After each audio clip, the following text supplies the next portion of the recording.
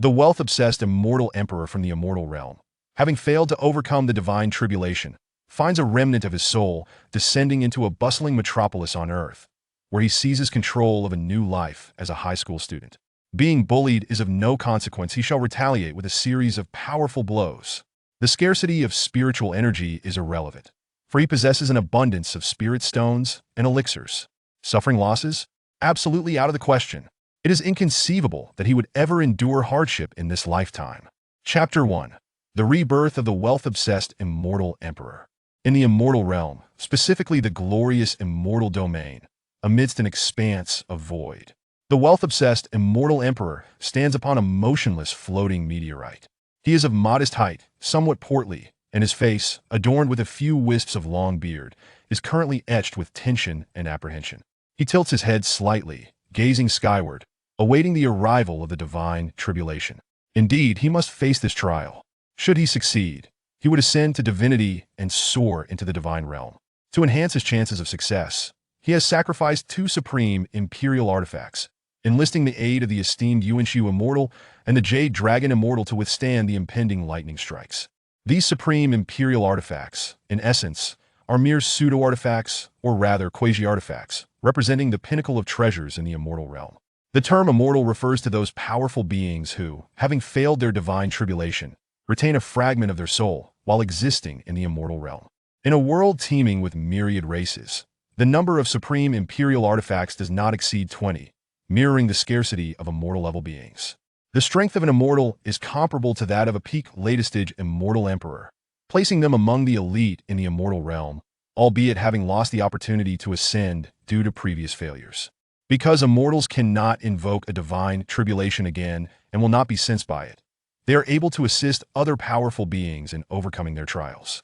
While their help may be limited, it can often prove crucial. The wealth-obsessed immortal emperor has arranged with the two immortals that he will face the first 6 waves of lightning on his own, while they will intervene for the 7th wave. After catching his breath, he will handle the 8th wave himself, with the immortals supporting him once more during the 9th wave.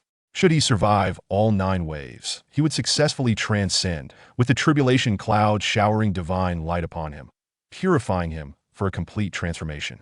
In the cold, silent void, a fierce gale suddenly arises.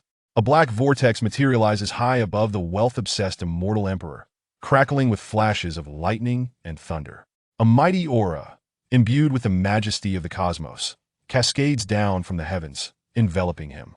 He knows that his divine tribulation has finally arrived, one wave after another, each more potent than the last. The lightning bolts descend from the colossal black vortex, crashing towards the wealth-obsessed immortal emperor.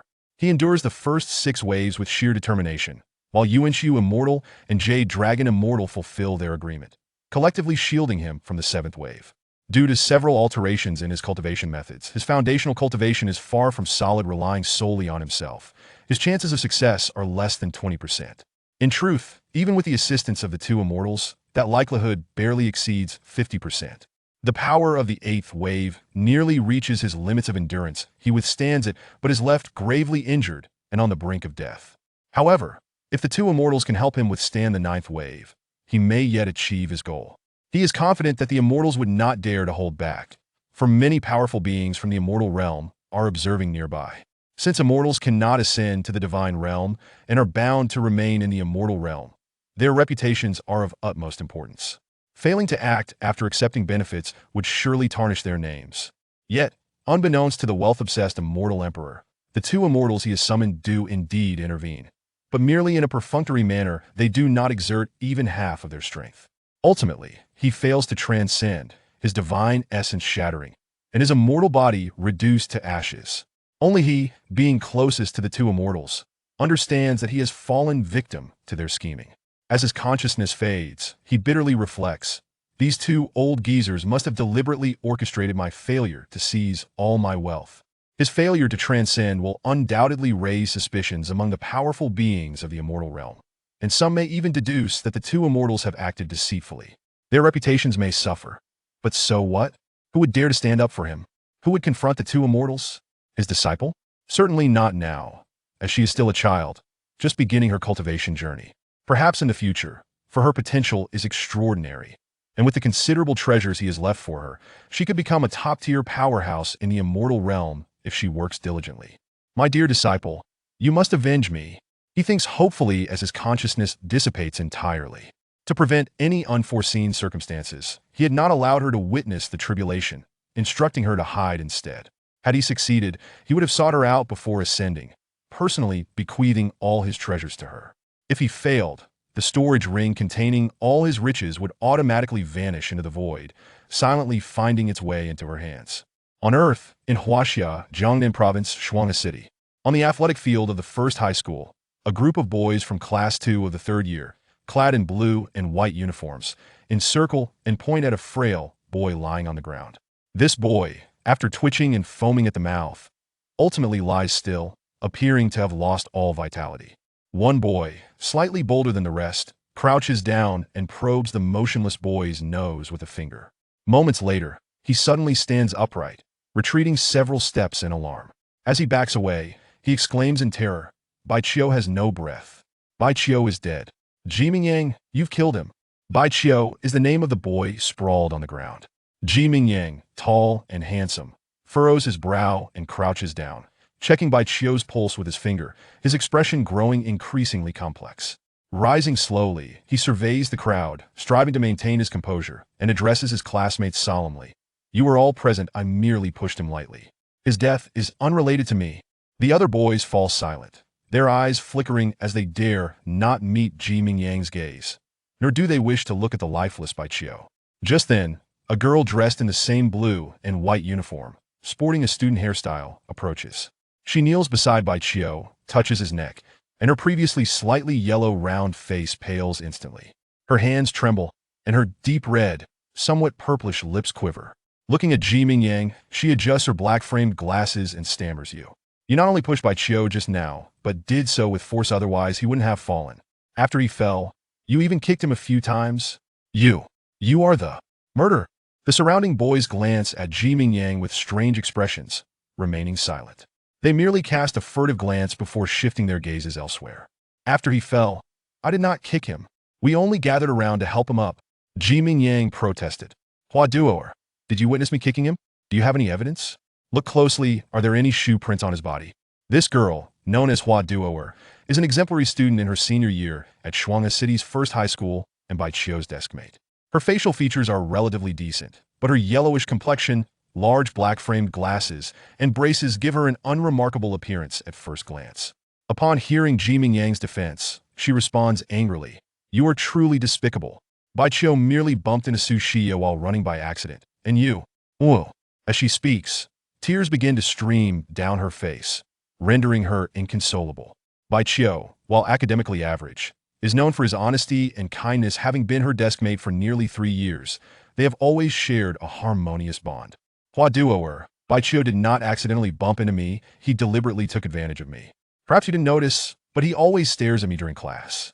Su Xia, tall and with a delicate, pale oval face, sports a short ponytail and remains aloof, her arms crossed over her chest, her expression one of disdain and aversion. A chubby girl beside her chimed in, "Exactly. I noticed it too. Bai Qiu is up to no good, harboring improper thoughts about Xia. He should take a good look at himself. Does he really think he's the young master of a wealthy family? In reality, he's just a discarded waste, dreaming of being with someone like her. He deserves to be beaten to death." The physical education teacher, Zhang Daming, approaches with a serious expression. He had already sensed the commotion, but initially refrained from intervening, pretending not to notice as he continued to reprimand a few girls for not training hard enough. Aware that Ji Mingyang is the son of Shuanghe City's wealthiest man, he dared not offend him in the slightest. Upon hearing the cries of dead, murder, and murderer, he realizes the gravity of the situation and reluctantly steps forward. After inquiring about the events, his large eyes narrow and his thick brows furrow as he says, "Hua Duoer, the teacher did not see Ji Mingyang kick Bai Qiu either. When the police arrive, you must not fabricate lies. If you dare to commit perjury, not only will you be expelled from school and lose your chance to attend university, but you may also face legal consequences." Hua Duoer, being a timid girl from a modest background, naturally lacks the courage to resist. Thus, upon hearing the PE teacher's words, she feels a mix of reluctance and resignation, unable to argue further. She is unsure how to defend herself, having only heard shouts and pleas for mercy as Bai Qiu was surrounded by the boys, without witnessing Ji Mingyang's assault firsthand. Ugh, my head hurts and my body aches. I haven't felt this way in a long time. Suddenly, a shocking event occurs. Bai Qiu, who had just been declared lifeless, opens his eyes. He appears pale and weak, with foam at the corners of his mouth. He pushes himself up with his hands, struggling to sit upright, and as he rubs his head, he angrily demands, "Who the hell was it that just hit me?" The wealth-obsessed Immortal Emperor is displeased, not only infuriated by the treacherous schemes of Yuan Shu Immortal and Jade Dragon Immortal that led to his failure, but also distressed by the unfortunate circumstances of his newfound life following his accidental rebirth. Indeed, the true Bai Qiu has perished. The one awakening now is the wealth-obsessed Immortal Emperor who has seized this new existence. An Immortal Emperor's displeasure, of course, carries profound consequences. Given his title, it is evident that he is not one to suffer losses. Chapter 2. No longer a wastrel. In a span of approximately 5 minutes, the remnants of the money-obsessed Immortal Emperor's soul fused with Bai Qiu's spirit, granting a comprehensive understanding of the past of the new body's owner. His lingering essence was anything but ordinary. It was a fragment of his divine soul left behind after the collapse of his divine persona. Even a mere wisp of the essence of a peak Immortal Emperor in his later years possessed formidable abilities in learning, computation, comprehension, and amalgamation. Bai Qiu, you're not dead. How splendid. Huaduo was the first to recover from her astonishment, crouching down once more to scrutinize him closely. Little girl, you have a promising future. Your previous investments will soon yield returns, the Immortal Emperor remarked as he adjusted to his new physique, twisting his neck and stretching his back while responding. This body was indeed exceedingly frail. Compared to his previous immortal form, it was significantly lacking, even when juxtaposed with an average healthy male. Huaduo, perplexed, wore a concerned expression, refraining from speaking further. Yet in her heart, she suspected her desk mate might have suffered a mental lapse. Otherwise, how could he be uttering such nonsensical words? Bai Qiu, so you were merely feigning death. A hint of mockery appeared on Ji Mingyang's handsome face as he stepped forward, scolding, feigning death just now. And now, pretending to be foolish? Although your acting skills are commendable, do not expect to escape unscathed. Ji Mingyang had indeed been startled by Bai Qiu's earlier pretense of death. It was not that he feared the consequences of Bai Qiu's supposed demise, but rather that he could not absolve himself of the situation and would inevitably face reprimands from both the school and his family. Seeing Bai Qiu awaken, he felt a wave of relief wash over him, yet simultaneously yearned to teach Bai Qiu a harsh lesson, avenging the fright he had endured. Jiga, let it go. He has already conceded by playing dead and pretending to be foolish. Let us spare him this time, urged Ji Mingyang's two sidekicks, stepping forward to dissuade him from further violence, lest the matter escalate. After regaining composure, the physical education teacher, Zhang Daming, cleared his throat twice and feigned seriousness as he addressed Ji Mingyang. Student Ji Mingyang, I did not witness your earlier actions, so I could not intervene. If you strike again, I shall not condone it. Ji Mingyang turned to glance at Zhang Daming, a smirk playing on his lips, clearly showing his disdain for authority. He then fixed his gaze on Bai Qiu, sneering, You're fortunate this time. If you dare to offend Su Xia again, I assure you I shall make you pay. In a sudden burst, Bai Qiu sprang to his feet, striking Ji Mingyang's face with a resounding slap. Smack! The sound echoed loudly. Ji Mingyang had not anticipated Bai Qiu would dare to retaliate, catching him completely off guard. He spun 3 times from the force of the slap, a vivid red imprint of 5 fingers now adorning his left cheek. You dare. Smack! Ji Mingyang glared in fury, ready to unleash a tirade. But Bai Qiu raised his hand again.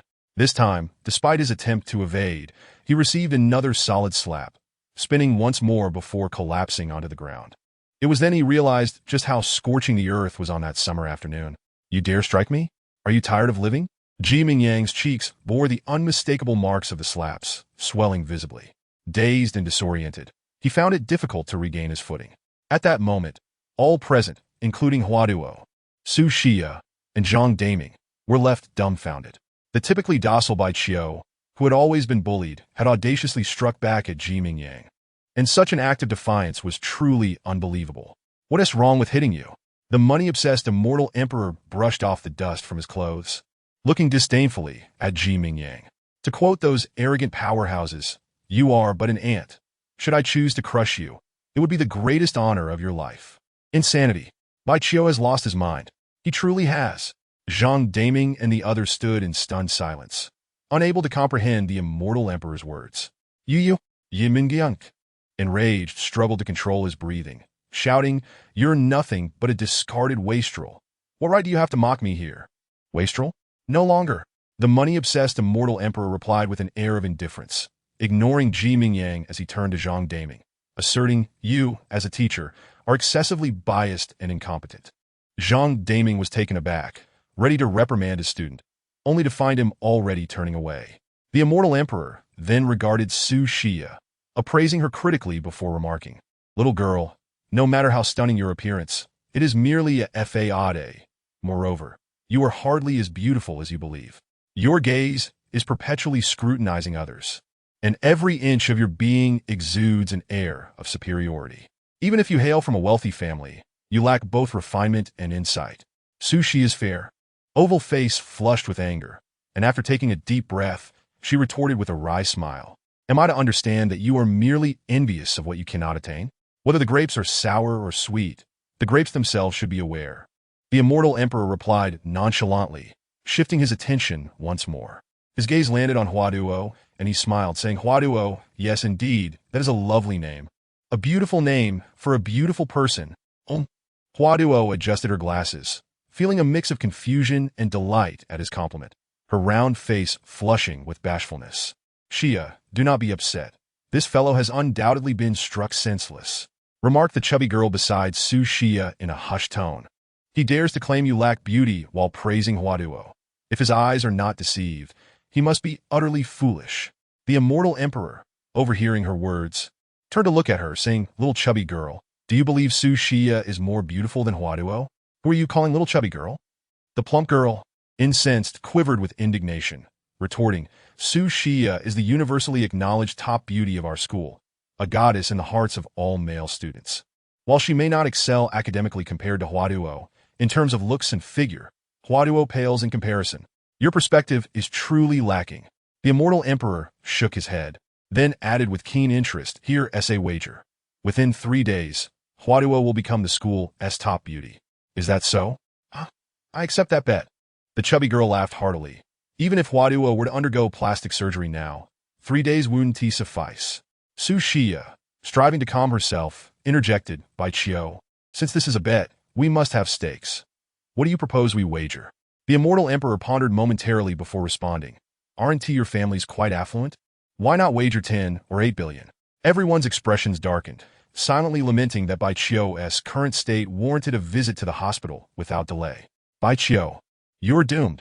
Ji Mingyang, finally regaining his senses, abruptly rose and charged forward. "Crouch!" The Immortal Emperor suddenly turned, bellowing at the approaching Ji Mingyang, his eyes gleaming with an intimidating light.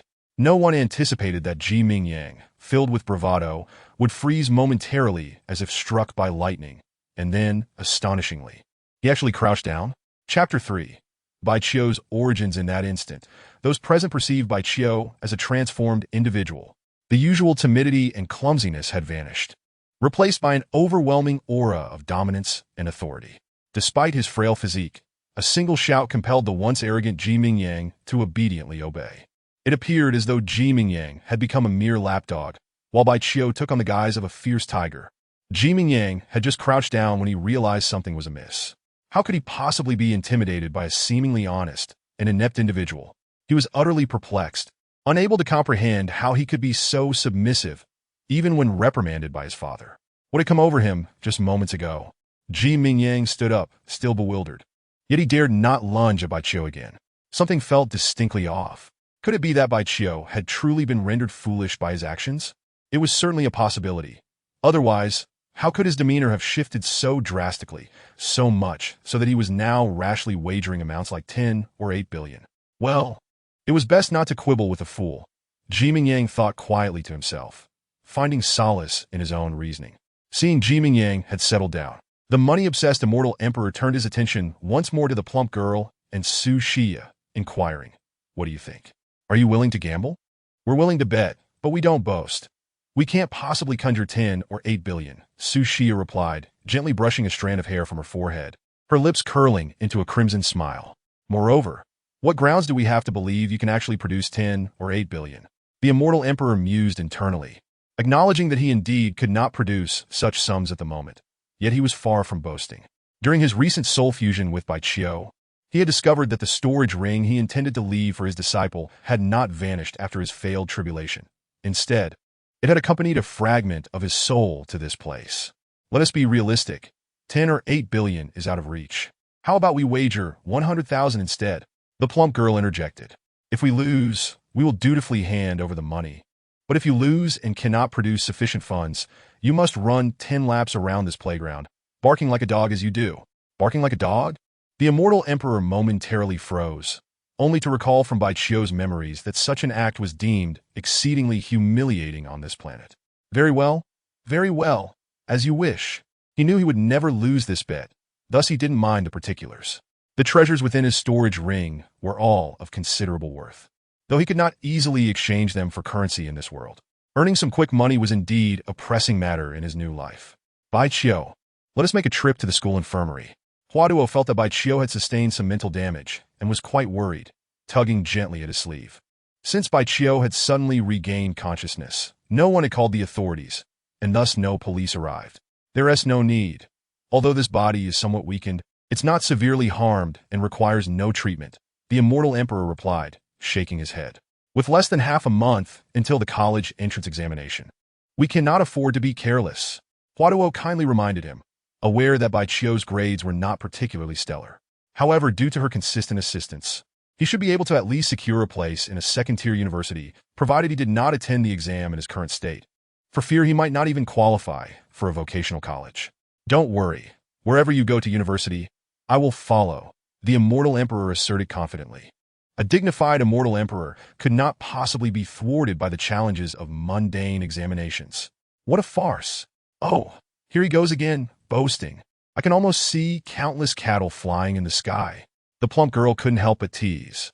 Everyone knew that Huaduo was a top student from the city's prestigious high school, with access to any renowned university she desired, while Baiqiu, even with a stroke of good fortune, would barely scrape by the passing line. Previous mock exams had already confirmed this reality. With only a little over 10 days left until the entrance examination, no one believed that a mediocre student could transform into a top scholar in such a short span of time. Do you not believe? The Immortal Emperor inquired, a knowing smile gracing his face as he regarded the plump girl. He felt he could set another wager, potentially reaping even greater rewards. In his past life, he had been a money-obsessed individual, and in this life, he remained the same. He would not shy away from opportunities for profit. Ignore him. He has lost track of who he is, Su Xia remarked, pulling the plump girl away, dismissing even the previously agreed wager, showing no interest in another bet. The Immortal Emperor's expression was one of sorrow, as if he had lost something dearly cherished. Ji Mingyang, would you like to visit the infirmary? The physical education teacher, Zhang Daming, inquired with genuine concern, observing Ji Mingyang's swollen cheeks. Brother Ji, you should go check it out, urged one of his classmates. All right, Ji Mingyang nodded and departed. He had intended to leave with a cutting remark, but upon realizing Baiqiu was evidently not in his right mind, he swallowed the words before they could escape his lips. Good news doesn't leave the house, but bad news travels far.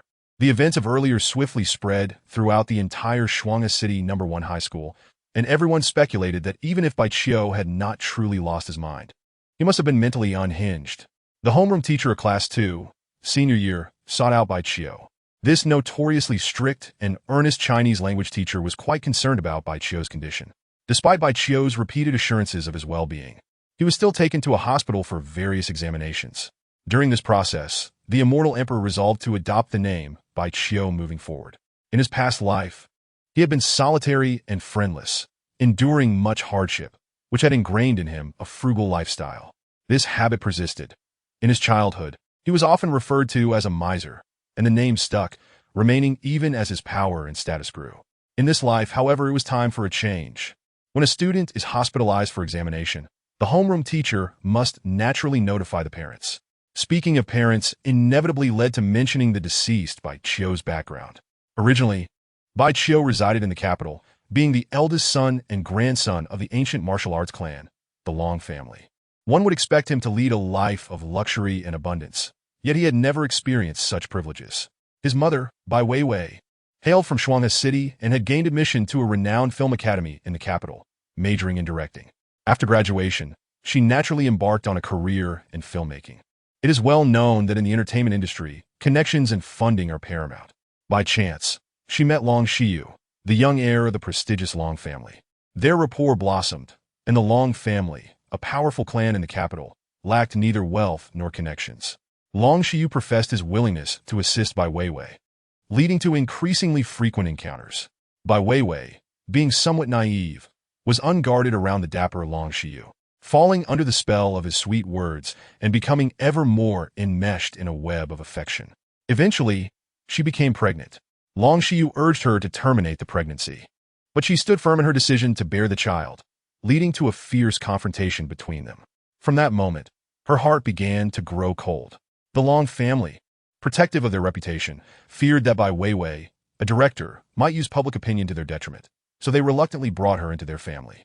After marrying, Long Xiyu continued his philandering ways, frequently absent from home for weeks on end.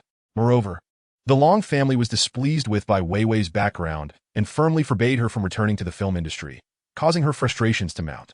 However, for the sake of her son, she chose to endure in silence. Yet, when she discovered that her son was similarly disregarded by the Long family and often bullied, she could no longer contain her anger. In a fit of rage, she took her 7-year-old son, whom the Long family deemed a failure, and returned to her parental home. The reason her son was seen as a failure by the Long family was due to the family's emphasis on martial talent. Unfortunately, her son exhibited poor aptitude, frequently falling ill and showing no signs of improvement, much to the dismay of the Long family's elders.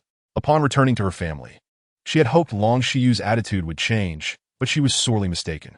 He not only failed to contact his wife and child, but also impregnated a wealthy heiress, who pressured him into marriage, prompting him to demand a divorce from Bai Weiwei. Enraged and despondent, Bai Weiwei, whose health was already fragile, was ultimately driven to her demise by these tribulations. As she approached the end of her life, she had not encountered a single member of the Long family, prompting her to instruct her maternal relatives to change the name of her son, originally known as Long Qiu, to Bai Qiu. From the moment she married into the Long family until her demise, she had never availed herself of a single cent from them, nor had the Long family ever considered compensating her in any manner. Although she did not formally divorce Long Xiyu, their marital bond was naturally dissolved upon her passing. Having delved into the lineage of the former Bai Qiu, the present Bai Qiu resolved to ensure that the Long family in the capital would pay a substantial price. After all, having usurped another's body, it was only just to render some recompense. Moreover, having integrated the soul of the original Bai Qiu, he would inevitably be influenced emotionally. The former Bai Qiu's enmity toward the Long family was etched deeply into the very fabric of his soul. Even if he were a reincarnated celestial emperor with a lofty state of mind and profound cultivation, he could not escape harboring feelings of resentment toward the Long family in the capital. Chapter 4. A complicated mood in the ant since the age of 7. Bai Qiu had resided with his uncle's family. Following the passing of his mother, his uncle and aunt became his guardians. Today, his uncle Bai Gang was preoccupied, so it was his aunt He Huizhu, now a full 45 years of age, who appeared at the hospital. Clad in a deep purple knee-length dress and carrying a handbag of uncertain authenticity, she approached Bai Qiu with an unmistakable frown upon her face. Once a physician and a department head a decade prior, she had been dismissed from the private hospital shortly after the untimely demise of her sister-in-law, Bai Weiwei. She believed herself to be a victim of Bai Weiwei's misfortunes, convinced that the Long family had conspired against her, leading to her loss of a lucrative position. The actual circumstances remained unclear to both her and her husband, Bai Gang. Following her dismissal, she utilized her savings to establish a private clinic which, after a brief period of operation, suffered a grave medical mishap. Not only did her clinic close its doors, but her professional credentials were also revoked. This was not the end of her tribulations. After 2 arduous years of grappling with despair, she endeavored to start several businesses using her husband's savings, all of which ended in dismal failure. Throughout the years, no matter their endeavors, they faced inexplicable misfortunes. Despite their diligent efforts, the couple achieved little, accumulating a mountain of debt.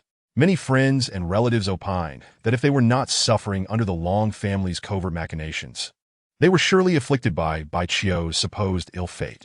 Though they were not superstitious, They preferred to believe in the Long family's targeted hostility rather than the notion of fate. With the Long family's considerable influence, it was entirely feasible for them to render this couple's lives a continuous struggle, even leading to their ruin. Yet, they remained perplexed as to the motivations behind such actions, questioning why the Long family had not resorted to overtly harsh measures. Huizhu had once suggested to her husband that they send Bai Qiu to an orphanage, but he steadfastly refused, leaving her at an impasse. She understood her husband's reluctance, as Bai Qiu was the son of his beloved younger sister, and had always been frail and ailing. How could he bear to abandon him? In her heart, she harbored a degree of sympathy for Bai Qiu, yet years of hardship had inevitably bred some resentment toward him. "Xiao Qiu, what is the matter with you?"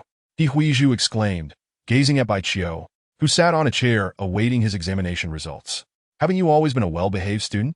How could you possibly get into a fight with your classmates? You have truly disappointed your aunt.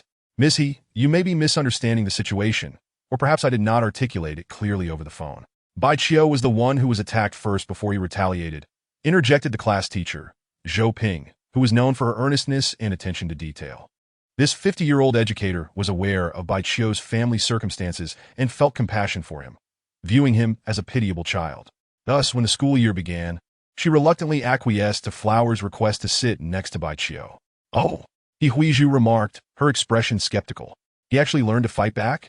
She was well aware that her nephew had always been known as a coward, one who would never retaliate against provocation. It would indeed be an unprecedented event for him to strike someone. "Though I find it somewhat incredible, that is indeed the case," Zhou Ping affirmed with a nod. "Ms. Zhou, you mentioned over the phone that Bai Qiu's head might." Huizhu trailed off, knowing Zhou Ping could infer her unspoken thoughts. With half-closed eyes, the crow's feet at the corners of her eyes appeared more pronounced than usual. Initially displeased with her aunt's demeanor, Bai Qiu now noticed the evident worry etched on her face and chose not to dwell on her earlier words. "I cannot say for certain. We shall have to wait for the examination results to see what the neurologist advises," Zhou Ping added, glancing at Bai Qiu. "However, he does not seem to be in any serious distress. Since I first encountered him, he has not uttered any nonsensical words." "Ah!" Huizhu's brow relaxed considerably as she shifted her gaze back to Bai Qiu, inquiring, "Xiao Qiu, does your head hurt? Do you feel unwell at all?" "All is well," Bai Qiu replied, his expression calm as he shook his head. "By the way, Ms. He, there is something I need to discuss with you privately." Zhou Ping signaled discreetly to Huizhu. The two then stepped aside, entering a different corridor. "Ms. Zhou, what is it?" Huizhu asked. "Ms. He, the student Bai Qiu fought today is named Ji Mingyang, the son of Ji Guangyuan, the wealthiest man in Shuanghe City." "What?" Upon hearing this, Huizhu's heart sank, her complexion turning pale as she anxiously inquired, "How did it happen? Was he hurt badly?" Zhou Ping replied, "It is said that Bai Qiu slapped Ji Mingyang twice, causing his cheeks to swell immediately. I just called the school nurse, and fortunately, Ji Mingyang does not seem to have any serious issues. Even if he is not severely injured, this is still problematic," Huizhu said with a bitter smile. Who in Shuanghe City does not know that Ji Guangyuan was once ruthless and associated with the underworld? Although he has since turned to real estate after serving time, many of his former lackeys still work for him. "I share your concerns, which is why I wanted to alert you," Zhou Ping said thoughtfully. "Perhaps we are overreacting. After all, Ji Guangyuan is not the man he once was, and with such considerable wealth, he would likely hesitate to take unnecessary risks." "Let us hope so." Huizhu's emotions were tumultuous. Upon learning that Bai Qiu had resorted to violence, she felt a mix of surprise and a hint of relief. But upon discovering that the victim was Ji Guangyuan's son, her feelings grew even more complex. If the Long family was a powerful dragon, then the Ji family undoubtedly represented the local tyrant of Shuanghe City. To be targeted by both families simultaneously would surely make the days ahead far more arduous. The examination results soon emerged, revealing that the neurologist found no abnormalities in Bai Qiu's brain. If he had exhibited any erratic behavior previously, it was likely due to a mild concussion resulting in temporary neurological confusion, which was not deemed serious. Nonetheless, as a precaution, the doctor recommended that Bai Qiu be hospitalized for observation. "Ms. He, the weekend is upon us. It would be prudent for Bai Qiu to remain in the hospital for a couple of days."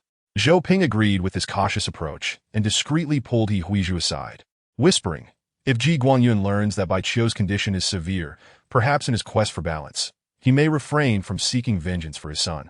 He Huizhu heeded the suggestions of both the doctor and Zhou Ping, arranging for Bai Qiu's hospitalization. Concerned that Bai Qiu might experience further neurological episodes that could endanger other patients, the hospital allocated him a private room. Shortly after Bai Qiu settled into his bed, Flower, who had just finished school, arrived to inquire about his condition with great concern. Seeing him in good spirits, she did not truly feel at ease, for in the past, he seldom smiled. Today, after enduring a beating and retaliating, he maintained a smile whenever he was in her presence. Chapter 5. Lingyun Pill Duo. Annie has some urgent matters to attend to. If you're free, could you please keep Xiaoqiu company here? I will return shortly. He Huiru was reluctant to waste time in the hospital. She now owned a fruit store, and the hours from closing until dusk were the peak business times of the day. All right, Annie, you go ahead. Duo placed her book on the bedside table and obediently said, "It's relatively quiet here. I can work on my exam papers." Yes. Annie will hurry back once she's done. With that, He Huiru exited the room. Duo did not begin her exam papers. Instead, she sat at the head of the bed, gazing at Bai Qiu, and asked, "Are you sure you're all right?" "Absolutely." Bai Qiu nodded, still wearing a bright smile. Duo, with a hint of implication, remarked, "If you've been hurt, you can seek compensation from Ji Mingyang.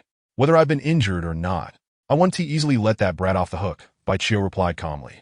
"If you truly are fine, then don't engage in a war of words with Ji Mingyang. You can't outmatch him. His father is the richest man in Shuangha City," Duo kindly advised. "The richest man? That was in the past," Bai Qiu replied, equally profound in her words. In her heart, she mused, "I am still the wealthiest in the celestial realm. How can Shuangha City compare to the celestial realm? It cannot. By the way, you're not serious about the bet with Su Xia and Yuan Dongdong, are you?" Duo asked again. Yuan Dongdong was the chubby girl who also served as Su Xia's sidekick. "Do you think I'm joking with him?" Bai Qiu retorted. "Do you also think I'm bragging? It's truly unrealistic for me to become the first school flower in our school within 3 days." Duo sighed, "Moreover, I don't have the foundation to become a school flower." "Who said that?" Bai Qiu, with a confident demeanor, asserted, "I say you can, and you certainly can. Then tell me, what are your plans?" Duo continued to inquire, her curiosity piqued. "Here, take this pill." Bai Qiu extended her right hand, which had been hidden beneath the blanket, presenting it to Duo. With her palm opened, a small orb radiating a faint blue glow was revealed. She understood that it was not merely a bead, but a Lingyun pill. The Lingyun pill was a low-grade spiritual pill, immensely beneficial for those just beginning or yet to commence their cultivation. She had prepared many such pills for her young disciple in the celestial realm, and the Lingyun pill was one of her many preparations. In fact, she felt fortunate, as everything she had originally prepared for her disciple could be utilized for her current cultivation. "This is a pill?" Duo exclaimed in astonishment, instinctively adjusting her black-framed glasses. "Why does it look like a glowing blue glass bead?" "If you trust me, just take it." Bai Qiu paused briefly, then added with a smile, "You're in a hospital now. Are you still worried about unforeseen circumstances?" Only Duo found the reasoning sound. After all, she was in the hospital, and even if something went awry, she would receive timely treatment. She did not wish to cause Bai Qiu any misunderstanding or disappointment. So she accepted the so-called pill from Bai Qiu's palm, hesitated for a moment, and swallowed it. Soon, she felt a cool stream of energy surge from her mouth into her abdomen, spreading throughout her entire body. She felt as if she were enveloped in a gentle spring breeze, experiencing immense comfort. Looking down at herself, she was astonished to see that her exposed arms and calves emanated a faint blue light. "Bai Qiu, what kind of pill did you give me?" "This is too magical." Duo's eyes and face were filled with incredulity. "You should stay in the bathroom for a while," Bai Qiu advised. "Soon you might feel a wave of heat throughout your body, accompanied by a slight itching sensation. That's all normal, so there's no need to panic. It will last for about half an hour, and you can take a shower before coming out." "Ah." Duo was bewildered, but dared not disobey, promptly entering the bathroom. She had no idea what kind of pill she had just ingested, nor did she understand how Bai Qiu had produced such a miraculous pill. At that moment, she was not in the mood to ponder those questions. She did not believe Bai Qiu would harm her, yet she was filled with concern and curiosity about her condition. Bai Qiu had already determined that this planet called Earth was not in the celestial realm, but rather in the realm of cultivation beneath it. The cultivation realm, which could also be referred to as the mortal realm, comprised 9 levels of cultivation, ranging from the lowest to the highest.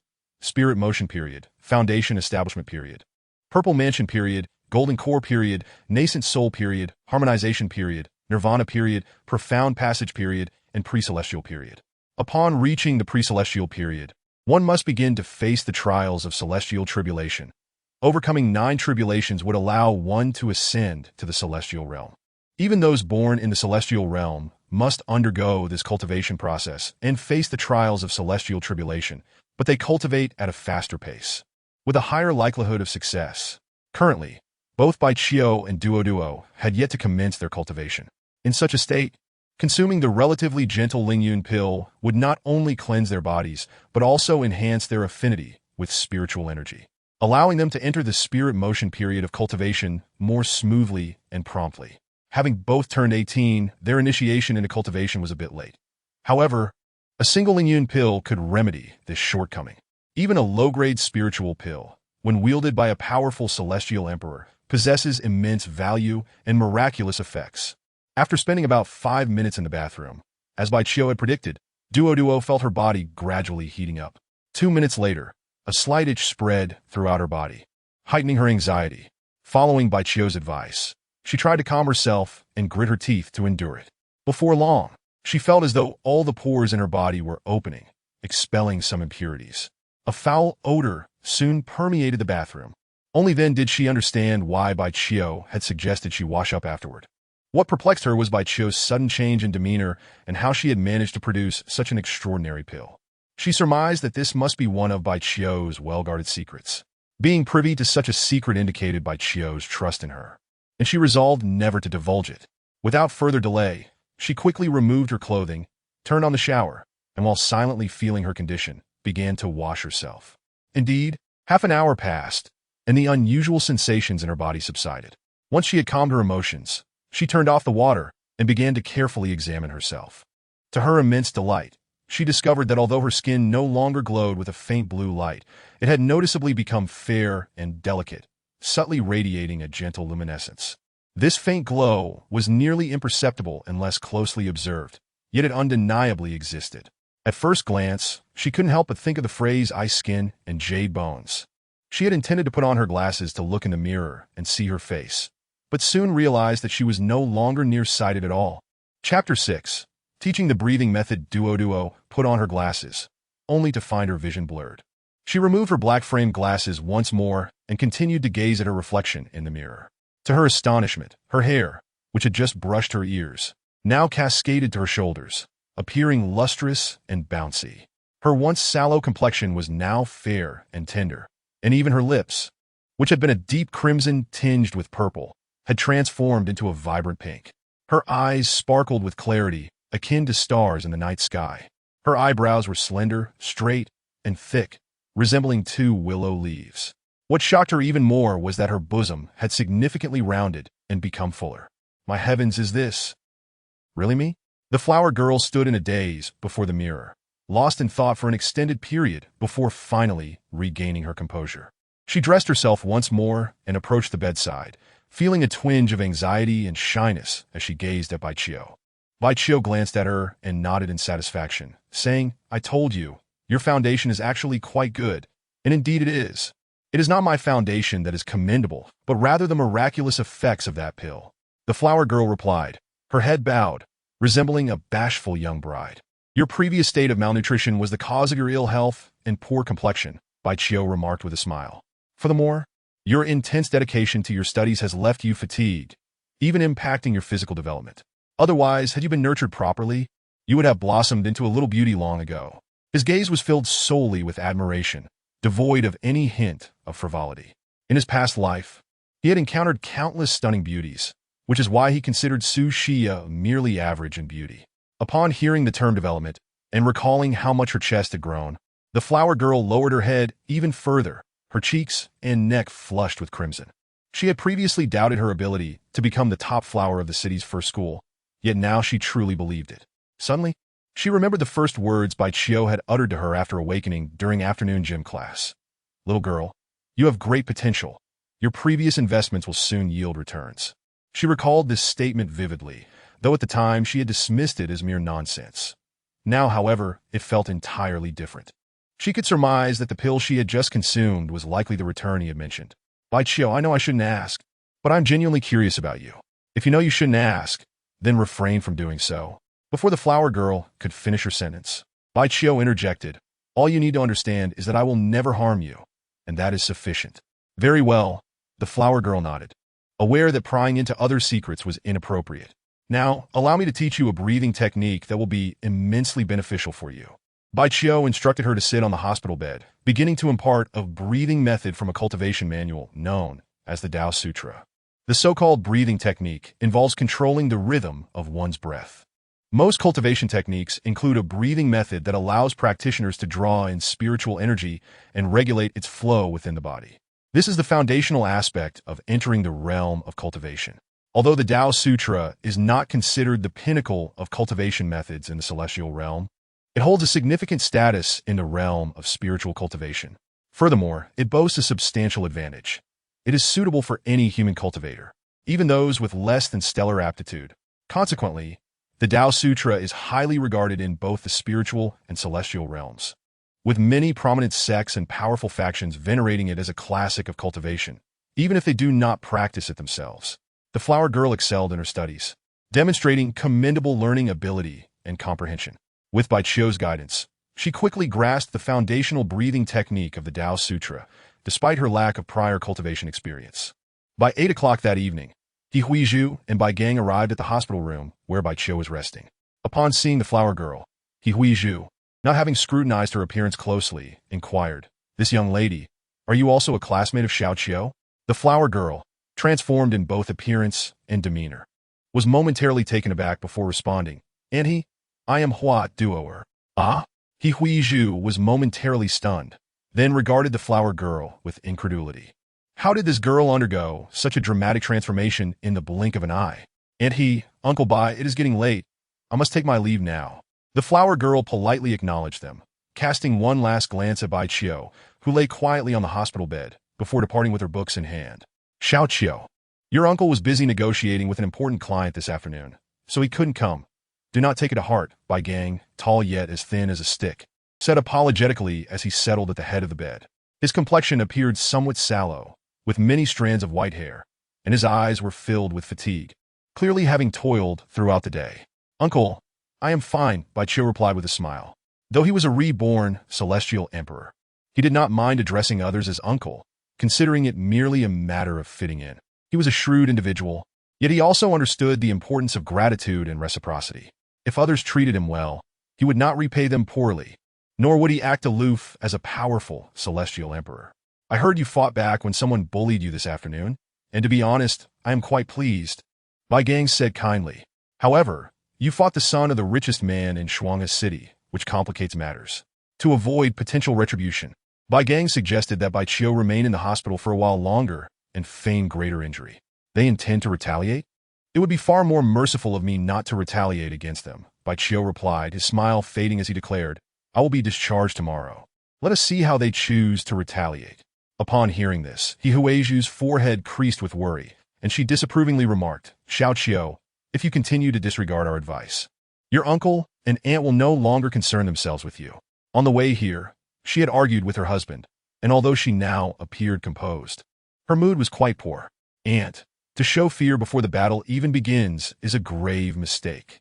When Bai Qiu uttered this, he was unaware that he had adopted an unexpectedly mature demeanor. "You young man still wish to engage in battle?" He Huizhu retorted angrily. "They are the wealthiest family in Shuangha City, while we are but ordinary folk struggling to make ends meet. What do we have to contest with them? Regardless of the means of confrontation, they were bound to lose. Whatever means we employ, they are destined to fail," Bai Qiu stated calmly, his tone imbued with an air of unassailable confidence. Very well. Now that you've just endured a beating, you seem to have grown in capability. If you are so capable, then resolve it yourself." He Huizhu, bewildered by the source of Bai Qiu's confidence, stormed out in a fit of anger. Over the years, she would inexplicably feel irritable whenever she saw Bai Qiu. Bai Gang did not follow his wife out, instead furrowing his brow with concern as he gazed at his nephew. He pondered, this child seems to have some significant issues. Otherwise, why would he be spouting such nonsense again? Chapter 7. The Wishful Void Ring, Xiao Qiu. "Do not fault your aunt. She has been in a bad mood today." Bai Gang offered a defense for his wife. Although Bai Chiu was his nephew, he could no longer treat him as an immature child, given that he was now an adult. Over the past decade, he had been caught between the needs of his wife, child, and nephew, and it had taken a toll on him. Not only did his wife, He Huizhu, feel this way, but even his son, who was currently in college, harbored a certain dislike and aversion toward Bai Chiu. As he anticipated the upcoming summer vacation, he feared that if Bai Chiu continued with his nonsensical behavior, it would likely lead to considerable trouble between the two children. I understand, Bai Chiu nodded, his expression returning to calmness as he confidently stated, and has always believed that I am a burden to our family. Perhaps that is the truth. But those are all matters of the past. From today onward, our family's days of hardship will be a thing of the past. Oh. Although Bai Gang felt that his nephew was merely rambling, the words were nonetheless quite pleasant to hear and brought him some comfort. Moreover, he sensed that Bai Chiu might not be entirely delusional, for he exhibited no signs of mental instability, speaking as a rational individual. Just as he was about to say more, his phone suddenly rang. He took it out and stepped outside the room. After approximately 3 minutes, he returned, his expression somewhat somber and troubled. "Uncle, what is the matter?" Bai Chiu inquired, noticing Bai Gang's furrowed brow. "Your cousin Shenhai called, pressing me to repay the 200,000 yuan I owe him." Bai Gang sighed heavily, his mood evidently gloomy. "Shenhai?" Bai Chiu rummaged through her memories before saying, "Aren't you partners?" I recall my aunt mentioning that Shenhai's 200,000 yuan was an investment, not a debt owed by our family. It turns out that was the agreement, but later, when he realized the business was not thriving, he reneged on it.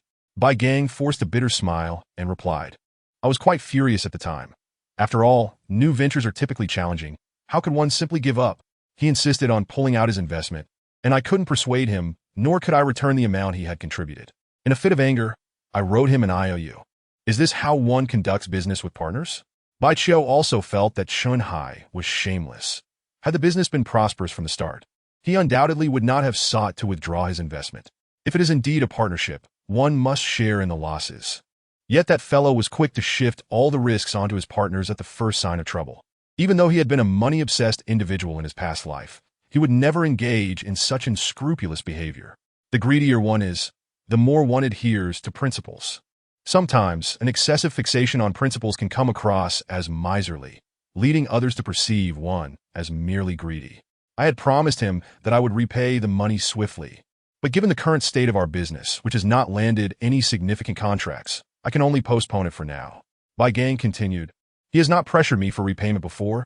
I don't understand why, knowing I lack funds, he still called today to demand payment." And his tone was quite hostile and aggressive. Bai Chiu furrowed her brow slightly and inquired, "Could it be that Shenhai is acting on the instructions of the Ji family?" Bai Gang nodded and then shook his head, stating, "I can't say for certain, but I do know he has a good relationship with someone under Ji Guanyuan and has been eager to ingratiate himself with the Ji family." "Uncle, does my aunt know about the IOU you wrote to Shenhai?" Bai Chiu asked tentatively. "She doesn't know," Bai Gang replied. "If your aunt were to learn of this, she would surely confront me. Shenhai must have specified a deadline for repayment, right?" Bai Chiu asked again. "Yes," Bai Gang nodded.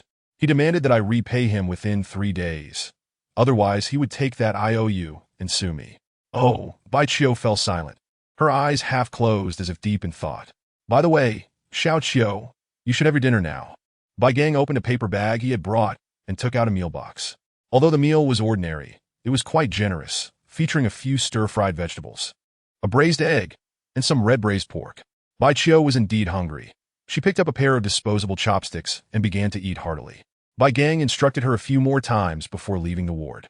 His wife had left in a huff, and he felt uneasy.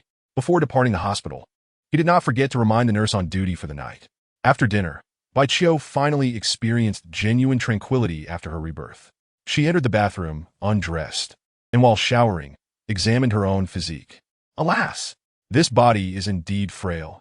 It's no wonder the ancient martial families regard me as worthless. Gazing at her emaciated form, she couldn't help but inwardly lament. Upon reflection, she found it rather puzzling. The previous Bai Chiu, while not favored by the Long family, at least did not suffer from nutritional deficiencies, and her mother, Bai Weiwei, was in good health. Why had she been plagued by minor ailments every 3 days and major illnesses every 10 days since birth? After her mother's demise, although she wasn't living in luxury within the Bai family, she was at least free from worries about food and clothing. So why did her health not improve as she grew up? This body is certainly peculiar. She unleashed her spiritual consciousness, but found no abnormalities within herself. Relying on a wisp of her former soul, she could release her spiritual consciousness without any cultivation, but its level was rather limited, merely capable of intimidating the minds of ordinary individuals. In the afternoon, she had used this ability to intimidate Ji Mingyang, causing him to obediently squat down. Never mind. Let me consume a Ling Yun Dan to improve my constitution. Bai Qiu raised her left hand, and with a thought, a blue light suddenly flickered from the middle of her left index finger. The blue light fell into her palm, transforming into a blue pill resembling a precious jewel. Without even a glance, she swallowed the Ling Yun Dan whole. She knew that in approximately 5 minutes, her body would begin to feel warm and hot. The medicinal properties of the Ling Yun Dan were quite gentle, allowing for a slower release of effects compared to other inferior spirit pills, making it tolerable for ordinary individuals. She did not lower her left hand. While waiting, she touched the middle segment of her left index finger with her right hand. Moments later, a simple, yet ancient ring revealed itself. The ring was entirely silver-white, with no embellishments, only intricate, densely engraved mystical patterns on its surface. It was a storage ring, also known as a spatial ring. Bai Qiu had not known its true name when she acquired it in her previous life, so she named it the Rui Void Ring, given its ability to blend into the void and connect with its owner's intentions. Unlike ordinary high-grade spatial artifacts, the Rui Void Ring possessed no spirit. Most inferior spirit tools have a spirit, yet this one did not, and its quality was undoubtedly comparable to that of an extreme Dao Emperor weapon. It was indeed rare for an artifact of such caliber to lack a spirit and show no signs of damage. Gazing at the Rui Void Ring, Bai Qiu inquired with her thoughts, "Did I not tell you before my tribulation that if I failed, you were to escape into the void and find my female disciple? Why did you not comply? Furthermore, my ability to have a wisp of my soul transcend the barriers of the two realms and be reborn is also thanks to you, right?" Chapter 8. Innate Divine Body. 10,000 Transformations, Heavenly Art. The Rui Void Ring remained silent, the intricate patterns on its surface twisting and changing. Bai Qiu furrowed her brow, fixating on it. Under her scrutiny, those mystical patterns transformed into small characters. These characters were not of any earthly language, but rather the common script used by the human races of the cultivation and celestial realms. Indeed, it was you who saved me. Naturally, you are a powerful spatial artifact capable of penetrating the barriers between two realms. Such a feat is not overly astonishing. Since I have not completely perished and have not ascended to the divine realm, you should indeed continue to accompany me. But why did you only take a wisp of my soul? Why not take more? Bai Qiu could certainly comprehend the common script of humanity. Having read the small characters now inscribed on the Rui Void Ring, she continued to communicate with it through her thoughts. Its mystical patterns twisted and reformed once more.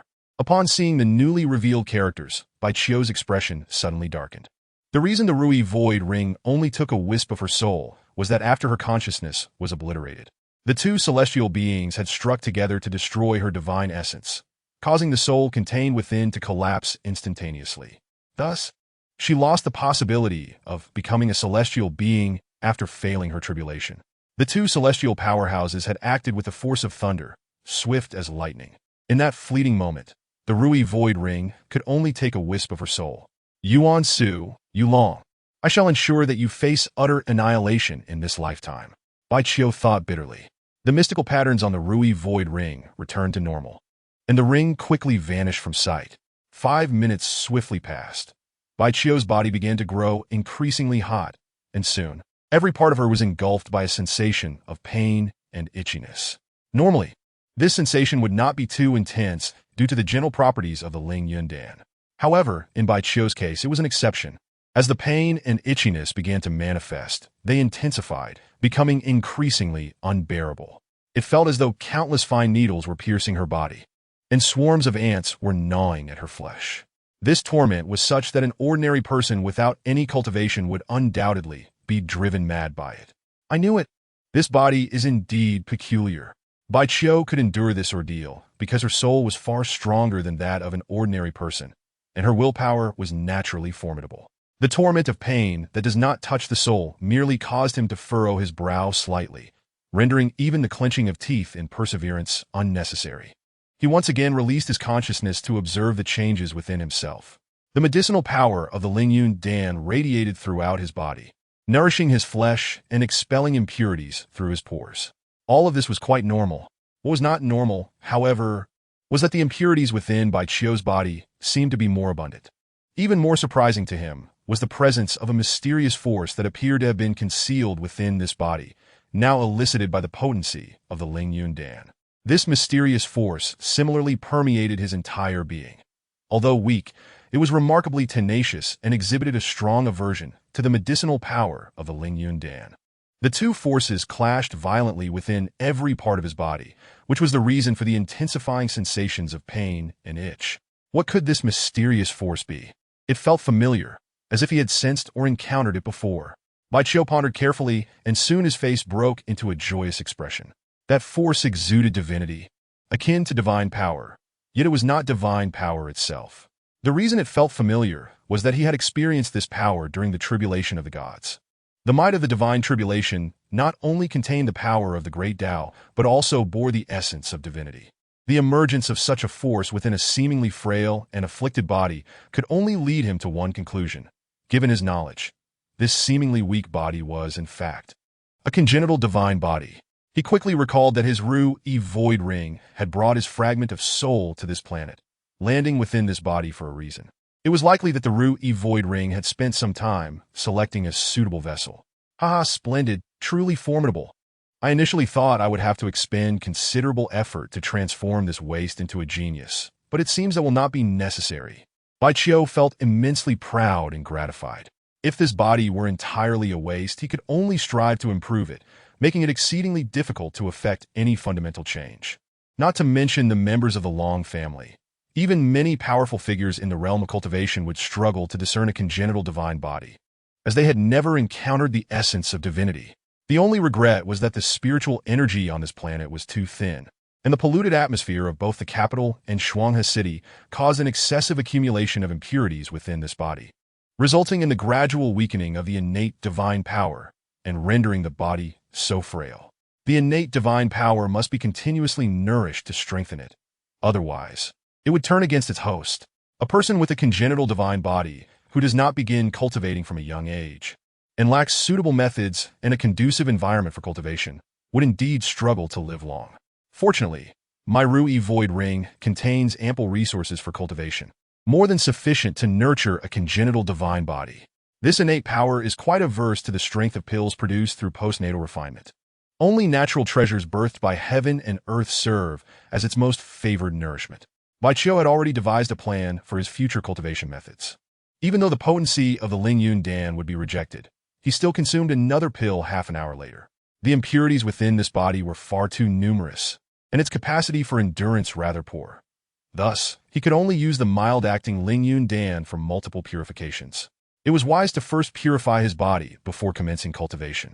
That night, he spent a full 4 hours in the bathroom, consuming a total of 7 Lingyun Dan before he contentedly returned to his sickbed. During that time, a nurse had come by. Upon discovering him bathing and hearing his claims of being completely well, she silently departed. In the latter part of the night, he sat cross-legged at the head of his bed and began his first cultivation session since his rebirth. The technique he practiced was not the Tao Sutra, but a method known as the Wan Hua Tiangong. This technique was among the most elite even in the celestial realm, and he had acquired it at great cost. However, due to the stringent foundational requirements for practitioners of the Wan Hua Tiangong, he had been unable to cultivate it in his previous life. As his wealth had increased, so too had the number of cultivation techniques he acquired, but he kept shifting to other, more advanced methods, leaving his foundational skills insufficiently solid, a major reason for his struggles during the divine tribulation. This life, however, was different. In this life, he had yet to cultivate and was a congenital divine body. Practicing the Wan Hua Tiangong would undoubtedly be feasible. The essence of this technique lies in seizing the transformations of all things in heaven and earth for oneself, utilizing one's own body as a furnace, with the dual energies of yin and yang as fire, to refine all things. Since the body itself serves as the furnace, it must be sufficiently robust. Otherwise, how could it endure the process of refining all things? If the body were not strong enough, the items to be refined might not even be processed before the body itself crumbled. The Wan Hua Tiangong also includes an entry-level breathing method. Yet this method is not merely for guiding spiritual energy into the body. It also absorbs the dual energies of yin and yang from the world. Like other cultivation techniques, the foundational stage of practicing the Wan Hua Tian Gong begins with nourishing the body with spiritual energy, accumulating a vast amount of spiritual energy that circulates with the blood throughout the body, transforming into true energy, which then flows through the meridians. This process constitutes the cultivation during the spirit movement phase. After surpassing the spirit movement phase, the cultivation methods of the Wan Hua Tian Gong diverge from those of other techniques. Chapter 9. The chest stall by the roadside at dawn on Saturday. Bai Qiu concluded his first cultivation session after rebirth. He felt elated, for the effects of his cultivation were remarkable. After consuming 7 Lingyun Dawn, a significant quantity of impurities was expelled from his body, leaving him feeling much lighter and imbued with seemingly boundless strength. Early in the morning, the first visitor was not his uncle Bai Gang or his auntie Huizhu, but rather his current desk mate, Hua Duoer. Today, Hua Duoer appeared particularly spirited, bringing breakfast for Bai Qiu. You know, when I got home last night, my grandmother didn't even recognize me. And this morning, as I walked, it felt like I could float away. As she watched Bai Qiu eat breakfast, Hua Duoer recounted her various experiences. Last night, she had followed Bai Qiu's instructions, diligently attempting to enter the breathing rhythm required by the Tao Sutra, achieving success only at 3 in the morning. She thus experienced the presence of spiritual energy and felt an extraordinary novelty at its entry into her body. Feeling overwhelmed by the marvel, she rushed over early in the morning to report back to Bai Qiu and to hear what else he might have to say. Unfortunately, Bai Qiu did not elaborate much, simply encouraging her to continue her efforts. After breakfast, Bai Qiu gave Hua Duoer another Lingyun Dan, instructing her to consume it at an appropriate time before sending her home. He also advised her to refrain from going out this weekend and not to return to the hospital. Hua Duoer was now completely convinced that her desk mate not only had no ailments nor any mental issues, but that he had transformed into an entirely different person. No longer the timid and cowardly individual he once was. Although she was unaware of the reasons behind this change, she was delighted nonetheless. At 9 in the morning, Bai Gang visited alone, also bringing a breakfast. Upon hearing Bai Qiu mention he had already eaten, Bai Gang wore an expression of guilt. Xiao Qiu, though today is the weekend, I cannot stay with you in the hospital. I have to meet a client and strive to secure this deal so I can repay your cousin Chun Hai the 200,000 yuan. Bai Gang did not linger in the ward for long, exchanging a few brief words before hurrying away. Bai Qiu had already noticed that his uncle appeared fatigued, with bloodshot eyes, likely having had little to no rest the previous night. He did not remain in the hospital for long, and by 10 in the morning, he changed into his school uniform and quietly left the hospital. He did not complete the discharge procedure, as that required a parent to be present. Exiting the hospital, he walked along a main road, contemplating ways to make money. He needed to earn money, and quickly, to make a substantial profit. That so-called cousin, Chun Hai, was likely seeking to curry favor with the Ji family by pressing his uncle Bai Gang for repayment, and he could not simply stand idly by. Regrettably, the original Bai Qiu was rather honest and timid, lacking a comprehensive understanding of the planet he inhabited, as well as the social environment surrounding him. His knowledge was woefully insufficient, and thus he could conceive of few methods to earn money in such a short span of time. After not walking for long, Bai Qiu arrived beside a park and noticed a gathering of individuals beneath the shade of a tree, engaged in animated discussions and pointing fingers. The crowd encircled a middle-aged man of unremarkable appearance, in front of whom lay a chessboard displaying a challenging endgame. This scenario, he could still recall from the memories of the former Bai Qiu. Simply put, it was a gambling match. Whoever could outmaneuver that middle-aged man would win the agreed-upon wager. Typically, passers-by found it exceedingly difficult to prevail in such games. To dare to make a move was almost akin to handing over money. Those bold enough to participate were usually individuals confident in their chess skills. Yet this endgame often ensnared such players. Chess was exceedingly popular in Huaxia, with many children able to play, and the original Bai Qiu was no exception. Consequently, the current Bai Qiu need not learn anew. He merely required a moment to mentally organize his thoughts and grasp the rules to conduct his strategic analysis. He squeezed into the crowd, observing intently. The middle-aged man noticed him as well. Upon seeing his school uniform, he grinned, revealing 2 large gold teeth, and said, "Student, would you care to give it a try? You can't fool just anyone. He's still a student." An elderly gentleman chimed in, somewhat irately. Bai Qiu glanced around and replied, "Yes, I would like to give it a go. How much is the wager for a game? The kind old man advised, young lad, do not attempt it. You cannot win. Nearby, a skinny youth clad in flamboyant shorts chuckled eerily, adding, I also advise you not to try. Your skills are far from adequate at such a young age. Baichio discerned that the elderly man's warning was genuinely well-intentioned, whereas the cigarette-smoking youth was attempting to provoke him. Indeed, the skinny youth was a shill. The middle-aged vendor raised an eyebrow and declared, 100 yuan per game. As you are a student, I'll give you a 50% discount. If you lose, you owe me 50. If I lose, I'll give you 100. Baichio retrieved 50 yuan from his pocket and placed it on the chess table. Ignoring the elder's warnings, misfortune loomed ahead. The kind old man shook his head in resignation, sighing. The skinny youth extinguished his cigarette and patted Baichio on the shoulder, saying, young man, you have potential. I have faith in you. Let us begin. The middle-aged vendor pointed at the chessboard, indicating that Baichio should make the first move. Wait, let me observe for another 2 minutes. Baichio did not rush to make a move. He continued to mentally analyze the situation. His spirit was unique and robust, endowing him with exceptional analytical and computational abilities.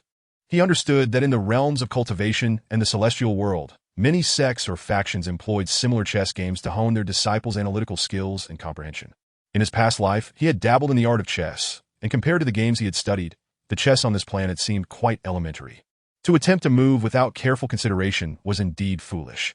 Youth often leads one to act impulsively. The onlookers shook their heads, believing Baichio's 50 yuan was destined to serve as tuition for his folly. The vendor, however, exhibited remarkable patience, waiting 2 minutes before asking if they could commence. Yes, let us begin.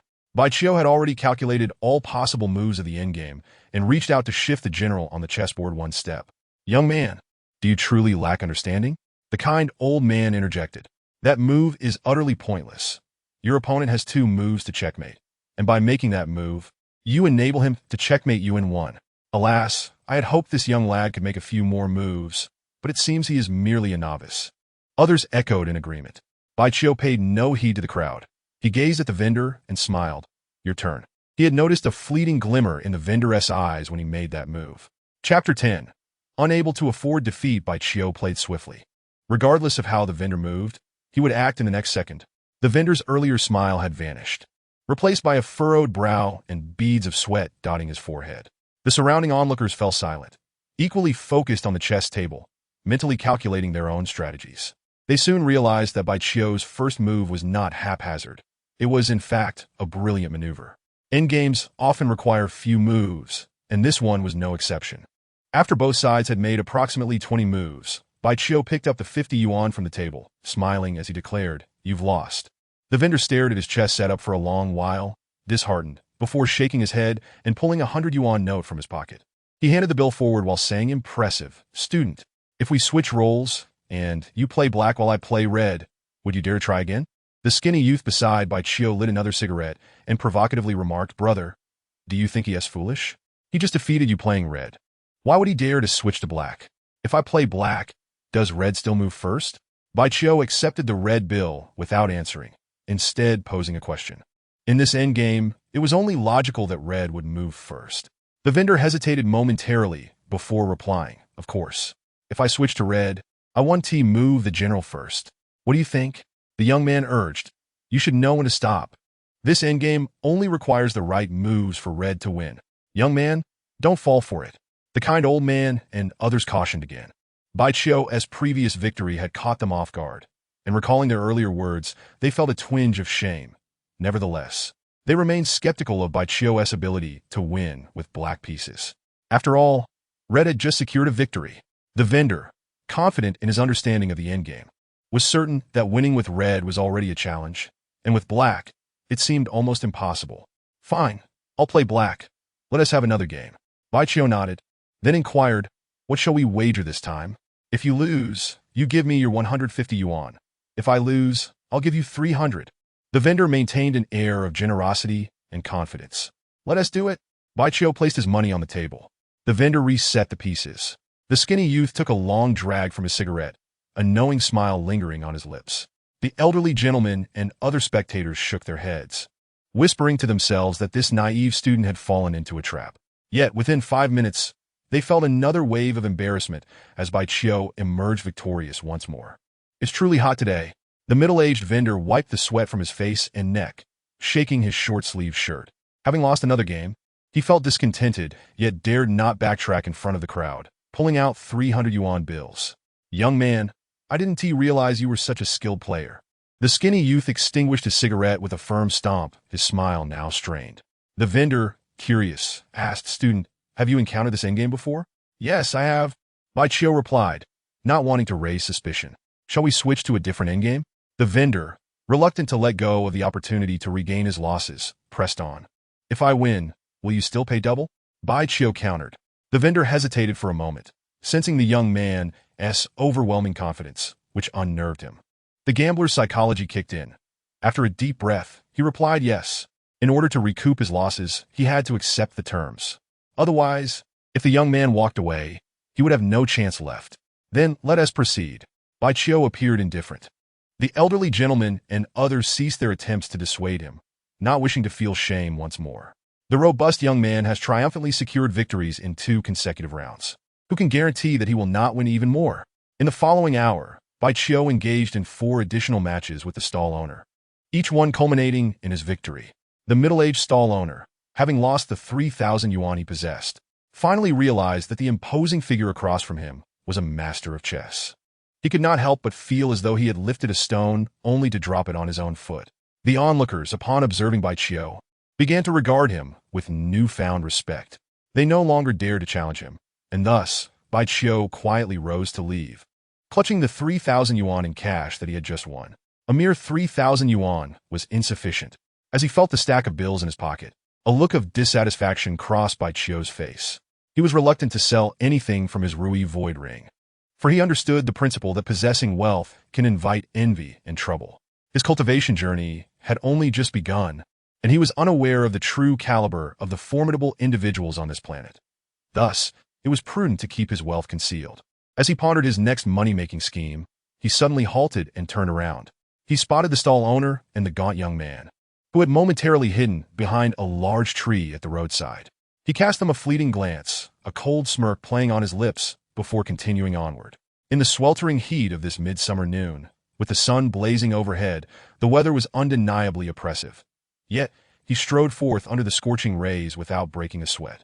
After traversing the park, Bai Qiu turned into a secluded, somewhat narrow alley. The 2 individuals followed closely, confident that a pale, slender young man posed no threat to them. After a night's effort, Bai Qiu's appearance had only changed in that his complexion had become fairer. His physique remained lithe. As they ventured deeper into the alley, the 2 men quickened their pace, overtook Bai Qiu, and each brandished a dagger. What? Unwilling to accept defeat in a game, they resorted to robbery to reclaim their losses? Bai Qiu halted and turned, a look of derision etched on his face. I advise you to recognize your situation, relinquish your money, and preserve your lives. Our wealth is not so easily obtained. The 2 men spoke in succession, their words laced with threats. Bai Qiu scoffed. For a money-obsessed individual, demanding the return of money already pocketed is akin to asking for his life. A small miser? Willing to forfeit his life for money? The 2 men were taken aback. They had anticipated that a mere threat would send this young man fleeing, willingly surrendering his recent winnings. Instead, they found themselves facing an obstinate fool. They exchanged glances, their expressions turning menacing as they tightened their grips on their daggers, advancing step by step toward Bai Qiu. I despise characters like you who cannot handle defeat. Thus, my strike may be a bit more severe this time. Bai Qiu did not retreat. Rather, he stepped forward. The 7 Lingyun pills he had taken the previous night were now exerting their effects, significantly enhancing his strength and speed. Coupled with his heightened awareness, his reflexes were considerably quicker than those of an average person, sealing the fate of the 2 knife-wielders. Within moments, just 2 punches sent them sprawling, clutching their abdomens and wailing in agony. How foolish to attempt to rob a capable miser. Bai Qiu picked up one of the gaunt young man's sandals and struck the 2 men mercilessly. As a miser, he held a deep disdain for anyone coveting his wealth. The fury on his face was genuine as he pummeled them. Stop! We were wrong! They cried out in desperation. Oh no! We lacked discernment. Please spare us this once. The 2, cradling their heads, begged for mercy while enduring the pain inflicted upon them. Bai Qiu was genuinely enraged, and his blows were not light. He had no intention of killing them. However, it was necessary to leave them thoroughly beaten. He was not afraid to kill them. He simply deemed it unwise, as their deaths would serve him no benefit and would only invite unnecessary trouble. After a thorough thrashing, he finally ceased. Just as he intended to walk away, an idea struck him, and he inquired, "How long have you been in Shuangha City?" About 10 years, I suppose." "I've only been here for less than 3, the middle-aged stall owner and the gaunt young man replied in turn, still cradling their heads and grimacing in pain. "Do you know Chenhai?" Bai Qiu pressed. "No," the gaunt young man answered without hesitation. However, after a moment's contemplation, the middle-aged stall owner responded, "I know a Chenhai, but I cannot be certain if he is the one you speak of. Shuangha City is not particularly large. How many Chenhais could there possibly be?" Bai Qiu rolled his eyes and added, "The Chenhai I am referring to is approximately 40 years old, not very tall, somewhat portly, and favors a shaved head. I'm acquainted with that Chenhai. We have shared drinks and played mahjong a few times," the middle-aged stall owner quickly affirmed. Bai Qiu was already aware that Chenhai was not a virtuous character, preferring the company of those with questionable morals. Hence his inquiry to ascertain if these two men knew him. After a brief contemplation, he continued, "Do you have Chenhai's phone number?" "I do." "Call him and inquire where he is and what he intends to do." What? Are you unwilling?" "Of course not. I am willing." The middle-aged stall owner did not dare delay, promptly retrieving his phone, his fingers trembling as he dialed. He swiftly connected with Chenhai and learned that he was at a restaurant preparing to have lunch with a group of dubious friends. Chenhai even suggested that after lunch, they might engage in a few rounds of cards, asking the stall owner if he wished to join. The stall owner glanced at Bai Qiu, who nodded, and then he replied to Chenhai, saying he would come by in the afternoon. As a miser, Bai Qiu was naturally reluctant to return his winnings to Chenhai, considering that the 200,000 yuan was originally Chenhai's investment. It was Chenhai who had acted without regard for his partner's interests, betraying him, and Bai Qiu had no intention of accommodating such a person. "Let us go. We shall find a place for lunch." Bai Qiu straightened up and made his way toward the alley's entrance. He knew that the two men had not sustained severe injuries, merely a bit of flesh wound. The two, trembling, managed to rise, supporting one another. They dared not defy him, nor could they flee. They could only obediently follow in Bai Qiu's wake, contemplating that this young man was not only a chess prodigy, but also possessed considerable skill. Regret flooded their minds. Having suffered a significant loss, they could not voice their grievances, and the experience was indeed suffocating. Upon exiting the alley, Bai Qiu arrived at a clothing store, glancing at his school uniform before stepping inside. After spending approximately 500 yuan, he purchased a short-sleeved casual shirt and a pair of three-quarter pants, changing into them in the fitting room before leading the two men out of the store. The two did not dare to make a run for it while he changed, as their bodies ached, and fleeing would likely lead to dire consequences. "Here, hold this," Bai Qiu instructed, handing the gaunt young man the bag containing his school uniform. After walking for a few more minutes, he spotted a decent little restaurant and guided the two inside. After a simple lunch, the three of them entered a taxi. At 1:30 in the afternoon, the taxi stopped in front of a hotel. The middle-aged stall owner had just spoken with Chenhai and learned that he was at this very hotel with two companions. "When we meet Chenhai and the others, do not mention that I am a student. Just say I am a friend you have recently made." Before entering the hotel, Bai Qiu instructed the two men, "You can call me Xiao Bai." They nodded in agreement, thinking to themselves that this fellow indeed looked quite fair. They entered the hotel, took the elevator to the 3rd floor, and walked down a long corridor until they reached room 3011. The middle-aged vendor pressed the doorbell, and mere seconds later, the door swung open. A burly man, bare-chested with a black dragon tattoo winding across his shoulders, welcomed Bai Qiu and his companions inside. "Brother Ho, rest assured, although Bai Gang is my cousin, he must bear the consequences of his nephew's foolish actions this time. He will undoubtedly be unable to repay my 200,000 yuan. When the time comes, I shall take him to court. If he begs me to withdraw the lawsuit, I will demand that he personally deliver his nephew to young Master Ji to answer for his misdeeds." As Bai Qiu stepped into the room, he heard Chenhai's voice resonating within. Having encountered Chenhai a few times, he could easily discern the distinctive croaky tone of this so-called cousin.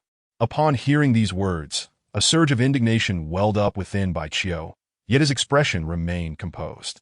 Chenhai was truly a despicable character, willing to scheme against his own cousin to curry favor with the Ji family. Perhaps aware of the presence of outsiders, Chen Hai refrained from continuing and, seated beside a mahjong table, exchanged glances with the individual opposite him as they both turned their attention towards Bai Qiu and his companions. "Brother Hai, Brother Ho, we have arrived. Have you not yet begun?" The middle-aged vendor, along with the lean youth, entered while distributing cigarettes and greeting the three who had arrived earlier. Apart from Chen Hai and the burly man who had opened the door, another individual present was also bare-chested. A corpulent man adorned with a large gold chain around his neck. Identified as Brother Ho, presumably a subordinate of Ji Guangyuan. "Isn't this 3 short of a full set? Why have we not started?" they inquired. "We initially planned to play Do Diju, but upon hearing you were coming, we decided to discuss matters while waiting for you. Come on, stop dawdling.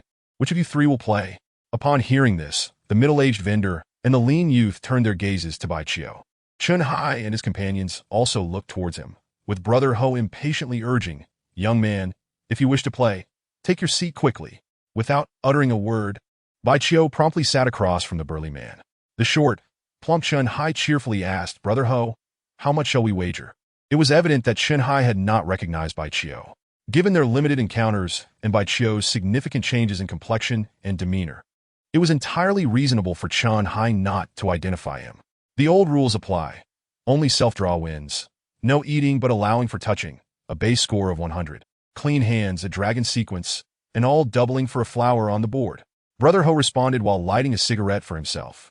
He did not offer cigarettes to the others, a subtle indication of his underlying disdain for the individuals present in the room. "Indeed, the old rules," he affirmed. The burly man pressed down in the center of the mahjong table, causing it to emit a slight tremor. "By the way, why do you both have bruises on your faces?" Chen Hai suddenly inquired curiously, glancing at the middle-aged vendor and the lean youth. "We got drunk last night and had a little spat over trivial matters, resulting in a scuffle." The middle-aged vendor pondered for a moment, while the quick-witted lean youth promptly supplied the explanation. Laughter erupted among the group, and they did not press further. As the game commenced, Bai Qiu and the others focused intently on their hands. The former Bai Qiu had never played mahjong, yet it was as universally recognized as chess. Even if one was not an expert, one understood the basic rules. After all, one need not have eaten pork to have seen a pig run. Due to his limited knowledge, Bai Qiu required several rounds to fully grasp the rules, resulting in initial losses. The middle-aged vendor and the lean youth had high hopes for Bai Qiu, but after 3 rounds without a single win, they felt a tinge of disappointment. Prior to their arrival, they had believed this young man, whose skills were commendable, would undoubtedly excel at cards as well. Especially the middle-aged vendor, who watched helplessly as his money was lost to Bai Qiu, felt his heart bleed, even though that money was no longer his. However, after 3 rounds, Bai Qiu began to turn the tide in his favor. He had thoroughly grasped the rules and extended his perception to glean the hands of the other 3 players, making victory inevitable. To avoid raising suspicion, he did not win every hand, averaging 2 wins per round and occasionally achieving a clean sweep or a dragon sequence. Despite this, the pile of cash in front of him continued to grow. After 3 hours of play, Bai Qiu had won just over 10,000 yuan, prompting Brother Ho to exclaim in frustration after losing a good hand, "It seems I'm having a bad day with mahjong. I'm done." "Same here. I keep inexplicably playing the wrong tiles." Chen Hai grumbled in agreement. The burly man with the dragon tattoo proposed, "How about we switch to cards and play Jia Jinhua?" "Sure, Jia Jinhua it is.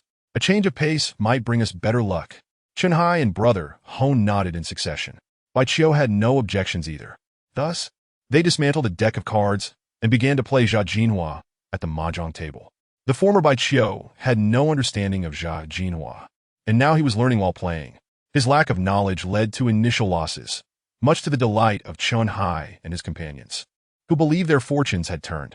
After playing a dozen rounds, Bai Qiu had fully grasped the rules and continued to use his perception to observe the cards of others, resulting in a favorable winning ratio. In his view, Jia Jinhua was far simpler than mahjong in terms of skill required. As Bai Qiu's winnings increased, Brother Ho discreetly exchanged glances with Chen Hai and the burly man, and soon they began to conspire against Bai Qiu. Unfortunately for them, they were unaware that Bai Qiu could see their hands, rendering their strategies largely ineffective. Bai Qiu was also targeting Chen Hai. Whenever he held a strong hand and noticed Chen Hai did as well, he would playfully provoke him, leading the incensed Chen Hai to lose a substantial amount. It wasn't long before Chun Hai's 3,000 yuan in cash had vanished entirely. Losing in Jia Jinhua was much quicker than in Mahjong. At that moment, Chun Hai happened to draw a stellar hand, a straight flush of 5, 6, and 7. Bai Qiu, on the other hand, held a straight flush of Jack, Queen, and King. Brother Ho and the burly man had poor hands and reluctantly folded after a couple of rounds.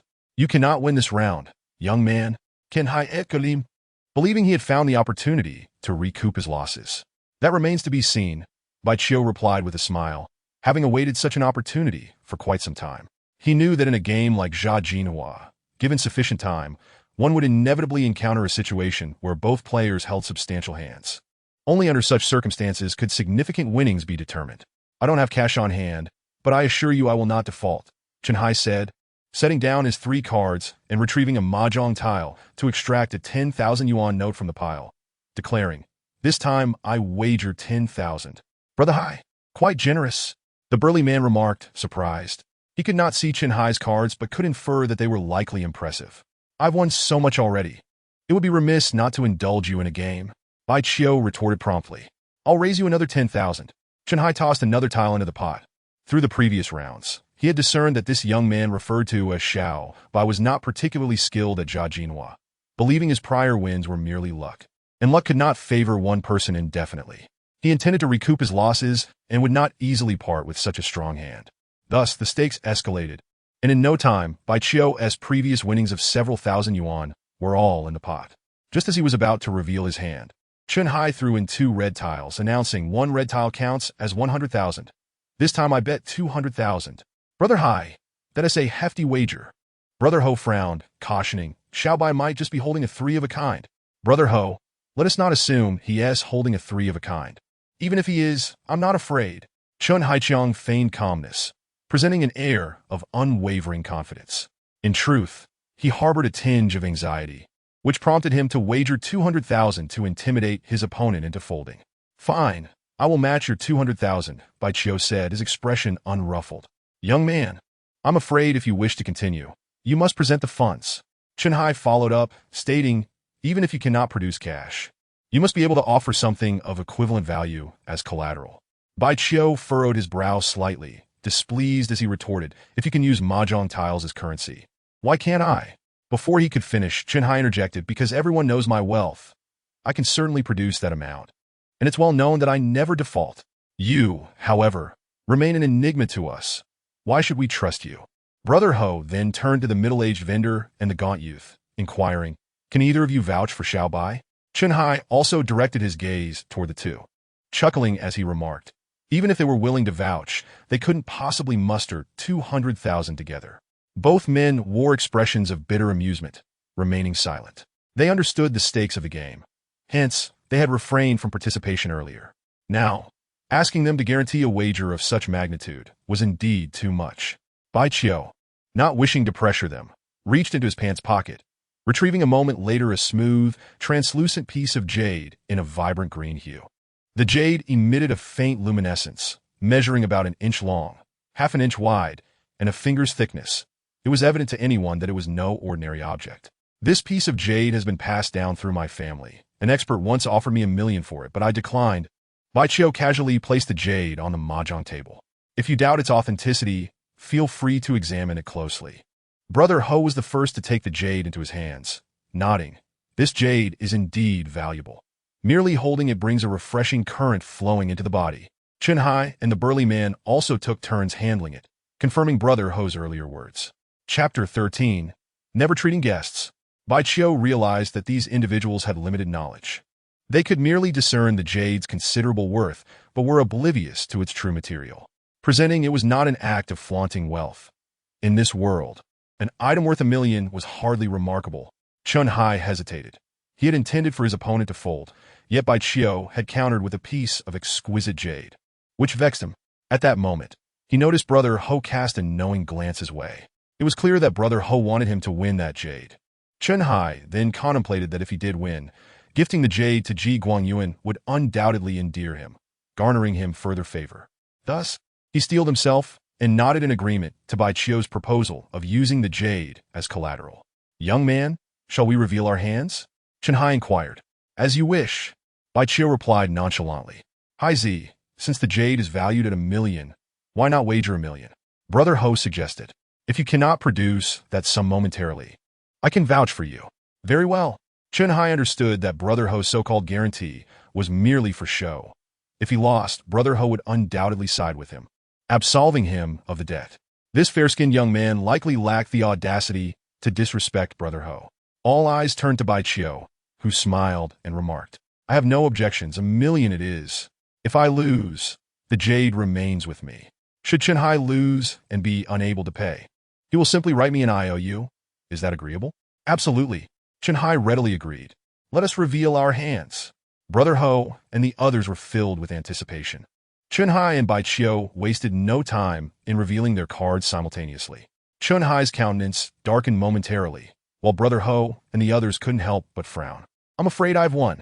Bai Chiu first tucked the jade away, then began organizing the cash on the table. You little cheat. Ken Hai et Galim. His agitation apparent as he glared.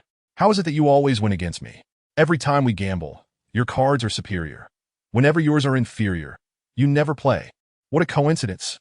Chen Hai, to gamble is to accept defeat, Bai Chiu replied, his face unchanging. Though I am young, I am not foolish. Why would I play when my cards are weak? Chen Hai found himself at a loss for words, and Brother Ho and the others fell silent as well. Indeed, why would one gamble with weak cards? Many prudent players fold when dealt poor hands. It is not unreasonable. Hi Z, I dealt the last hand. There can be no foul play, Brother Ho asserted. A loss is a loss. You can always win it back later. It's not as if this is the only game. Write the IOU. Bai Chiu had not cheated in the slightest, and Chen Hai could find no evidence to the contrary. Thus he reluctantly penned the IOU. At Bai Chiu's insistence, Chen Hai noted that he would repay within 2 days. And Brother Ho, as guarantor, also signed and stamped the document. Of course, Chen Hai had no intention of repaying the debt. Brother Ho's guarantee was merely for show. Moreover, the IOU contained a glaring loophole. It merely identified the creditor as Xiao Bai. Bai Chiu was well aware of this oversight, but was unconcerned, confident that Chen Hai could not evade this debt. Furthermore, such gambling debts could not be pursued through litigation. You've won quite a sum today. You must treat us tonight, Brother Ho said with a grin, wiping his fingers. Our rule is simple. Whoever wins treats. The burly man chimed in. Exactly. Not only do you owe 1,000,000, but you've also won 5 or 6,000 in cash. I'm afraid I am rather stingy. I never treat, Bai Chiu replied, stuffing all the cash into a clothing bag and tucking the IOU into his pocket before heading towards the door. You, the burly man, irked, rose to confront him, but noticed Brother Ho's hand pressing down on his arm, a clear signal to remain seated. Bai Chiu left behind the 2 companions who had come with him. His objective had been accomplished, and their opinions mattered little, as they knew very little about him. As Chen Hai watched Bai Chiu exit the room and step into the elevator, he turned back to shut the door, seething as he asked, what sort of background does that kid have? The middle-aged vendor and the gaunt youth, no longer holding back, answered honestly. He wears the uniform of Shi Middle School? Brother Ho exclaimed in surprise, incredulous. That kid is a student? How is that even possible? Indeed, a student daring to approach us for a gambling match? The burly man echoed, equally astonished. It was no wonder that the lad appeared so youthful. He was merely a high school student. Chen Hai Muset Alao. He looks rather frail. How could he possibly compete with you two? The gaunt youth replied, that kid must possess some martial skills. His punches pack quite a wallop. The burly man chuckled. No matter how skilled he is, he still fears a knife. Brother Ho laughed lightly, adding with depth, a few tens of thousands is trivial. But that piece of jade is indeed something special. The middle-aged vendor grumbled. That fellow is truly stingy. He won 3,000 from me in a game of chess. And he still made us pay for lunch. Upon exiting the hotel, Bai Chiu quickly hailed a taxi.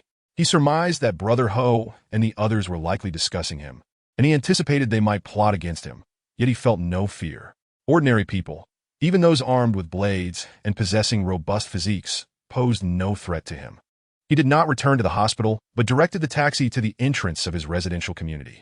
His aunt Huizhu, on a fruit shop right near the entrance of that community. Due to his lack of a key to the family home, he had developed a habit of visiting the fruit shop every time he returned from school. Thus, after paying for his fare, he made his way towards that very shop. By this time, dusk had fallen, marking the peak trading hour for the fruit shop, where Huiru was naturally stationed. Upon encountering Bai Qiu, who was attending to customers, Huiru visibly paused, her expression one of surprise as she inquired, "Is that you, Xiao Qiu?" "Yes," Bai Qiu replied with a smile and a nod. "How is it that you have become so much fairer?" Huiru, adorned in a flowing black dress and heavy makeup, could scarcely believe her eyes. She suddenly recalled Huaduo, the little girl who had undergone a similar transformation in appearance seemingly overnight. Just as Bai Qiu was contemplating how to explain herself, a customer called out to settle their bill, and Huiru's attention was diverted. The business was bustling, keeping Huiru constantly occupied, prompting Bai Qiu to place her bag of clothes aside and lend a hand. Amidst the flurry of activity, Huiru found herself mulling over a pressing concern. Her husband's nephew had truly escaped from a hospital, displaying a remarkable lack of obedience. Had it not been for the steady stream of customers, she would have undoubtedly lectured Bai Qiu. As the clock approached 8 in the evening, a portly woman with curly hair entered the shop. This woman was not there to purchase fruit. Rather, she was the landlord, come to collect the rent. The rent for the shop was due biannually, requiring a lump sum payment for the upcoming 6 months. Huiru had prepared the funds, but she was unprepared for the landlord's announcement of a 50% increase in rent. Chapter 14. Where will the money come from? Given the shop's considerable size, the monthly rent totaled 12,000, amounting to 72,000 for 6 months. With the proposed increase, the rent would soar to 100,800. Landlord, you cannot simply raise the rent at will, Huiru exclaimed in frustration. This fruit shop only earns about 600 or 700 a day on average, and the previous rent alone consumed 400 of that. You cannot blame me. Property prices are continuously rising, and consequently, so must the rent. The landlord interjected dismissively, clad in a loose nightgown. Moreover, all the other shops in the vicinity have raised their rents. If I do not follow suit, other landlords will not accept it. Annie, don't we have a rental agreement? Bai Qiu interjected, unable to contain herself. We do. Huiru nodded before shaking her head in frustration. However, our agreement states that if property prices rise, so too does the rent. Bai Qiu was at a loss for words, pondering how such an agreement could exist. Huiru felt equally helpless. At the time of renting the premises, it had been a familiar introduction that spared her from paying a broker's fee. Additionally, the shop's proximity to her home made it convenient, leading her to overlook the terms of the rental agreement. She had not anticipated the real estate experts online proclaiming that property prices would not increase further, only for prices to surge dramatically within the past 6 months. Could you possibly consider a smaller increase? Huiru implored. This sudden hike leaves me with no profit. It feels as though I am working for you for free. If you believe it to be unprofitable, you are welcome to vacate, the landlord replied indifferently. There are plenty of other shops with lower rents. I have no trouble renting this one to someone else. Huiru fell silent, her face betraying her distress. This fruit shop was the longest-running business she had managed, and the only one that had not resulted in a loss. In truth, the shop generated a gross profit of around 1,000 a day, and after deducting rent and other expenses, she could net upwards of 500. By that calculation, she could earn approximately 15,000 a month, totaling nearly 200,000 a year. Thus, she was reluctant to relinquish a shop so conveniently located near her home. However, if her income were to diminish by over 70,000 annually, leaving her with just over 100,000, it would render her efforts quite futile. Abandoning it felt regrettable, yet continuing under such conditions seemed disheartening. Landlord, I have prepared 70,000. You may take that for now, and I will pay the remainder next month. Is that acceptable? After much deliberation, Huiru resolved to persevere, as she had become adept at managing the shop. At her age, she was not keen on undertaking further upheaval. The family's circumstances were also precarious. Her husband's business was only just beginning, her son was in college, and another nephew would soon follow suit. The household could not afford to lose this relatively stable source of income. I can grant you a grace period of 2 days at most. If you wish to wait until next month, I must regretfully decline, the landlord stated, shaking her head. To be candid, I have already been approached by someone interested in renting this space, and I cannot delay my response. Bai Qiu had initially contemplated suggesting that Huiru cease operations and enjoy a comfortable life at home. However, she quickly reconsidered, realizing that such a declaration would likely earn her aunt's ire rather than gratitude. Furthermore, her aunt was not the type to sit idle. Bai Qiu ventured to the back of the fruit shop, retrieving the bag of clothes she had brought. Annie, I have several thousand here, she announced, opening the bag to reveal it filled with red currency notes. Goodness, young man, that is quite a sum. The The curly-haired landlord exclaimed in astonishment. That bag must contain at least several tens of thousands. Not quite. The money is on top, and my clothes are below, Baiqiu clarified, rummaging through the bag to produce her school uniform. Xiao, tell your aunt the truth. Where did you acquire this money? Ihuiru did not exhibit joy or relief. Rather, her demeanor grew serious. Rest assured, Auntie, this money is neither stolen nor obtained through nefarious means, Baiqiu assured her. Let us settle the rent first, and we can discuss the details later. Ihuiru scrutinized Baiqiu with furrowed brows, contemplating that while the girl may be overly honest and timid, such traits would prevent her from engaging in wrongdoing. Some matters were not meant to be discussed in that context, so she opted to remain silent and began counting the money. The landlord left with a receipt, taking away 100,800 in cash in Baiqiu's bag. At 9 o'clock that evening, Ihuiru finally closed the shop and returned home with Baiqiu. The Bai family's original residence had been quite spacious, a duplex of around 200 square meters.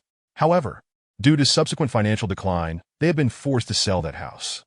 At that time, property prices were low, and the house sold for less than $1 million, a portion of which was used to purchase their current home, while the remainder was lost in business ventures.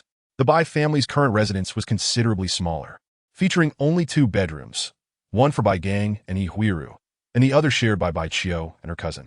The living room was a mere 10 square meters, crammed with a sofa, coffee table, and assorted furniture, creating a cramped atmosphere.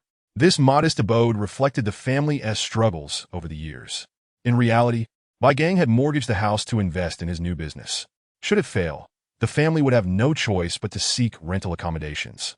It was easy to imagine the weight of pressure on Bai Gang and Ihuiru. Why hasn't he uncle returned yet? Have you called the check? Baiqiu asked as she assisted in the kitchen with vegetable preparation. Your uncle is dining with an important client tonight. He is likely to be late, Ihuiru replied, then added, Xiao, now you can explain how you came by that money. I won it while playing cards, Baiqiu answered candidly.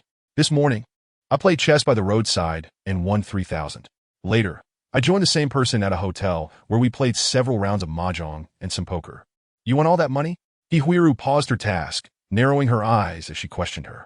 Yes, Baiqiu confirmed with a nod. You? Ihuiru's lips twitched in exasperation, her eyes narrowing in disapproval.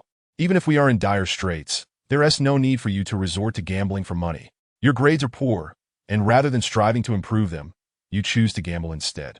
How can you? As she spoke, her voice faltered, and she found herself choked with emotion. Aunt, I assure you that my academic performance will undoubtedly improve, and I am no longer the person I once was. I now approach everything with a sense of propriety. Baiqiu felt a stir of emotion within. In his past life, he had never experienced familial affection. Experiencing it in this life, indeed, brings forth a myriad of sentiments. He knew that this aunt was the kind of person who spoke harshly, but had a tender heart. Ihuiru wiped the tears from the corners of her eyes and said, Let this time pass, but if you ever gamble again, it will not go easy on you. Do you understand? Baiqiu felt somewhat helpless. How could a dignified celestial emperor be admonished by a mundane woman from the realm of cultivation? During dinner, Ihuiru curiously inquired Xiao, why has your complexion changed so dramatically? And your classmate, Hua Duo, seems to be the same. Chapter 15. Unable to recognize his own wife? Aunt, I will speak the truth, but you must not tell anyone. Baiqiu feigned an air of mystery, saying a few days ago, I found a small vial in the grass at school, which contained a few pills. Yesterday, after I was knocked unconscious, feeling dizzy and uncomfortable, I took one of the pills. No way, your courage is astonishing, Ihuiru exclaimed, her eyes wide. You dare to consume pills found in the grass? I was feeling dizzy at the time. Baiqiu could not reveal the full truth, knowing that disclosing too much would not benefit Ihuiru. A benevolent lie, he believed, often serves better than the harsh truth. It must have been a beauty pill. Ihuiru paused and asked, Do you still have those pills? There are 2 remaining, Baiqiu replied, reaching into his pocket and retrieving 2 azure pills that resembled glass orbs. Given your and Hua Duo's condition, these pills must possess miraculous effects. If there are no side effects, their value could be astonishing. Ihuiru cautiously took the 2 pills into her hands, scrutinizing them closely.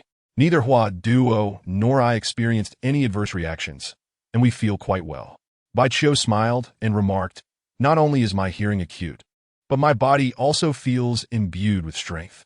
These pills are undoubtedly elixirs. If they are so extraordinary, why were they discarded in the grass? Ihuiru pondered, then answered her own question. Perhaps someone dropped them accidentally, not intentionally discarded. Aunt, these 2 pills are perfect for you and Uncle. One for each. Bai Qiu suggested. You both have worked so hard over the years, it's time to replenish your health. No. Ihuiru shook her head vigorously, stating, if these pills are sold, they could fetch billions. I'm certain someone would be willing to buy them.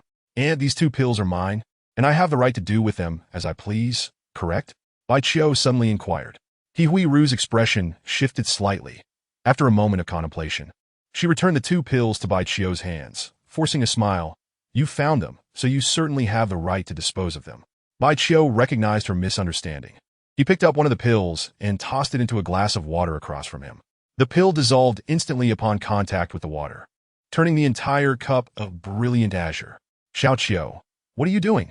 Ihuiru exclaimed in astonishment, attempting to intervene, but it was too late. Didn't I just say I could dispose of them as I wished?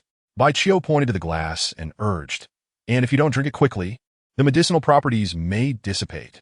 Realizing his intent, Ihuiru felt a wave of gratitude wash over her, tears glimmering in her eyes once more. All right, I'll drink. She certainly did not wish to waste such a miraculous pill, extending her trembling right hand to grasp the glass, consuming every drop of the potion. Aunt, you should hurry to the restroom. Based on my experience with Hua Duo, after taking such a pill, your body will feel warm and expel impurities. Bai Qiu advised. You will also experience some mild itching. It won't be too severe, but you must endure it. All right. Ihuiru, not daring to be careless, promptly set down her utensils and hurried into the restroom. After dinner, Bai Qiu sat quietly in the living room, curiously turning on the television and watching the programs with interest. Half an hour quickly passed, yet Ihuiru had not emerged from the restroom. Instead, Bai Gang returned home. Xiao Qiu, I just went to the hospital, and the nurse said she hadn't seen you all day. Why did you come back? Bai Gang remarked while changing his shoes. Your aunt is truly something. The nurse called her all day, yet her phone was turned off. He was already aware that his wife was upset, hence her decision to ignore her phone. Bai Qiu did not respond, tossing another elixir into a glass of water, personally handing over a substantial amount of the azure potion to Bai Gang. What is this drink? Bai Gang, reeking of alcohol, clearly had consumed quite a bit, and despite his confusion, he drained the glass without hesitation. He would never question his nephew, especially when thirst overwhelmed him. Perhaps hearing her husband's voice, Ihuiru finally emerged from the restroom, clad in a deep blue nightgown. You, who are you? Bai Gang stared at Ihuiru, bewildered. The woman before him bore a striking resemblance to his wife in her youth. What? Have you drunk so much that you can't even recognize your own wife? Ihuiru scoffed. She had anticipated her husband's reaction, having caught a glimpse of herself in the mirror and realizing the extent of her transformation. The wrinkles on her face had vanished, her once sagging skin now taut and elastic, her pallid complexion transformed into a radiant and rosy hue. All sensations coalesced into a single thought. She felt as though she had returned to her 20s. Is that really you, Huiru? Bongonggep? Convinced he must have consumed too much, his vision blurred. Could there be another woman bathing in their home? Ihuiru rolled her eyes, clutching a pile of freshly changed clothes as she headed towards the balcony. Watching his wife's retreating figure, Bai Gang rubbed his eyes repeatedly, vigorously slapping his face to rouse himself from this bewilderment. Uncle, Aunt transformed because she drank the potion you just had. Bai Qiu offered a brief explanation before guiding Bai Gang into the restroom. Ihuiru returned to the living room, placing Bai Qiu's discarded school uniform into the washing machine on the balcony before tidying up the dining table and kitchen. Another half hour passed, and after Ihuiru finished her chores, Bai Gang emerged from the restroom. The three of them sat together in the living room, each feeling a sense of unfamiliarity towards one another, particularly Bai Gang and Ihuiru, both approaching 50. Though they did not truly appear to have reverted to their 20s, they looked no older than 30 at most. They were even more astonished to find that the white hair atop their heads had vanished. Ihuiru, a former doctor, knew well that no beauty potion could yield such significant changes. It was undeniable that the sensation of feeling youthful once more was utterly delightful.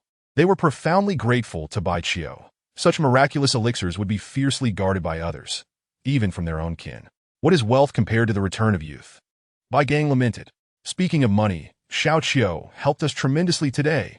He Ru immediately recounted how Bai Qiu had assisted with their rent. Upon hearing this, Bai Gang's brow furrowed slightly as he sternly warned his nephew to never gamble again. The gang, how did your business deal go today? He Ru followed up. Did you secure any contracts? None.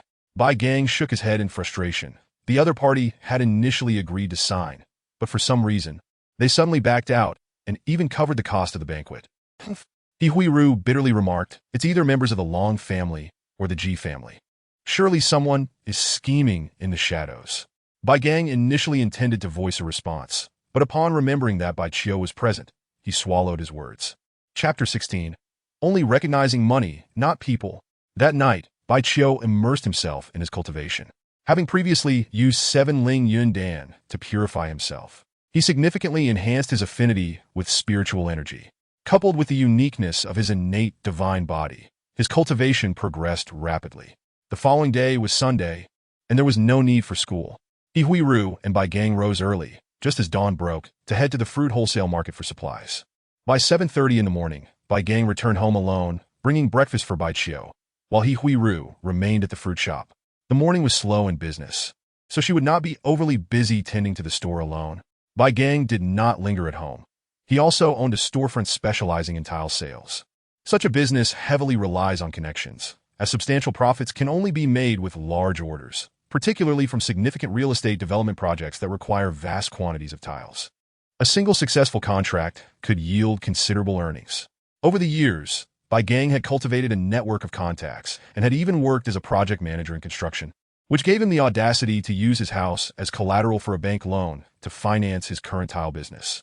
Unfortunately, once he delved into the venture, he realized he had underestimated the complexities involved. Take, for instance, a prior deal with a familiar acquaintance where all details were agreed upon. Yet it ultimately fell through without a signed contract. It was precisely due to these business setbacks that his cousin Chen Hai, who was utterly clueless about commerce, demanded to withdraw his investment.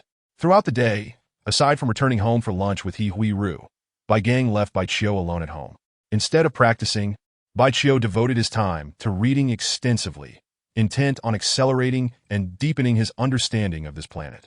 In addition to reading, he accessed the computer in his bedroom, navigating the internet using the memories of the original Bai Qiu to explore various news and amusing anecdotes.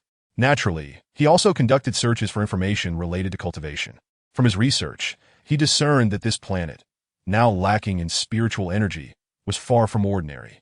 The numerous mythological tales suggested that cultivators might have genuinely existed in ancient times.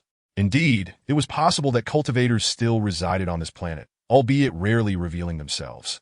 For instance, the Long family in the capital, a lineage of ancient martial artists, was essentially a family versed in cultivation, albeit with relatively modest capabilities that did not attract excessive attention.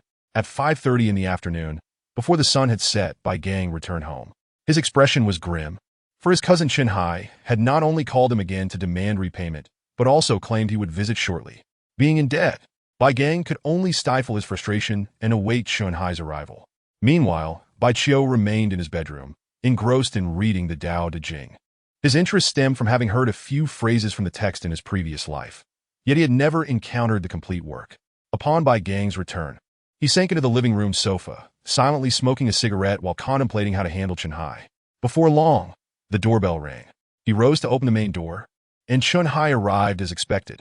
Shorter in stature, slightly plump, and sporting a bald head, Chen Hai displayed a look of astonishment upon seeing Bai Gang. He took a step back, scrutinizing the apartment number on the door to confirm he had not made a mistake, his confusion evident. He gazed at the man who opened the door, incredulously stating, "You're my cousin Bai Gang? Who else would you think I am?" Bai Gang replied, his expression impassive. "You've come. Why are you empty-handed?" Chen Hai, clutching a small leather bag, paused momentarily, his face still marked by confusion, showing no signs of embarrassment. He was there to collect a debt, not to socialize, and had come prepared for confrontation, of course without any gifts. It's only been 2 or 3 months since we last met, yet you've changed so much. You've mentioned your life has been quite difficult, but it seems otherwise. Once inside the living room, Chen Hai surveyed the surroundings and inquired, "Where's your nephew Bai Qiu? It's Sunday. Isn't he at home?" "He's at home, studying in his bedroom." Bai Gang gestured toward the sofa. "Please have a seat. Would you like something to drink?" No, thank you. Chun Hai waved his hand as he sat down, implying, after all, one is at a disadvantage when relying on others. By the way, how is Annie's health? Bai Gang asked, sitting down as well. His late mother was Chun Hai's mother's sister, so their families shared a close bond. It was precisely due to this connection that he was willing to partner with Chun Hai in business. She's doing a bit better, though she suffers from some dementia. Sometimes she doesn't even remember who I am. If you were in front of her, she'd likely have no idea who you are, Chun Hai replied nonchalantly. So, don't expect her to advocate on your behalf. I'm not hoping for her to bother herself on my account, Bai Gang shot back, glancing at Chun Hai, who struck him as rather unfeeling. After a brief pause, he continued, I genuinely have no money right now. Even if you held a knife to my throat, I still wouldn't have any funds. I'm not trying to evade my debt. I only ask that you wait a few more days. I doubt I can wait that long. Chun Hai shook his head. Don't forget that money was your initial investment. I could easily refuse to acknowledge it.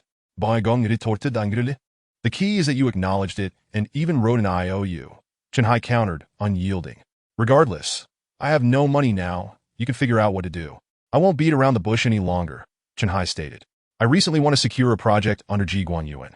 If you assist me in staging a scene to ensure I can land that project, I want to demand that money from you for the time being and might even forgive the 200,000 altogether. What do you say? Stage a scene? What scene? Bai Gang asked, perplexed. Chun Hai continued, your nephew Bai Chiu just offended Ji Guanyuan's son. The father and son duo are quite furious. You and your nephew should accompany me to offer an apology and bow down to admit fault. What? Before Chun Hai could finish, Bai Gang immediately rejected. It was Ji Guanyuan's son who struck Xiao Qiu first. Why should we apologize? To bow down and admit fault? That's utterly ridiculous. Don't even think about it. If that's the case, then repay the money. Chun Hai's expression remained indifferent. Chun Hai, are you so eager to please Ji Guanyuan that you would sacrifice your dignity? Bai Gang could no longer contain his anger, exclaiming, you must understand, we are blood relatives, bound by kinship. Don't give me that nonsense. I only recognize money now, not people. Chun Hai pulled an IOU from his small leather bag, sneering, if you refuse to repay and won't cooperate with me in my little act, I will have no choice but to engage a lawyer to sue you tomorrow. At that moment, Bai Chiu emerged from his bedroom, also holding an IOU in hand. Chapter 17. Those who owe me money can never escape. You, young man. Xiao Bai. Upon seeing Bai Chiu, Chun Hai was utterly bewildered, struggling to articulate his thoughts. You may call me Xiao Bai, but my real name is Bai Chiu, he said, waving the IOU in his hand with a smile. Chun Hai, we had an agreement. You were to repay the 1 million within 2 days. Yesterday and today mark exactly 2 days. This. Chun Hai was left dumbfounded. He had never anticipated that the fair-skinned young man was indeed his cousin's nephew. Bai Gang also looked equally puzzled, unable to grasp the exchange that had transpired between his nephew and Chun Hai. My uncle owes you 200,000, and you owe me 1 million. How should we settle this debt? I trust you have an inkling, Bai Chiu said with a smile. Since you only recognize money and not people, there is nothing more to discuss. Repay the debt. You. Chun Hai's eyes widened in disbelief, and he retorted angrily. You deliberately sought me out for a gambling match yesterday, didn't you? You're not as foolish as I thought. Bai Chiu did not deny it. Bai Gang finally grasped the situation and glanced at his nephew, pondering how he had become so formidable. Beyond mere confusion, he felt a surge of gratitude. His nephew had invested considerable effort and likely risked much to assist him during this trying time. Chun Hai forced himself to regain composure and chuckled, kid. Do you really think that an IOU from the casino holds any weight? You might think it useless, but I believe otherwise. Bai Chiu retorted, you are truly naive. Chun Hai, patting his round belly, exclaimed, no one dares to claim debts guaranteed by Hogu. Is that so? Bai Chiu shook his head. No one has ever evaded repayment to me. At that moment, both Bai Gang and Chun Hai contemplated whether someone had indeed owed this young man money in the past. I refuse to acknowledge this debt. What can you do about it? Chun Hai challenged. And what can you do about Hogu? Bai Chiu replied defiantly. Every grievance has its source, and every debt has its debtor. You owe me, and I will only seek repayment from you. Bai Chiu responded nonchalantly, of course. If that Hogu wishes to intervene, I wouldn't mind dealing with him as well. Huh? Chun Hai turned to Bai Gang, laughing. Cousin, your nephew may be young, but his bravado is quite impressive. He hasn't even fully matured yet, and he thinks he can take on Hogu. Bai Gang's expression darkened, yet he chose to remain silent. He had long realized that his nephew had undergone a significant transformation. He was no longer the same person, and perhaps had indeed acquired formidable skills, as evidenced by the considerable sum he had won. Thus, he opted to trust and believe in his nephew. Chunhai, you may have forgotten that I spent several years living with the Long family in the capital, mastering genuine martial arts, Bai Qiu reminded him. The two individuals who brought me there yesterday should have informed you that they initially intended to rob me, but were easily subdued by me. Chunhai's expression altered slightly upon hearing this, but he quickly regained his composure, saying, even if you possess impressive skills, how many can one person defeat? You likely don't realize that Ho Gu has dozens of capable henchmen. A multitude of sheep poses no threat to a fierce tiger. Bai Qiu replied confidently and calmly. Let us see how this unfolds. Understanding that he could not expect to force repayment today, Chunhai stood up, intending to leave. Hold on. Bai Qiu intercepted him, stating, as it stands, you owe my family 800,000.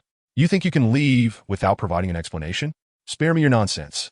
I'll tell you plainly, I do not recognize that 1 million. If you have the ability, go ahead and sue me. Chunhai retorted defiantly. Oh! Bai Qiu sneered, then delivered a punch. Although he did not exert excessive force, it made Chunhai's stomach recoil, bending him over as he grimaced in pain. Repeat what you just said. I do not acknowledge.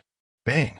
Just as Chunhai straightened up, Bai Qiu struck him again, this time landing another blow to his abdomen, causing him to double over and ultimately kneel.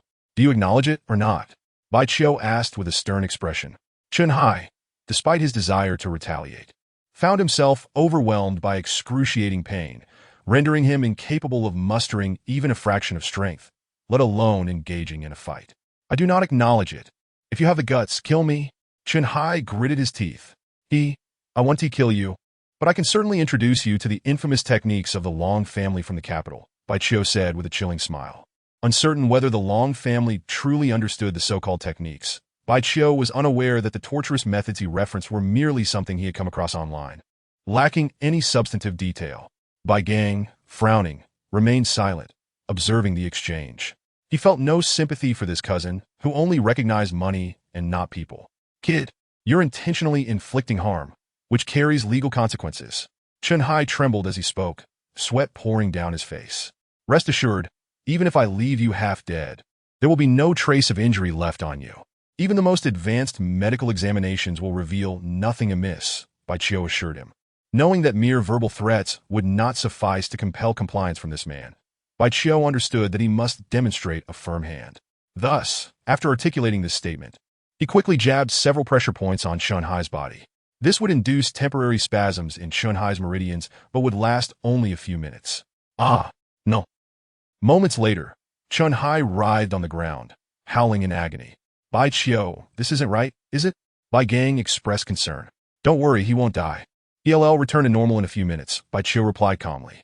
Bai Gang, wishing to avoid drawing attention, hurried to the balcony to close an open glass window. Sure enough, after about 5 minutes, Chunhai ceased his cries, his clothes drenched in sweat. Do you acknowledge the debt now? Bai Qiu inquired once more. I do. I acknowledge it. Chunhai, his face pale and lips turning purple, no longer dared to be obstinate. In his eyes, Bai Qiu had transformed from a mere young man into a ruthless demon.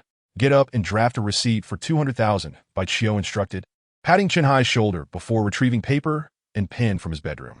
Chunhai had no choice but to comply, writing the receipt obediently and tearing up the IOU that Bai Gang had written. Scram! Bai Qiu lightly kicked Chunhai's backside, saying, tomorrow, either bring me 80,000 or that Ho Gu. Otherwise, if I have to come find you personally, you won't be able to escape easily. Chunhai felt as if a great weight had been lifted and quickly fled, clutching his stomach as he exited the building. Once in his car, he started the engine and dialed Ho Ji's number on his phone as he drove away. Chapter 18. Do you submit? Xiao Qiu, is Chunhai all right? Bonggong Yinkue? Returning to the living room after observing Chunhai's departure through the balcony window. Rest assured, even if he goes to the hospital right now, no injuries will be found. Bai Qiu replied, sipping from a bottle of mineral water with remarkable composure. The Ho Gu that Chunhai mentioned is likely named Ho Shan, one of Ji Guanyuan's enforcers. If he truly intends to intervene on Chunhai's behalf, it may pose a challenge. Bai Gang hesitated, not finishing his thought. Nevertheless, his meaning was unmistakable. Anyone who provokes me is bound to face misfortune. Bai Qiu asserted confidently. Xiao Qiu. Bai Gang hesitated but pressed on. What caused this sudden transformation in you? Perhaps it was the beating I received that opened my eyes, Bai Qiu suggested vaguely, aware that his change would raise suspicions. But he could not divulge the truth. Bai Gang, being in his 40s, could detect his nephew's evasiveness. Since the boy was unwilling to elaborate, he refrained from probing further. At that moment, Bai Gang recalled Bai Qiu's words from a couple of nights ago in the hospital. Our family's days of hardship are behind us. Initially, he had dismissed it as nonsense. But reflecting on it now, it seemed quite thought-provoking. Let us keep this under wraps from your aunt for now. Bai Gang instructed before leaving the house to assist at the fruit shop. Bai Qiu returned to his bedroom, resuming his online research. Mythologies and legends from various corners of the earth, the origins, traditions, and scriptures of major religions, are among his most cherished interests. This evening is equally tranquil. After dinner and a refreshing shower, Bai Qiu has been meditating and practicing in his bedroom. On Monday morning, after breakfast, his uncle Bai Gang drove him to the school gate. Arriving early, the campus and classrooms were nearly deserted, enveloped in serene quietness. However, upon his entrance into the classroom of Class 2 to 3, this tranquility was swiftly shattered. At that moment, only 7 or 8 classmates were present, both boys and girls, who gazed at Bai Qiu in astonishment for a considerable time before gathering around him. Bai Qiu, have you put on makeup? One inquired. It seems you haven't. There are no traces of cosmetics at all. My goodness, how have you changed so dramatically? Another exclaimed. Bai Qiu, as a girl, I genuinely envy your complexion. Please, share your secrets. How did you transform so suddenly? Do you have any beauty tips? The classmates were incredulous at Bai Qiu's change in appearance, and several girls' eyes sparkled with intense envy. One girl, typically rather boisterous, couldn't help but reach out to pinch Bai Qiu's cheek, exclaiming, so smooth and elastic. Bai Qiu remained unfazed, neither angry nor smug, simply continuing to peruse his book. Even as his cheek was pinched, his expression unchanged. Finding the situation uninteresting, his classmates retreated to their seats, whispering among themselves. Apart from discussing Bai Qiu's remarkable transformation, they also mentioned his grievances with Jiming Yang, as well as his wager with Su Xia and Yuan Dongdong. Some astute students quickly theorized that if Bai Qiu could undergo such a transformation, perhaps Hua Duoer could achieve the same. Could it be that the unassuming Hua Duo might become the most beautiful girl at the school? The anticipation among them was palpable. As time passed, more students filled the classroom. Yuan Dongdong and Su Xia arrived together, as they were close friends, always seen together. Naturally, they noticed Bai Qiu and his changed complexion, staring in shock just like the others. Their relationship with Bai Qiu was strained, so they hesitated to approach him, opting instead to sit down and eavesdrop on the ongoing discussions. Shortly thereafter, Jiming Yang entered the classroom, and upon seeing Bai Qiu, his expression shifted unavoidably. His seat was not far from Bai Qiu's, and once seated, he sneered, "Kid, I thought you had truly lost your wits and wouldn't be able to come to school anymore. Seems you're still unaware of what happened with Chunhai and Hoge." Bai Qiu set his book down, casting a dispassionate glance at Jiming Yang, and retorted in a similar tone, "Fool, I thought those 2 slaps would wake you up a bit, keep you low-key, and deter you from acting arrogantly before me. You." Jiming Yang's eyes widened in fury, rising abruptly from his seat. "Are you angry again?" Bai Qiu regarded Jiming Yang with derision and scorn. "You got guts. Let's see how this unfolds." Jiming Yang gritted his teeth, suppressing his ire as he resumed his seat, a sense of unease creeping in that he couldn't quite comprehend. At that moment, Hua Duoer arrived. Her home was not far from the school, which was why she always timed her arrival perfectly. As she stepped into the classroom, the previously noisy atmosphere fell to a hush, as if a pin could be heard dropping. Under the gaze of her classmates, she slowly made her way to her seat beside Bai Qiu. Feeling the weight of their attention, she instinctively lowered her head, her cheeks flushing crimson. She had removed her black-rimmed glasses and braces.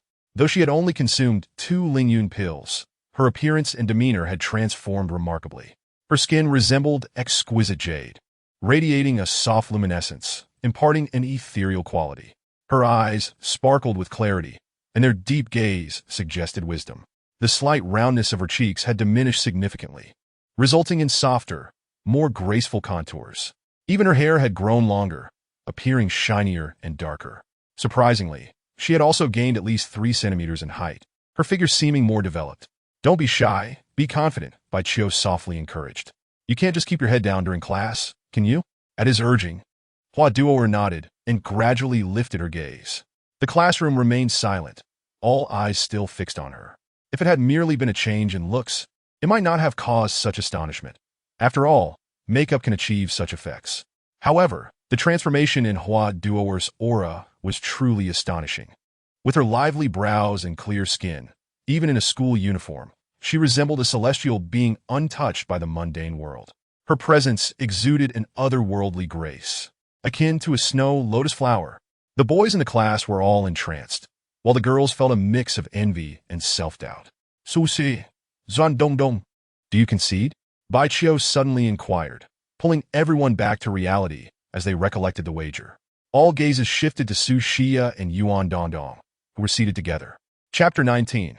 Words cannot be recklessly spoken. Su Xia and Yuan Dongdong finally regained their composure, glaring at Bai Qiu's teasing expression, feeling quite incensed. After a moment of silence, Yuan Dongdong retorted defiantly, I admit Hua Duoer has become much more beautiful, but she is at most on par with us. Our wager was whether she could become the first school beauty. Surely, anyone with eyes would understand this. Bai Qiu chuckled, replying, Stop being stubborn. Deep down, you must know the truth. At that moment, the class monitor stood up, proposing, How about we hold an anonymous vote to see whether Su Xia or Hua Duoer receives more votes? Su Xia was universally recognized as the top beauty in the school. Should Hua Duoer surpass her, the title would undoubtedly fall to her. Although a vote among just one class may not be entirely representative, it would still hold significant weight. All right. Su Xia and Yuan Dongdong hesitated momentarily, but ultimately nodded in agreement. To refuse would only reveal their insecurity. Su Xia believed that her past status as the goddess in the eyes of her male classmates would sway the votes in her favor. However, she did not realize that her aloof and haughty demeanor had left her with poor social ties, which few dared to voice. She had rejected many boys, and her close friend Yuan Dongdong had mocked numerous girls, while her rival Hua Duoer was entirely different. Hua Duoer was cheerful, never offending anyone, and her academic excellence often saw her assisting classmates with their studies, earning her considerable goodwill. Under the monitor's coordination, the anonymous voting commenced swiftly and concluded just as quickly. To ensure fairness, the monitor enlisted several classmates to assist in counting the votes, even having Yuan Dongdong oversee the process. In truth, before the counting was even completed, the results had become evident. Hardly anyone voted for Su Xia. Ultimately, out of 46 classmates, Su Xia garnered only 8 votes. Su Xia and Yuan Dongdong's expressions darkened, their hearts unwilling to accept this outcome, yet they found no justification for it. Each of you owes me 100,000, promptly, Bai Qiu stated once more. Of course, if you wish to run 10 laps around the playground while barking like a dog, I shall forego the payment. Willing to bet, willing to lose. Hand over the money.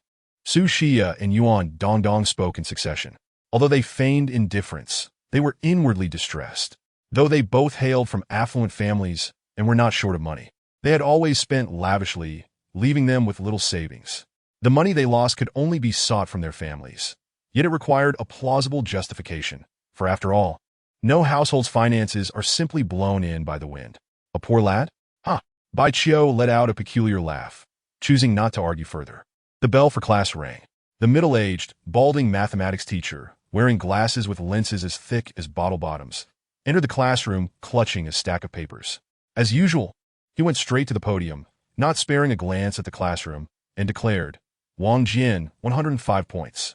The boy named Wang Jian immediately stood up, left his seat, and approached the podium to retrieve the test paper he had completed the previous week. Wang Jian, what on earth happened? I have repeatedly told you that if you cannot solve the difficult problems, it is acceptable, but you must not lose points on the simple ones. Yet this time, you have lost at least 20 points on the easy questions. The mathematics teacher scolded angrily as he handed the paper to Wang Jian.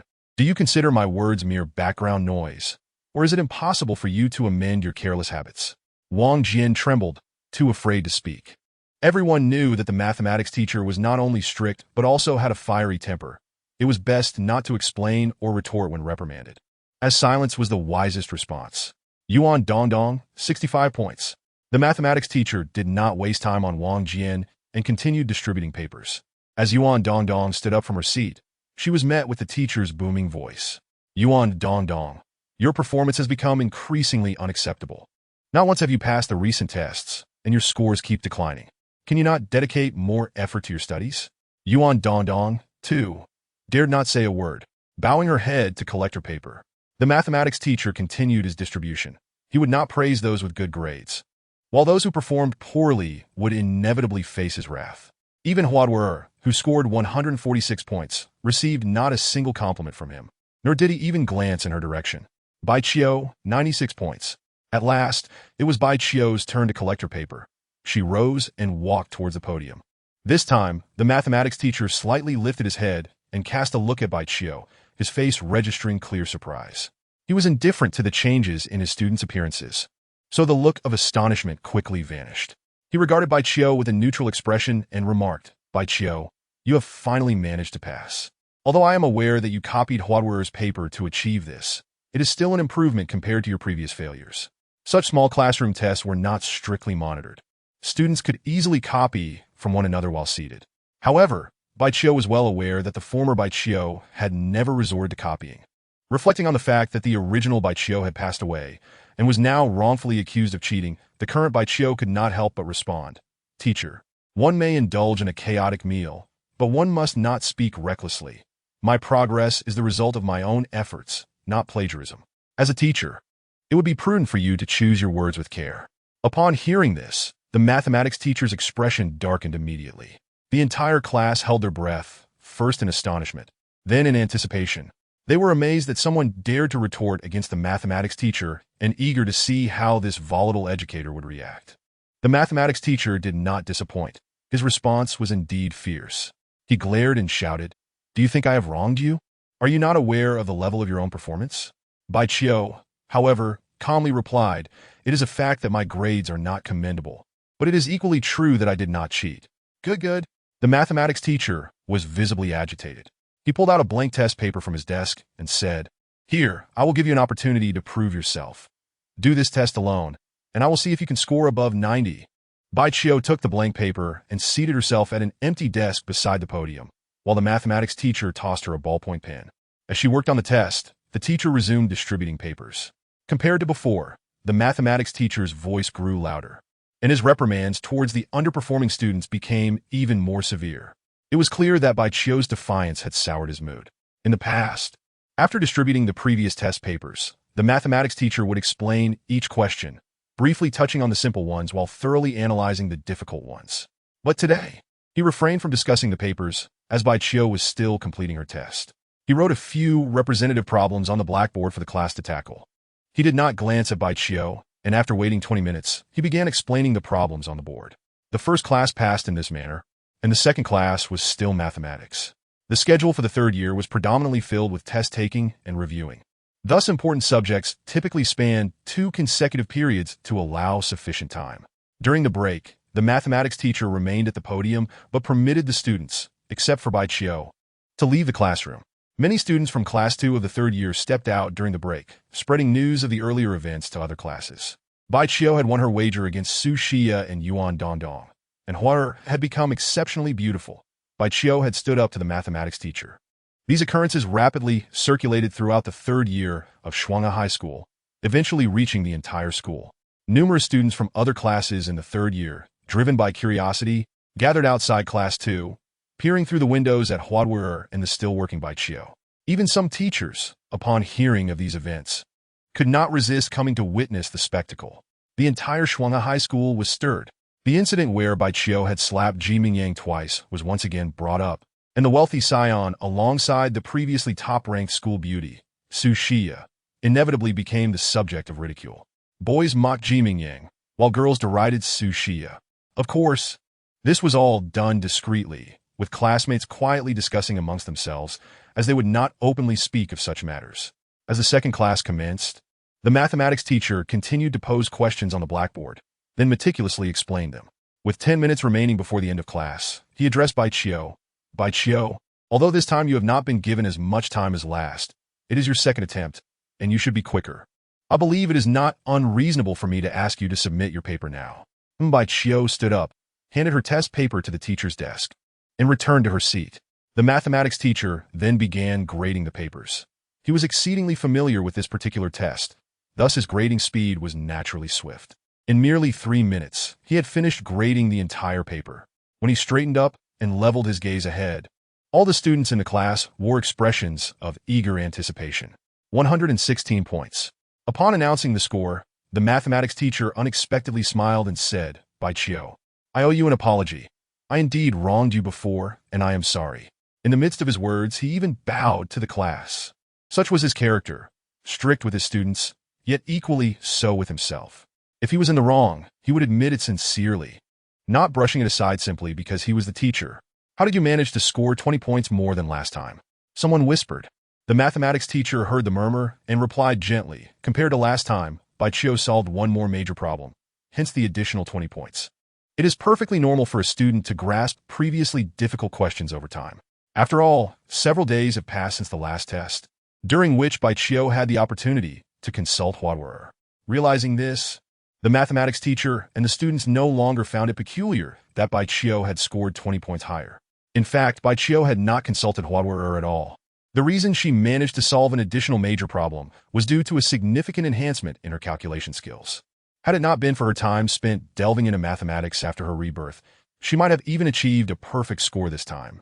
The second class soon concluded, and the mathematics teacher departed the classroom. Instantly, the entire classroom buzzed with excitement.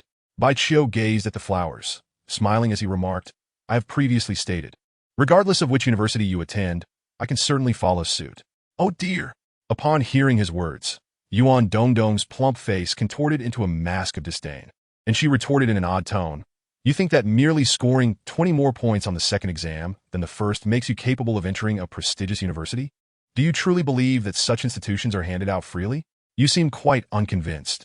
Aware that an opportunity had arisen, Bai Chiu, motivated by the prospect of financial gain, decided to engage with the overweight girl, responding, "Do not be so sarcastic. If you are dissatisfied, let us wager once more." "Let us wager."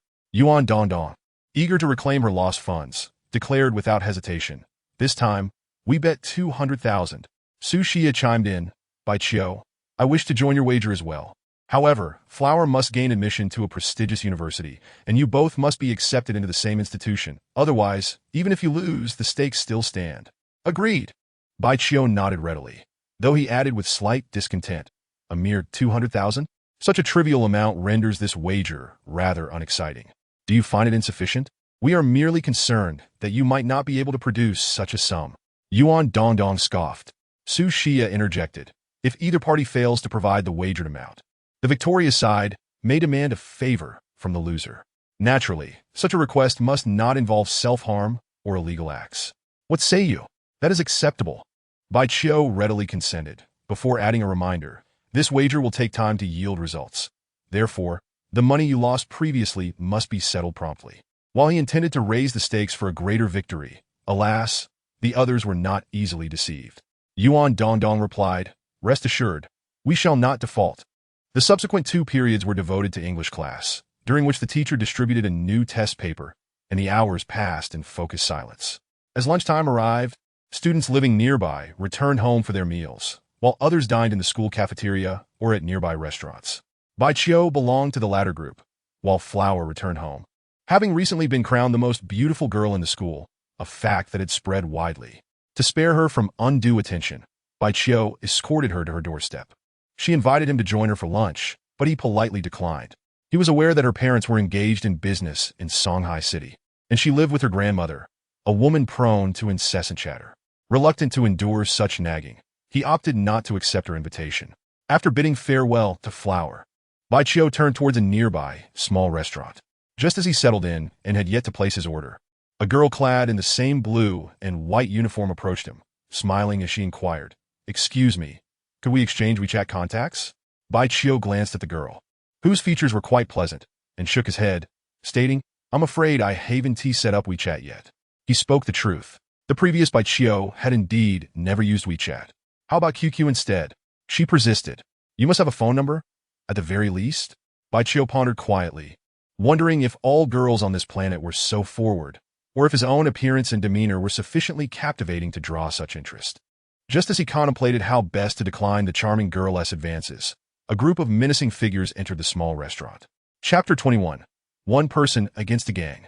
The men were all donned in sunglasses. Some were bald, while others sported long, vividly dyed hair. Their attire did not resemble that of ordinary folk. Some wore flamboyant floral shirts, while others only donned black or white tank tops adorned with fierce beast tattoos. It was evident that they were not of good character. Upon entering, they immediately surrounded Bai Chio's table. He could see that each one was armed with sharp blades, either tucked away at their waists or hidden beneath their clothing. Their encirclement indicated that they were indeed targeting him. Nevertheless, he remained unfazed, for as he had previously asserted, a multitude of sheep could not intimidate a lone tiger. "Hey there, little miss. You truly are a sight to behold." One of the men leered. "Do you have WeChat? Let us connect." Another chimed in. "Your skin is so fair. Come with me this afternoon, and I'll show you a good time." The charming girl found herself in the midst of the encroaching threat, having failed to escape in time, and was now being scrutinized by several men with malicious grins. Sensing the imminent danger, she shrank back, trembling in fear and unable to respond. Enough! Bai Chio had no intention of instigating conflict initially, but witnessing their intent to harass the girl, he could no longer remain passive. His voice, though not particularly loud, carried an undeniable authority that brooked no dissent. "You need not rush to take center stage. We came for you," one of the men retorted. "This kid appears rather arrogant, but we shall see if he begs for mercy soon." Another added, "This fair-skinned boy is just my type. Brothers, can we let me have my fun before we all jump in?" In a flash, Bai Chio could no longer tolerate their insolence. He sprang to his feet, delivering a swift slap to the face of the last speaker. The man was caught off guard, spinning around before emitting a pained cry, and was only saved from falling by his companions. With a flurry of punches and kicks, Bai Chio sent adversaries flying, creating a path for escape.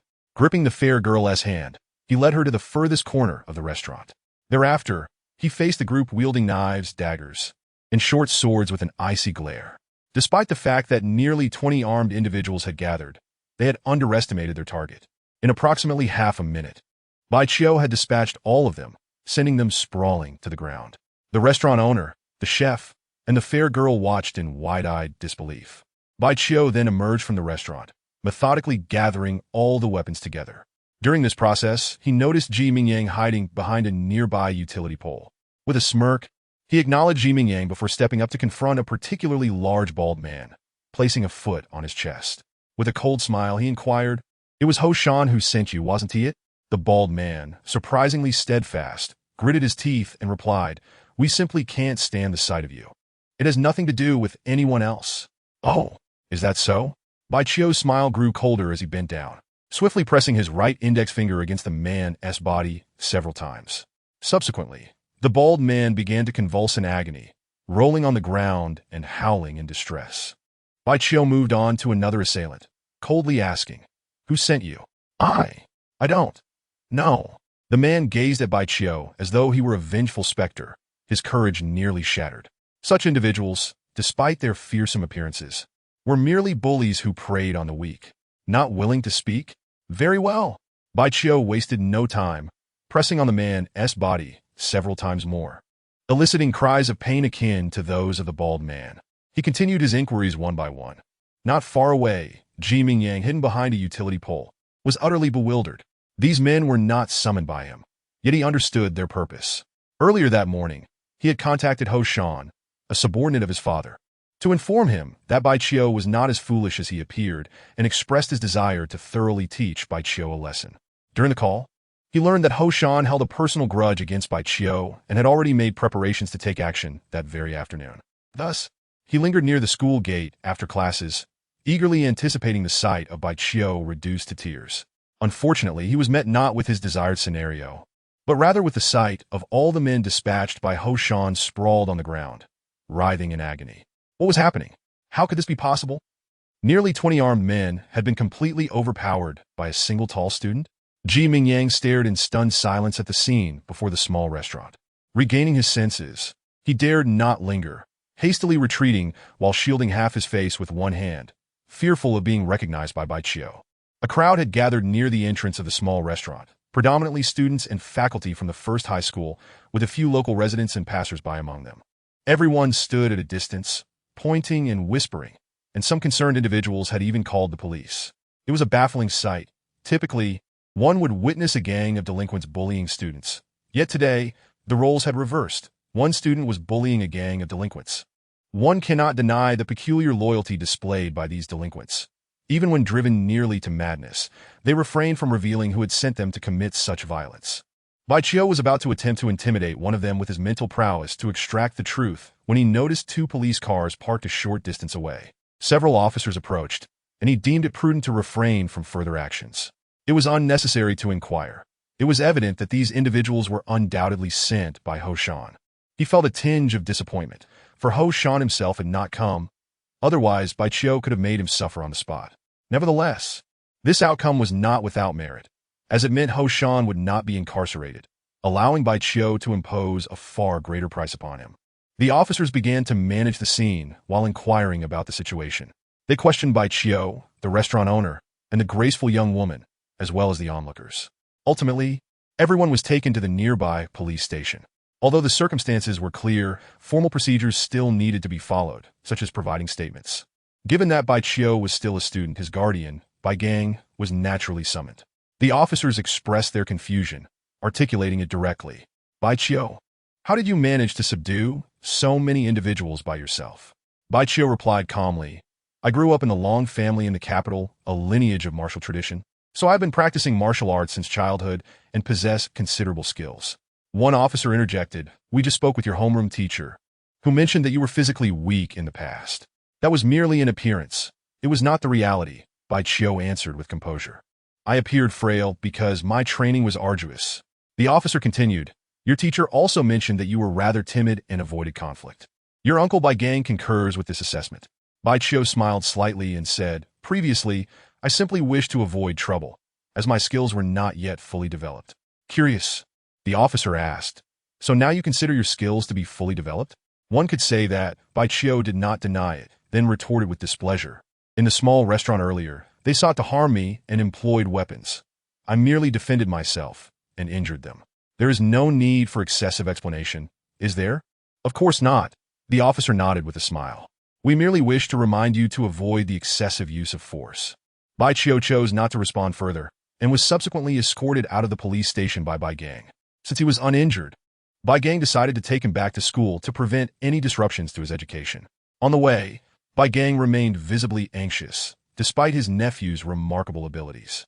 He repeatedly cautioned Bai Chio to exercise utmost caution, as the adversaries might not relent easily. Bai Chio also warned Bai Gang that they might view both of them as potential targets. To avert such a scenario, he resolved to take the initiative. Upon arriving at the school, he approached his homeroom teacher, Zhou Ping, claiming to feel unwell and requesting a half-day leave. Zhou Ping readily granted the leave and even stated it could be extended indefinitely until he felt entirely recovered. After all, education is vital, but health is paramount. Leaving the school, Bai Chio hailed a taxi and, at 2:30 that afternoon, arrived at the apartment complex where Chun Hai resided. Bai Chio had always known where Chun Hai lived, as the Bai family and the Chen family were related. Standing at Chun Hai's doorstep, Bai Chio pressed the doorbell. After a brief wait, a woman resembling a young matron appeared. He recognized her as Chun Hai's second wife, significantly younger than Chun Hai, having transitioned from being a mistress to a legitimate spouse. Who are you? The woman inquired, puzzled. I am Bai Chio, Bai Gang's nephew, Bai Chio replied. I came to speak with Chun Hai. Is he home? Oh, you must be Bai Gang's nephew. You are quite handsome. The woman welcomed Bai Chio into the living room, smiling. Technically, Chun Hai is your uncle. You shouldn't address him by name. She had not been with Chun Hai for long, having met Bai Gang, but never Bai Chio. Is he home? Bai Chio pressed again. No, he left this morning and hasn't returned, she replied, shaking her head. If you have something to discuss, you can share it with me. Bai Chio scrutinized her, his eyes narrowing slightly, and instructed, please call Chun Hai and ask him where he is right now. She frowned slightly, feeling a wave of dizziness wash over her gaze becoming vacant. Mechanically, she retrieved her phone and made the call. After completing the call, she said, Chun Hai is at Xinhuang playing cards with Brother Ho. Bai Chio was aware that Xinhuang was a high-end music venue located in the development zone of Shuanga City, owned by the Ji family. After a moment of contemplation, he inquired further, is Chun Hai lying? The woman tapped a few buttons on her phone screen and replied, Isn't lying? I can track his phone, and he is indeed at Xinhuang. Thank you. Bai Chio turned and exited. As her mind cleared, she pondered the strange haze that had enveloped her moments before. What has happened to me? She wondered, stepping outside and watching Bai Chio's retreating figure, thinking, his eyes are truly captivating. Everyone experiences moments of confusion, so she did not dwell on her sudden lapse in awareness. Even if she did, she would not likely comprehend it. After descending the stairs and leaving the complex, Bai Chio hailed another taxi. At 3:10 in the afternoon, he arrived in the lobby of the Xinhuang music venue. Approaching the front desk, he asked a young woman, "Excuse me, which room is Brother Ho in?" As he spoke, his eyes emitted a peculiar glimmer once more. The young woman, who had been smiling, suddenly appeared dazed and responded, "Room 1 on the 6th floor, the Supreme VIP room." "Thank you." Bai Chio departed the counter and headed toward the nearby elevator. Behind the long counter, a young man beside the woman expressed his astonishment and annoyance. "Zhang Li, how could you just casually disclose Brother Ho's room?" Zhang Li, looking bewildered, replied, "I don't know what just happened to me." Bai Chio entered an elevator and swiftly ascended to the 6th floor. Walking down a corridor for about 20 meters, he located the so-called Supreme VIP room. He gently pushed against the door, but it did not budge. Raising his arm, he balled his fist and knocked a few times on the door. "Moments latte." The door swung open, a cacophony of music spilling forth from within. He could vaguely hear the presence of several women inside. The door was opened by a muscular man with a tattoo of a black dragon on his shoulder. Bai Chio recognized him, as they had played cards together the previous Saturday afternoon. As the burly man caught sight of Bai Chio, a look of panic and surprise washed over his face.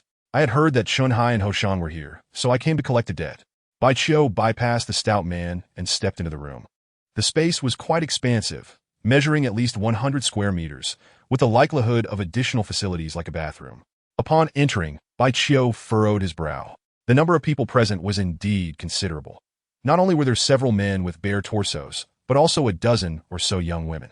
The women were clad in scanty attire, barely covering their bodies, with some even completely exposing their upper halves. The room featured two long, low tables laden with various alcoholic beverages and glasses. Behind the tables were sofas, and on the wall in front of them hung two large televisions. The air was thick with a peculiar odor. The women in the room regarded Bai Chio with strange expressions, evidently perplexed by the sudden appearance of a boy in a school uniform. Chapter 23. A clever strategy. The burly man closed the door again, switched on the lights, and silenced the music. Instantly, the room fell silent, and all eyes were fixed on Bai Chio. He scanned the room, deliberately avoiding glances at the young women, his gaze settling on Chunhai. At that moment, Chunhai was clad in nothing but a pair of boxer shorts, flanked by two young women. He stared at Bai Chio, a hint of trepidation flickering in his eyes as he felt his heart race. Ho Shan, seated next to Chunhai, initially appeared stunned, but quickly regained his composure and smiled, saying, "Little Bai, come, have a seat and join us." He was well aware that his subordinates had been soundly thrashed by Bai Chio, yet he could only endure for the time being. He felt a sense of relief at not having participated personally, fearing he too would have faced a beating and a trip to the police station. "Bai Chio, it's clear that the individuals who sought to deal with me this afternoon were sent by you, right?" Bai Chio approached the table, fixing his gaze on Ho Shan. His voice cold. "Little Bai, this might be a misunderstanding. Don't get so familiar. I'm not your brother." Bai Chio interjected disdainfully. "You, Ho Shan, are somewhat of a figure in Shuanga City. How dare you act unworthy of your stature? Kid, how dare you speak to Ho Go like that?" shouted a woman, bare from the waist up, with tattoos from her collarbone to her shoulder, as she brandished a bottle of liquor, pointing it at Bai Chio in anger. "Get lost. I don't enjoy hitting women." Bai Chio shot her a glance before returning his focus to Ho Shan. Just as the woman was about to erupt in anger, ready to hurl the bottle at Bai Chio, she caught Ho Shan's warning glance and refrained from attacking. "Bai Chio, since you recognize my status in Shuanga City, you ought to show some respect and avoid escalating the situation." The smile had vanished from Ho Shan's face as he retrieved his cigarette from a pack, placing it between his lips while a nearby woman lit it for him. "Others may regard you as someone significant, but in my eyes, you are nothing at all." Bai Chio replied nonchalantly. "However, we still have accounts to settle, starting with the gambling debt that Chunhai owes me, which you guaranteed." "How audacious!" A young man couldn't contain himself and drew a handgun from his waistband, angrily declaring, "I've heard you're quite capable. Let us see if you can withstand a bullet." Then, two more men suddenly raised their arms, each brandishing a firearm. Ho Shan and the others understood that they would not relent and would attempt to confront Bai Qiu again the following day, this time armed. They had initially believed that a dozen armed individuals would suffice to subdue Bai Qiu. Regrettably, that had not been the case, forcing them to resort to more lethal weapons.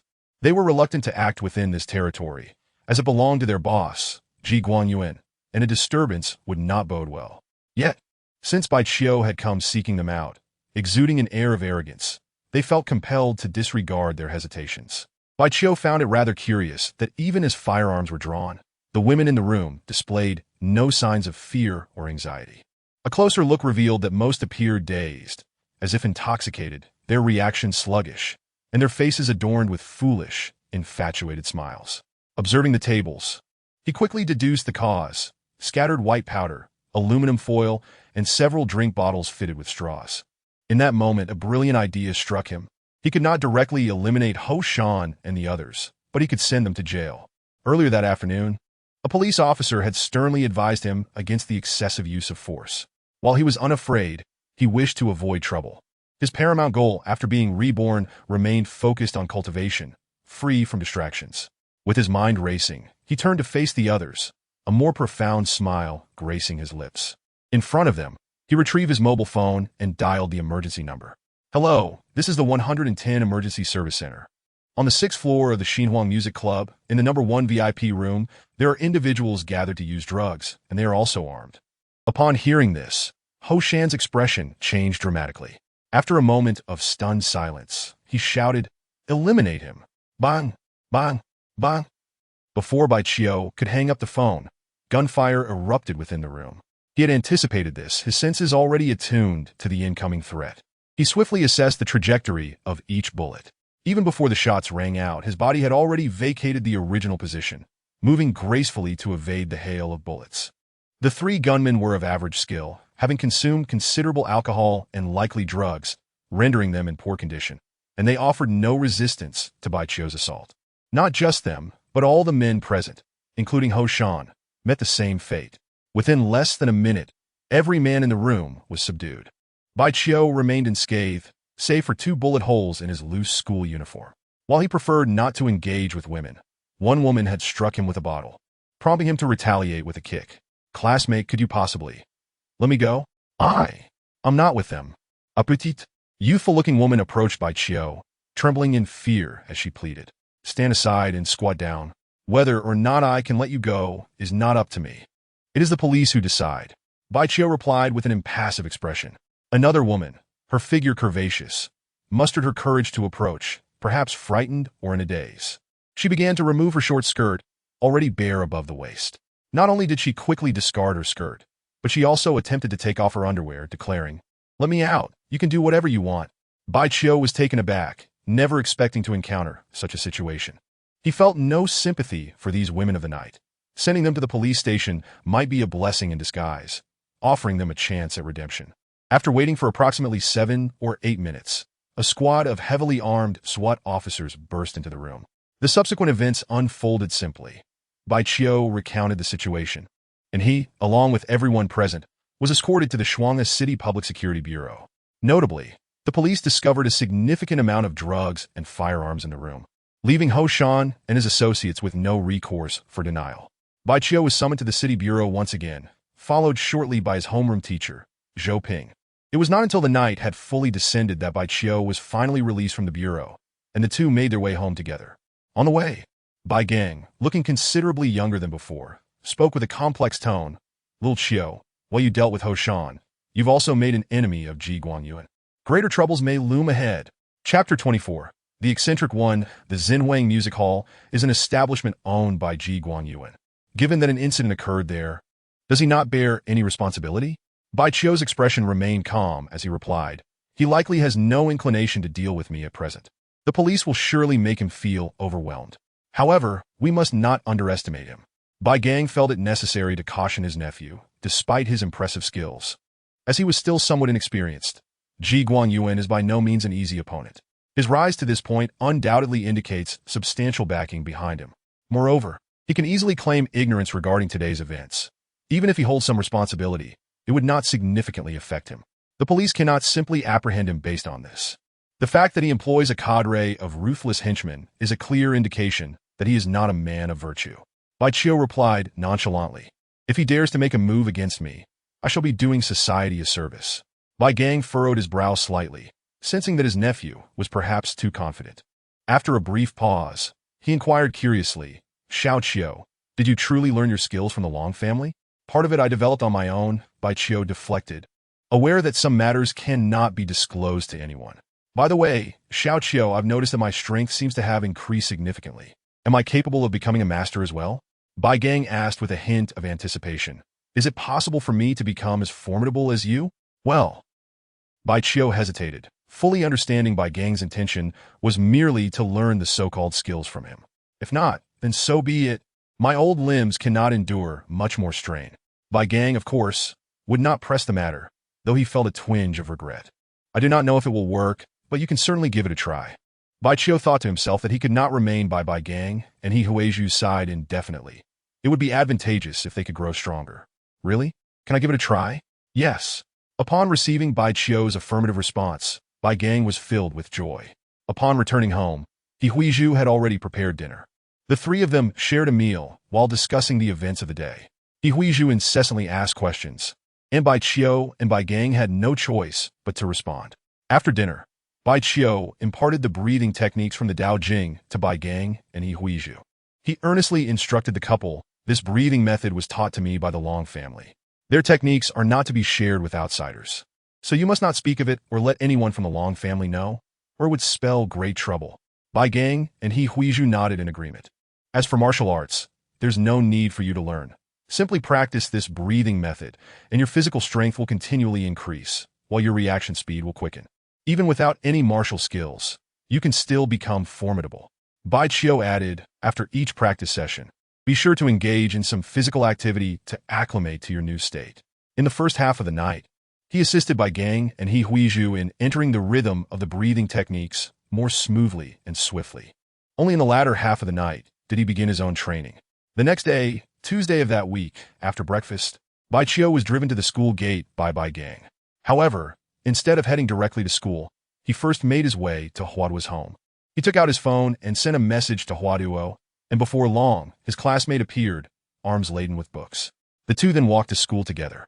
Now, Bai Qiu had gained considerable renown, not only due to his striking transformation, but also because he had decisively taken down a group of local thugs the previous afternoon. Everyone knew of his impressive skills. Huaduo had also gained a fair amount of fame, becoming a classic case of the ugly duckling turning into a swan. She had emerged as the most beautiful girl in the school, inevitably stirring the hearts of many boys.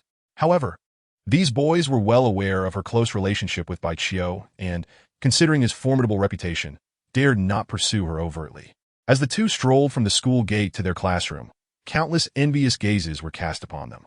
In many people's minds, the pair seemed perfectly matched. The only drawback being that Bai Qiu's academic performance paled in comparison to Huaduo's.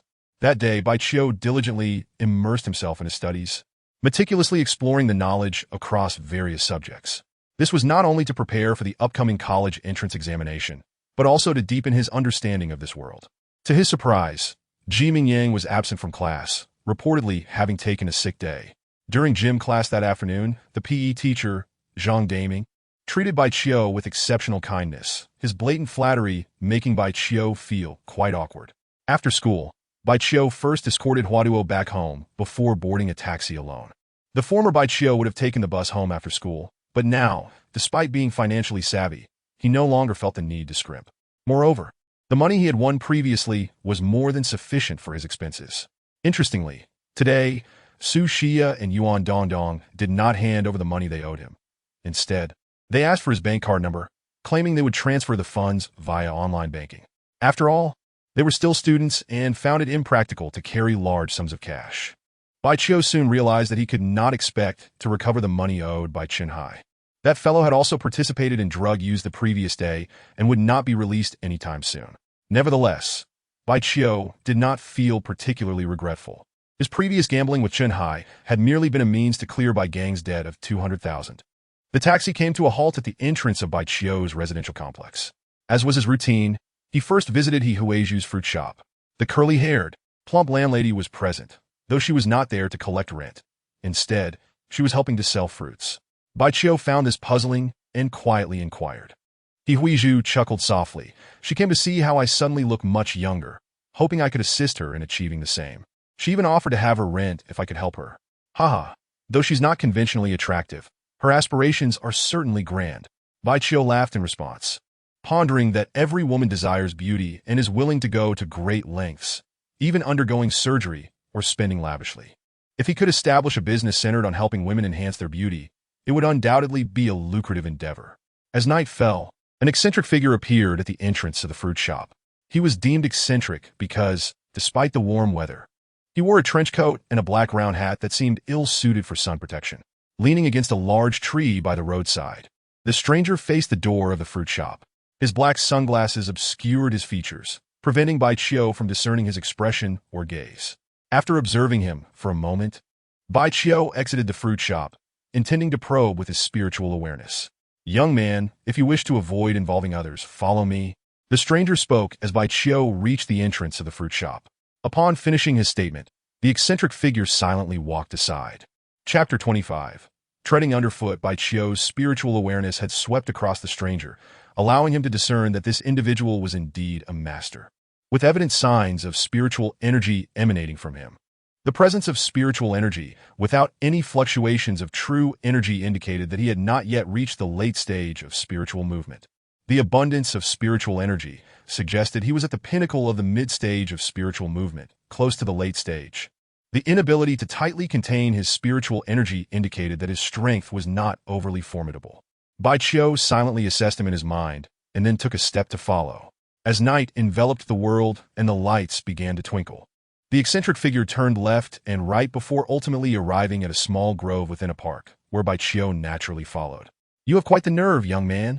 The stranger came to a halt, facing Bai Qiu as he spoke. His voice was low and raspy, as if he seldom spoke.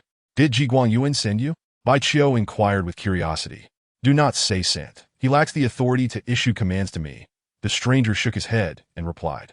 To be precise, he requested my assistance. Isn't it nearly the same? Bai Qiu retorted with a smirk.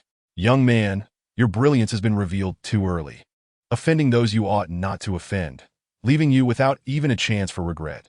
The peculiar individual remarked with a tone of lament. Is that so? Bai Qiu replied in the same tone. I believe it is you who should not have come. Years of cultivation are hard-earned, and to squander them in a moment, meddling in the affairs of others, is hardly wise. To face death and remain unaware, how foolish. The peculiar man laughed heartily, and then, with a sudden push from his legs, lunged toward Bai Qiu. The previous exchange had merely been a test of Bai Qiu's depth. He wished to absorb the aura emanating from him, not to engage in a verbal sparring match. Upon sensing no formidable or perilous energy from Bai Qiu, he felt confident in swiftly achieving victory, even completing the task of elimination. He had never considered the possibility of defeat, believing that, despite starting his cultivation from a young age, Bai Qiu could not possibly be stronger than he. Yet, not only did he lose, but he did so without any suspense, and utterly, as he lunged toward Bai Qiu, transforming his palm into a claw as if to seize his neck. He intended to redirect his grip to Bai Qiu's shoulder should there be any resistance. What he did not anticipate was that Bai Qiu disregarded his clawing attack altogether. Simply lifting a leg, the tip of Bai Qiu's foot struck his right leg with a velocity that was astonishing. In an instant, a tremendous force surged through him, and just as he felt a sharp pain in his right leg, his entire body was uncontrollably sent tumbling forward. How could it be so fast? He could not comprehend it. He only knew that such speed in attack could only belong to one with exceedingly high physical prowess. Moreover, it was crucial that one could still strike with such rapidity amidst an enemy's assault, with angles of attack that were both cunning and precise. This indicated a remarkable reaction speed and exceptional combat awareness on the opponent's part. Such a young individual should not possess an abundance of combat experience. Just as his face was about to meet the ground, he managed to press his hands against the earth. He was poised to push himself upright, only to discover a massive force bearing down on his back. This force was so immense that his body simply could not withstand it. He felt a deep sense of humiliation, for he knew that Bai Qiu had stepped upon his back. The weight of that foot pressed his chest firmly against the ground. As he breathed, dust and grass flew up from the earth beneath him. Too weak, Bai Qiu sighed. though his current cultivation was inferior to that of the peculiar man. The 7 spirit essence pills had endowed his innate body with remarkable resilience, coupled with his already developed spiritual consciousness. An ordinary practitioner of the spirit-moving stage posed no threat to him whatsoever, not even a master of the latter stage. The peculiar man struggled and exerted his strength in vain, yet he remained firmly under Bai Qiu's foot, as if a great mountain were pressing down upon him. The words too weak from Bai Qiu only added to his frustration, making him feel as though he were being mocked. Moments ago, he had claimed that Bai Qiu was facing death, but the reality was quite the opposite. He had merely kicked against an iron plate. Unbeknownst to him, Bai Qiu was not mocking him, but rather reflecting on his own experiences. In a previous life, Bai Qiu had encountered spirit-moving stage practitioners who were far from this man's level of weakness. Of course, those practitioners had better cultivation environments and the guidance of formidable elders. They had cultivated since childhood, establishing a solid physical foundation. Even without special constitutions, their strength would not fall short of their peers in the same realm. Bai Qiu had no intention of humiliating the man. He crouched down and tapped a few points on the man's body before removing his right foot. Finally, the man could move. He picked up his sunglasses, adjusted them. Yet the will to continue fighting had vanished. Not only had he recognized the vast chasm between them, but he also felt that the spiritual energy within him was now sluggish and difficult to circulate. He could surmise that Bai Qiu had sealed several critical acupoints, rendering him only slightly stronger than an ordinary person at this moment. "Are you not going to kill me?" the peculiar man inquired. "Not at this moment," Bai Qiu replied, then instructed, "Tell me everything you know about the cultivation circle on Earth. You are already so powerful. How can you be unaware of the cultivation circle?" The peculiar man countered. "As you can see, I am relatively young, and my knowledge is naturally limited," Bai Qiu replied indifferently. "Do not waste too much of my time. My patience is rather thin." "Understood." The peculiar man seemed to see a glimmer of hope and began to recount his tale. His name was Zheng Liqing. In his early 30s, the Zheng family had once been a prominent family of ancient martial arts, but over a decade ago, they had offended another, more powerful family, leading to their annihilation. He alone had managed to escape. To evade pursuit, he had concealed his identity for years, rarely showing himself, and even less engaging with others. As a direct descendant of the Zheng family, he had some knowledge of the cultivation circle within the borders of Huaxia. Based on various known pieces of information, he believed that the strongest practitioners in Huaxia were at the 6th grade of cultivation. The cultivation circle in Huaxia was categorized into 10 levels, from 1st to 9th grade, with anything beyond the 9th grade being the legendary divine level. From Zheng Liqing's account, Bai Qiu deduced that the 1st to 3rd grades corresponded to the early, mid, and late stages of the spirit-moving period, while the 4th to 6th grades aligned with the 3 minor realms of the foundation establishment stage. The specifics of the 7th to 9th grades were unclear to Zheng Liqing, but Bai Qiu speculated that they likely corresponded to the 3 minor realms of the Purple Mansion stage. The so-called divine level should refer to the Golden Core stage. Indeed, upon reaching the Golden Core stage, one would no longer be considered a low-tier practitioner, but rather a celestial being in the mundane world. The strongest being at the 6th grade, or the late foundation establishment stage, suggested that the scarcity of spiritual energy had significantly impacted the cultivation world of this planet. As he listened to Zheng Liqing's narration, Bai Qiu found himself reflecting deeply. Once Zheng Liqing had finished, Bai Qiu suddenly asked, "Do you know what level of cultivation the strongest member of the Long family in the capital possesses?" Chapter 26. Returning the favor in kind, the Long family in the capital? Zheng Liqing adjusted his sunglasses and replied, "The Long family is one of the oldest families of ancient martial arts. Excluding those hidden families that do not reveal themselves, the Long family is among the most prestigious, and it certainly houses 6th grade practitioners." "Oh," Bai Qiu nodded. The former Bai Qiu, who had passed away, had only been a child during his years in the Long family, and thus had little awareness of their strength.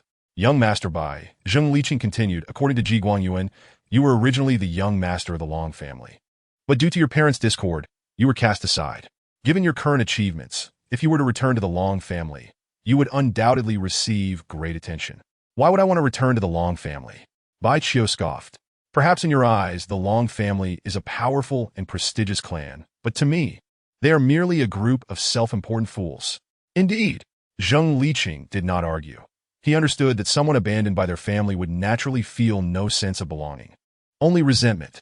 Bai Qiu paused momentarily before continuing. "Since Ji Guangyuan wishes to kill me, I need not be overly courteous to him. If he sends you to eliminate me, I shall have his hired assassin turn against him. How amusing that would be. Young Master Bai, you wish for me to kill Ji Guangyuan? Zheng Liqing inquired, frowning. You may refuse, but I must warn you. Only I can help you unblock your acupoints, Bai Qiu stated coolly.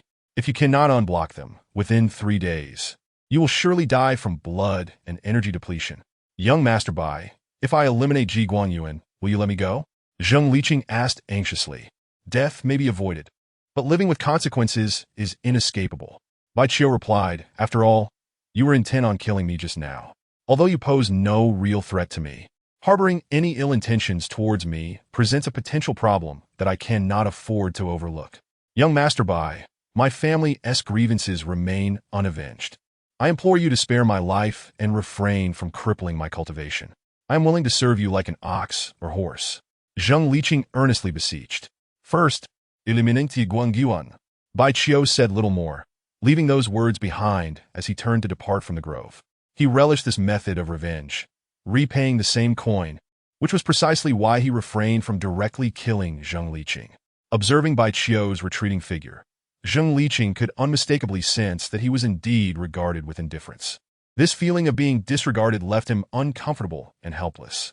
He pondered helplessly, realizing that merely showcasing his physical prowess rendered him powerless against Bai Qiu. The disparity between them was insurmountable. With a sense of futility, Zheng Liqing made his way out of the woods. He understood that Bai Qiu was not merely attempting to intimidate him. If he failed to promptly resolve his blocked meridians, he would truly meet his demise. He could already feel the stagnation of his vital energy, and with the passage of time, this condition would only worsen, becoming increasingly perilous. Upon exiting the park, he climbed into a taxi. Taoxianjuan community is an upscale residential area, characterized by its numerous luxurious villas. Villa number 88, in particular, is home to Ji Guangyuan's family. This villa stands apart from the others in the community, not only due to its larger scale, but also for its picturesque view of a small lake. Within 100 meters, there are no other structures, only a lush garden. The entire community was developed by Ji Guangyuan's real estate company, and Villa number 88 was specifically constructed for his family's use. On the 3rd floor, in a spacious study, Ji Guangyuan was quietly reading a book after dinner. Patiently waiting, his son, Ji Mingyang, sat across from him on a single sofa, unlike his father, engrossed in his phone. Despite their different activities, both father and son seemed distracted, occasionally lost in thought, evidently preoccupied with their own concerns. Suddenly, Ji Mingyang looked up and asked Dad, "The peculiar person you hired, could he really be a master capable of defeating Bai Qiu? You've asked that same question at least 4 times already." Ji Guangyuan replied with a casual glance at his son. Bai Qiu's skills are formidable, but only in comparison to ordinary individuals. The person I employed is a true practitioner, and they are not even on the same level. Since it was his son making the inquiries, he was willing to elaborate a little more. However, he dared not mention even a fragment about Zheng Liqing to outsiders. Let us hope nothing goes awry. I truly do not wish to see that fellow Bai Qiu at school tomorrow, Ji Mingyang said, almost in prayer. He has caused significant losses for our family. My subordinates have been apprehended in droves due to him, and Xinhuang must cease operations for 6 months. If he does not die, my resentment will be insurmountable. In his early 40s, Ji Guangyuan was experiencing a rare desire to kill someone since his release from prison. Having slapped his son twice and causing a whole group of his subordinates to be arrested, he swore he could not let that boy off the hook. Ji Mingyang then inquired, "Dad, considering that lad is the eldest son of the Long family in the capital, won't they retaliate if we kill him?" Yi Guangyuan, who bore a slight resemblance to his son, with a wheat-colored complexion and deep crow's feet, chuckled ominously for many years. The Bai family has struggled precisely because of the Long family's influence. Clearly, someone in the Long family does not wish for their eldest grandson to thrive. People often say that even a tiger does not eat its young. Why does the Long family treat Bai Qiu so poorly? Yimingyang questioned, puzzled. As long as Bai Qiu remains alive, he has the opportunity to return to the Long family and reclaim his rightful inheritance. Ji Guangyuan set down his book and smiled lightly. What if one day, Long Shiyu, upon aging, comes to regret his actions and wishes to mend his relationship with his son? No one can predict the outcomes then. Surely, there are those within the Long family who do not wish to wait for that day.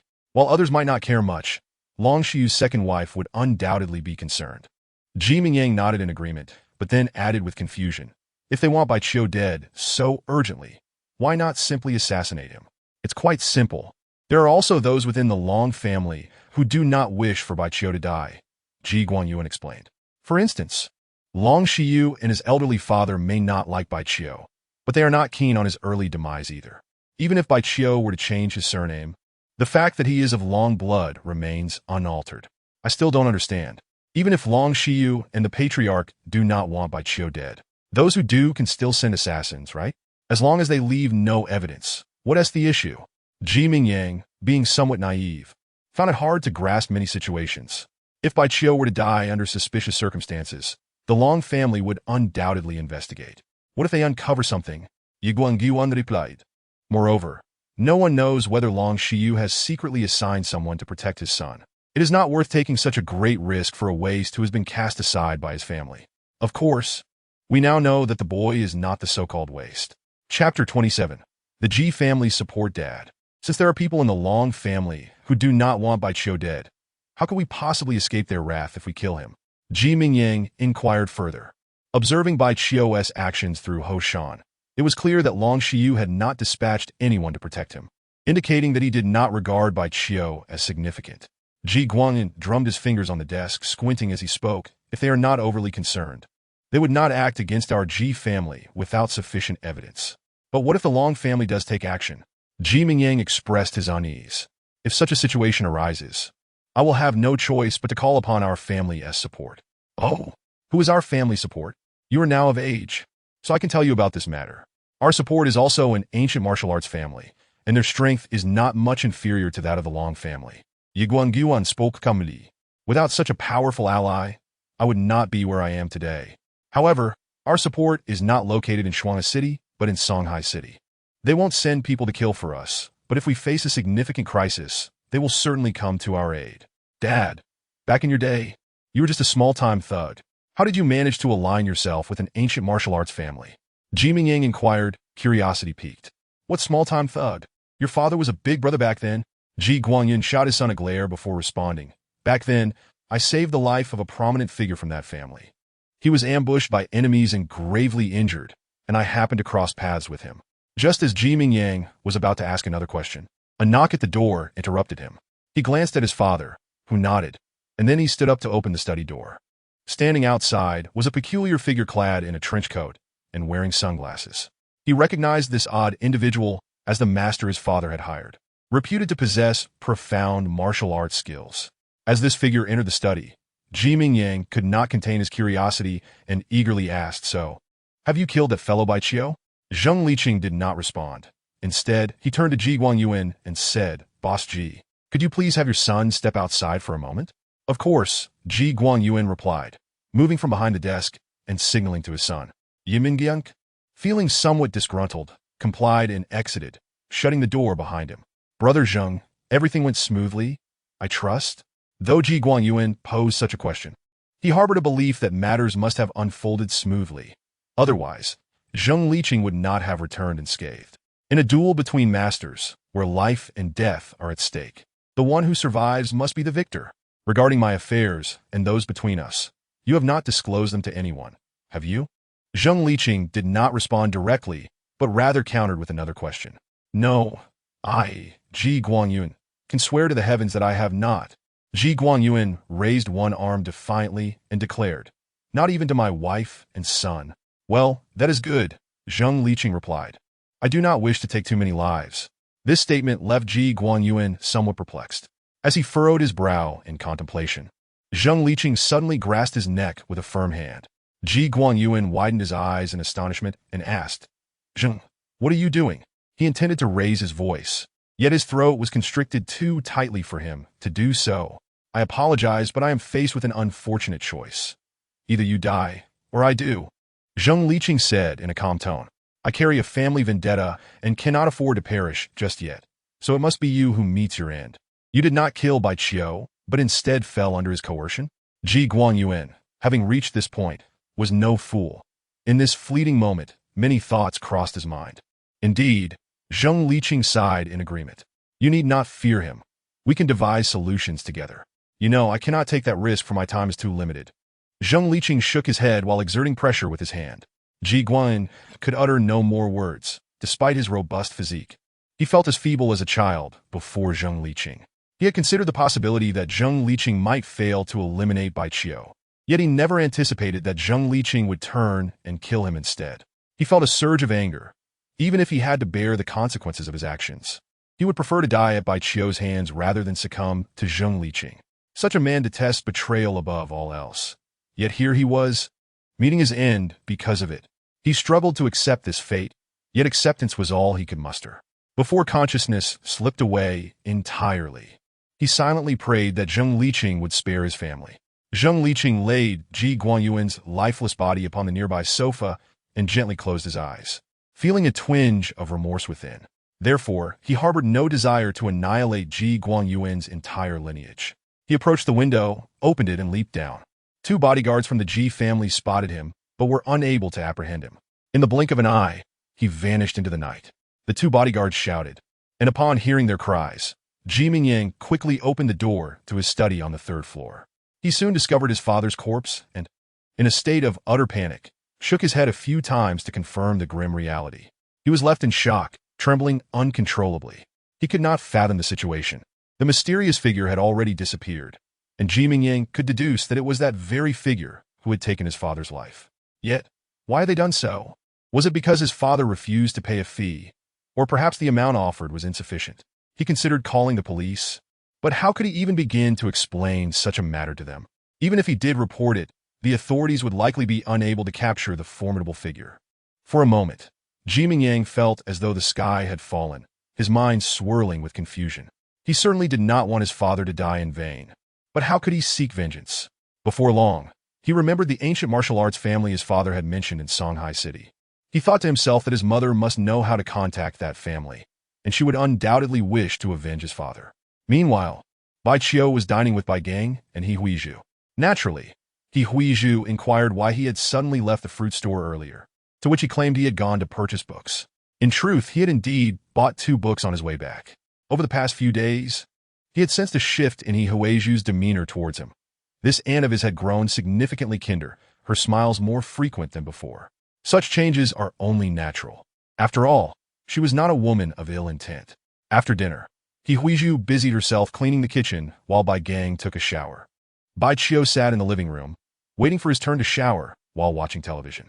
The program he was tuned into was a live news report from the Shuanghe City TV station, and his eyes and face bore a distinct look of anticipation. Chapter 28. Blood Soul Restriction. The news media, as expected, possessed the most timely information. When He Huizhu finished tidying the kitchen and began mopping the living room floor, the television screen displayed the news of Ji Guanyuan's demise. The sudden death of the richest man in Shuanghe City at home was undoubtedly a major news story. The Ji family chose not to conceal the truth, for news of Ji Guanyuan's death would inevitably become known. Given the stature of such a prominent figure, his prolonged absence would have far-reaching implications. Since it was a sudden death, there needed to be a cause. The Ji family reported it to the police.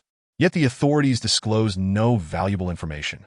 For now, the media only knew that Ji Guanyuan had died.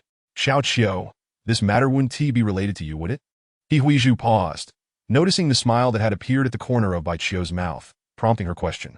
Aunt, you and Uncle both know that I have been at home the entire time. Bai Qiu stood and walked toward the balcony. As expected, through the glass window of the balcony, he spotted a figure standing beside a lush little tree at the corner of the residential building. Aunt, I'm stepping out to buy something. I will return shortly. Bai Qiu first returned to the living room to inform He Huizhu, then opened the main door and stepped outside. Upon descending the stairs, he noticed that the figure had moved away from the little tree and was now silently heading toward a more concealed and dim area of the complex. He did not follow directly, but walked towards the entrance of the complex for a short distance, turning at another building before discreetly trailing after the figure. He surmised that He Huizhu must be standing on their balcony, and he did not want her to worry, hence taking a longer route to completely disappear from her line of sight. The figure was Zheng Liqing, who paused at a corner of the residential area, patiently awaiting Bai Qiu's arrival by his side. Young Master Bai, you must have received word of Ji Guanyuan's demise by now, Zheng Liqing said. Still clad in his overcoat and wearing sunglasses, his tone respectful. Ji Guanyuan has paid the price for his actions. Now it is your turn. Bai Qiu nodded before responding with indifference. Zheng, please show mercy. Zheng Liqing, swallowing hard, implored, killing or incapacitating me would yield no benefit for you. If you spare me, I can serve you faithfully. The crux is, how can I trust you? Bai Qiu replied, his expression unchanged. Today you could kill Ji Guangyuan to save yourself. Tomorrow, you could do the same to me for any number of reasons. Young Master Bai, that will not happen.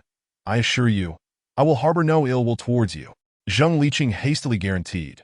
I can swear to the heavens, on behalf of my departed family. To be frank, I do indeed need an ally who operates in the shadows to assist me with certain matters I cannot handle personally, Bai Qiu stated in a calm tone. However, your character is rather questionable.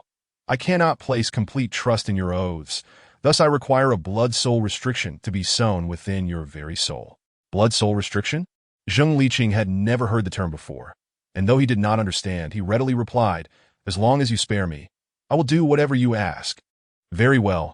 Close your eyes and clear your mind. Think of nothing, Bai Qiu instructed. Once Zheng Liqing complied, Bai Qiu began to cast a spell. He bit his tongue, allowing blood to flow, and infused his consciousness into the crimson liquid. Then, he began to recite the incantation, a chant that resonated with the cosmos. Capable of harnessing the forces of nature. Though referred to as a spell, it is more akin to a form of magical prowess, one not attainable by low-ranking practitioners. Bai Qiu, currently a low-tier cultivator, is nonetheless markedly different from his peers. As the incantation resonated, a series of magnificent and peculiar waves suddenly enveloped the two, leaving Zheng Liqing astounded. In merely 20 breaths, the blood pooling in Bai Qiu's palm began to levitate, spinning ever faster. The sanguine mass diminished in size until it transformed into a minuscule drop, akin to a grain of rice. With a soft command, Bai Qiu extended his arm, directing the blood droplet towards Zheng Liqing's forehead, where it sank into his brow. In that instant, Zheng Liqing felt a sharp pain at his center, as if pierced by a steel needle, followed by a dizzying sensation, akin to being struck by lightning. After approximately half a minute, the unusual feelings gradually subsided, and upon reopening his eyes, he regarded Bai Qiu with heightened reverence. He touched his brow, discovering no visible change, nor any wound. Yet, he was certain he had felt something penetrate his mind. Within your soul resides a drop of my blood, infused with a fragment of my consciousness. From this moment forth, whatever you contemplate will be clear to me, Bai Qiu remarked with a smile, gazing at Zheng Liqing. Let us test this. Think of a number. Zheng Liqing nodded, remaining silent. Moments later, Bai Qiu said, in that fleeting moment, you thought of numerous numbers, 3, 6, 28, 95, 108,000. Am I correct? Zheng Liqing stood dumbfounded, his expression one of disbelief. Bai Qiu continued, now you are pondering, what exactly did this young man do to me? Is that not so? Zheng Liqing nodded fervently. Bai Qiu added, not only can I discern your thoughts, but I also possess the ability to shatter your soul at will. Thus, I can place my complete trust in you. Zheng Liqing's expression grew complex. He realized he had become Bai Qiu's servant, bound to unwavering loyalty. This sentiment was unsettling, yet when weighed against the loss of life, it was not an entirely unfavorable outcome. Do not feel wronged. You will soon comprehend the immense opportunity you have received. As he spoke, Bai Qiu extended his right hand, tapping Zheng Liqing several times with his index finger. Once he withdrew his hand, Zheng Liqing felt his internal energy circulating normally again, his vitality restored. Thank you, my master. Zheng Liqing bowed deeply, reverentially. In the future, you need not refer to me as master. Simply call me Bai Gongzi or Gongzi. Bai Qiu waved his hand dismissively. After imparting a few more instructions, he allowed Zheng Liqing to take his leave. He requested Zheng Liqing's phone number and arranged to meet again the following afternoon after school. Zheng Liqing departed by climbing over the courtyard wall, while Bai Qiu strolled out of the community, purchasing 2 ballpoint pens from a small supermarket at the entrance. Upon returning home, he found Yi Huizhu taking a shower in the bathroom, while Bai Gang was in the living room watching television. Noticing the pens in Bai Qiu's hand, Bai Gang refrained from asking his intended question and instead pointed at the television, exclaiming, Xiao Qiu, the death of Ji Guangyuan is rather suspicious. Suspicious? I do not share that sentiment, Bai Qiu replied, pursing his lips. He had numerous enemies. It is entirely normal for him to perish unexpectedly. The critical aspect is that he died in his own home, surrounded by many bodyguards. Bai Gang analyzed. In such circumstances, either the assailant possesses remarkable skill, or there's someone close to him. Uncle, why dwell on such matters? His death has no bearing on us, Baichio remarked as he took a sip of warm water. Not entirely devoid of impact. Did you not strike his son twice? Because of that, Chenhai wishes for you to bow and apologize, Bai Gang reminded. A group of fools, unworthy of mourning, Baichio scoffed. Indeed, Bai Gang nodded, choosing not to elaborate further. He remained oblivious to the truth, but suspected that Ji Guangyuan's death was likely connected to his nephew. He was eager to know what kind of person his nephew had become. When he Huizhu emerged from the bathroom, Baichio subsequently took a shower himself. That night, he continued to immerse himself in cultivation. The following day was Wednesday, during which he spent the majority of his time at school. With the assistance of Hua Duer, he diligently grasped the foundational content and key points of various subjects. Although he did not necessarily require her help, having assistance allowed him to learn more swiftly and save time, an opportunity too good to pass up. Ji Mingyang, of course, did not attend class, and the news of his father, Ji Guangyuan's death, circulated fervently throughout the entire city high school, particularly in Class 2 of the 3rd year. Hua Duoer discreetly inquired about Baichio, sharing her belief that Ji Guangyuan's demise was somehow linked to him, to which Baichio vehemently denied. He was not afraid. He simply wished to avoid unnecessary trouble. After school, as was his custom, Baichio first escorted Hua Duoer home before stepping into a taxi. This time, however, he did not head directly home, but directed the driver to a secluded area on the outskirts of the city. After paying the fare and watching the taxi drive away, he strode toward a nearby bamboo grove. The grove was tranquil, with a stone-paved path leading deeper into its embrace. Baichio swiftly arrived at a small pavilion, where he found Zheng Liqing waiting patiently. Today, Zheng Liqing had donned a different outfit. Although he still wore dark sunglasses, he had shed the trench coat. Clad in casual summer attire, he appeared significantly more at ease. Gongzi, you have arrived, he greeted. Indeed, Baichio replied curtly. After exchanging pleasantries, he proceeded to discuss matters of importance. First, he imparted the breathing technique from the Tao Sutra to Zheng Liqing. Given that he could fully trust this individual and required his assistance, it was only prudent for Zheng Liqing's strength to be enhanced. Next, he instructed Zheng Liqing to discreetly investigate who had been deliberately antagonizing the Bai family over the years, making their lives increasingly difficult. Following that, he tasked him with gathering more information about the cultivation circles in Huaxia, such as how many 6th-tier experts a particular family possessed, or whether a certain powerhouse owned any magical artifacts. The second task was a short-term one, while the third was a long-term endeavor. After detailing these tasks, Baichio presented Zheng Liqing with a Lingyun pill and a magical artifact. The Lingyun pill was intended to solidify Zheng Liqing's physical foundation and enhance his affinity with spiritual energy, thereby accelerating his cultivation speed. The magical artifact resembled a small straw hat woven from golden threads, yet it was only the size of a palm. This artifact required no blood to recognize its master. One only needed to infuse it with true energy to unleash its power. Once you consume this Lingyun pill, you will swiftly advance to the late stage of spiritual movement, allowing you to cultivate true energy. At that point, you will be able to utilize this artifact. Upon activation, it will enlarge and float above your head, enveloping you in a protective golden light. However, due to the limited true energy within you initially, it should not be used recklessly unless absolutely necessary. Baichio cautioned as he explained.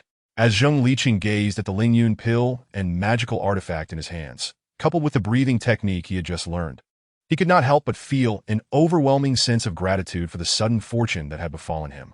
Thank you for the gifts, Gongzi, he exclaimed, harboring no doubts about Baichio, nor daring to inquire about the origins of these treasures. He had long suspected that Baichio harbored many mysteries, and this meeting only solidified his assumptions. In his heart, he rejoiced, feeling as though he had truly stumbled upon a life-altering opportunity. These trinkets are but a trifle. As long as you perform well, greater rewards await you in the future. Baichio responded nonchalantly, as if bestowing a pill and a magical artifact were of little consequence. In truth, they were indeed trifling matters.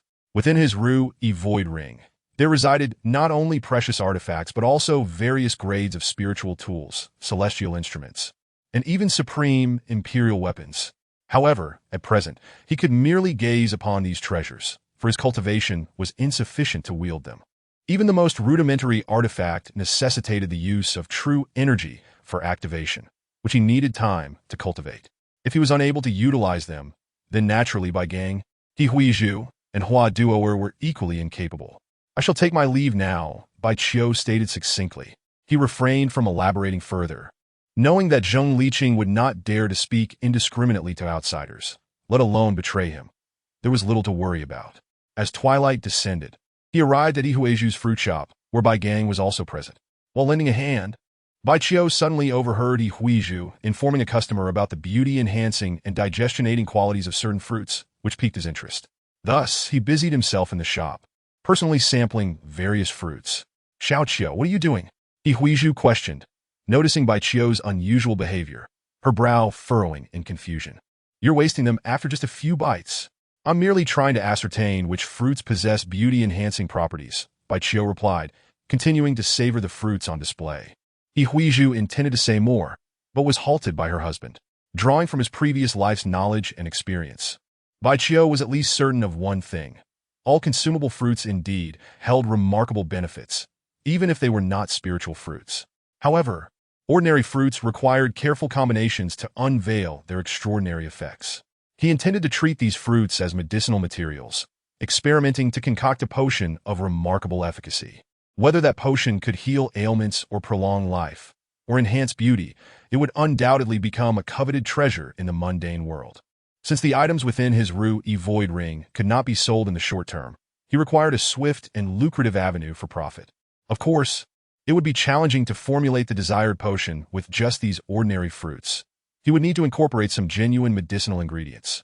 Ideally, if he could achieve his goals with Earth's resources, that would be most advantageous. If not, he would not hesitate to add a few elements from his void ring, such as a touch of spiritual liquid.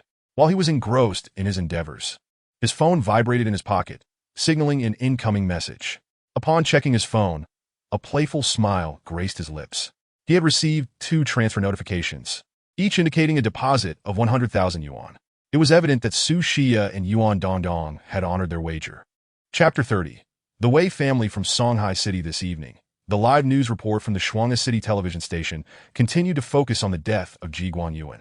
In light of the public's concern and discussion, the police were compelled to disclose certain information. They asserted that Ji Guanyuan had been murdered and that a suspect had already been identified. A thorough manhunt was underway. However, the police did not reveal the identity of the suspect. Another significant piece of news emerged. The entirety of the Ji family's assets was to be sold, with a buyer already determined. According to some well-informed sources, the buyer belonged to a prestigious family from Songhai City.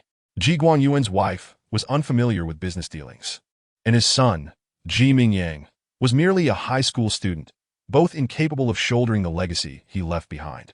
Nevertheless, even if sold at a slight discount, the vast estate he left would suffice for his family to continue living a comfortable or even luxurious life.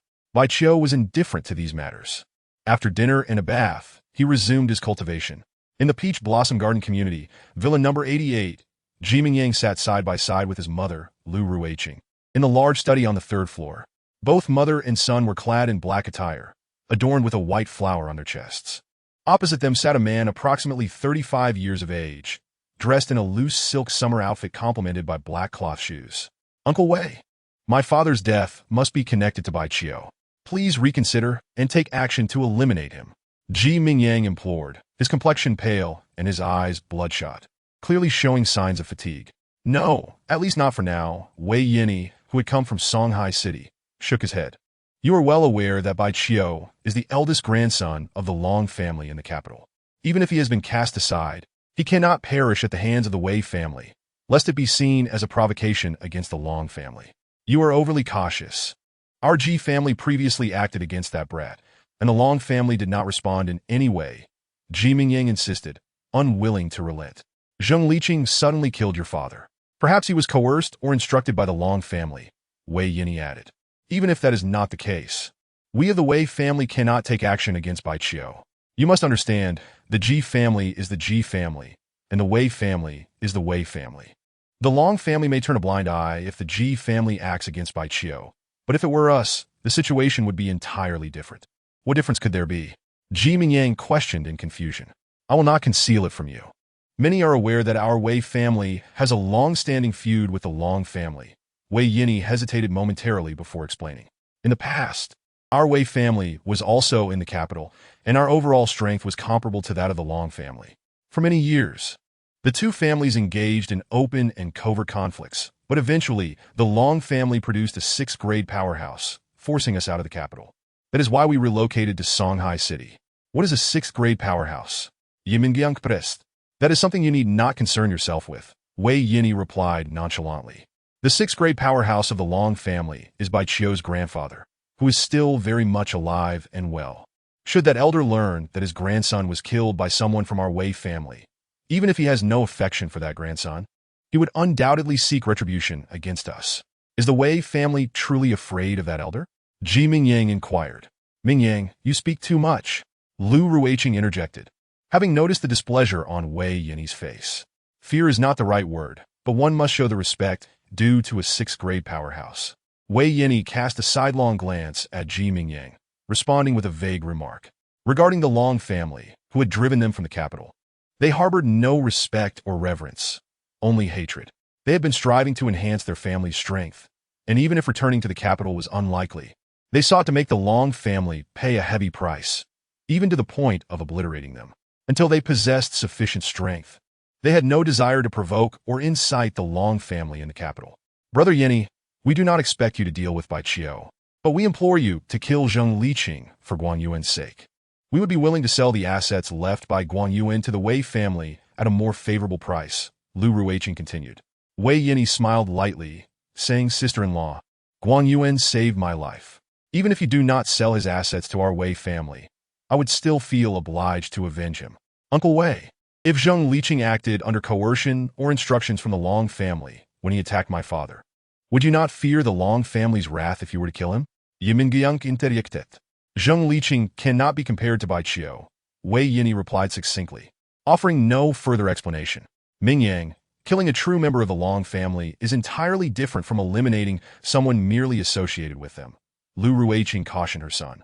She understood her son's intense hatred for Bai Qiu, but given that her husband had just passed away, she did not wish for him to dwell on Bai Qiu, fearing further misfortune. Had it not been for Wei Yini's arrival, they would not even have known the unusual figure's name was Zheng Liqing. With Wei Yini able to identify Zheng Liqing from the villa's surveillance footage and showing willingness and confidence in eliminating him, mother and son felt reassured. Regarding Bai Qiu, allow me to conduct a more thorough investigation. Firstly, I need to ascertain whether the Long family has altered their attitude towards him. Secondly, I must uncover the reasons behind his sudden surge in strength. Wei Yini discerned the lingering resentment in the mother and son. Thus he remarked, if circumstances permit, I shall endeavor to eliminate him. Lu Ruiqing expressed her heartfelt gratitude, and then added, if it truly comes to that, do not take risks with Bai Qiu. It would suffice to eliminate Zheng Liqing instead. Indeed, Zheng Liqing must be killed. Ji Mingyang exclaimed bitterly, he was a hired assassin by my father. Yet he turned around and killed my father. It is utterly detestable. At 10 o'clock that evening, Bai Qiu, in the midst of his meditation, was suddenly alerted by the sound of his phone. He opened his eyes and picked up the device to find a text message from Su Xia. She inquired whether he had received the money, to which Bai Qiu replied that it had indeed arrived. Moments later, she sent another, lengthier message, in which she first apologized to Bai Qiu, claiming that she should never have looked down upon him or wronged him. She then subtly expressed her desire to improve their relationship moving forward.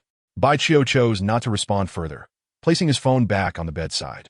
What he did not anticipate was that merely half an hour later, Su Xia sent yet another message. In this lengthy correspondence, she primarily sought to convey her wish for Bai Qiu to transform her into a more beautiful version of herself, akin to a flower. For this, she stated that she would consider any conditions he might propose. Chapter 31. Depart. Bai Qiu was no longer the naive young man he once was. He possessed a keen understanding of human nature. He could easily surmise that Su Xia was not genuinely interested in mending their relationship, but was merely attempting to extract some advantage from him. Should he grant her any favor, rather than expressing gratitude, she would likely mock his foolishness in secret. Such a course of action was beneath him. However, he did not mind toying with this school beauty, who exuded an air of superiority. Thus, he replied with a tantalizing question. Are you truly willing to accept any condition? Within mere seconds, Su Xia's response arrived. She stated, "It cannot be an outrageous condition, such as asking me to die or to sleep with you." Bai Qiu replied, "Ha, I'm not in need of money at present, and with your capabilities, you cannot offer me much assistance. Apart from your beauty, I truly cannot think of anything that merits my attention." Su Xia countered, "Did you not claim that I am not particularly stunning? Why then would you be concerned about my beauty?" Bai Qiu responded, "To say you are not particularly stunning implies you possess some charm. It is human nature to appreciate beauty." After a full 10 minutes, Su Xia finally replied, presumably after some contemplation or discussion with others. She stated, "Very well. If you desire to use my companionship as a condition, I can accept. However, you must first assist me in becoming more beautiful. Otherwise, if you take advantage of me without fulfilling your promise, would I not be at a great loss?" Bai Qiu retorted, "I share the same concern. If I enhance your beauty and you refuse to accompany me, where would I seek justice?" Su Xia proposed we could first draft the contract. Bai Qiu, irritated, replied, "Do not be ridiculous. Such a contract would hold no legal validity." Su Xia pressed, "Then what do you suggest?" Bai Qiu replied, "Follow my instructions, or we have nothing further to discuss. After all, I am not the one seeking your favor." Su Xia merely replied with a ha-ha and said nothing more. Bai Qiu surmised that this so-called school beauty was undoubtedly cursing him in her heart. As the night passed, Thursday morning arrived. After breakfast, Bai Gang continued to drive Bai Qiu to the entrance of the city's #1 high school. He had always treated Bai Qiu well, but he had not previously made a habit of driving him to school. Clearly, recent events had prompted him to be even kinder to his nephew. This change in demeanor was also influenced by his wife, He Huizhu's altered attitude. Bai Qiu did not immediately enter the school. Instead, he first approached the doorstep of Huaduo. He sent a message to Huaduo and patiently awaited her response. Before Huaduo could emerge from her home, a middle-aged man, whose face seemed unfamiliar, approached him. "Xiao Qiu, your sixth uncle wishes to have a word with you. Do you have a moment?" The man wore a short-sleeved white shirt with a standing collar, light blue casual trousers, and held a pair of sunglasses, speaking in a relatively polite manner. "Sixth uncle?" Bai Qiu scrutinized the man closely, and suddenly recalled that the previous Bai Qiu had indeed had some connection with him. The man, Long Shixing, in his 30s, was the cousin of Long Xiyu and ranked 6th among the young generation of the Long family. The former Bai Qiu had spent several years in the capital's Long family. Thus he had become acquainted with Long Shixing, but after so many years of separation, the familiarity had faded. "What do you wish to discuss?" Bai Qiu asked. "I would like to talk about bringing you back home." "Home? To the capital?" "Indeed. I see no reason to discuss this matter, and classes are about to commence." "I do not have time for idle chatter," Bai Qiu replied indifferently. In the memories of the previous Bai Qiu, Long Shixing had not only disliked him as a child, but had also harbored disdain for his mother, Bai Weiwei. Bai Qiu could surmise that his recent actions would undoubtedly draw the attention of the capital's Long family, prompting a shift in their attitude towards him. Yet he felt no joy in this realization. When one is down and out, they are discarded. When one begins to grow stronger, they come seeking to win favor. Such behavior is utterly shameless in Bai Qiu's eyes. "Xiao Qiu, I understand that the family has neglected you over the years, but regardless, you are still one of us in the Long family. This is an unchangeable truth." Seeing Bai Qiu's cold demeanor, Long Shixing felt a surge of anger rising within him. But he ultimately restrained himself. "I am no longer a member of the Long family. I hope you continue to disregard me. This is not mere petulance. It is my genuine sentiment." Bai Qiu replied blandly, "Aside from neglect and disdain, the Long family can offer me nothing that I cannot achieve through my own efforts. I do not require your assistance, nor should you expect to provide any benefits to the Long family. From beginning to end, the Long family has never declared that they do not recognize you. If it had not been for your mother taking you away, you would have remained our young master." Long Shixing squinted as he spoke. "If you refuse to return to the family now, it is tantamount to outright betrayal. You must consider the consequences. Is it I who am betraying you, or you who have cast me aside? Is there anyone unaware of this? Now you wish to forcefully rewrite history?" Bai Qiu, infuriated, retorted, "The esteemed Long family has lost all sense of dignity." "Enough!" Long Shixing could no longer suppress his fury. As he shouted, he swung his arm, delivering a slap towards Bai Qiu. "Begone!" Bai Qiu roared in response, his eyes flashing with intensity. Long Shixing found himself suddenly dizzy, having just swung his hand when he instinctively stumbled back a step. Just as he regained his footing, he felt a sharp kick collide with his abdomen. Bang! Long Shirshing was sent flying, crashing to the ground, and could not help but spit out several mouthfuls of blood. Though he was in the prime of his youth, having trained in martial arts since childhood, he was severely injured by a single kick, demonstrating the immense power behind it. This time, I merely instructed you to leave. Should you dare to return and cause a ruckus, you will find no opportunity to escape. As Bai Qiu uttered these words, Huaduo emerged from her home and approached him. She first glanced at Bai Qiu, then at the distance where Long Shirshing was clutching his abdomen, her exquisite face etched with confusion. Clearly, she could discern that Long Shirshing had sustained significant injuries, while Bai Qiu's expression was cold and his anger still simmering. The time is getting late. We should head to school to avoid being tardy. Bai Qiu's expression quickly reverted to normal, and after casting a final glance at Long Shirshing, he walked away with Huaduo. Long Shirshing finally subdued the injuries within him, struggling to rise to his feet as he gazed at the retreating figures of Bai Qiu and his companion, quietly wiping the blood from the corner of his mouth. He could hardly comprehend how, despite being on the verge of reaching the pinnacle of the third tier of cultivation, he had been so effortlessly knocked down. It was utterly humiliating. Beyond confusion, his predominant emotion was one of indignation. Not only was he an elite expert of the Long family, but he was also Bai Qiu's uncle. How could he possibly swallow this humiliation after being kicked away by Bai Qiu? Chapter 32. Long Shirshing knew he could not act recklessly. Whatever he intended to do, he first needed to inform his family. Thus, he made his way to a secluded spot where he took out his mobile phone. After embellishing the events that had transpired, his cousin Long Xiu instructed him to return to the capital immediately. Though he felt reluctant, he had no choice but to comply. Deep down, he was aware that his family had sent him merely to test the waters. It would be preferable to bring Bai Qiu back, but if that proved impossible, it was of little consequence. They had all anticipated that Bai Qiu would refuse to return to the Long family. Yet they had not expected his attitude to be so forceful and hostile. He could not allow himself to suffer such a loss in silence. After ending the call, Long Xiu thought with resentment. Upon returning, I must ensure that the family publicly declares a severance of ties with that brat. I am certain my cousin-in-law would be more than willing to facilitate this matter. During his conversation with Long Xiu, he had not mentioned that he was the one who struck first. Instead, he claimed that Bai Qiu had suddenly attacked him with a flying kick. He chose to frame it this way to highlight Bai Qiu's malicious demeanor and to avoid being ridiculed himself. That day, Bai Qiu spent a rather tranquil time, engrossed in his studies. As his knowledge expanded, he increasingly felt that this planet called Earth was rather extraordinary, undoubtedly concealing secrets yet to be uncovered. In his previous life, after rising in the realm of cultivation and becoming a true powerhouse, he had traversed countless planets but had never heard of Earth, nor had he ever set foot upon it. Of course, the realm of cultivation was vast beyond measure, and it was impossible for anyone to have visited every corner of it. Ji Mingyang had yet to attend class, likely not returning until after the college entrance examination.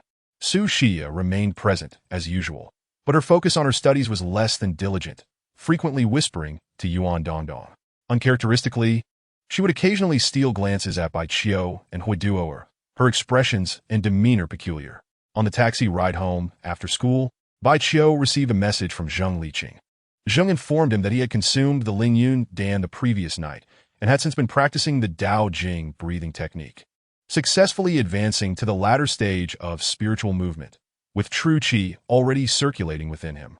Bai Qiu simply replied with an MM. That same night, after killing Ji Guangyuan, Zheng had changed his phone and number, planning to frequently do so in the future, making it impossible for anyone to track him down. Bai Qiu was aware of this, and thus had no concerns about their communications being monitored. Not long after arriving at Huiru's fruit shop, an unfamiliar man and woman approached, stating they wished to speak with Bai Qiu privately. Bai Qiu, not inclined to entertain them, curtly responded that he was busy. In truth, he was indeed preoccupied, savoring the various fruits in the shop. The night before, during dinner, he had instructed Huiru to stock up on some unusual fruits. Although she did not fully grasp his intentions, she did not disappoint him. Classmate Bai Qiu, please do not misunderstand.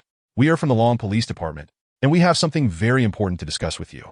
The two presented their credentials. Bai Qiu glanced at them casually before picking up a dragon fruit and slowly slicing it open, simultaneously saying, I am really busy. Please get to the point. The two exchanged displeased looks, thinking to themselves, this Brad is merely eating fruit. How could he be busy?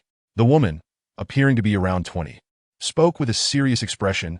We would like to invite you to participate in a trial training organized by the Long Police Department. If you complete the training, you could become a Long Police officer, just like us. I understand, Baichio nodded, taking a bite of the dragon fruit's flesh.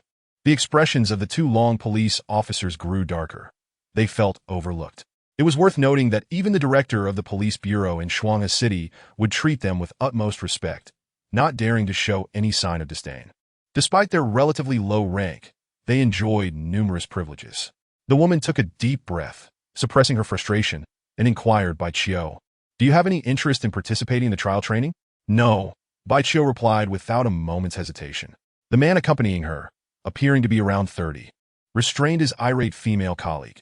He forced a smile and pulled a piece of paper from a folder, handing it to Baichio while saying, "Classmate Baichio, please take a look at the Long Police Department's information before making a decision." Baichio set down the dragon fruit and knife, accepting the paper filled with small text. After glancing through it, he feigned surprise, exclaiming, "Oh, being a Long Police officer comes with such prestige. You can even mobilize the military. Impressive." The woman was pleased with Baichio's reaction, raising her elegantly arched eyebrows as she remarked, "The benefits of being a Long Police officer extend far beyond what is written on this paper. However, becoming a Long Police officer is not an easy feat. Although your skills are commendable, the likelihood of passing the trial training is not particularly high." "Is that so?" Baichio set down the paper and shook his head, saying, "Then I'm even less interested. To go through all that effort for a training session, only to end up with nothing, would not only be a blow to my pride but also a waste of time." "You!" The woman glared, her anger palpable. She had intended to provoke Baichio into rising to the challenge, yet he chose to retreat instead. Shouldn't a young man of his age be brimming with vigor and unwilling to concede defeat? "Classmate Baichio, the trial training will take place after the college entrance examination. During the period before the results are released, it won't have a significant impact on you." The robust man interjected, "If you pass the trial training and become a Long Police officer, you could have a high-paying and respectable job without needing to attend university. Wouldn't that be wonderful?" No, I still plan to attend university." Baichio shook his head, recalling the wager he had with Su Xia and Yuan Dongdong. He did not wish to lose for any reason. Being a Long Police officer would also require extensive knowledge. The man paused before adding, "Of course, becoming a Long Police officer does not preclude you from attending university. You can be both a Long Police officer and a university student. The two are not mutually exclusive." "Is that so?" Baichio was somewhat surprised. "Absolutely. After all, you are only 18. Even if you become a Long Police officer, you won't be assigned any significant tasks." The man nodded in affirmation. "I will think it over." Baichio neither rejected nor accepted outright. "All right." The man did not press further, pointing to the paper. "This contains our contact numbers. If you decide to participate in the trial training, you can reach out to us." With that, the seemingly unremarkable pair, who were nonetheless quite capable, exited the fruit shop. At that moment, Huiru approached Baichio, picking up the paper and exclaiming, "Xiao Qiu, this is truly a remarkable opportunity." Chapter 33. A notice after leaving the fruit shop. Jianghu and Pan Qianqian quickly settled into a black sedan. The vehicle slowly pulled away, cruising down a main road. "That brat is infuriating." Pan Qianqian, with her short, tousled hair, fumed. "What kind of attitude was that? It's as if he doesn't regard us in the Long Police Department at all." "Young people tend to be a bit high-headed, especially since he is a fairly capable young man," Jianghu replied. The stout figure of Jianghu, whose physique could be likened to that of a tiger's back and a bear's waist, drove the vehicle with a cheerful demeanor, exclaiming, "To be able to single-handedly subdue nearly 20 individuals, especially when they are armed with sharp blades, is indeed a remarkable talent." Pan Qianqian nodded in agreement and replied, "If it were any one of us, even if we could take down a dozen ordinary armed individuals, it would be exceedingly difficult to do so without inflicting harm. How on earth did that fellow manage it? His aura hardly seems formidable." Jianghu, responding first, sighed, "The Long family truly misjudged the situation. Such a fine talent, and yet they cast him aside. I reckon they are now regretting their decision." Pan Qianqian smiled and added, "Well, it's for the best. Had that lad remained with the Long family, we wouldn't have had the chance to recruit him into our dragon police. That's why I was so insistent on keeping you calm." Jianghu squinted and remarked, "The Long family will undoubtedly resort to coercion and bribery in an attempt to lure him back. However, that lad is unlikely to be swayed by material temptations, as he harbors a deep-seated resentment towards them. As for coercion, he may find it challenging to withstand alone. If we extend a sincere invitation, he would likely be willing to join us, if only to avoid the Long family's threats. Our visit to find him together certainly demonstrates our sincerity, does it not? Pan Qianqian scoffed. Let us not dwell on that for now. We should patiently await his contact. Zhang Hu replied nonchalantly, what if he doesn't call us? Pan Qianqian inquired with curiosity. Zhang Hu shook his head. Rest assured, he will undoubtedly reach out to us.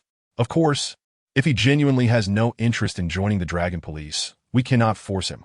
After all, a reluctant fruit is not sweet. On Friday morning, Bai Qiu was studying at school when he suddenly received a call from his uncle, Bai Gang. The timing of the call suggested that there was something of great importance to discuss. Indeed, Bai Gang informed Bai Qiu that the Long family in the capital had just sent him a photograph.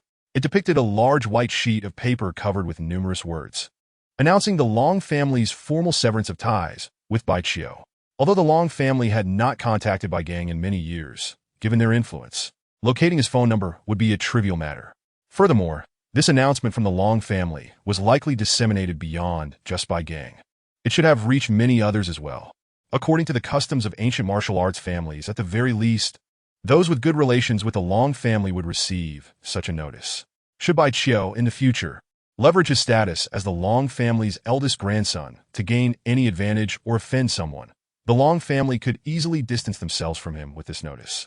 This announcement served not only as a notification, but also as a warning. We, the Long family, have severed ties with Bai Qiu. Anyone who maintains a good relationship with him or offers assistance will be regarded as our enemy.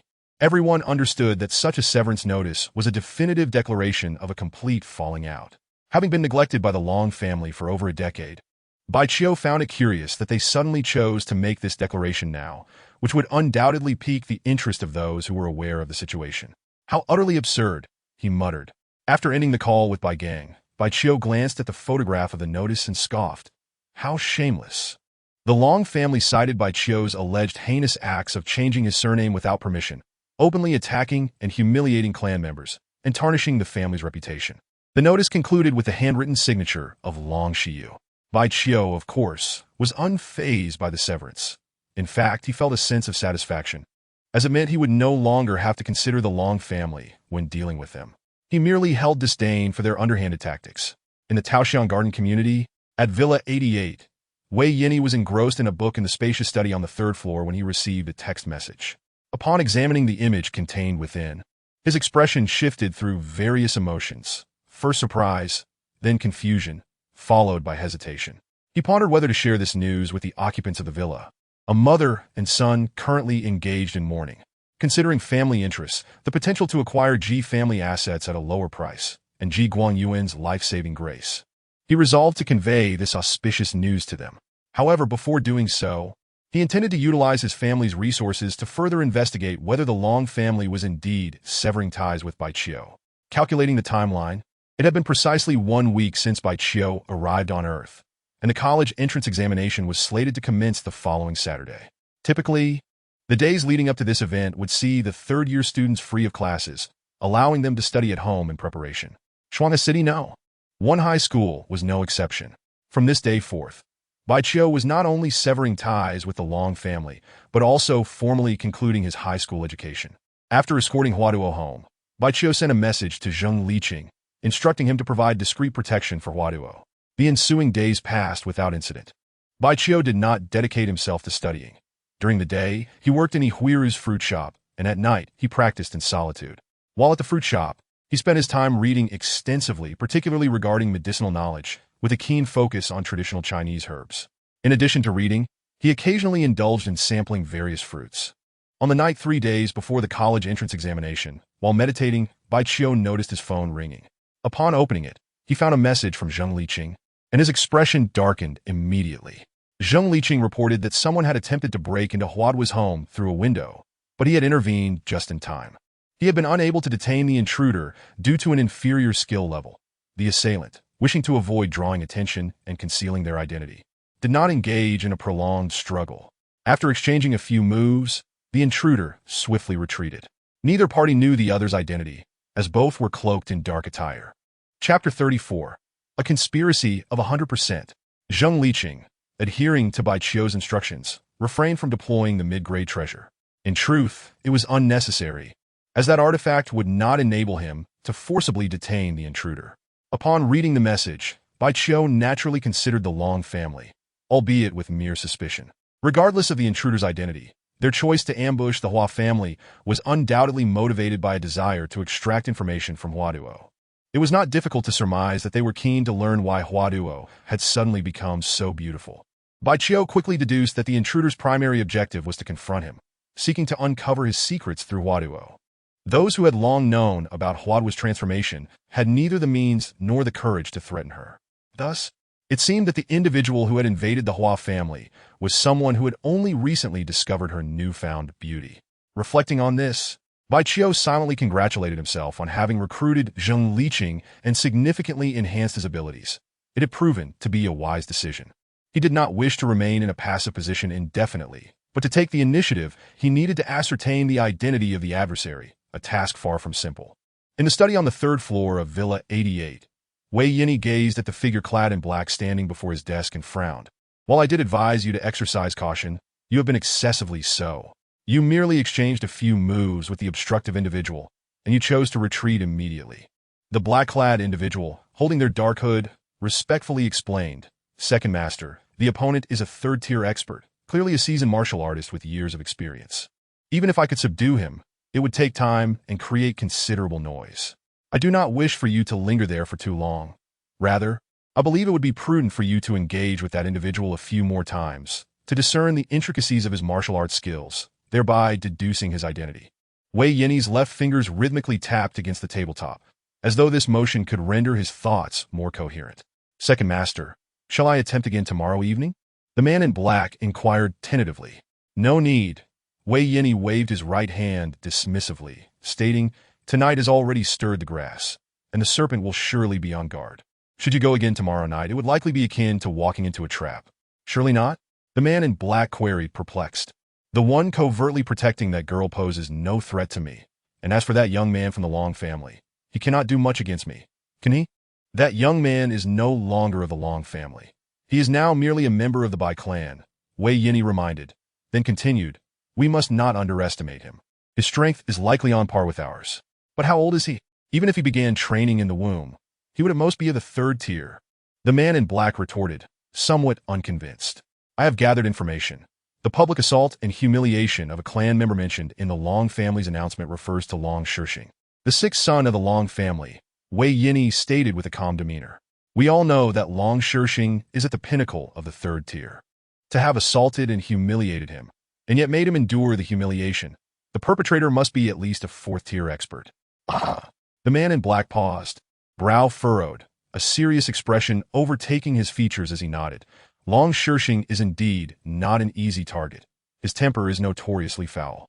He then asked, puzzled Second Master, the Long family must be aware of Long Shirxing's temperament. Why did they insist on sending him to Shuanga City to find Bai Qiu? Wei Yinyi smiled and replied, It is quite simple. The Long family anticipated that Bai Qiu would not receive him warmly, so they dispatched someone with a bad temper in hopes of intimidating her. What they did not expect was that Bai Qiu not only remained unfazed but managed to turn the tables on them. The Wei family and the Long family have a long-standing enmity, and upon hearing of such a disgraceful incident involving the Long family, Wei Yinyi, as a member of the Wei family, naturally felt a sense of satisfaction. The man in black shared in the amusement, adding, No wonder the Long family was so enraged that they declared a severance of ties with Bai Qiu. Regardless, we must continue to investigate and probe into Bai Qiu's background. Once we ascertain the facts, we shall act with the full force of a thunderstorm. Wei Yinyi instructed, then sighed. It is truly a pity. Had we been able to retain that young man, he might have caused the Long family to face even greater embarrassment in the future. He can only blame himself for revealing his brilliance too early. The man in black scoffed. The attack on the Hua family did not result in any significant repercussions, as the ill-intentioned individual did not forcibly intrude through the window.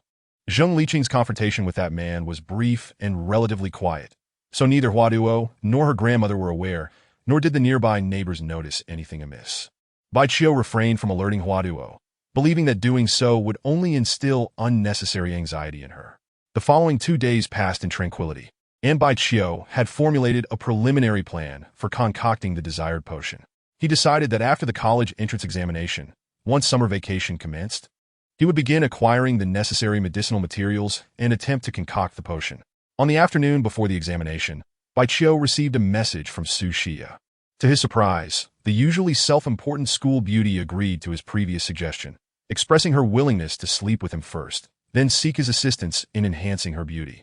He had merely intended to tease her and had never anticipated an actual encounter.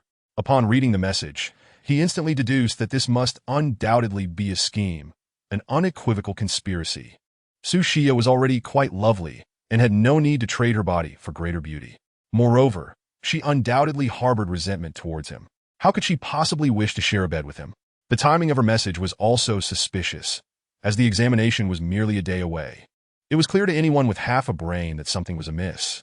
She must not believe me to be a fool, nor think me easily deceived. Yet she still sent this message. Could it be that she thinks I covet her beauty, willingly taking the risk despite knowing something is off? Holding his phone in one hand and stroking his chin with the other, Bai Qiu pondered deeply. He was quite curious about Su Xia's true intentions and the nature of the trap she had laid. After a moment's contemplation, he replied to her message, expressing his stance. Not long after, he received another message from Su Xia, claiming that she would stop by the school to collect her examination admission ticket before finding a hotel on her way home. He responded with a simple okay. He understood that after receiving his reply, Su Xia would need to prepare. If this young lady had no formidable cultivators backing her, her schemes posed no threat to him. Placing his phone back into his pocket, a smile crept onto Bai Qiu's lips as he mused. If she is being manipulated and a skilled cultivator is involved, I shall have the perfect opportunity to catch them in the act. Chapter 35. Do you like me? At 4 o'clock in the afternoon, Bai returned to the fruit shop. He had returned early because Bai Qiu needed to go to school to collect his examination admission ticket. At this hour, the fruit shop was quite busy, and he needed to lend a hand. At 4:30, Bai Qiu stood in his classroom, receiving his admission ticket from the homeroom teacher, Zhou Ping. Hua Duo was also in the classroom. She had received her ticket earlier but did not rush home, clearly waiting for Bai Qiu. Upon seeing Bai Qiu approach, Hua Duo lowered her head slightly, her eyes cast down at her feet, appearing somewhat bashful. Hua Duo, why are you looking down? Bai Qiu casually patted her shoulder as he reached her. And nothing, Hua Duo replied, raising her head with a bright smile that turned her eyes into crescent moons. You must do your best over the next couple of days. Rest assured, Bai Qiu said confidently. Come, let me walk you home. All right. Hua Duo nodded obediently. As they reached the classroom door, Wang Jian, dressed in shorts and a short-sleeved shirt, rushed over. Bai Qiu, Hua Duo, after the college entrance examination, you two must treat us. Oh, why must we treat you? Bai Qiu, being somewhat frugal, instinctively frowned at Wang Jian's words. Aren't you two dating? Wang Jian replied. The boys in our class agreed that whoever gets into a relationship must treat us to drinks. Hua Duo remained silent, stealing glances at Bai Qiu's expression.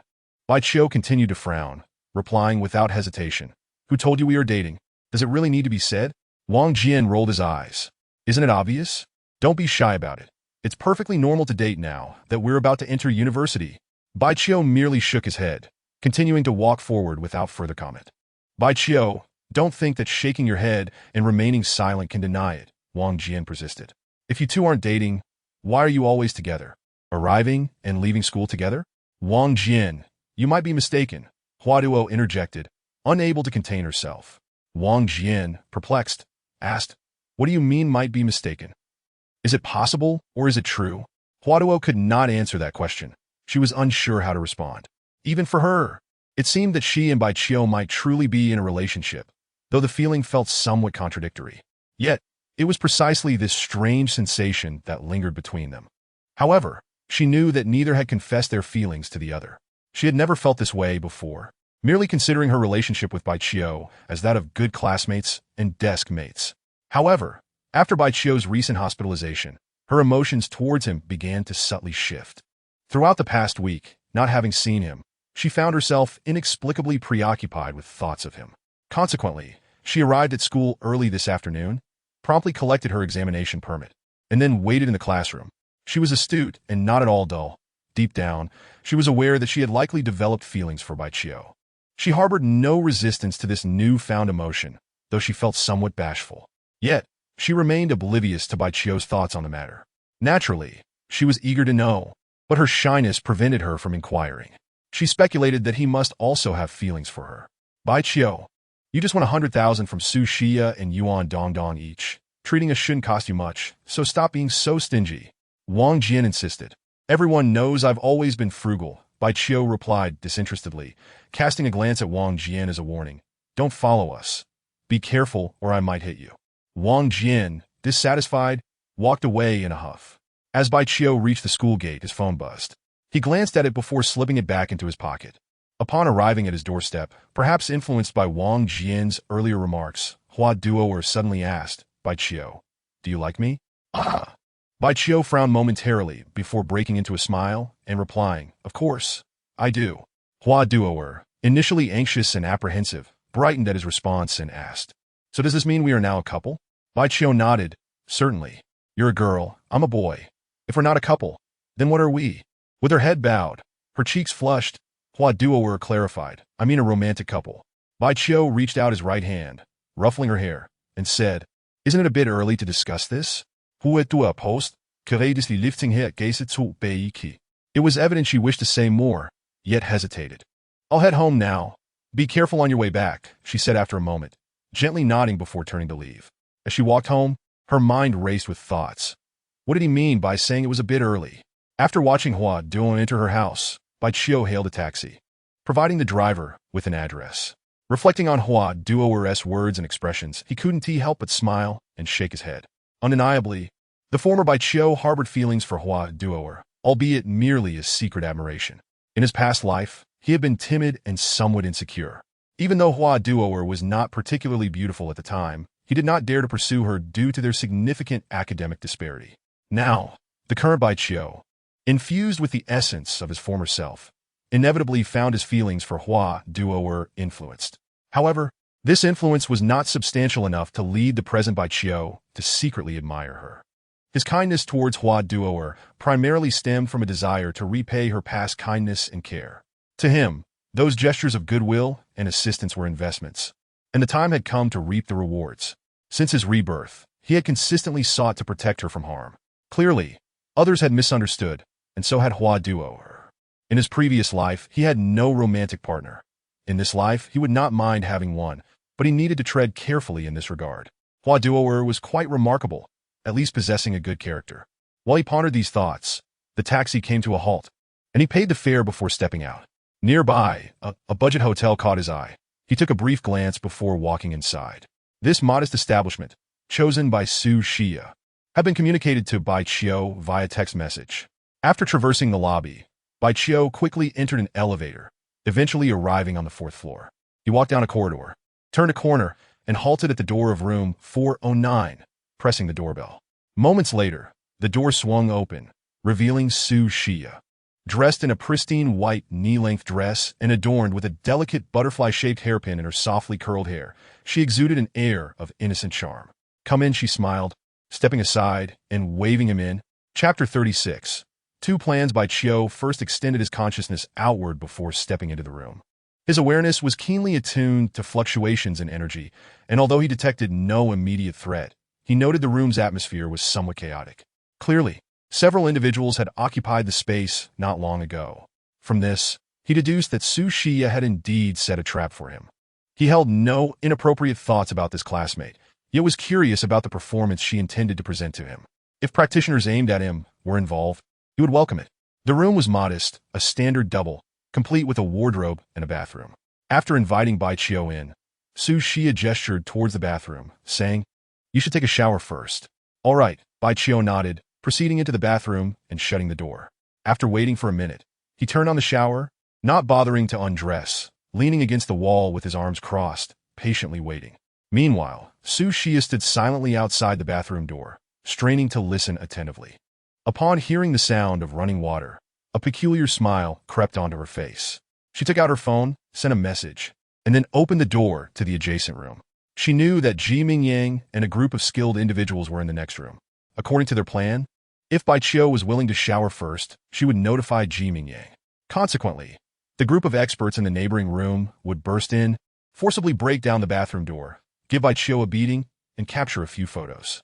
Ji Mingyang had previously assured her that he would ensure Bai Qiu ended up in the hospital. This way, Bai Qiu would be unable to participate in the exam the following day, alleviating her concerns about losing the wager with Yuan Dongdong. Furthermore, Bai Qiu's beating, coupled with compromising photos circulating online, would serve as a satisfying revenge for her. However, plans often fall prey to unforeseen changes. After waiting patiently for an extended period, she found herself still without Ji Mingyang's arrival, ultimately witnessing Bai Qiu emerge from the bathroom.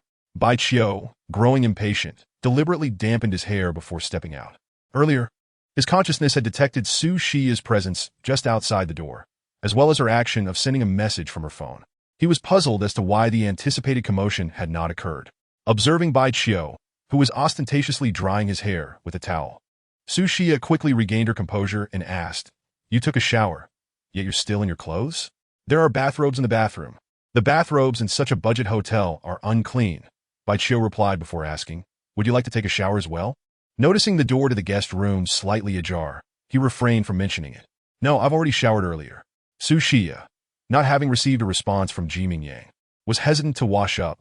If she were in the shower when Ji Mingyang suddenly barged in, it would be exceedingly embarrassing for her. Seeing Bai Qiu scrutinizing her with skepticism, she added, "I also felt the bathrobe here was unclean, so I didn't change." Tossing the towel aside, Bai Qiu smiled and said, "Shall we begin then?" Su Shiya picked up a bottle of red wine from the bedside table, suggesting, "Let's drink some wine to bolster our courage and set the mood." This was part of another plan she had devised with Ji Mingyang. If Bai Qiu was unwilling to shower, she would try to get him to drink some of the problematic wine. Indeed, this approach is undeniably more prudent, especially considering Bai Qiu's formidable skills. Waiting for him to lose consciousness before making a move is undoubtedly the optimal choice. However, persuading Bai Qiu to consume alcohol is no simple feat. Any rational individual would suspect that this bottle of red wine is compromised, and Bai Qiu is certainly no exception. It is precisely because I anticipated that Bai Qiu would be difficult to deceive that this plan serves merely as a contingency.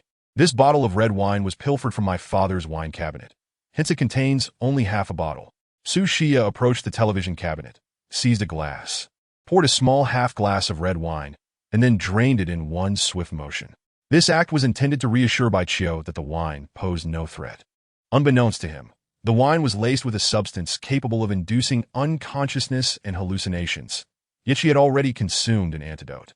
Trusting Ji Mingyang, while harboring a deep-seated hatred for Bai Qiu, she was willing to take the risk and collaborate with Ji Mingyang's scheme.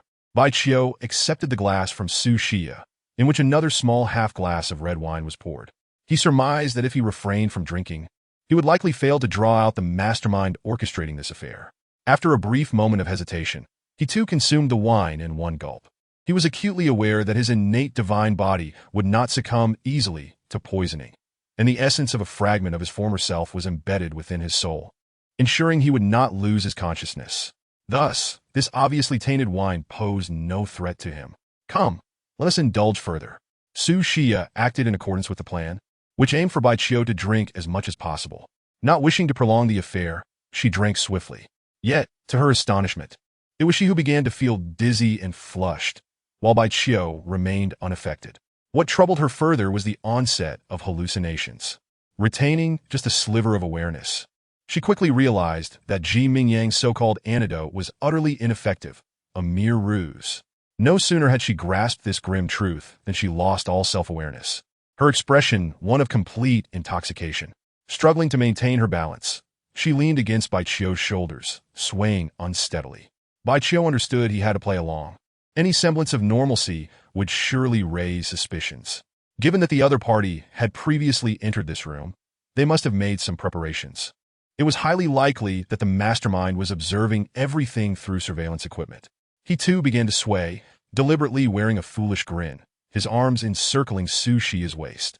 In such circumstances, it was inevitable that they would collapse onto the bed together. In the adjacent room, Ji Mingyang sat beside a small tea table, flanked by a cadre of skilled men, including Wei Yinyi. Upon the table rested a laptop, its screen displaying a video window. At that moment, the footage revealed Bai Qiu and Su Shiya entangled on the bed. "Uncle Wei, did you provide a fake antidote?" Ji Mingyang's expression soured as he observed the charade threatening to become all too real, especially since Su Xia had already consented to be his girlfriend. That drug has no genuine antidote. Wei Yinyi remained fixated on the laptop screen, his tone unperturbed. Can we act now? Ji Mingyang was infuriated, but dared not express his wrath. Do not rush, let us bide our time. Wei Yinyi, cautious, narrowed his eyes. That boy is no ordinary individual. We should observe a while longer. Chapter 37. Let us take action. The time for waiting has passed. Ji Mingyang sprang to his feet, pointing at the laptop screen. Xia is my girlfriend. Am I to stand idly by while she engages with another man? Mingyang, you are still young. In time, you will understand that there are many beautiful women. Wei Yinyi placed a hand on Ji Mingyang's shoulder, speaking earnestly. To achieve great things, one must not be bogged down by trivial matters. If you are too attached to your possessions, you will never catch the wolf. Uncle Wei, if it were your girlfriend on that bed, would you remain so composed? Ji Mingyang, in his youthful fervor, spoke without thinking. Impudent. Before Wei Yinyi could respond, one of the men beside him, already incensed, raised his arm in anger. Ha! Wei Yinyi withdrew his hand from Ji Mingyang's shoulder, intervening to halt the action of the irate individual beside him, chuckling as he said, I would never allow my woman to be involved in such matters. Ji Mingyang furrowed his brow, momentarily taken aback. He was well aware that it was he who had urged Su Xia to collaborate in this ruse against Bai Qiu. Noticing Ji Mingyang's apparent calmness, Wei Yinyi continued, I have a strong suspicion that boy is merely acting. His ease of falling into the trap is highly suspect. Perhaps he is not feigning, Ji Mingyang interjected. Uncle Wei, you may not be aware, but that boy has long regarded Xia as his dream girl. Just like all the other boys in our class and school, he averted his gaze from the laptop screen, unwilling to witness the scenes unfolding within the video window. Those images felt like daggers, slicing away at his heart with each glance. While he turned away, others scrutinized the footage intently. In the video, the couple was not only locked in an embrace, but their hands were also audaciously exploring each other, their skin flushed with a matching hue. Their breaths were heavy, expressions intoxicated. It was evident that the pair had succumbed to a state of fervent passion. Wei Yinyi discerned that Su Xia was not acting. She had genuinely lost her clarity of mind. He harbored doubts about Bai Qiu, but could find no evidence of deception. He was thoroughly acquainted with the potency of the drug he had administered. Even a fifth-tier expert would struggle to withstand its effects. Let us proceed. After waiting approximately 2 minutes, witnessing Ji Mingyang's anguished expression and the couple on the video beginning to disrobe, he resolved to act without further hesitation. Thus, soon the room was left with but a single occupant, Yuan Dongdong, Su Xia's loyal friend, who had remained silent until now. Once the others departed, she approached the tea table, her face a canvas of complex emotions as she beheld the video feed. Unknown to others, Yuan Dongdong had played a significant role in Su Xia's scheme against Bai Qiu. Although her family was relatively well off, it paled in comparison to Su Xia's, and she could not afford to lose 200,000 yuan. As she witnessed Su Xia seemingly being taken advantage of by Bai Qiu, inexplicably, instead of feeling anger, a flicker of joy and satisfaction arose deep within her. She was perceived as the fat girl among her peers, her appearance and figure starkly contrasting with Su Xia's. The more time she spent alongside the campus beauty, the greater her psychological burden became. If this beautiful friend were to acquire a significant blemish on her reputation, it might serve to narrow the chasm between them. Lost in thought, Yuan Dongdong observed through the surveillance video that Ji Mingyang and his associates had burst into the adjacent room. What neither she nor Ji Mingyang had anticipated was that Bai Qiu, who had been entangled with Su Xia on the bed, suddenly sprang up, leaping off the bed in the blink of an eye. Chaos erupted in the room as a fierce battle ensued. Yuan Dongdong believed that even if Bai Qiu had not been deceived, defeat was inevitable. After all, he faced numerous opponents, all reputed to be formidable fighters. The disparity in numbers was simply too great. This was a sentiment shared by Ji Mingyang, Wei Yinyi, and the others. Thus, even upon realizing Bai Qiu was merely acting and had not truly fallen into their trap, they had no intention of retreating. They were determined to confront Bai Qiu to the bitter end. Indeed, this was a battle for survival. Neither side would show mercy. Wei Yinyi's resolve was clear. If they could not subdue and capture Bai Qiu, they would eliminate him on the spot. As for the aftermath, they had already made arrangements. The hotel owner had been bribed, the surveillance systems had been disabled, and this floor was devoid of other guests or staff. They had entered unseen and would depart just the same. Though Ji Mingyang possessed a tall stature, he was unversed in martial arts and had never undergone any training. Therefore, he could not partake in the ensuing fray. Instead, he swiftly lifted Su Xia in his arms and carried her to an adjacent room. The danger loomed too great for him to venture further, so he settled at the bedside to assess Su Xia's condition while awaiting news. He was resolute in his belief that Bai Qiu was destined to meet his demise this time. At that moment, Bai Qiu's situation appeared grim indeed. His adversaries not only outnumbered him, but each was a formidable opponent, far surpassing the ordinary thugs of Hoshan. These individuals clearly hailed from the same faction, displaying an impressive synergy in both their offensive and defensive maneuvers.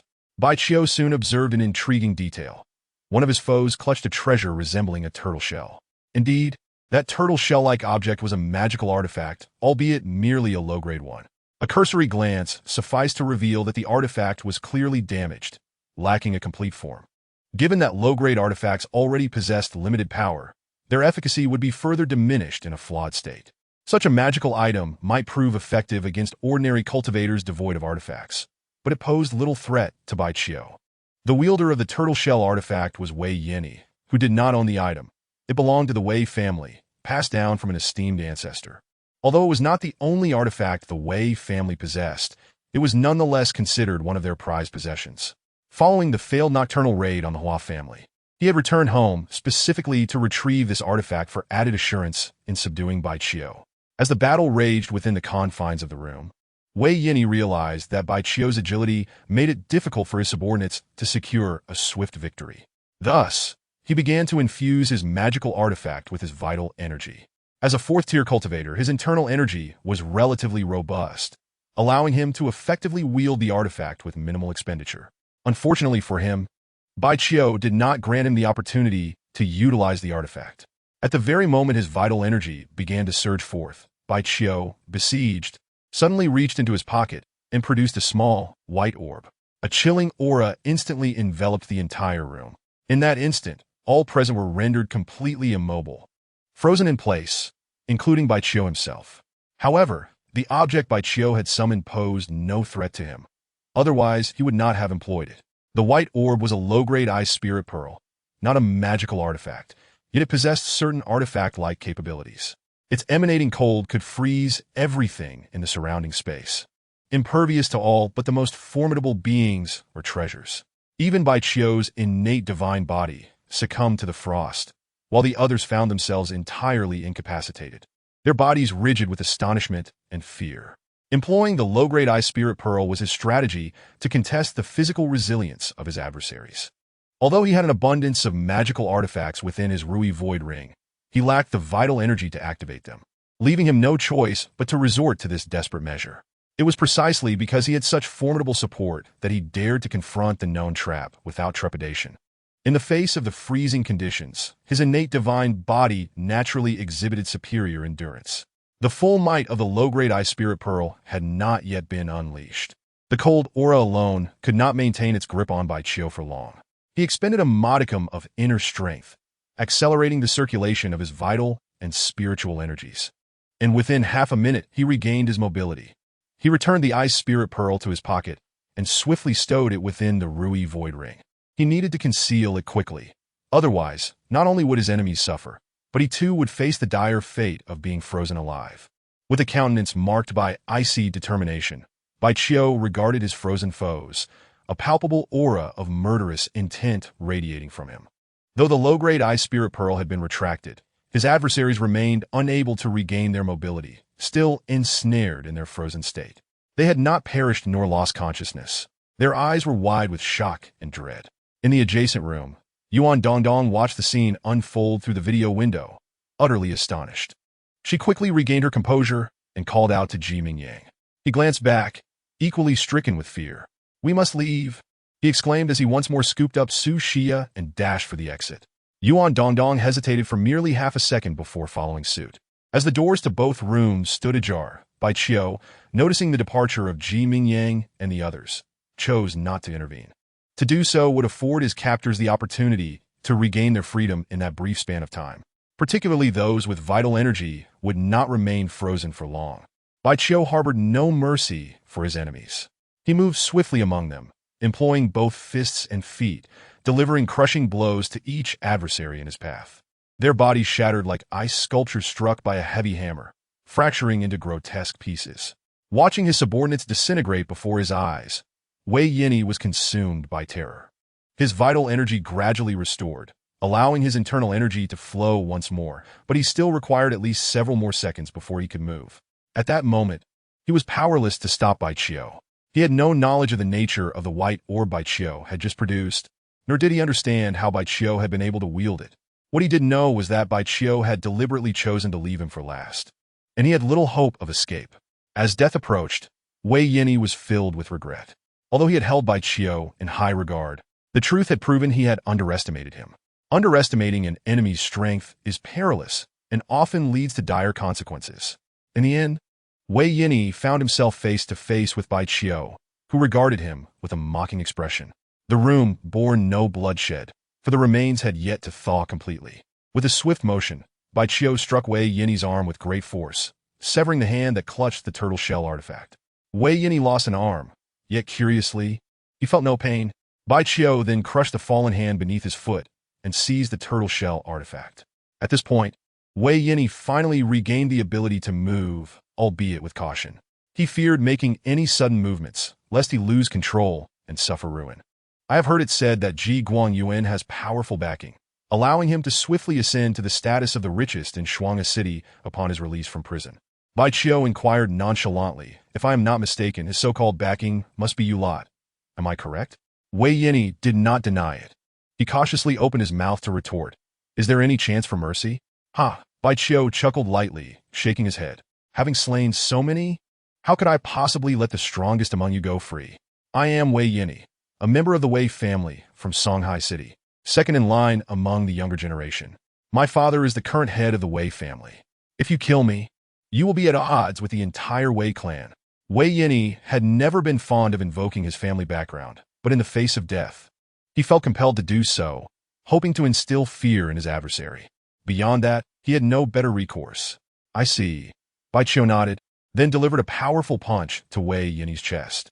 The force of the blow caved in his chest, undoubtedly inflicting fatal damage to his heart and lungs. His body collided against the wall, and in his final moments, his eyes bulged wide with an expression of utter unwillingness. He had not anticipated that this mere 18-year-old youth could be so ruthless and decisive. Bai Qiu had spared Wei Yinyi merely to ascertain the man's origins. Now that he had learned what he sought, there was no need to squander further time. After a moment of contemplation, he summoned the Rui Void Ring to his left index finger.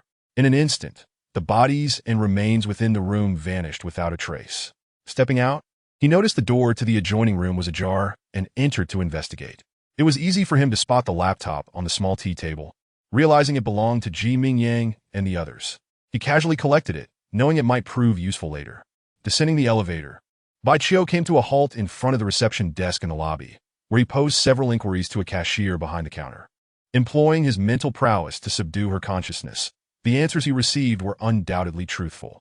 Through the cashier's responses, he discerned that Ji Mingyang and his companions had not registered for a room, and they had not even entered this budget hotel through the main entrance.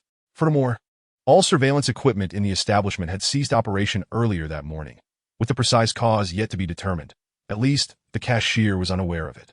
From this, he could infer that they had meticulously planned their actions, wishing to leave no trace. Coincidentally, this aligned perfectly with his own intentions. When Ji Mingyang, Su Xia, and Yuan Dongdong departed, they too had not used the main entrance. After some contemplation, Bai Qiu temporarily relinquished his thoughts of confronting those three classmates. With an air of nonchalance, Bai Qiu exited the hotel and hailed a taxi by the roadside, taking his seat within. As the vehicle roared to life and sped down the thoroughfare, he retrieved his mobile phone and sent a message to Zheng Liqing, instructing him to promptly send any information regarding the Wei family of Songhai City. Subsequently, he began to examine and contemplate the peculiar turtle shell artifact. Chapter 39. Terrifying Encounter. This artifact appeared to be a relic from ancient earth cultivators, of modest rank, yet possessing some research value. For instance, the method of its refinement and the intricate patterns etched upon it. Bai Qiu discerned that this turtle shell was indeed a genuine shell, likely from a 1,000-year-old spirit turtle, and of considerable quality. It was precisely due to its superior material that, despite some imperfections, it still emanated the might of a treasured artifact. What piqued his curiosity was the absence of any overt signs of refinement. It merely bore some etched patterns. That such a simple object could be classified as a magical item, albeit of the most rudimentary sort, was rather extraordinary. For a former pinnacle cultivator, to find it remarkable was certainly no trivial matter. As Bai Qiu scrutinized the patterns, he soon realized their extraordinary nature lay within them. They appeared simplistic, neither tightly woven nor overly complex. Yet they were not the usual restrictive runes or incantations carved upon magical artifacts. They represented a form of basic Tao patterns. These Tao patterns, which resonate with the heavenly principles when inscribed upon an artifact, enable it to invoke the might of celestial laws. However, Tao patterns also vary in rank. In the celestial realm, the formidable nature of extreme Tao Emperor's weaponry stems not only from their high-quality materials, but also from the inscription of advanced Tao patterns. Nevertheless, despite Bai Qiu's extensive knowledge from his previous life, he had scarcely heard of artifacts adorned with Tao patterns, even of the most rudimentary kind. Few cultivators could master the subtle applications of Tao patterns, and even fewer could incorporate them into artifact refinement. Those adept in such crafts were revered as masters of artifact creation. In their view, inscribing Tao patterns upon artifacts was akin to squandering resources, lacking significant purpose. Evidently, the ancient cultivators on this planet approached artifact refinement differently than elsewhere. Or perhaps, the ancient cultivators here possessed a superior understanding of Tao patterns. Of course, one could not draw such conclusions solely from this turtle shell artifact. More evidence was needed to support such claims. It was imperative to clarify this matter, as there were few threats to him on this planet, and artifacts imbued with Tao patterns were among them. The taxi journeyed for approximately 20 minutes, halting in a desolate area on the outskirts of the city. Bai Qiu alighted, watching the taxi drive away before he ventured toward a nearby grove. Traversing through the grove, he arrived at the foot of a small hill. After a careful inspection, confirming the absence of others nearby, he began to dig a large pit, gathering some dry wood to ignite within it. He then retrieved the remains of Wei Yinyi and his companions, along with a laptop, discarding them into the pit. Having completed the grim task of obliterating evidence and burying the pit, the night had fully enveloped the sky. Bai Qiu returned to the main road, where he found no taxis available and was compelled to walk a short distance. By 8 o'clock in the evening, he finally returned to He Huizhu's fruit shop, whereby Gang had been incessantly attempting to reach him by phone. Upon witnessing his safe return, the middle-aged couple felt a wave of relief wash over them. They refrained from inquiring about Bai Qiu's recent activities, despite their curiosity, as they did not wish to disturb him with concerns so close to the impending college entrance examination. Meanwhile, Ji Mingyang had remained in his family's villa for an extended period. Despite the numerous bodyguards surrounding the premises, he found it difficult to feel secure. Trembling in a corner of his bedroom, after leaving the budget hotel, he had first accompanied Yuan Dongdong to take Su Xia to a hospital, before returning home in a state of anxiety. It was not that he lacked concern for Su Xia's condition. Rather, he feared lingering in the hospital, apprehensive that Bai Qiu might come looking for him. Dressed in a black dress adorned with a white flower, Lu Ruiqing was also present. Her brow furrowed as she scrutinized her son. She could see that he was greatly shaken. Understanding her son's character, she knew he was not cowardly. Thus, his current state must stem from an encounter with something truly terrifying. She had asked him about it, but it seemed he was so frightened that he could not articulate a word. Patience was her ally as she awaited his response, offering occasional words of comfort. They must all be frozen. They are certainly dead. Ji Mingyang's expression was vacant, his eyes reddened, his lips trembling as he spoke. Hearing her son finally utter something, Lu Ruiqing's eyes brightened. She approached him, gently rubbing his back, and softly inquired, "Did your Uncle Wei and the others perish?" "Yes. Their bodies are all frozen. They have yet to return. They must be dead." Ji Mingyang vigorously nodded, the image of Wei Yinyi and the others motionless, and Bai Qiu's fierce countenance flashing in his mind. Lu Ruiqing's brow tightened further, and after a moment of contemplation, she urged, "Mingyang, please recount the events you encountered in detail." As she spoke, she brought over a cup of warm water she had prepared beforehand. After Ji Mingyang drank the water, his mood began to settle, and he recounted the events that had transpired.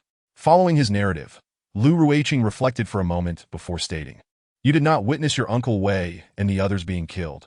Perhaps they have not perished. This statement served as a source of comfort for her as well. She resolved to wait another night. If by morning there were still no signs of Wei Yini and the others, the situation would become clear, and she would need to inform the Wei family in Songhai City. Her greater concern now revolved around her son's impending examination. If he did not participate, gaining admission to university would become exceedingly difficult. Yet if he did participate, and Bai Qiu chose to retaliate, his very life could be in jeopardy. She pondered further. If Bai Qiu were to directly confront them, what then? If even Wei Yini and his companions could not withstand him, how could their bodyguards hope to repel Bai Qiu's assault? Lost in her thoughts, she too fell into a state of unease.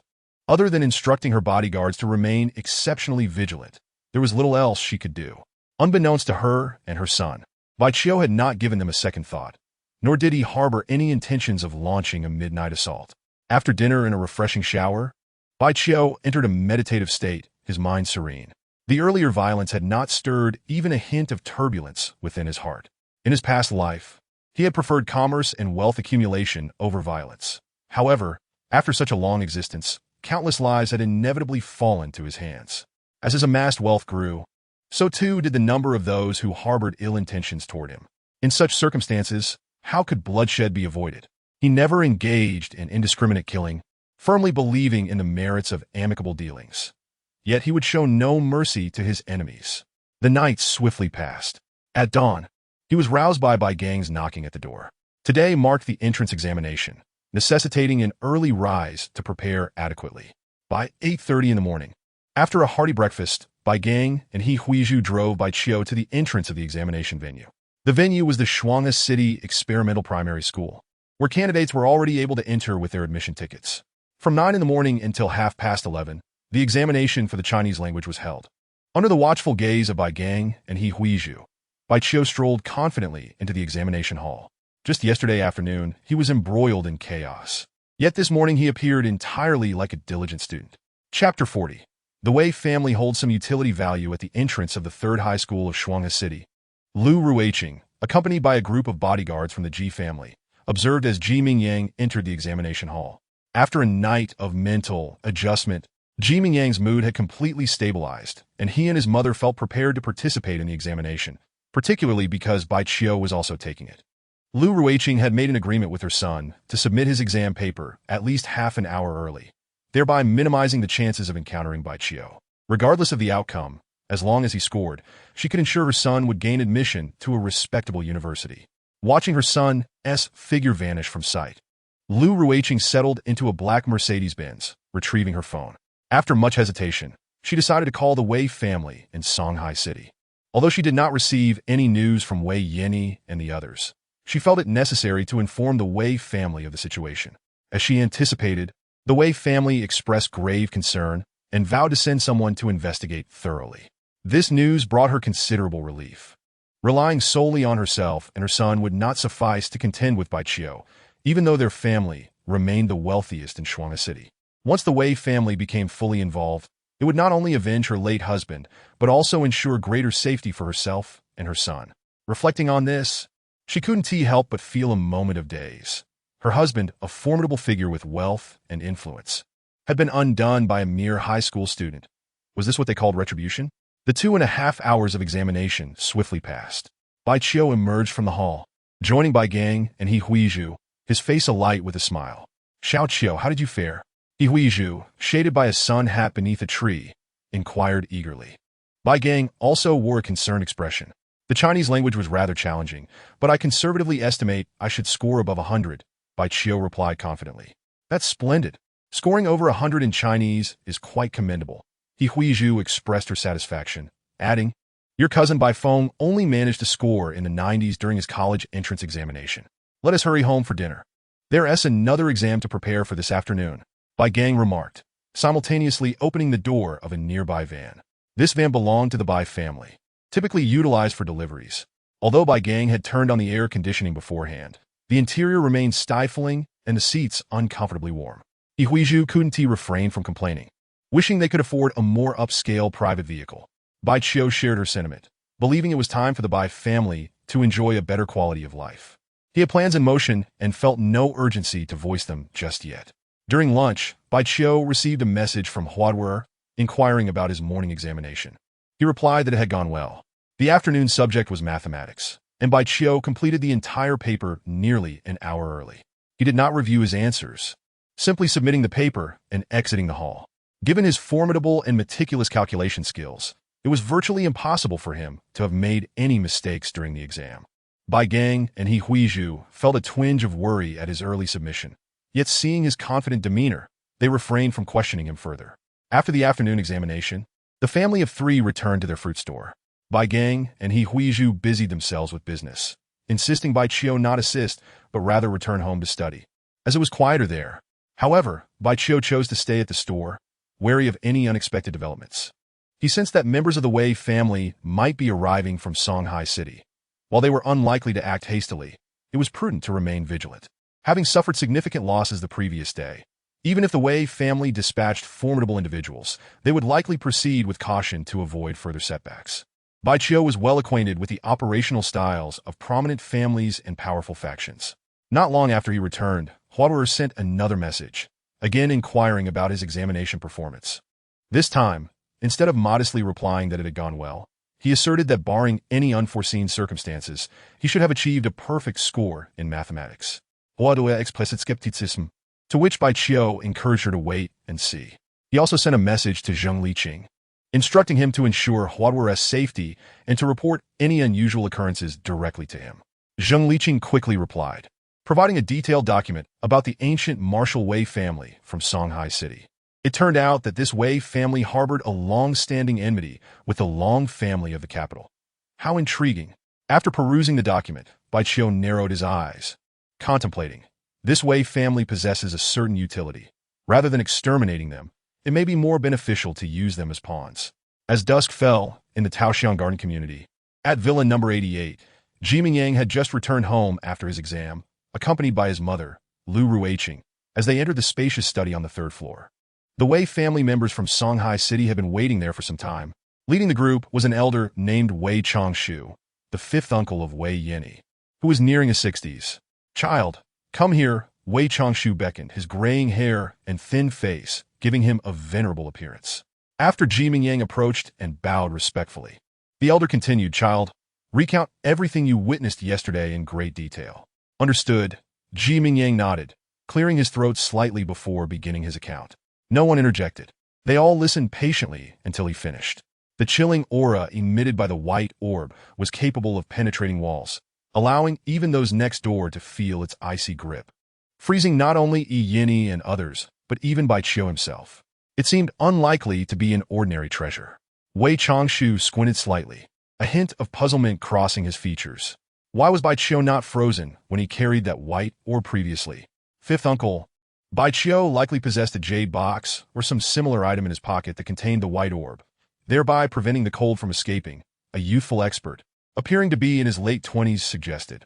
"This matter is exceedingly peculiar," Wei Changshu remarked, his expression still uncertain.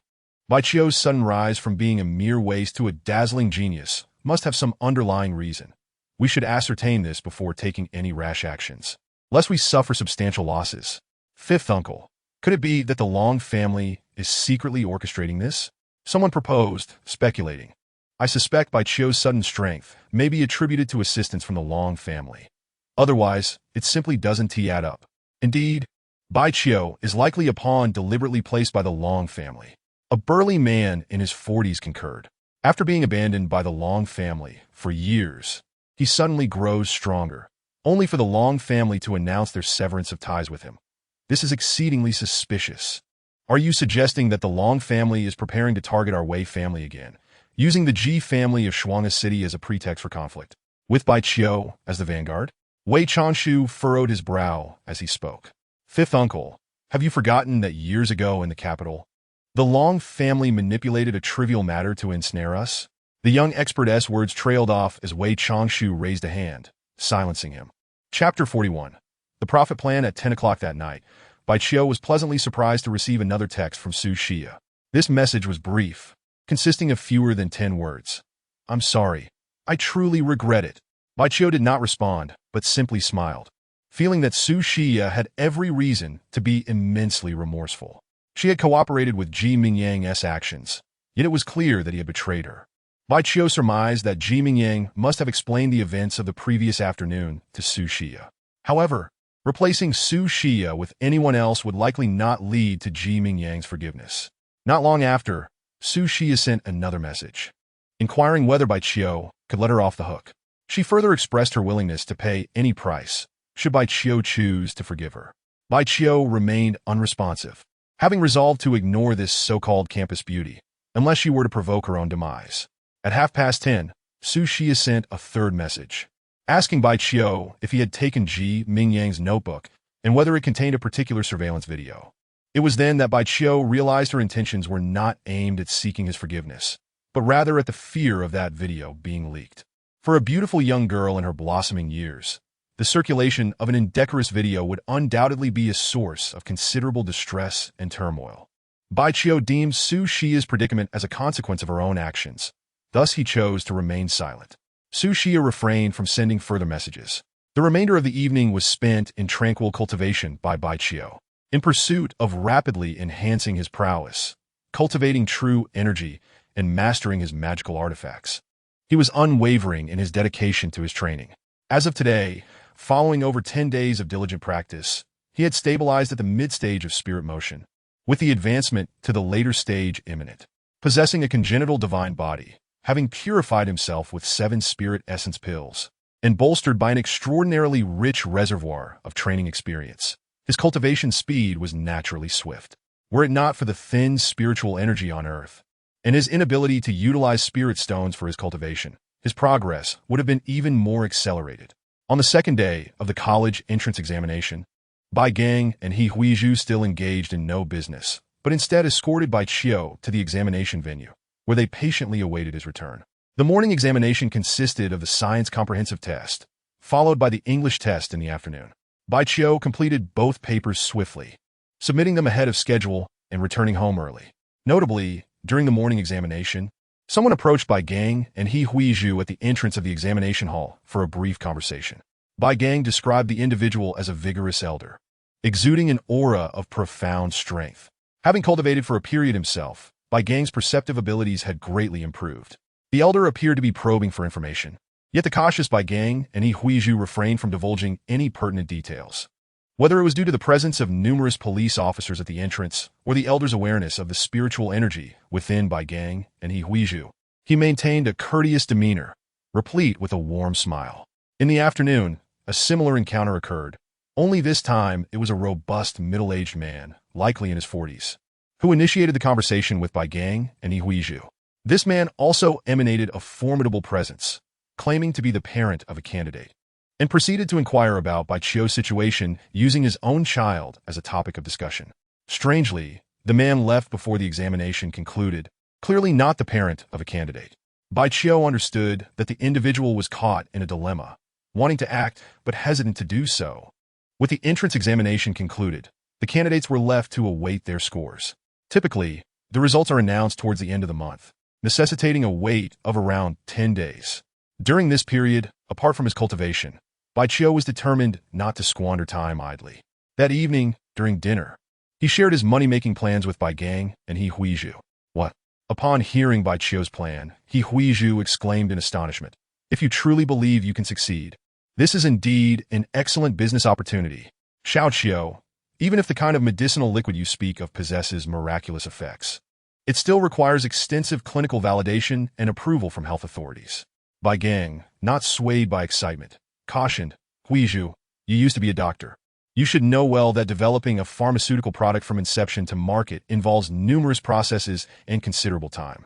Indeed, He Huizhu nodded, adding, "Moreover, if we wish to promote this medicinal liquid on a large scale, we will also need to obtain the relevant qualifications." "Is there a faster way?" Bai Qiu inquired, eager to make quick profits without prolonged waiting.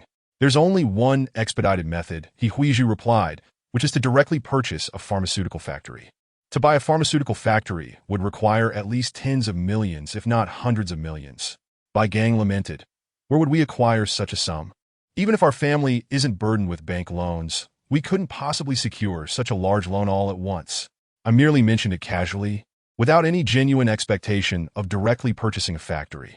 Huizhu rolled her eyes at her husband, then proposed. We could first produce samples, and then seek collaboration with a pharmaceutical factory. No, we cannot proceed this way. Baiqiu shook his head repeatedly, asserting otherwise. We would undoubtedly be taken advantage of by the pharmaceutical factory, leaving them with the lion's share of the profits. Being a financial enthusiast, Baiqiu was resolute against allowing profits to flow into the pockets of outsiders. Xiaoqiu, I actually find your aunt's suggestion quite reasonable. After all, we live in an era of win-win cooperation, and we cannot expect a single entity to reap all the rewards, Gang advised, expressing no doubt in his nephew's ability to create that miraculous medicinal liquid. The transformations that Baiqiu had undergone were, in themselves, quite extraordinary. It would be more cost-effective to purchase a pharmaceutical factory directly, as that would maximize our family's benefits. Baiqiu set down his chopsticks, contemplating for a moment before stating, Uncle, Aunt, I'll leave the task of identifying a pharmaceutical factory to you, while I will devise a way to handle the financial aspects. Xiaoqiu, our Bai family has always been honest and straightforward. You cannot engage in reckless behavior for the sake of money. Gang cautioned, a hint of concern in his voice. He was aware of Baiqiu's formidable skills and feared that his nephew might inadvertently cross legal boundaries. Indeed, Xiaoqiu, we must refrain from engaging in any unlawful activities. Huizhu chimed in. One of Officer Long's primary responsibilities is to deal with those who commit crimes under the guise of martial prowess. We must not become targets for Officer Long.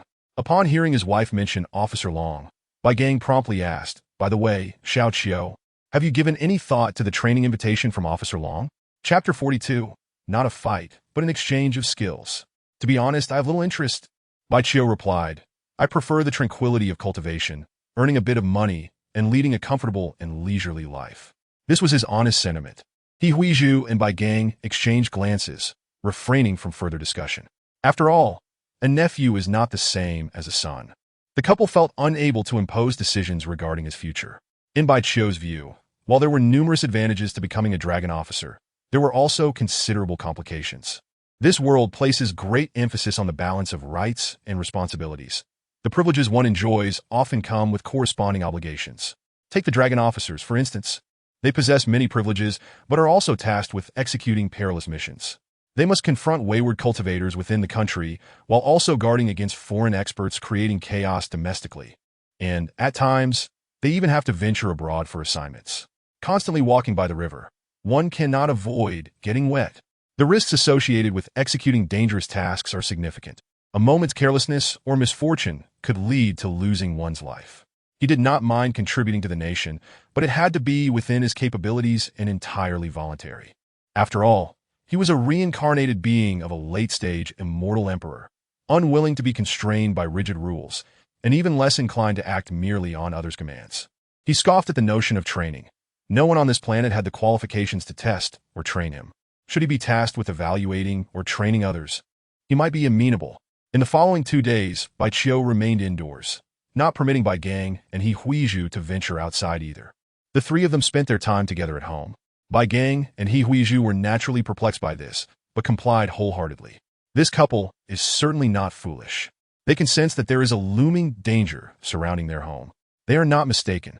However, the primary reason Baiqiu has remained quietly at home for 2 days is that he intends to break through to the late stage of Lingdong during this time. While he is engaged in his cultivation, he has not left Gang and Huizhu idle. Over the course of these 2 days, he has provided each of them with a Ling Yun Dan, allowing their bodies to undergo a renewed cleansing. Unlike Huaduo, they are older and harbor more impurities within their systems, necessitating multiple purifications to remedy this flaw. As for the additional 2 Ling Yun Dan, Baiqiu explains that he had previously withheld information. Gang and Huizhu do not press further. After all, it is only natural for individuals to have their own interests. And Baiqiu's concealment of the quantity of this miraculous pill is understandable. They have already reaped significant benefits, and pursuing the matter further would undoubtedly be excessive. Besides cultivating, they have been researching information about pharmaceutical companies online and have made a few calls to their acquaintances to gather relevant intelligence.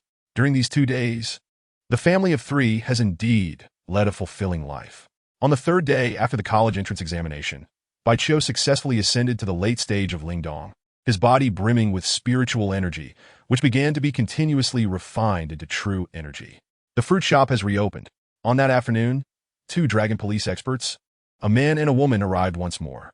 Zhang Hu, a burly man with a rugged appearance, and Pan Qianqian, of average looks with short, tousled hair, walked side by side into the fruit shop and approached Bai Qiu directly. Bai Qiu, 2 days have passed since the exam. Our training at the Dragon Police Department will commence the day after tomorrow. You can no longer delay. Pan Qianqian remarked impatiently, her gaze fixed upon Bai Qiu. You mentioned that if I intended to participate in this so-called training, I would contact you. Since I have not called, it indicates my lack of interest in participating, not a desire to procrastinate. Bai Qiu casually replied while munching on some freshly washed dates, appearing quite leisurely. Bai Qiu. Pan Qianqian's frustration grew palpable as she glared at him. You must understand that our approach in seeking you out is merely to demonstrate our sincerity. It does not imply that we cannot proceed without you. If that is the case, please take your leave, Bai Qiu responded lazily, gesturing toward the entrance of the fruit shop. You. Pan Qianqian seethed with anger. Zhang Hu tugged at her sleeve, urging her to step aside. This seemingly older and robustly built young man, despite his fierce appearance, possessed a rather gentle temperament, conducting himself with steadiness and patience. With a smile, he addressed Bai Qiu. Bai Qiu, our Dragon Police Department has always valued and cherished talent. Having a young genius like you join us would be mutually beneficial. You may not be aware, but our department possesses numerous cultivation techniques, extraordinary skills, and abundant resources. A flattery followed by a tempting offer, compared to Pan Qianqian's impatience and anger. Zhang Hu's words were undoubtedly more palatable and agreeable to the ears. I have no interest in your cultivation techniques, so-called extraordinary skills, or resources. I prefer to live freely and rely on my own abilities, Bai Qiu replied nonchalantly. I am open to conditional collaboration with you, but as for the training, I shall pass. Bai Qiu, you may be young, but your tone is rather audacious. Pan Qianqian retorted sarcastically, do not overestimate your own worth. You are merely a budding talent. What gives you the confidence to negotiate with our Dragon Police Department? The source of my confidence is not something I owe you an explanation for, nor do you possess the right to know. Bai Qiu continued to eat dates while responding. Even if you wish to collaborate, you should send a more significant figure to speak with me. At this moment, seeing his disdainful and rebellious demeanor, Zhang Hu felt a twinge of dissatisfaction, perceiving Bai Qiu as somewhat arrogant and dismissive. Consequently, Pan Qianqian's anger reached its peak, and Zhang Hu did not intervene any further. Enraged, Pan Qianqian pointed at Bai Qiu and exclaimed, Come on, let me see what makes you think I am unqualified. She was aware that Bai Qiu might be slightly stronger than herself, but she was still older by a few years, and even if there was a gap, it couldn't be too vast. What do you mean? Do you wish to fight? Bai Qiu frowned slightly, wondering if the Dragon Police personnel were also averse to hearing the truth. I, a dignified late-stage Immortal Emperor, have deigned to engage in conversation with you, and this is the respect I receive? Not a fight, merely a spar. Pan Qianqian's brows furrowed in anger as she clenched her fists. How boring. Bai Qiu rolled his eyes. Are you afraid? Pan Changkang pressed on. How about this? If you can withstand a punch from me, I will concede to your wishes. What do you say? Deal? Bai Qiu readily accepted, confident that she would not be able to withstand even a single strike. Bai Qiu had already sensed her strength and recognized that she was at the same late-stage Lingdong level as himself. Hence, he decided to limit his power to 50% to avoid seriously injuring her. Watch the punch, Bai Qiu called out as a warning, then threw a punch. Pan Qianqian did not back down and responded with her own punch. Their fists, shimmering with spiritual light, collided, generating a gust of wind that swept through the area. The two beams of spiritual light interwove and exchanged blows before bursting apart moments later. Chapter 43. A business proposal knocked at the door. Bang! A deep, resonating sound echoed, causing the entire fruit shop to tremble slightly. In the instant the two beams of light exploded, Pan Qianqian was sent flying out of the fruit shop, landing on the street. Upon hitting the ground, she spat out 3 mouthfuls of blood, clearly injured by the overwhelming force. So weak. Perhaps you should refrain from being so brash. As a girl, a gentler demeanor is more appealing, Bai Qiu remarked as he withdrew his arm and tossed a date into his mouth. His expression was lethargic, displaying a lack of enthusiasm, though his tone carried an air of worldly wisdom. Zhang Hu was taken aback. He had anticipated that Pan Qianqian might not be Bai Qiu's match, but he had not expected the disparity to be so vast. Merely one exchange of blows had left Pan Qianqian injured on the spot. What astonished Jiang Hu even more was that Bai Qiu had evidently held back considerably. Had Bai Qiu unleashed his full strength, the consequences would have been unimaginable. Jiang Hu hurried out of the fruit shop to Pan Qianqian's side, anxiously checking on her while inquiring, "Qianqian, are you all right?" "Yeah, me fine, cough." Pan Qianqian had just begun to speak when she leaned forward again, coughing up more blood. "Xiao Qiu, this child of yours, that girl was merely sparring with you. How could you directly injure her?" He Huizhu expressed her concern, fearing that Bai Qiu's actions against a member of the Dragon Police might provoke retaliation. "Indeed, I overestimated her capabilities and applied a bit too much force." Bai Qiu nodded, contemplating that had he used only 30% of his strength, he could have defeated her without causing injury. Bai Gang remained in the shop, silently observing his nephew without any intention of intervening. Jiang Hu supported the trembling Pan Qianqian and made his way to the entrance of the fruit shop. The two Dragon Police members now regarded Bai Qiu with noticeably less confidence and a greater sense of respect. "I apologize for using excessive force earlier. Please consider these fruits a gesture of goodwill," Bai Qiu said, placing a few apples and pears into a plastic bag and handing it to Jiang Hu. "Bai Qiu, should you wish to meet the prominent figures of our Dragon Police Department, that should certainly be achievable." Jiang Hu did not refuse Bai Qiu's token of apology, holding on to Pan Qianqian with one hand while carrying the bag with the other, soon entering a regular black sedan. "Sigh." He Hu sighed, voicing her concerns. "It seems they are unwilling to let this go and will involve someone of significance." She believed that while Bai Qiu was indeed formidable, he was also overly assertive. "Do not fret unnecessarily. Xiao Qiu is undoubtedly aware of what he is doing," Bai Gang interjected. Though he spoke otherwise, he was undeniably troubled within, for Inspector Long was a figure of immense power and influence. Inside the black sedan, the pallid Pan Qianqian caressed her right arm with her left hand, waves of excruciating pain causing her brow to furrow incessantly. The Long family had publicly severed ties with Bai Qiu, and in the face of their threats, he astonishingly relinquished the opportunity to align himself with Inspector Long, a decision that defied comprehension. As Jiang Hu drove, his face was etched with a profound look of confusion. His strength was indeed formidable, perhaps affording him the audacity to dismiss the Long family's menace. "Panqianqian's body trembled intermittently," her voice quavering as she added after a brief pause, "There exists another possibility, that the Long family and Bai Qiu are merely staging a charade, executing a calculated ploy. But why would they perform such a ruse? For whose benefit?" Jiang Hu pondered, his mind racing. The Long family had numerous adversaries. Pan Qianqian replied with significant intent. "Bai Qiu's grandfather, Old Master Long, is no longer young, having been trapped at the 6th tier for many years. His repeated failures to ascend to the 7th tier have drained his vitality, leaving a man who should have lived a century now teetering on the brink of demise. Are you suggesting that Old Master Long intends to expose the enemies of the Long family while he still draws breath, to eliminate them swiftly?" Jiang Hu inquired. "That is merely my conjecture," Pan Qianqian nodded in response. "That Old Master Long has never been a simple man." Jiang Hu squinted, acknowledging, "Indeed, such a scenario is plausible. Bai Qiu's sudden surge in strength is suspect. It can scarcely be explained without the covert assistance of the Long family. What shall we do? Abandon our efforts?" Pan Qianqian asked, for she and Jiang Hu were partners, typically with the more astute Pan Qianqian devising plans, while the more prudent Jiang Hu made the final decisions. "Bai Qiu is decidedly unwilling to join Inspector Long, and we cannot compel him," Jiang Hu stated with calm resolve.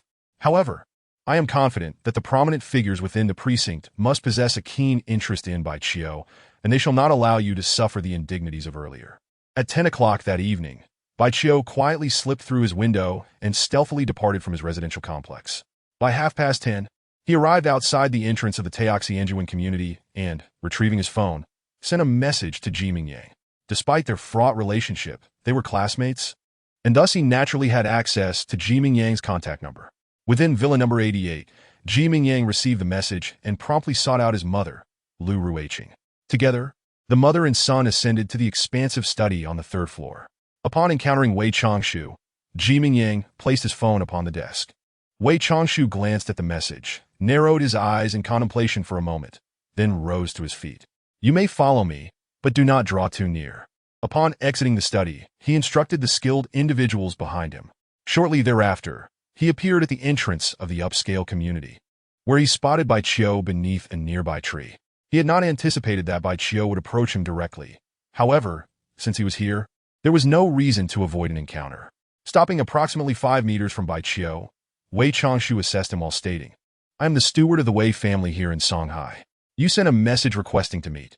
What is your purpose?" Bai Qiu noticed the figures lurking behind the community entrance, but remained unfazed, responding with indifference. "I wish to discuss a business proposition."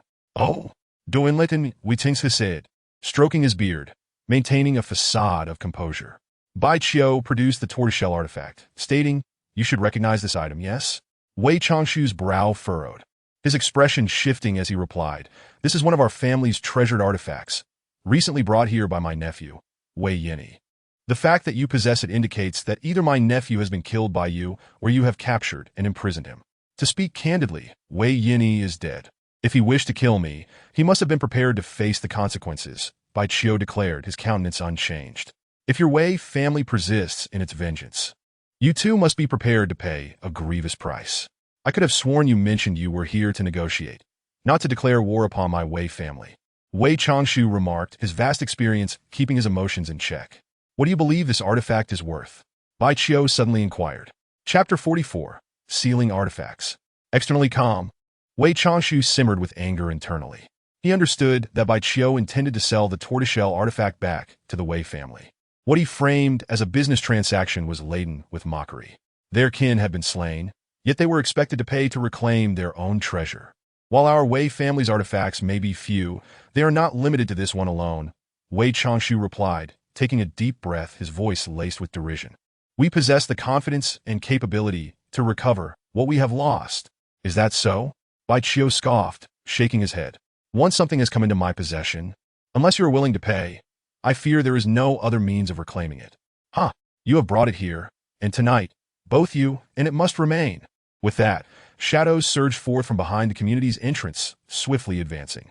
"Honestly, I came to negotiate, yet you wish to engage in conflict." Bai Qiu rolled his eyes, displaying no hint of fear despite their overwhelming numbers. "You have willingly come to us. If the Wei family fails to make a stand, it would be utterly cowardly." As Wei Changshu spoke, he raised an arm and gestured. Instantly, the skilled individuals who had just arrived behind him fanned out, surrounding Bai Qiu completely. They hesitated before attacking, their gazes fixed intently on Bai Qiu's hands. They were acutely aware of his possession of another orb capable of releasing frigid air, a fact that filled them with trepidation. Even if Bai Qiu had not brought that orb, he still wielded the tortoiseshell artifact, which warranted their caution. "Aren't we here to fight? Why is everyone standing still?" Bai Qiu asked, feigning nonchalance as he mocked them. Wei Changshu's expression darkened. He had intended to wait for Bai Qiu to strike first, allowing them to counterattack. But it appeared that plan was unfeasible. After a cold snort, he exchanged glances with his companions. Swish, swish, swish. A cadre of Wei family experts brandished their weapons, clearly ready to launch an assault. Wei Changshu absently touched the bracelet on his left wrist, an heirloom of the Wei family, consisting of a golden thread linking several uniquely colored stones. Compared to the tortoiseshell artifact in Bai Qiu's possession, this bracelet was not only intact, but of a higher grade, classified as a mid-tier artifact. Moreover, Wei Changshu's cultivation surpassed that of Wei Yini by a considerable margin. In the Wei family, he was among the elite, having achieved 5th-tier cultivation many years ago. Bai Qiu could discern Wei Changshu's prowess. He understood that while the inferior ice spirit orb could freeze this formidable Wei family warrior, it could not hold him for long. Should he deploy it, everyone present, including himself, would be frozen, with both he and Wei Changshu regaining their freedom almost simultaneously. 5th-tier cultivation signified the mid-stage of foundation establishment, where the body had undergone extensive refinement, granting exceptional recovery capabilities. However, Bai Qiu, despite being only at the 3rd tier and in the late stage of spirit movement, had already cultivated true energy, enabling him to activate artifacts. This was the foundation of his audacity to approach them. As the opposing force surged forward, he immediately activated the tortoiseshell artifact in his hand. This flawed inferior artifact, infused with a thread of true energy, radiated brilliance, the intricate patterns etched upon it shimmering with waves of pale, golden light. with a sweep of his arm. The tortoise shell soared forth, propelled by formidable momentum, striking one of the Wei family experts. With a resounding thud, the Wei family warrior was struck by the tortoise shell, propelled back like a cannonball, soaring over 10 meters away. Astonishingly, upon landing, he lay motionless, likely having lost his life in an instant. For those of low-tier cultivators, the disparity in combat power between possessing a magical artifact and being without one is truly immense. As other skilled practitioners approached, Baiqiu utilized his divine sense to accurately assess their attacking trajectories, allowing him to evade with composure. Simultaneously, he moved swiftly to regain control of the turtle shell artifact. All magical artifacts are fundamentally the same. They lack sentience and are essentially inanimate objects. However, once activated by a cultivator, they pose no threat to anyone else. These artifacts can adapt to the characteristics of the true qi infused within them, enabling them to avoid harming the cultivator who wields them. The more true qi they retain from a specific individual, the easier it is for that individual to regain control over them. Once the true qi is depleted, they become entirely unclaimed objects, easily manipulable by any cultivator. The group of Wei family experts, not wishing to become the next target of the turtle shell's attack, found themselves unable to retreat in fear and could only charge at Baiqiu with resolve. Baiqiu handled the situation with remarkable ease. Although the range of his divine sense was not particularly vast, it was sufficient. In this besieged scenario, the utility of divine sense was immense, as he had a firm grasp on the movements and attack paths of all his adversaries. Except for Wei Changshu, the other Wei family experts posed no threat to Baiqiu. Nearly every moment, one of the Wei family experts fell, never to rise again. Wei Changshu soon realized this grim reality. He understood that he must take action and could no longer afford to merely observe. He had initially hoped to leverage the siege by his family's experts to force Baiqiu to utilize the white orb, but his plan had not come to fruition. If he waited any longer, he feared that none of the Wei family experts he brought would emerge unscathed. He removed a bracelet from his right wrist and infused it with a surge of his true qi. Instantly, several peculiar stones on the bracelet radiated a brilliant light. Moments later, it soared from Wei Changshu's palm into the air. Although it did not enlarge, the myriad of spiritual lights intertwined and intensified, releasing waves of formidable momentum from above. Under the onslaught of this overwhelming aura, the Wei family experts felt as though the very fabric of space had solidified, rendering them nearly immobile. The oppressive force weighed down upon them like a mountain, making their legs feel as heavy as lead. Their bodies were beset by an unusual lethargy. They desperately circulated their inner strength to resist, yet their legs trembled, and within less than 2 seconds, they all knelt down. Ah, is that a ceiling-type artifact? Quite impressive. Baiqiu glanced upward, sensing that he too was under significant pressure, yet he was not entirely immobilized. His formidable innate divine body allowed him to withstand the suppressive force emanating from this middle-grade artifact. However, his state was greatly diminished, his speed was severely curtailed, and his physical strength had waned considerably, rendering him only capable of exerting a fraction of his true power. Meanwhile, his most formidable opponent remained entirely unaffected by the sealing force. Under such circumstances, if he had no other means of support, facing an adversary with far superior cultivation would surely lead to his demise. Boy, are you not going to use that orb capable of freezing people? Wei Changshu inquired, his expression as grim as water. Chapter 45. Now do you believe it? Baiqiu replied nonchalantly, I cannot utilize it. I didn't bring it with me. I have already been greatly restricted. Why do you not come closer? He refrained from using the low-grade Eye Spirit Pearl. For doing so would also freeze himself. After all, this was the enemy's territory. If he were to be frozen, someone could easily take a shot from afar, not only hitting him effortlessly, but also potentially leading to his swift demise. Such a precarious and risky endeavor was not something he was willing to undertake. From the looks of it, you seem to possess other means of turning the tide, Wei Changshu said, slowly advancing towards Baiqiu. His eyes were fixed intently on Baiqiu, and should he detect any hint of danger, he would surely retreat immediately. The older one grew, the more one cherished their own life. Otherwise, how would I dare to approach you? Baiqiu replied with a relaxed demeanor. To be honest, I do not wish to engage in excessive bloodshed. I intended to broker a deal with your Wei family to ease our mutual tensions, with hopes of potential collaboration in the future. However, Your lack of insight has compelled you to attack me once again. Ha! Wei Changshu laughed heartily, saying, You have slain so many of my Wei family. How could there be any possibility of cooperation between us? Indeed, Bai Qiu nodded slightly. I overestimated your intelligence and truth. You are quite foolish, possessing a short-sightedness that blinds you to our true circumstances. Oh? Wei Changshu said, intrigued. Are you implying that the Wei family is at an absolute disadvantage while you hold the upper hand? The facts speak for themselves, Bai Qiu replied calmly. I offered your Wei family an opportunity, yet you failed to seize it.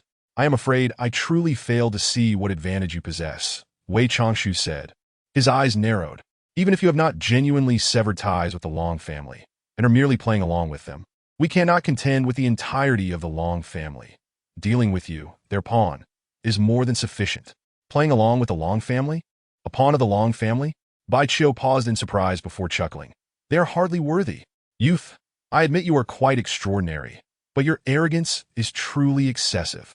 Wei Changshu felt that by belittling the Long family, Bai Qiu was simultaneously undermining the Wei family, as it was well known that the Wei family was inferior to the Long family.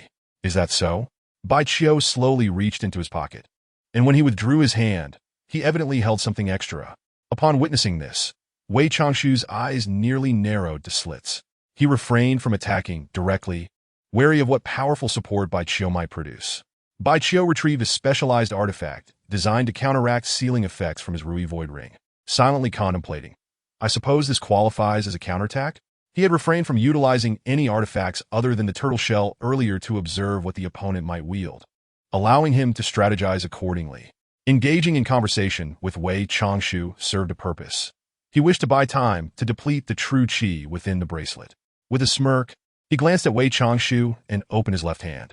An artifact resembling an eagle's claw, already infused with true qi, soared towards the floating bracelet.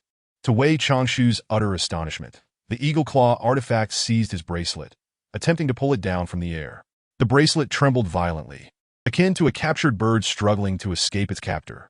Unfortunately, the true qi it contained was nearly exhausted, and after a few futile struggles, it dimmed and obediently succumbed to the grip of the eagle claw artifact, descending from the sky.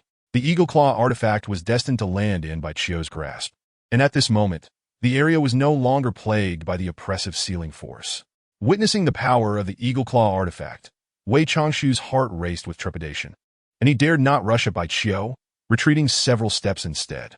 He wished to maintain a safe distance to avoid being captured by the artifact himself. The other Wei family experts gradually regained their ability to move, but likewise retreated, their faces reflecting sheer terror. Bai Qiu regarded Wei Changshu and the others, a teasing smile gracing his features. He refrained from making further moves, despite his ability to easily eradicate the ordinary Wei family experts. Eliminating the vigilant Wei Changshu was a different matter altogether. After all, Wei Changshu was a 5th-tier expert, while Bai Qiu was merely at the initial stage of the 3rd tier. Now, you Wei family members have not only lost the chance to reclaim your artifact, but have also suffered the loss of yet another one. Bai Qiu remarked with a gentle smile, I previously mentioned your foolishness and lack of insight. Do you believe me now? The Wei family experts seethed with frustration, their teeth gnashing in impotent rage. Wei Changshu's face turned ashen, his lips twitching in anger as his heart bled from the losses they had suffered. Losing a damaged magical artifact was something the Wei family could still accept, but if they were to lose even that exquisite bracelet as well, it would be difficult for him to explain upon his return. After a swift contemplation, Wei Changshu cautiously inquired, Is that business deal you mentioned earlier still open for discussion? Indeed, it is, Bai Qiu affirmed with a nod. I did not come here seeking a fight. As for the 2 magical items you took from me, please make an offer. Wei Changshu continued, This turtle shell artifact is somewhat damaged, so I would ask for 30 million. Bai Qiu then waved the freshly acquired bracelet, stating, This bracelet is quite impressive, of a higher grade. Asking for 200 million seems reasonable, does it not? All the experts from the Wei family turned their gazes towards Wei Changshu. That is excessive, he replied without a moment's hesitation. Excessive? Not at all, Bai Qiu replied leisurely. I am well aware of the financial capabilities of your Wei family. You understand as well as I do that wealth is easily acquired, but magical artifacts are rare treasures. Given that the Wei family could seamlessly absorb the vast estate left by Ji Guangyuan, their wealth must surely be counted in billions. Allow me to discuss this matter with my family. Please be patient for a while, if you would. Wei Changshu had no choice but to lower his stance, refraining from any further arrogance. Very well, Bai Qiu accepted with alacrity, but then issued a warning. I have essentially afforded your Wei family another opportunity. Should you dare to trouble me again or provoke those with whom I share amicable relations, I assure you that it won't be long before your Wei family ceases to exist on this planet. With that, he turned and departed. Watching Bai Qiu vanish into the inky darkness of the night, Wei Changshu struck a nearby tree with a fist. Bam! The tree splintered with a resounding crash, toppling over. The Wei family's experts fell into an uneasy silence.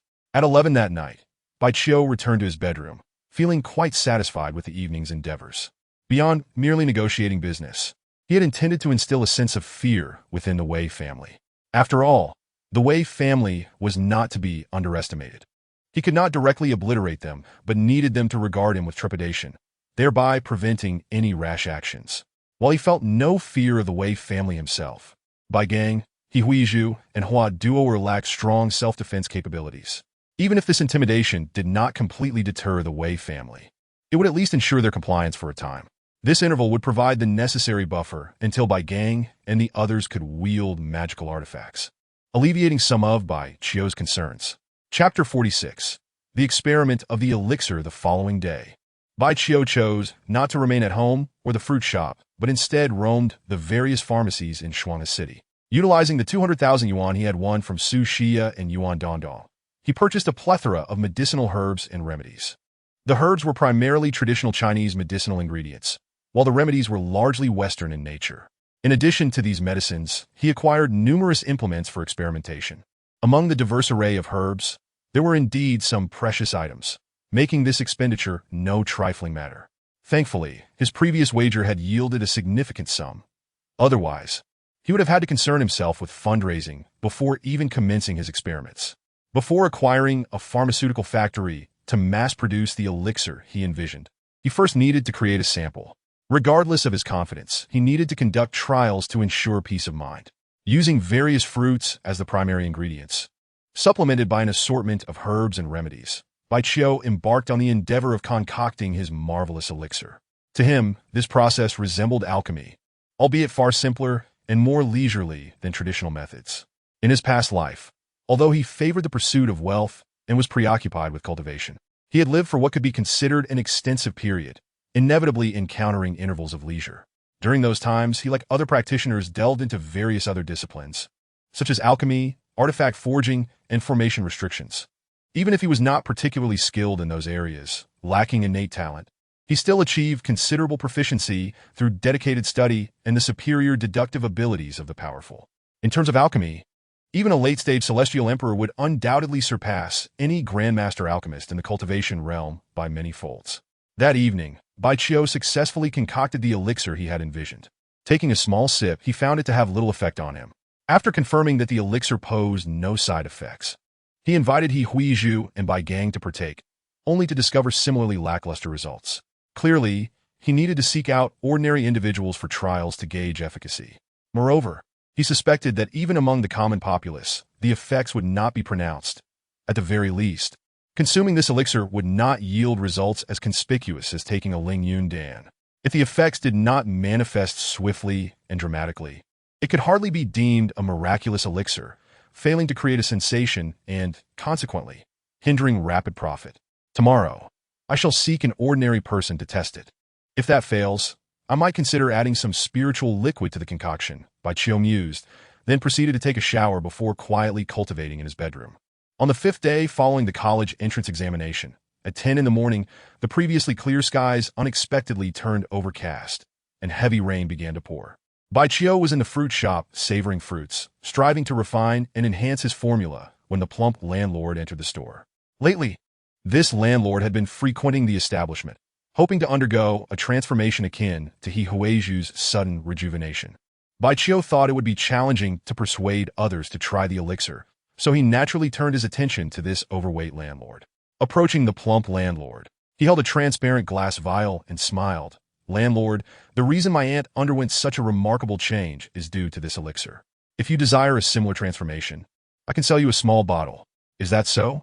The landlord glanced at Bai Qiu, Then at Huiju, who, understanding Bai Qiu's intent, nodded in agreement and playfully remarked, Xiao Qiu, this elixir is in short supply. We cannot simply sell it off. Madam He, I have always treated you quite well. Although I recently raised your rent, I did not evict you, did I? The plump landlord fixed his gaze on the small vial in Bai Qiu's hand, eagerly asking, Young man, how much do you intend to sell this little bottle of elixir for? To be frank, this elixir does not work for everyone. If it proves effective for you, I would ask for 3 to 4 million. If not, you owe me nothing, Bai Qiu stated, appearing quite generous. Deal. The landlord hesitated momentarily, convinced that he had nothing to lose, and agreed, unconcerned about the possibility of toxicity or other issues.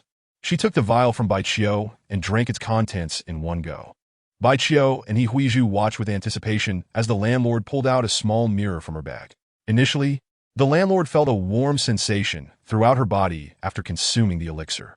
Gradually, a tingling sensation manifested within her flesh and skin. This tingling persisted, but did not intensify, leading her to wonder at its nature without scratching the itch. After approximately 3 minutes, her exposed skin visibly gleamed, and her pores opened, releasing some dark or gray impurities. She was perplexed by this development, while Bai Qiu understood that the elixir was essentially a simplified and weakened version of the Ling Yun Dan, possessing some refining effects on flesh, albeit devoid of spiritual energy. The genuine medicinal properties of the herbs would refine and strengthen the body, while the essence of various fruits would rest on the skin surface, achieving a beautifying effect. As 10 minutes passed, the landlord informed them that the peculiar sensations had entirely dissipated. A faint, unpleasant odor emanated from her. Rather than rushing home to wash up, she first cleaned her face, neck, and arms in the restroom of the fruit shop. Following this, she gazed into the mirror, initially wearing a look of satisfaction, only to subsequently reveal a countenance of disappointment. She has indeed undergone some changes. For instance, the wrinkles at the corners of her eyes have vanished, and her skin appears much smoother, as the reduction of facial oil has rendered her visage less bloated.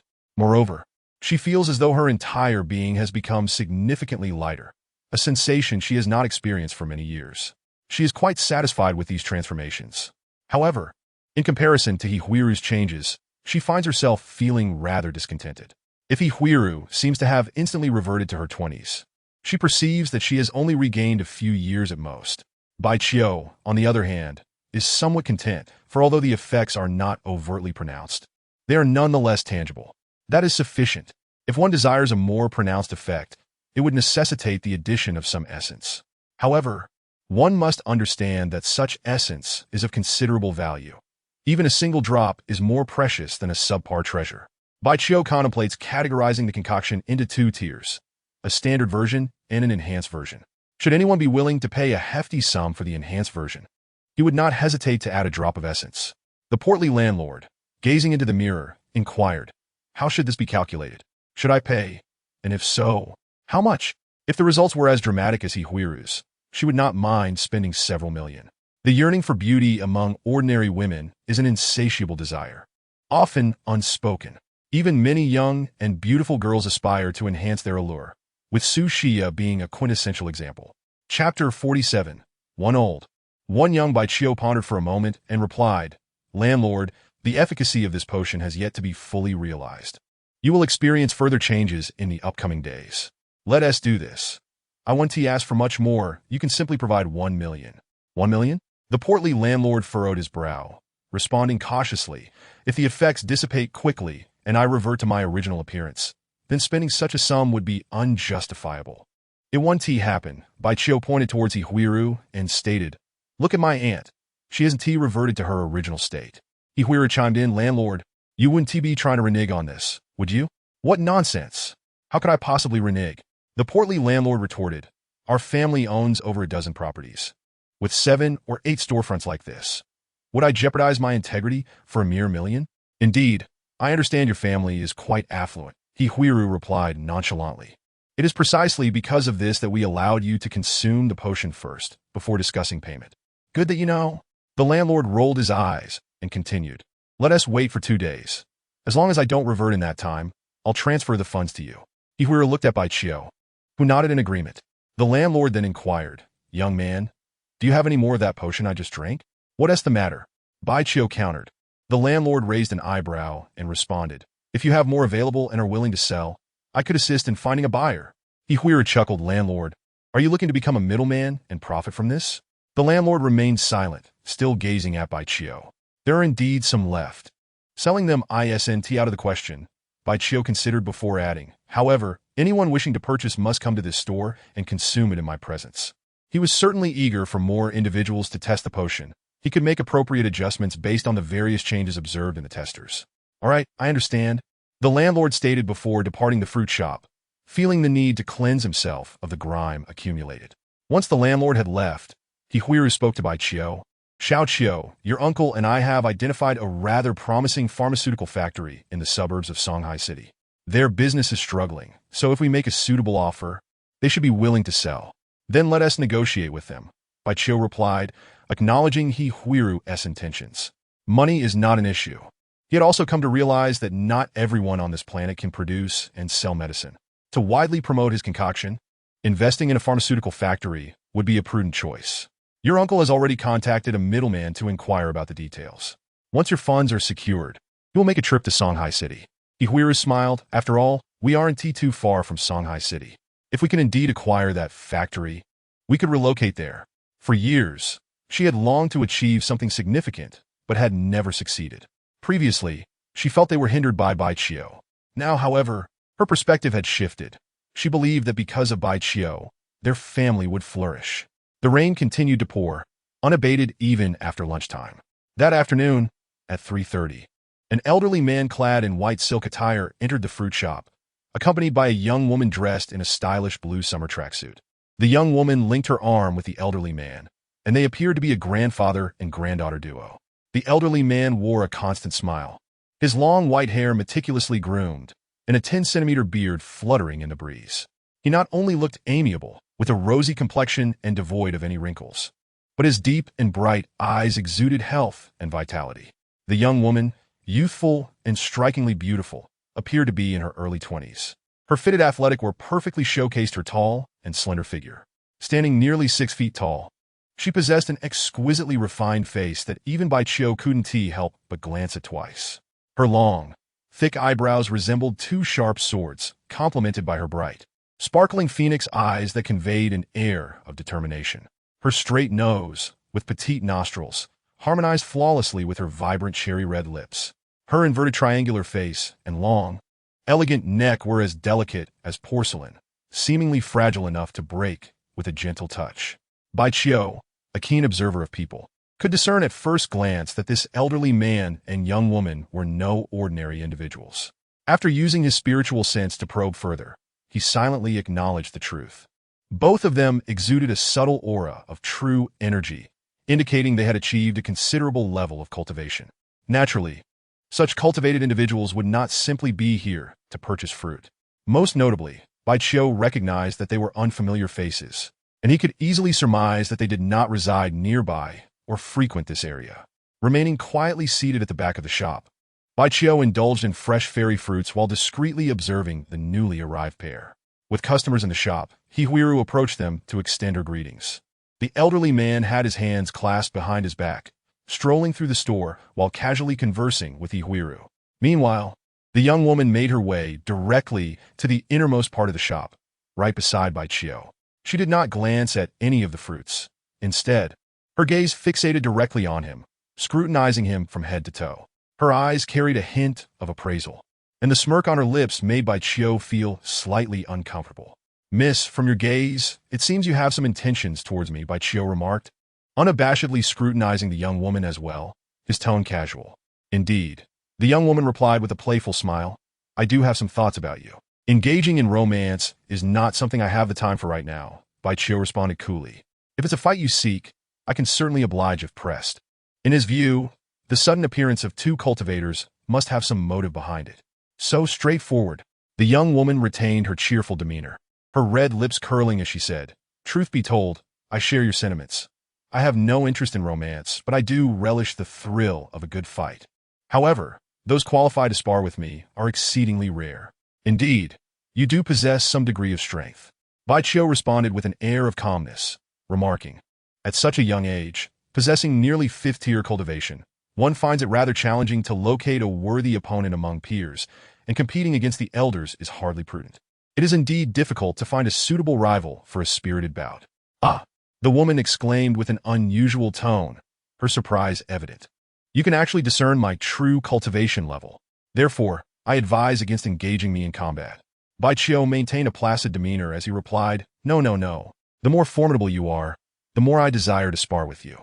With a playful arch of her finely shaped brows, the woman continued, Your confidence suggests you do not perceive my age as a disadvantage. Do you? Chapter 48. Do not pity me simply because I am a girl. You seek me out for a fight, and I doubt you ever considered the notions of fairness or unfairness, Bai Qiu retorted. Shall we commence? Are we to fight right here? The woman did not address Bai Qiu's inquiry, her impatience palpable as anticipation danced across her fair cheeks. If we are truly to engage, an introduction is in order, Bai Qiu remarked nonchalantly. I must first know who I am to face. You must first defeat me to learn my identity, she confidently asserted. Though you possess a keen eye to uncover my true strength, I do not believe you can best me. Just recently, another young lady underestimated me, and she left with significant injuries. Bai Qiu alluded, I suspect that these two, young and old, are akin to Jiang Hu and Pan Xianqian, hailing from the Dragon Police Department.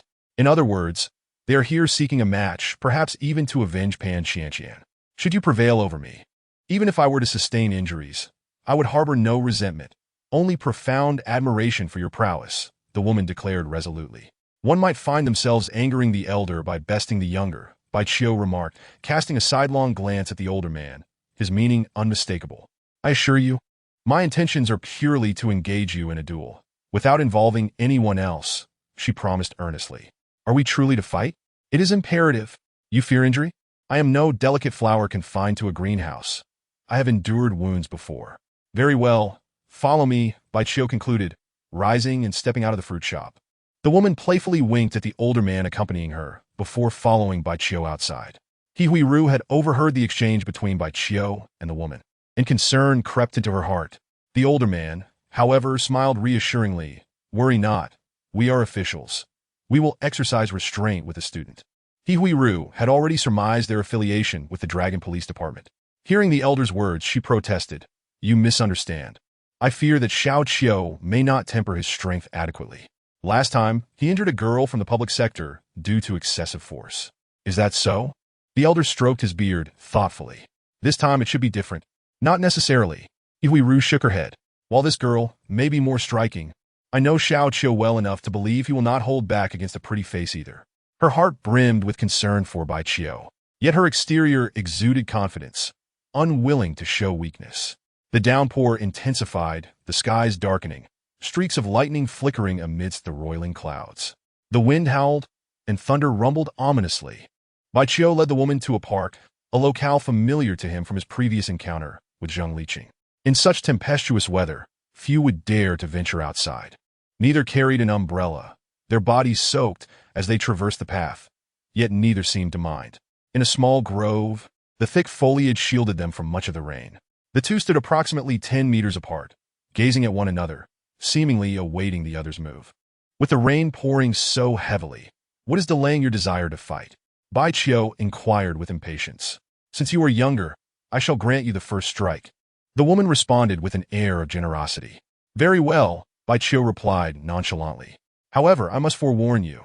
Having soaked me in rain, I am quite displeased, and thus, I shall retaliate with great vigor.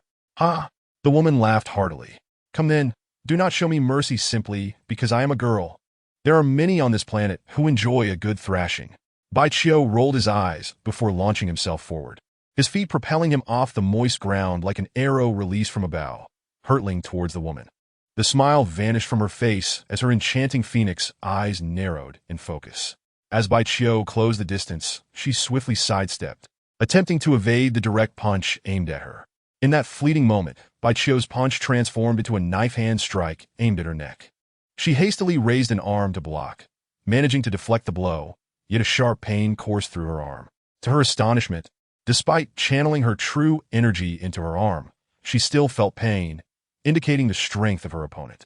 Using the momentum, she retreated a few steps to widen the gap between them. Subsequently, their figures danced across the rain-soaked ground, exchanging blows with fists and feet, appearing evenly matched. Both displayed remarkable synergy, refraining from employing any external artifacts or assistance, relying solely on their innate abilities. Bai Qiu, equipped with profound combat experience and exceptional skills, coupled with the innate advantages of his divine physique, found himself in a position of dominance. Though the struggle seemed evenly contested, the woman was merely sustaining the fight through her superior cultivation. She could not fathom how a younger male could possess such formidable martial prowess. His attacks were cunning and precise, while his defense was impenetrable, surpassing even those of seasoned veterans. She felt as though she had strength in abundance and superior cultivation, yet struggled to unleash her potential. Her indomitable spirit compelled her to fight on. She believed she could endure until the end, as her true energy was more robust, capable of withstanding such exertion. Bai Qiu was acutely aware that his own true energy was inferior. Thus he sought to conclude the battle swiftly. After testing the waters, he employed a technique known as shadow-catching steps. This technique, common in the realms of cultivation across other planets, was considered quite exquisite on Earth. Shadow-catching steps emphasized movement through footwork, enabling the practitioner to remain behind their opponent at all times. Whether shadows were present was of no consequence. For low-tier cultivators lacking spiritual awareness, their defenses were weakest at the rear. Attacks from behind were almost guaranteed to succeed, making it nearly impossible to avoid defeat. Though Bai Qiu had not practiced shadow-catching steps in his new life, he had long mastered it, fully grasping its essence. When he executed it now, he felt no hint of unfamiliarity. As he utilized shadow-catching steps, the woman, who was already struggling, began to show signs of defeat. Bai Qiu, wishing to demonstrate his superiority, refrained from ending the duel hastily. He continually shifted to her rear, aware that attacking her upper body could lead to severe injury. Instead, with her legs frequently entangled, he found himself targeting her more ample rear. This area, being well padded, allowed for multiple strikes without inflicting serious harm. Thus, Bai Qiu thought, and his hand struck repeatedly. Chapter 49. You Made Me Cry. Summer sportswear, naturally thin, clung to the skin, soaked by rain, amplifying the sound of each strike. With a resounding slap, Bai Qiu quickly moved his feet. When the woman turned her body, he found himself right behind her once more. He appeared to have anticipated how she would maneuver her body, allowing him to react in advance, which struck an ordinary person as somewhat peculiar. The woman was not an ordinary individual, yet even she found the situation exceedingly strange. However, at that moment, she had no inclination to ponder such matters. After receiving a sharp slap on her dairy, she was not only engulfed in profound embarrassment, but also consumed by a seething resentment. Why, of all places, did he have to strike her there? It was simply too shameless, too infuriating. Anger and hatred aside, the most pressing concern was to find a way to turn the tide. She had always considered herself quite clever, adept at quick reactions in the heat of confrontation. Yet now she could conjure no strategy to regain the upper hand. Slap, slap, continuously met with blows to her backside. Her mind was in turmoil, making it exceedingly difficult to remain composed, let alone devise a countermeasure. She could concede defeat, yet she was unwilling to do so. Gradually, she felt as though she were being toyed with by her opponent. The impotence of being unable to exert her strength was already suffocating, and being repeatedly struck only added to her frustration. The more enraged she became, the less she wished to concede. She wished for nothing more than to bring her opponent down with her. Yet even if she desired it, there was no opportunity to do so. Bai Qiu had not thought too deeply. He found the woman's backside to possess remarkable elasticity, and the sensation when he struck it was exceptionally pleasing. As he continued, he even developed a sense of addiction to it, harboring no intention of altering his approach. What he never anticipated was that before he could fully indulge, the woman suddenly squatted beneath a large tree and began to weep. She had never before endured such humiliation, nor had she been treated so cruelly. She would rather sustain injuries, indifferent to broken limbs, than to be subjected to such indignities. The more she reflected on her plight, the more aggrieved she felt. And combined with her inability to change the situation, her emotions inevitably crumbled. "You shameless brute! How could you treat a girl this way?" she sobbed, her voice drowned by the sound of wind and rain. Bai Qiu, realizing he had brought her to tears, felt it inappropriate to continue his assault and muttered, "Did you not just say that I need not show you pity simply because you're a girl? If it's a fight, then it's a fight. Why must you always target my? She lamented. The woman was well aware that she was not typically one to cry, yet for reasons unbeknownst to her.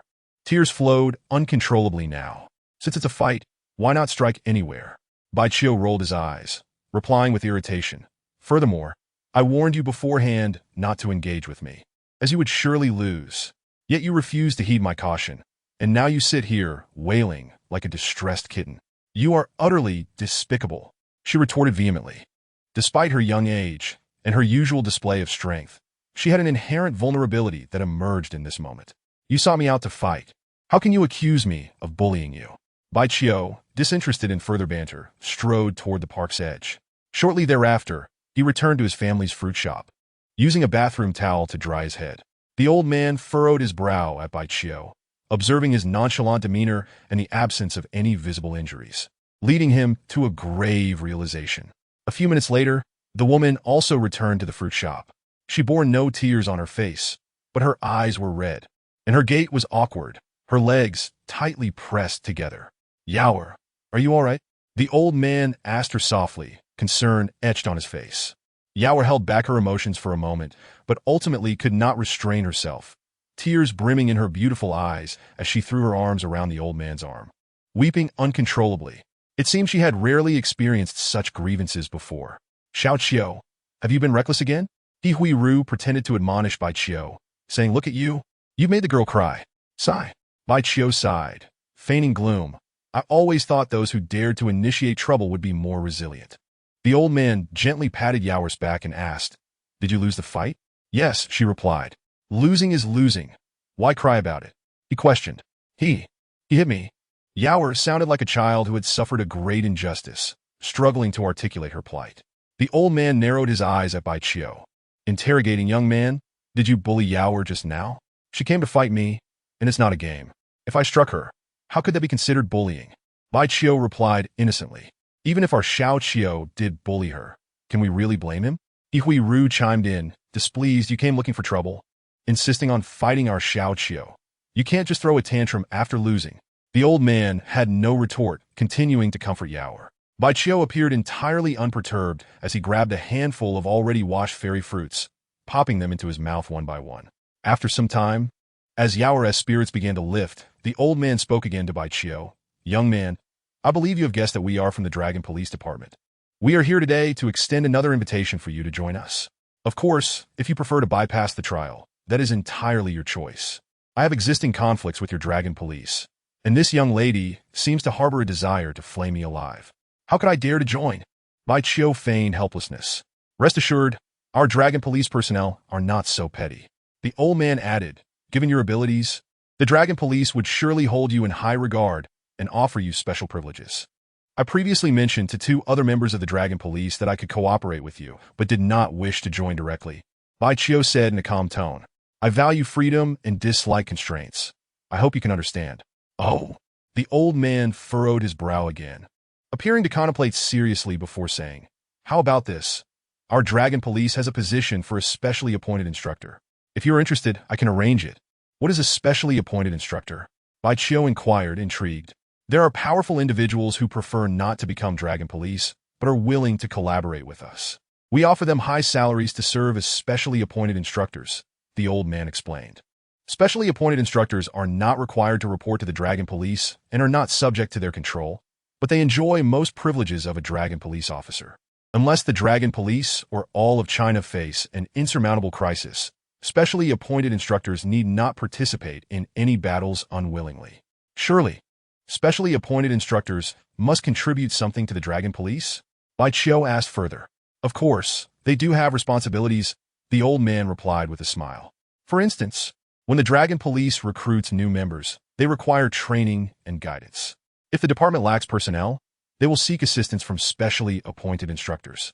Additionally, if a Dragon Police officer needs a suitable opponent to hone their skills and cannot find one within the department, they may also request help from a specially appointed instructor. Chapter 50. The ancients truly do not deceive me. This arrangement seems quite agreeable. Baichio nodded in approval. The old man's smile widened, regardless of the outcome. His purpose for coming today had been fulfilled. Although Yaoer had calmed down considerably, she still regarded Baichio with her striking eyes, filled with indignation but devoid of hatred. Her name is Xu Yao. She is the granddaughter of an old friend of mine, the old man introduced. I am Zhong Ting, currently one of the deputy directors of the Dragon Police. I shall refrain from introducing myself. You have likely already scrutinized my lineage thoroughly. As Bai Qiu contemplated, he mused that this elder named Zhong Ting likely possessed a 6th grade cultivation level, yet he was merely a deputy director of the Dragon Police. What then must the director's capabilities be? It seemed evident that the Dragon Police were a remarkably formidable entity, far beyond what any so-called ancient martial arts family could rival. Maintaining a positive rapport with such a formidable organization will undoubtedly facilitate future endeavors. I hope our collaboration will be pleasant. Zhong Ting extended his right hand towards Bai Qiu, who likewise offered his hand. As their palms intertwined, a faint smile graced Zhong Ting's face, while Bai Qiu furrowed his brow slightly. Rather than relinquishing his grip promptly, Zhong Ting channeled his internal energy, steadily augmenting his hold, even attempting to infiltrate Bai Qiu's palm with his qi. After all, this deputy chief of the Dragon Police was a 6th-tier expert, possessing foundational cultivation at its later stages, thus surpassing Bai Qiu by an entire realm. The disparity in their qi, both in depth and purity, was substantial. Consequently, in this contest, Bai Qiu found it impossible to gain any advantage. This realization lent a hint of smugness to Zhong Ting's expression, while Bai Qiu appeared to be straining. Zhong Ting mused, "Young man, if Shuyu could not discern your true capabilities, then it falls upon me to intervene personally." He not only wished to assess Bai Qiu's strength, but also harbored intentions to reclaim dignity for Pan Xianxian and Shuyu by teaching Bai Qiu a lesson. Bai Qiu, perceptive as ever, could easily fathom Zhong Ting's inner thoughts. With his temperament, he would certainly not allow this old man to prevail effortlessly, nor would he concede. His opponent's cultivation was far superior, and the richness and purity of his qi rendered Bai Qiu's efforts to resist quite challenging. As beads of cold sweat began to form on his forehead, Shuyu beside him could not suppress a smirk, her expression tinged with amusement. However, Bai Qiu swiftly devised a countermeasure. He would calm his mind and attune himself to the rhythm of the Wanhua Tiangong breathing technique. The simplicity of this approach allowed for quick implementation. After adjusting his breathing, he ceased to resist the invasion of Zhong Ting's qi, allowing it to penetrate his being unimpeded. The external qi, influenced and guided by his breathing method, flowed obediently according to his intent, entirely outside of Zhong Ting's control. Wanhua Tiangong emphasizes the refining of all things to enhance oneself. If one cannot refine another's qi, how can they claim to refine all? Gradually, Bai Qiu's demeanor relaxed, while Zhong Ting's brow furrowed, surprise and tension evident on his face. "Now, I am eager to see just how much of my qi your body can accommodate." Zhong Ting, unwilling to concede, continued to let his qi surge into Bai Qiu's body. Once this contest commenced, particularly since he had instigated it, he could not afford to show weakness. Otherwise, where would he place his dignity? Observing the shifts in their expressions, Shuyu wore a puzzled look, unable to comprehend the unfolding events, and could only wait silently for the outcome. Had Bai Qiu been of ordinary constitution, even with the Wanhua Tiangong breathing technique, he would scarcely endure much of Zhong Ting's qi at his current level. However, he possessed a congenital divine body, an exceptionally robust constitution that rendered him capable of withstanding considerable strain. Moreover, he had previously consumed 7 spirit essence pills. He was confident that even if Zhong Ting poured all his qi into him, he would remain unharmed. While he might not be able to refine Zhong Ting's qi in the short term, he could certainly control it within his body, preventing it from manifesting its full power. As the astonishment on Zhong Ting's face grew more pronounced, he finally ceased the release of his qi after depleting a significant portion of it. He released Bai Qiu's hand, who reciprocated in kind. The esteemed figure of the Dragon Police found himself in an awkward position, having intended to reprimand Bai Qiu, but instead suffering a considerable setback. As the old adage goes, heroes emerge from youth.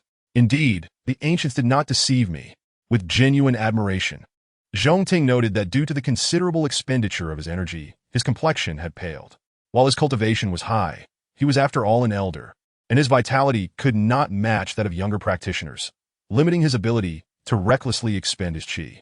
Receiving praise from a formidable figure of the secular world, Bai Qiu felt no pride, his expression remaining neutral without a hint of fluctuation.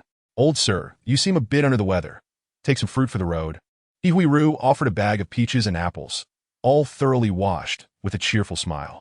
"Thank you," Zhong Ting replied, accepting the bag and promptly biting into an apple. "Young man, we shall take our leave now. Within 3 days at most, your appointment letter will be delivered." As he spoke, munching on the apple, he and Shuyu exited the fruit shop. As they departed, Shuyu glanced back at Bai Qiu, her beautiful face reflecting a complex array of emotions. Once Zhong Ting and Shuyu had entered a car that soon drove away, Hui Ru turned back to the shop. Concern etched on her face. "Xiao Qiu, are you all right? Did you suffer any loss?" "Loss? Not at all," Bai Qiu replied with a smile, shaking his head, contemplating that he would never experience loss in this lifetime. Inside a black sedan traversing the storm, Zhong Ting continued to savor his apple. He could scarcely recall the last time he had eaten one. Perhaps the blandness of the flavor made this particular apple quite delightful. "Grandpa Zhong, did you just suffer a setback?" Shuyu, who was driving, could no longer contain her curiosity and asked. "Indeed, growing old has its drawbacks." Zhong Ting sighed with a wry smile. It is not unjust to be bested by him. He is merely 18. How can he be so formidable? Shuyu, perplexed, wore a look of bewilderment on her stunning face. She found it astonishing that she had been bested by Bai Qiu, and now to learn that even the 6th-tier Zhong Ting had also faced defeat at his hands was beyond her comprehension. There are only 2 possibilities, Zhong Ting responded. 1. He has encountered a significant fortuity, such as inheriting the teachings of an ancient cultivator. Or 2. He has not been abandoned by the Long family and has been nurtured in secret. I believe it is the latter, Shuyu mused, though uncertainty lingered in her thoughts. The Long family is undoubtedly powerful, a venerable ancient martial clan. But do they possess the capacity to transform an 18-year-old youth into such a formidable figure? Do not underestimate the Long family, Zhong Ting replied with a hint of authority. Such ancient martial clans endure through the ages due to strengths that ordinary families cannot fathom. But if the Long family possesses such capability, why are the other young members not as impressive as Bai Qiu? Shuyu inquired, seeking wisdom. Zhong Ting elucidated. Nurturing a young powerhouse demands not only ample resources, but also the individual's inherent aptitude and talent. Shuyu, still perplexed, countered, "Yet we have received reports stating that Bai Qiu was physically weak in the past, even regarded as a waste by the Long family. How could he suddenly transform into a cultivation genius? This remains unclear to me." Zhong Ting shook his head. "It is precisely because of such doubts that I suspect Bai Qiu may have stumbled upon some grand opportunity rather than receiving extensive support from the Long family. Are there truly such opportunities on Earth that can turn fate on its head?" Shuyu pondered, seemingly lost in thought, as if questioning both herself and the universe. "Regardless, since he is willing to become a specially appointed instructor for our dragon police, he has accepted our overtures. It would be wise for you to avoid provoking him further, lest you encounter more difficulties."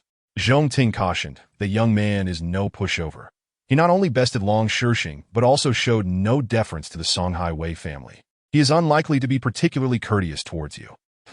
The memory of her recent humiliation, having been struck and even brought to tears, ignited Shuyu's anger, and she huffed indignantly.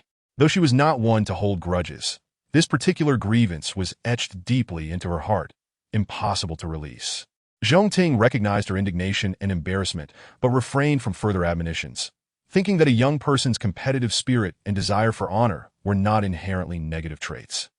The rain continued to fall, though its intensity had begun to wane. Bai Qiu sat quietly at the innermost part of the fruit shop. He neither indulged in fruits nor engaged in conversation with Hui Ru. He simply sat there in serene silence, his eyes closed. It resembled a light slumber, but in truth, he was deep in meditation. The vital energy of Zhong Ting was for Bai Qiu akin to a potent tonic. Ordinarily, one cannot effectively harness another's vital energy. Yet Bai Qiu was an exception to this general rule. He could utilize the technique of Wanhua Tiangong to refine Zhong Ting's vital energy, transforming it into his own. However, this process would require a considerable amount of time, as his current cultivation level was rather weak.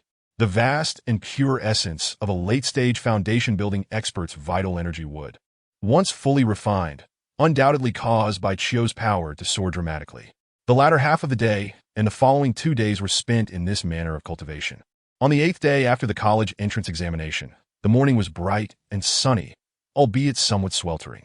Wei Changshu had yet to respond, evidently still deliberating with other members of the Wei family. The Wei family had not taken any further action either. Baichio only learned from the television news that they had acquired all of the G family's assets. The rotund landlord arrived as promised, accompanied by several middle-aged women who, despite their somewhat ordinary relationship, were clearly well acquainted. The landlord had not reverted to her former appearance, and, over the past couple of days, appeared significantly rejuvenated. At that moment, she radiated vitality and was in high spirits. She did not attempt to act unscrupulously, having transferred the agreed sum of 1 million yuan to He Huiru's bank account prior to her arrival. The middle-aged women she brought along were all from affluent backgrounds and were eager to spend lavishly to enhance their youth and beauty. Those seeking to test the medicine were willing to pay, and Baichio was more than happy to oblige. He distributed the prepared medicinal liquid to them, instructing them to consume it directly, and they lingered in the fruit shop for half an hour. Through the various transformations observed in these women, he concluded that his concocted elixir was beneficial for everyone. However, due to individual differences in physical condition, the effects varied. Those with ailments experienced slightly diminished cosmetic results, yet their conditions were greatly alleviated. Individuals of smaller stature became even slimmer, but their appearances changed more dramatically. Conversely, those who were overweight, like the landlord, exhibited less noticeable changes. All outcomes were positive, much to the delight of these women. They did not pay him, as it was said that the landlord had already collected the medicine fees in advance. One could easily surmise that she had likely requested a higher price from her so-called friends, profiting from the difference. Baichio was indifferent to this. After all, she had helped find test subjects for the medicine, and while she deserved no credit, her efforts were commendable, so allowing her some profit was acceptable. The landlord did not linger for long, and, that very afternoon, transferred 5 million yuan in medicine fees to He Huiru. With 6 million suddenly in her bank account, He Huiru was both joyful and exhilarated. "Xiao Qiu, give me your bank account number. I'll transfer the medicine fees to you," she said. However, she soon regained her composure, realizing that this money did not belong to her, but rather to Baichio. "Aunt, let us first pay off the bank loan. Owing money feels unpleasant." Baichio was unconcerned about this sum, generously stating, "Didn't you want to buy a better car? Use the remaining money for that." "Ah!" He Huiru felt a surge of joy again, but after a moment's reflection, she replied, "Let us not spend the money frivolously. We still need to purchase a pharmaceutical factory." "That's inconsequential," Baichio replied nonchalantly. "This amount isn't sufficient to buy a pharmaceutical factory. I have other means for that." He Huiru nodded repeatedly, adding, "Your uncle needs to negotiate a substantial deal with the pharmaceutical factory. If he drives a dilapidated van, they won't take him seriously." That afternoon, He Huiru called her husband back, and the couple went to the bank together to repay the loan. During dinner, the couple, who had also been cultivating for some time, completely disregarded their identities as cultivators and engaged in a lengthy discussion about purchasing a vehicle. Naturally, their perspectives differed. He Huiru wished to buy a Porsche Cayenne, while Baigang preferred an Audi SUV.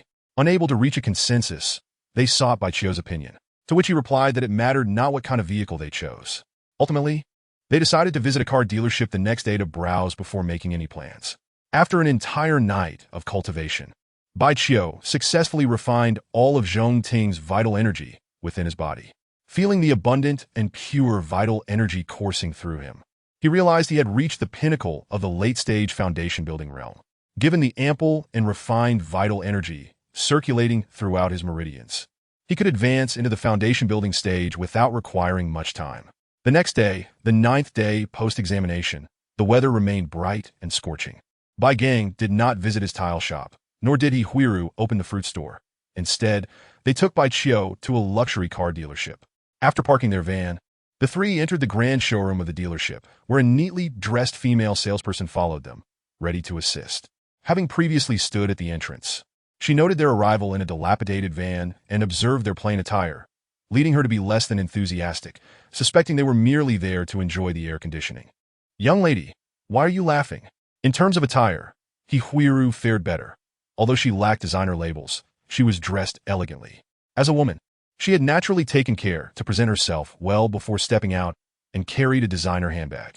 However, her bag, purchased years ago when her family was affluent, had aged considerably, resembling a counterfeit of poor quality. In contrast, her husband, Baigang, was inherently understated and frugal, given their family's circumstances over the years. He had scarcely bought himself new clothes. Although his outfit was clean and tidy, it was evidently made from inexpensive materials, a short-sleeved blue shirt with a faded collar paired with wrinkled brown casual pants and worn black sandals. Such attire would lead anyone to conclude that Bai Gang was not wealthy, let alone capable of purchasing a luxury vehicle. As for Bai Chiu, the saleswoman merely thought him quite handsome, with a fair complexion reminiscent of a warm-hearted young man. Regardless of whether this family could afford the luxury cars, she was obliged to accompany them throughout, forcing a smile, albeit with few words. "Gang, what kind of car is this? It doesn't look that impressive, yet it sells for over 400,000. Huiru exclaimed, pointing at a silver sedan in astonishment. "That is a Cadillac, probably this year's new model. Bai Gang replied." Upon hearing this, the female salesperson felt even more convinced that this family was merely browsing for the air conditioning, not genuinely interested in purchasing a car. After all, vehicles costing hundreds of thousands were the lowest tier available here. "This car looks quite nice," Huiru remarked, gesturing toward a red compact car. After circling it and seeing the price tag, she shook her head, saying 65,000. Is that a bit low in terms of quality? They were planning to buy a pharmaceutical factory, and it was foreseeable that they would soon be quite wealthy. Thus, to signify their status, they naturally wished to purchase a true luxury vehicle. This had been settled the previous night. Consequently, Huiru felt that a car priced at over 60,000 was not within their consideration. However, upon hearing this, the saleswoman could not suppress a chuckle. She thought to herself, this family is truly theatrical, clearly unable to afford it, yet they find fault with the car's quality. Of course, she kept this thought to herself and did not voice it. "Young lady, why are you laughing?" Huiru noticed the salesperson's smirk and questioned her with displeasure. As women often cannot tolerate disrespect, the saleswoman quickly replied, "No, it's nothing." The female salesperson hastily waved her hand, her expression turning serious, albeit in a somewhat peculiar manner. Just at that moment, Bai Chiu's phone rang. The call was from an unfamiliar number, and upon answering, he discovered that it was Jiang who on the line. Jiang, who claimed that he had brought the appointment letter for Captain Long and was currently at the entrance of Huiru's fruit store. "Our family of 3 is at the Wanju, a luxury car dealership in Dongcheng, and cannot return for the time being. If you have the time, could you please bring the appointment letter over?" "Sure, I'll head over right away. I'm familiar with that place." After hanging up, Bai Chiu continued to accompany his uncle and aunt as they walked through the spacious showroom.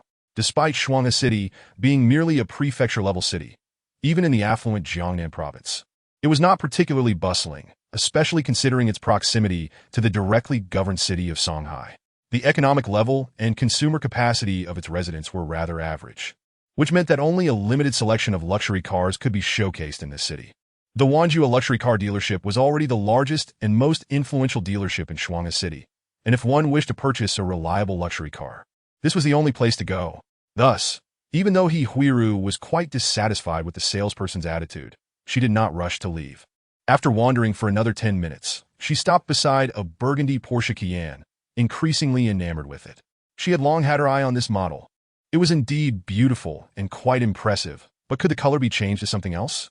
Noticing the eager glimmer in his wife's eyes, Bai Gang began to speak. Women often favored such vibrant colors, while Bai Gang, as a man in his 40s, naturally preferred more mature and subdued hues.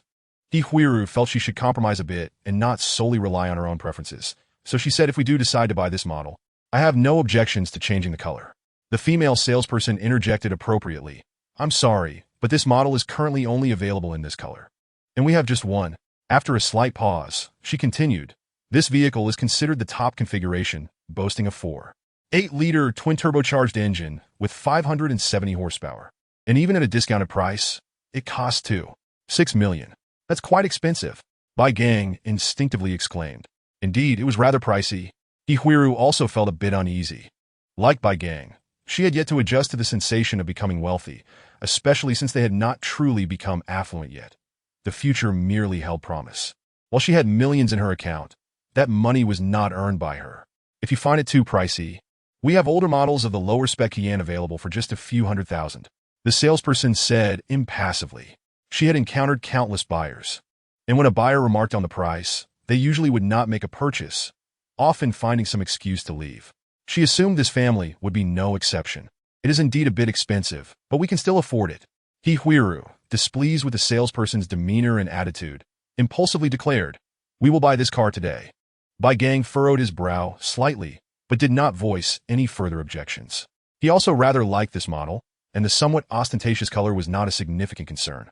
Bai Qiu, on the other hand, appeared completely distracted, occasionally glancing towards the entrance. Just as the female salesperson was about to speak, 3 individuals approached from the side. A middle-aged, rotund man with a balding head was accompanied by a young, attractive woman clad in a red miniskirt, all guided by a male salesperson as they circled around the Porsche Cayenne, chatting animatedly. From their conversation, it became evident that the heavily made-up young woman intended to purchase this vehicle. Her voice was flirtatious, addressing the balding man as daddy. He seemed quite pleased, unabashedly caressing the young woman's hand and readily agreeing to buy the car, even producing a gold card. Hihuiru grew anxious and alerted the female salesperson beside her. "We were the first to express interest in this car. We have the right of first refusal. Ma'am, please don't make a scene. They genuinely intend to purchase," the salesperson replied, appearing quite troubled. Upon hearing that someone was vying for the same car, the flamboyantly dressed young woman turned to look. After sizing up the family of 3, she laughed mockingly. "Even if you can afford it, consider whether you can maintain it." Chapter 53, Furious. "Our ability to maintain it is our own concern. You needn't worry about that," Hihuiru retorted, pulling a bank card from her purse defiantly. "Mom, are you truly going to buy it?" the salesperson asked, cautioning. "Once you sign the purchase contract, should you wish to return the car, there will be a substantial penalty." "Young lady, I do not appreciate your tone," Hihuiru snapped angrily. "Since we are buying the car, why would we want to return it? Do you think we can't afford to maintain it?" Bai Gang interjected. "Young lady, if you sell the car, you will also earn a commission. Why the lack of enthusiasm?" "Daddy," the heavily made-up woman protested, swaying her hips and clinging to the balding man's arm, pouting, "I don't care. I want this car, and you must buy it for me." All right, I will buy it." The balding man appeased the young woman, and then turned to the male salesperson beside him, saying, "Shaolin, you know I'm here specifically to support your business.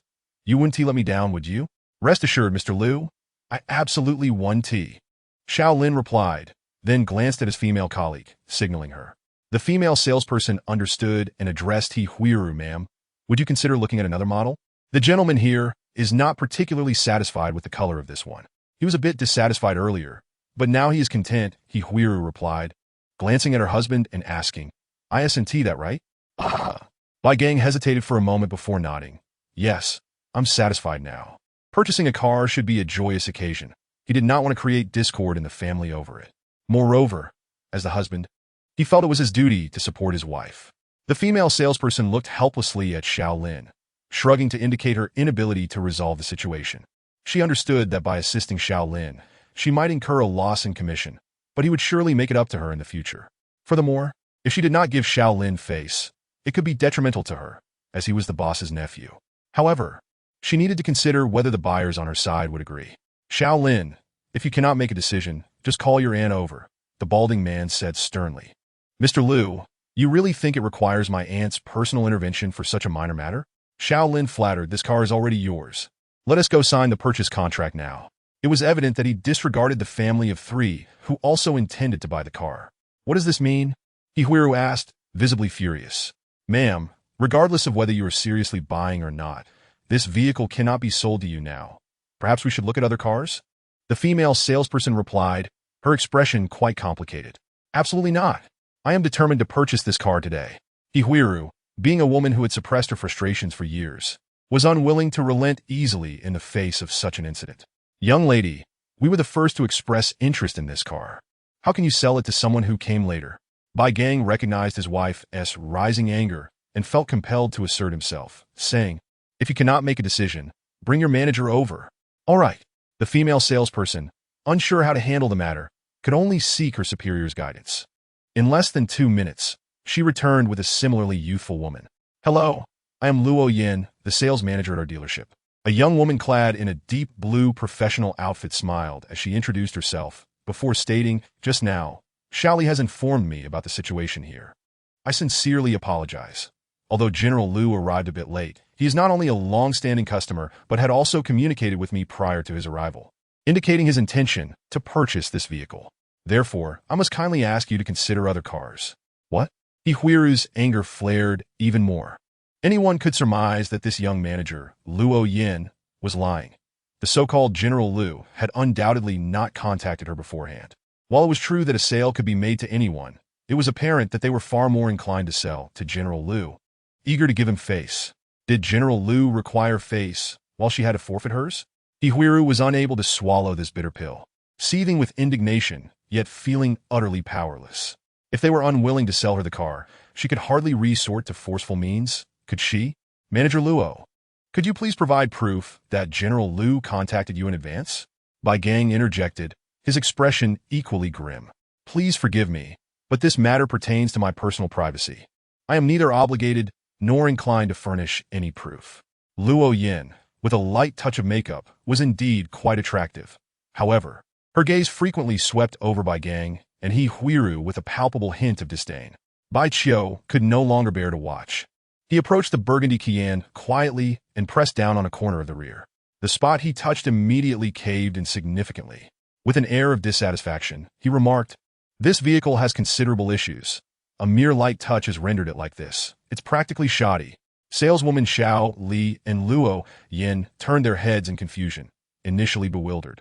Before glaring angrily at Bai Qiu, Luo Yin glared fiercely, exclaiming, "The car is perfectly fine. You deliberately damaged it." Xiao Li thought to herself how this fair-skinned young man had quite the strength.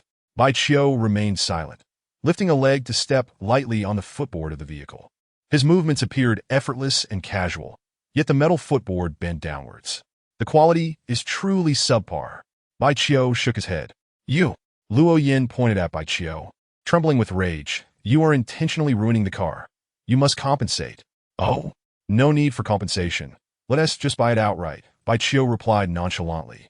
He Huiru and Bai Gang's eyes lit up, silently acknowledging Bai Qiu's clever maneuver. However, they still felt a twinge of regret at the thought of such a beautiful luxury car being damaged. At that moment, Shaolin arrived with a bald man and a heavily made-up woman.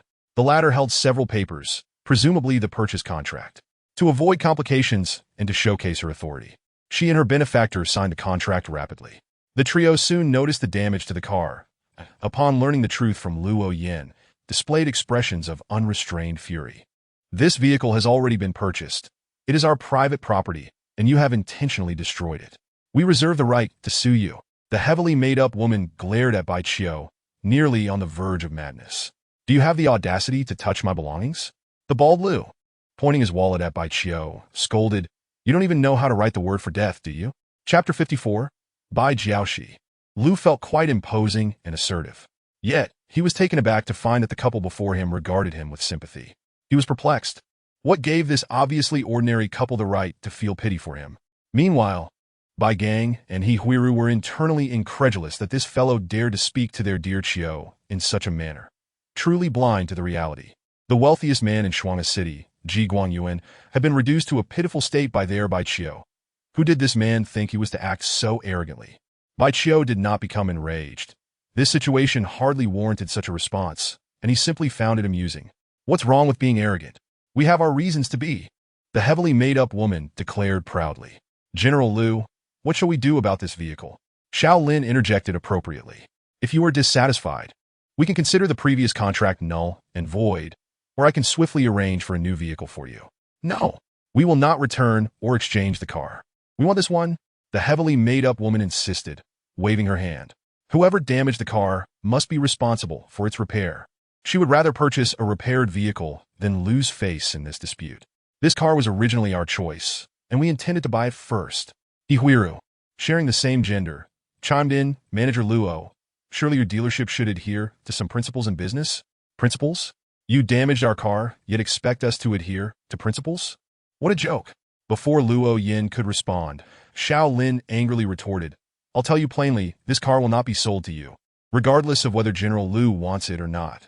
Just then, Xiao Lin abruptly fell silent, his gaze drawn to a large man striding towards them.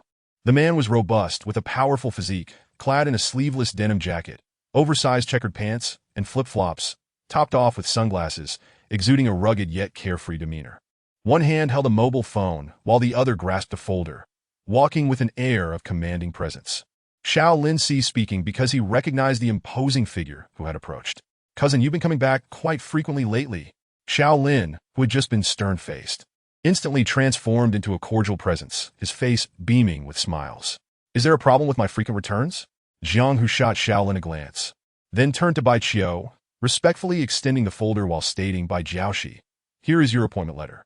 Bai Qiu took the folder, opened it, and began to peruse its contents. Bai Jiaoxi, what does this mean? Shaolin was bewildered, though he could see that his cousin was treating this fair-skinned young man with utmost respect. In an instant, he felt his head spinning.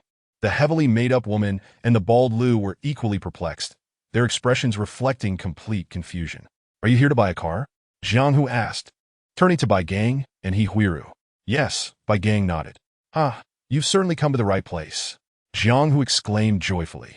This dealership is my family's. By fortunate coincidence, I am back today. Whatever car you wish to buy, I will personally approve a 50% discount for you. What? 50%? Shaolin, Shaoli, and Luo Yin were utterly astonished. It should be noted that selling a vehicle typically did not yield a 50% profit. And now, at a 50% discount, the car they had just been interested in had been snatched away.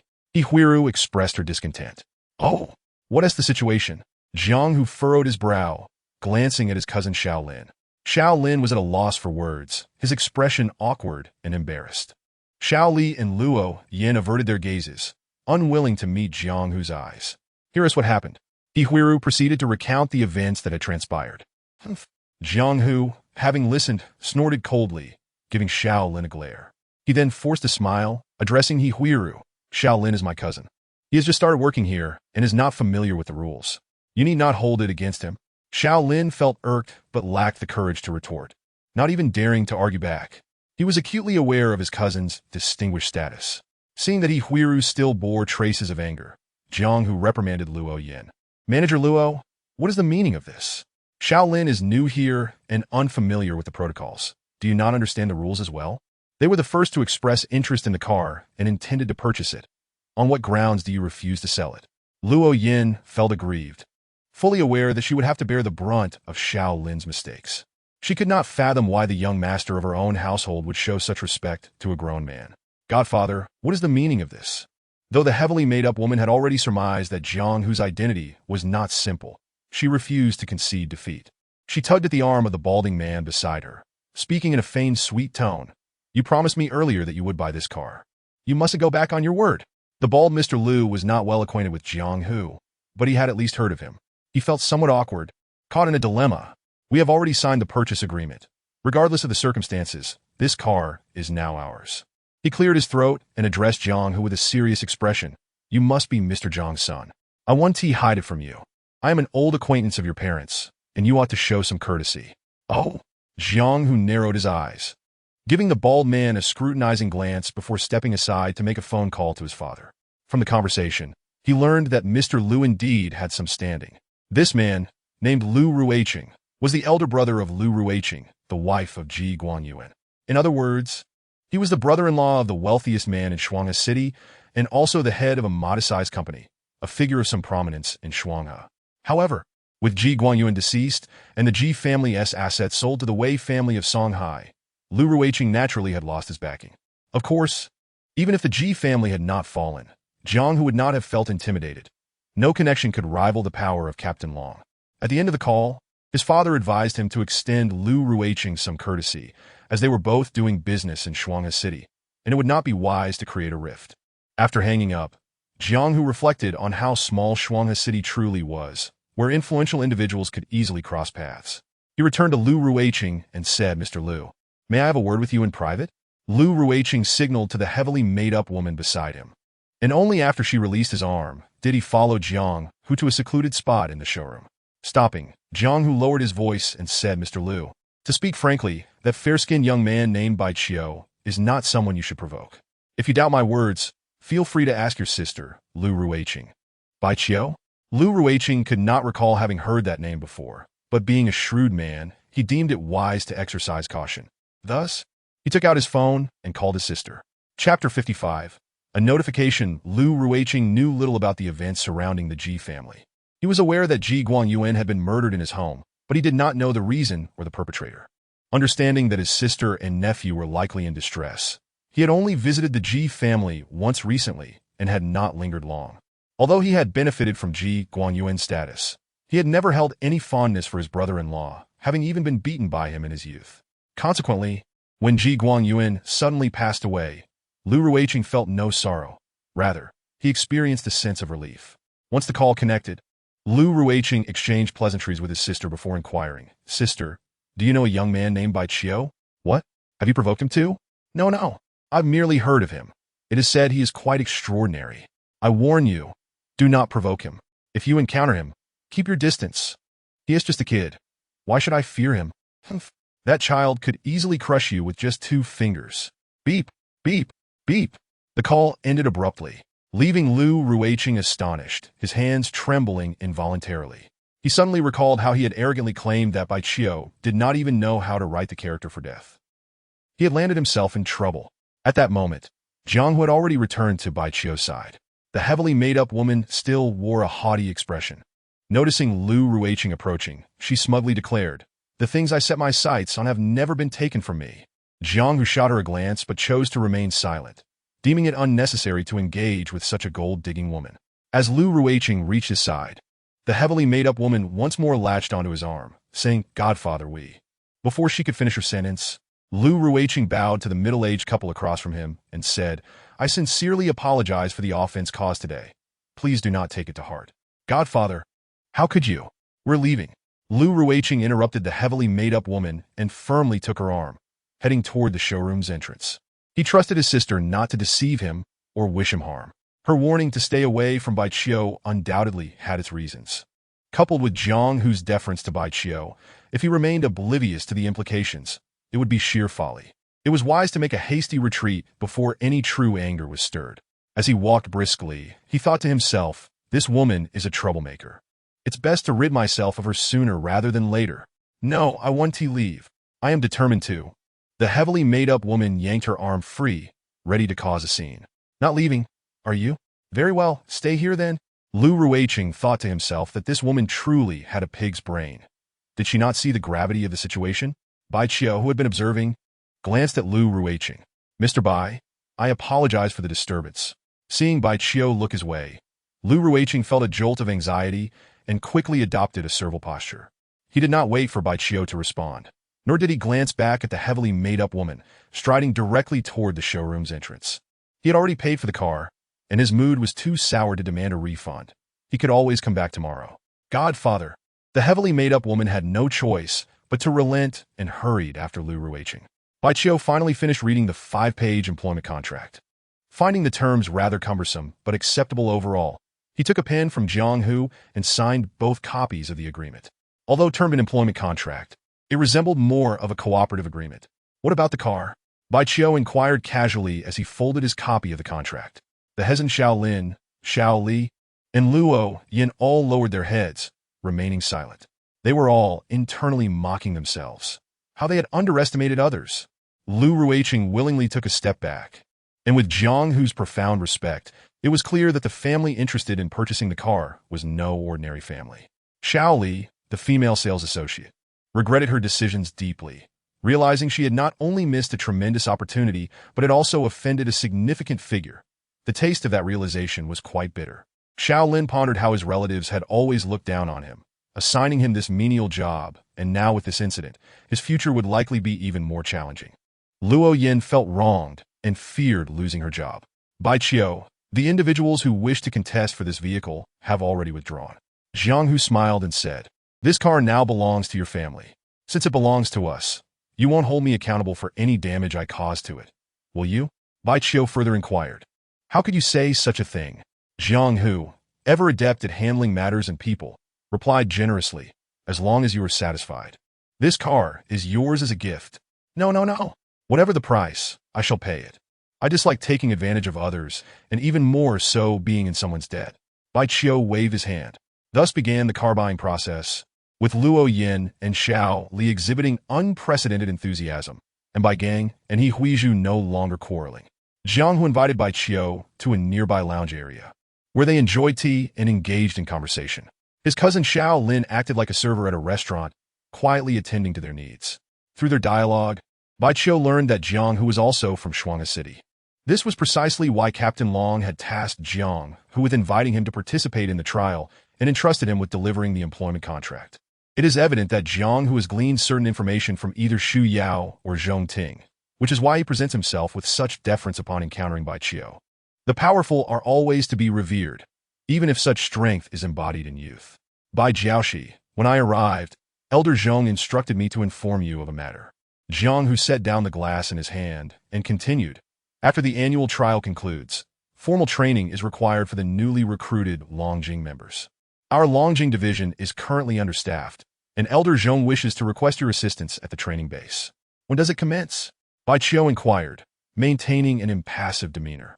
The trial ends before the month's close, and the formal training begins at the start of next month, Jiang Hu replied.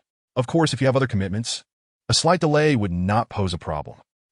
During the summer break, I have little to occupy my time, Bai Qiu chuckled before adding. According to the terms outlined in the appointment letter, my assistance in training the newcomers would also be considered a form of contribution, would it not? Indeed, Jiang Hu nodded affirmatively. Very well, I shall be there when the time comes. Bai Qiu felt compelled to contribute to the Longjing division, for only through such efforts could he continually accrue merits and thus reap certain benefits. The advantages the Longjing division could offer him were limited, and apart from the convenience that came with the elevation of his identity and status, he was chiefly interested in the wealth of information they possessed, documents detailing the history of cultivation on Earth, secrets of its various civilizations, and comprehensive scriptures. Such knowledge would greatly aid him in deepening his understanding of this planet, which he deemed essential. After all, how to depart from Earth in the future was a matter that required serious contemplation. He could not remain on this planet indefinitely, awaiting his ascension to the celestial realm. As he was not a formal member of the Longjing division, he could not access such materials directly and would have to exchange his merits for them. Chapter 56. A False Alarm. Approaching noon, having completed all vehicle purchase procedures, Bai Qiu declined Jiang Hu's offer to treat them and returned home with Bai Gang and He Huizhu. They did not drive away in the wine-red Porsche Cayenne, as Bai Gang and He Huizhu had decided, after further discussion, to opt for a white version of the same model. The dealership did not have that color in stock, but Jiang Hu assured them he would contact a colleague in Songhai City to arrange for one to be delivered. As for the repair costs of the wine-red Porsche Cayenne, Bai Qiu had initially intended to cover them, but Jiang Hu adamantly refused.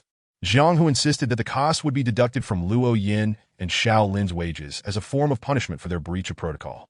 Luo Yin and Xiao Lin were quite dismayed, feeling rather miserable, yet they could only accept Jiang Hu's punitive decision.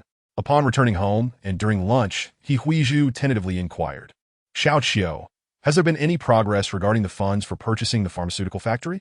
The individual responsible for providing the funds is still deliberating, so there is no need to rush, Bai Qiu replied casually while eating. Oh, He Huizhu made no further inquiries. Bai Qiu, however, began to ponder silently. He suspected that the Wei family had taken so long to consider because they were reluctant to spend money to reclaim their treasures. It made sense, after all.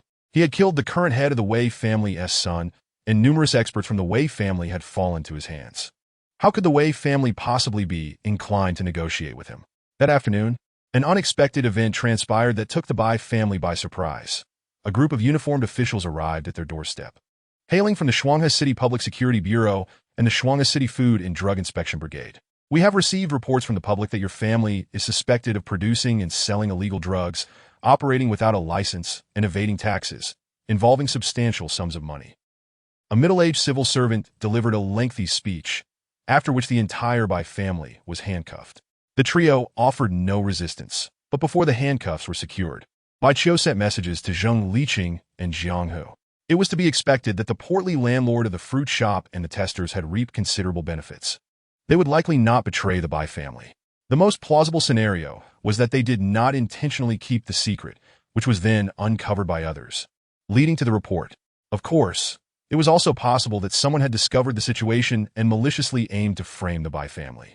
Regardless of the circumstances, the Bai family was soon taken to the police station for interrogation.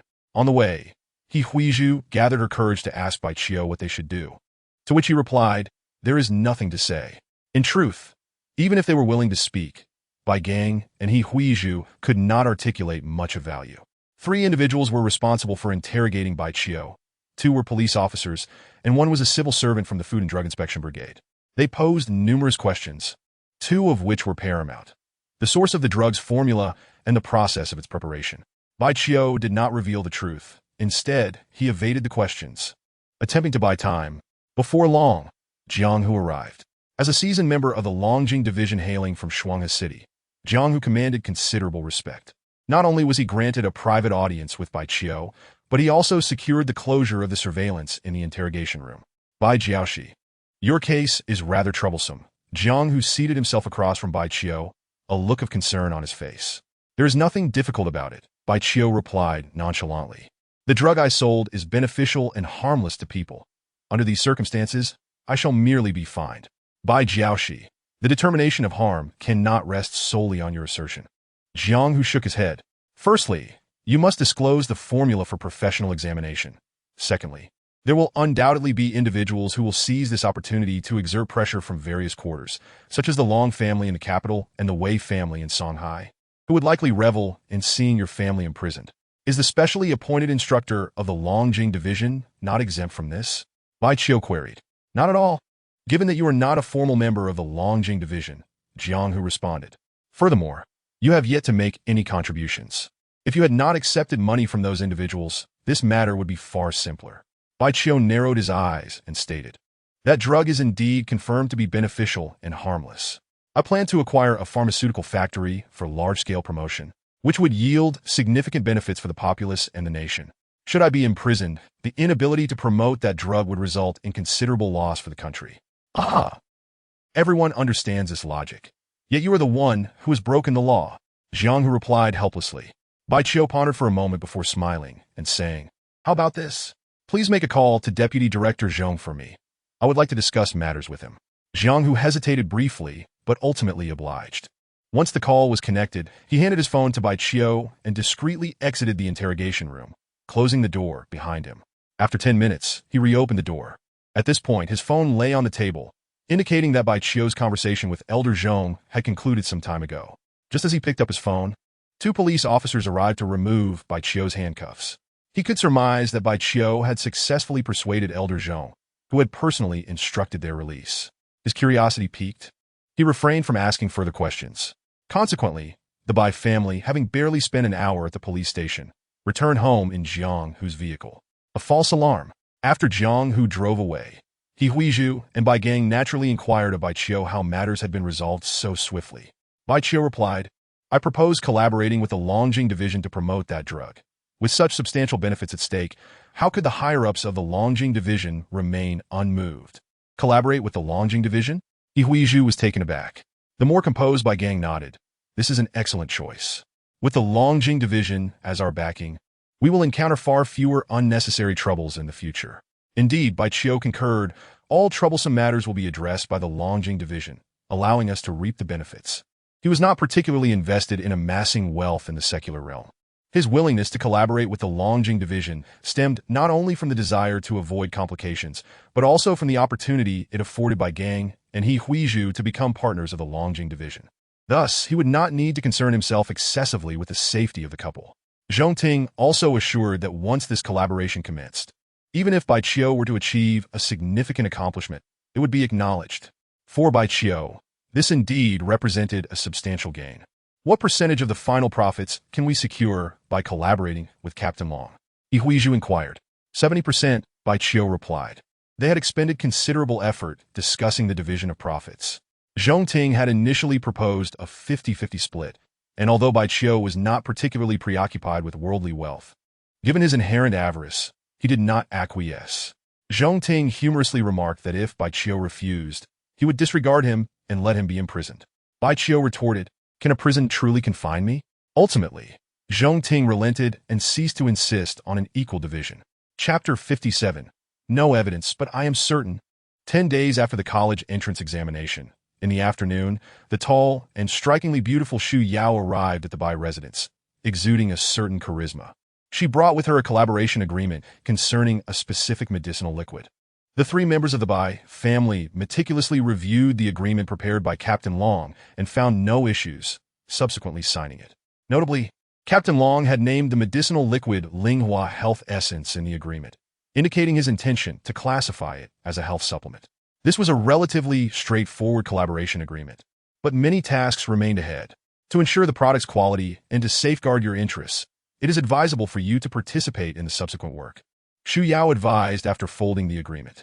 Bai Qiu had no desire to squander his time on manufacturing and selling medicine, although Bai Gang and He Huizhu had ample time on their hands. With Captain Long's involvement, he merely needed to provide the formulation details, and the Linghua Health Essence would soon be available on the market. Bai Gang and He Huizhu's role was simply to await their share of the profits while overseeing the accounts to ensure they receive their fair portion. Our plan is to release the Linghua Health Essence under the name of Captain Long's research laboratory, which should expedite the approval process from relevant authorities, Xu Yao stated earnestly. Therefore, whoever is responsible for participating in the subsequent work will have the opportunity to become a researcher at our laboratory. He Huizhu interjected. Does that researcher also qualify as a Longjing officer? Indeed, Xu Yao affirmed, of course, if you prefer not to become a Longjing researcher, you may, like Bai Qiu, remain an external consultant for Captain Long. He Huizhu and Bai Gang exchanged glances, seemingly unable to reach a decision. Xu Yao continued, I recommend that you both become official Longjing researchers. This would not only facilitate matters but also grant you greater rights. For instance, had Bai Qiu been a genuine Longjing officer, the local police would have had no authority to detain him, as any significant transgressions would be dealt with internally within the Longjing department. Xu Yao's visit today was primarily due to Jiang Hu's absence from the team, and the Longjing headquarters had few idle personnel. She was also acutely aware that Old Zhong had dispatched her not only because she had some free time, but also with the intention of easing the relationship between her and Bai Qiu. Before departing, Old Zhong had instructed her to ensure that Bai Gang and He Huizhu became Longjing researchers. She understood Old Zhong's motive. If this couple became affiliated with the Longjing department, it would undoubtedly bind Bai Qiu to them. Old Zhong's meticulous efforts underscored his significant regard for Bai Qiu. Uncle, aunt. Becoming Longjing researchers is an excellent choice. Bai Qiu pretended to ponder for a moment before expressing his approval. He had previously only hoped that Bai Gang and He Huizhu could establish a connection with Longjing. Now that they could directly become part of the Longjing department, it was even better. Regardless of the Ji family, the Wei family, or the Long family in the capital, none would dare to provoke individuals associated with Longjing. Upon hearing Bai Qiu's words, Xu Yao produced several agreements that were evidently prepared in advance. After signing the agreements, Bai Gang and He Huizhu officially became Longjing researchers. Bai Qiu felt as though he was repaying the Bai family on behalf of the deceased Bai Qiu. The Bai family not only gained a commendable status, but would soon possess wealth that ordinary affluent families could scarcely aspire to. At that moment, as the uncle, Bai Gang recalled his nephew's previous words in the hospital. Our family's days of hardship are over. Once all matters were settled, Xu Yao did not intend to linger, reminding Bai Gang and He Huizhu to promptly report to the capital for their new positions before preparing to leave. She had no intention of actively mending her relationship with Bai Qiu, and his occasional glances at her only served to further annoy her. While her physical discomfort had subsided, her feelings of grievance and ire remained unresolved. She yearned to grow stronger, surpass Bai Qiu, and eventually seize an opportunity to overpower him. Just as Xu Yao was about to exit the Bai residence, He Huizhu's phone unexpectedly rang. The call was from an unfamiliar number, and upon answering, she heard a deep voice on the other end. The caller claimed that her son, by phone, had been kidnapped. Then she heard her son's cries for help. Shortly thereafter, the call was disconnected, and she received a text message containing a video. In the video, her son by phone was bound to a chair, a wound on his forehead bleeding profusely. Moments later, she received another text message specifying a ransom amount of 230 million. Bai Qiu furrowed his brow, suspecting he knew who was behind the kidnapping. He distinctly remembered telling Wei Changshu that if the Wei family wished to reclaim those two treasures, they would need to pay 230 million. The alignment of these two figures could not possibly be coincidental. It was undoubtedly the Wei family. Bai Qiu narrowed his eyes, a chilling glint flickering within them. Are you certain? Xu Yao, not yet having departed, inquired. Is there any evidence to substantiate your claim? No evidence, but I am certain, Bai Qiu replied coldly. If it truly is the Wei family behind this, it should not be difficult to resolve. I am quite confident, Xu Yao asserted. And please take a photo of the agreement you just signed to become Longjing researchers and send it to the kidnappers. Understood? He Huizhu immediately followed her instructions in a flurry of activity. The kidnappers did not send further messages or make additional calls. Approximately 20 minutes later, her phone rang again, and it was her son calling. The kidnappers had released him. Xu Yao smiled triumphantly and said to Bai Qiu, they will certainly leave no evidence behind. Based solely on your conjecture, Our Longjing department cannot take action against the Wei family unless you can transform your suspicions into concrete evidence. I can handle this without the Longjing department's assistance, Bai Qiu replied expressionlessly. The timing of their actions is intriguing. They chose today for a reason, undoubtedly calculating their moves. Xu Yao reminded him. Bai Qiu silently contemplated the situation before sneering. They must have realized I have been frequently in contact with people from the Longjing department. Hence they're testing the waters in this manner. Xu Yao nodded, a glimmer of approval shining in her beautiful phoenix eyes, and remarked, I heard that Wei Yinyi has been missing for some time. Before his disappearance, he was in the company of several skilled Wei family members in Shuanga City at the Ji family. No need to speculate. Foolish individuals must pay the price for their foolish actions, Bai Qiu interjected. The Wei family's continued existence indicates they cannot be entirely foolish. Xu Yao replied with a subtle smile. For instance, they were quite clever just now. Chapter 58. The instigators Bai Qiu did not consider the Wei family's recent actions to be particularly astute. However, he refrained from commenting further. Xu Yao reminded him once more that regardless of the reason, excessive bloodshed should be avoided, and innocent individuals must not be implicated. She added that if they could gather evidence of the Wei family's reckless behavior, it would be optimal for the Longjing department to address the Wei family. Bai Qiu remained silent, yet his mind was occupied with thoughts, realizing that it was unnecessary to complicate matters. He possessed numerous methods to punish or even obliterate the Wei family. The only lamentation was that his desire to have the Wei family serve as a vanguard against the Long family appeared to be unattainable.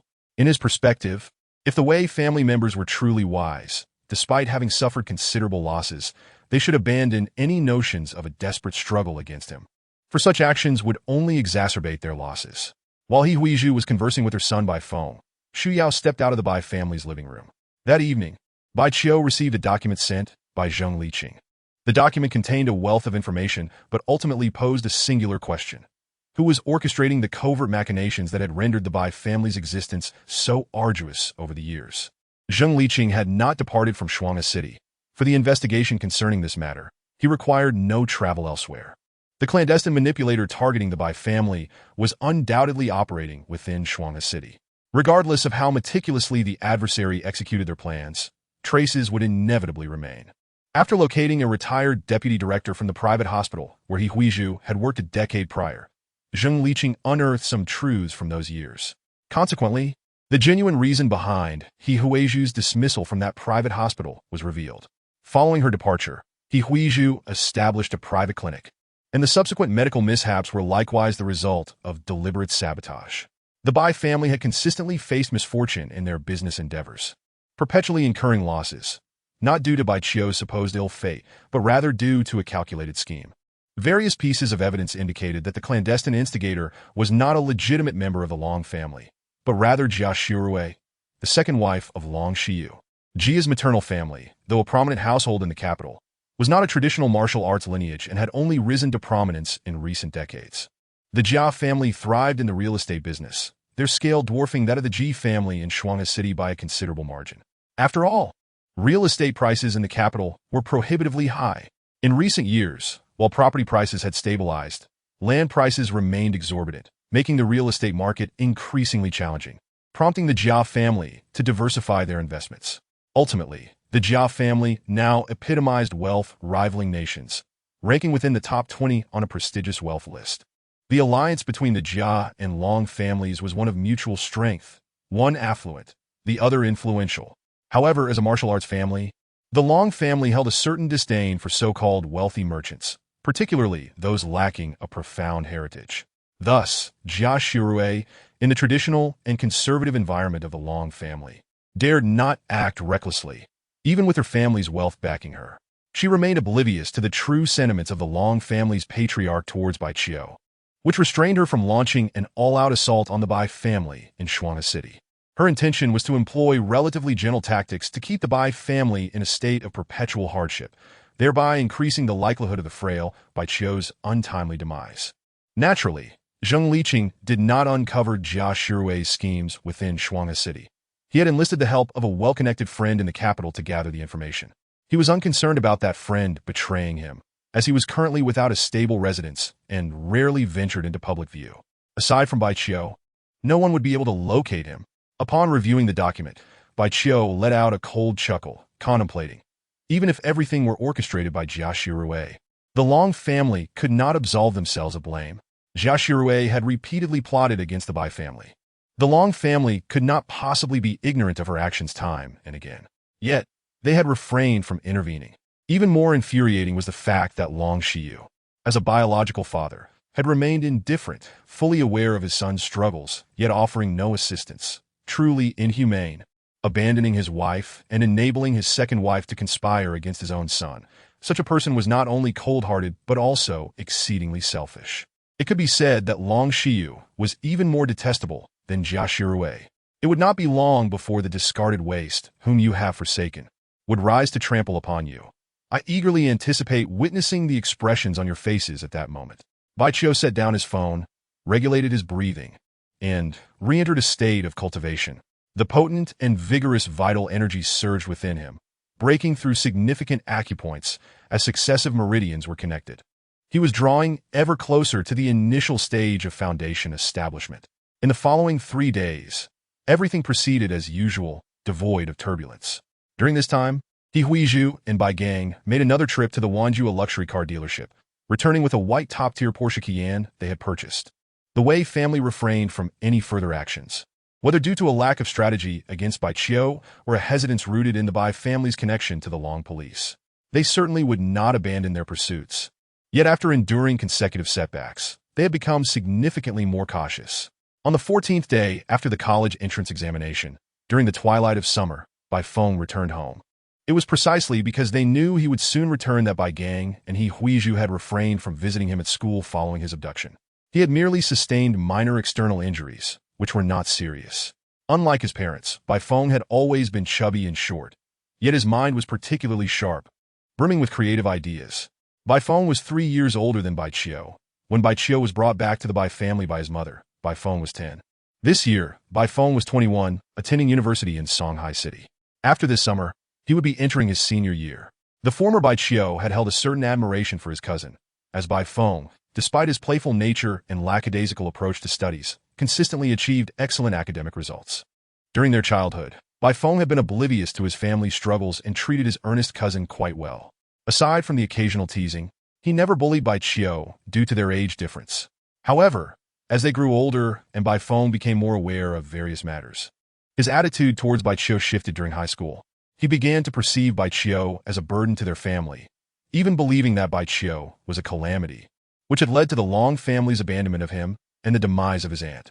Even after entering university, whenever he returned home during breaks, he still shared a room with Bai Qiu but treated him with indifference, even casting cold glances in his direction. In this regard, he was quite similar to his mother.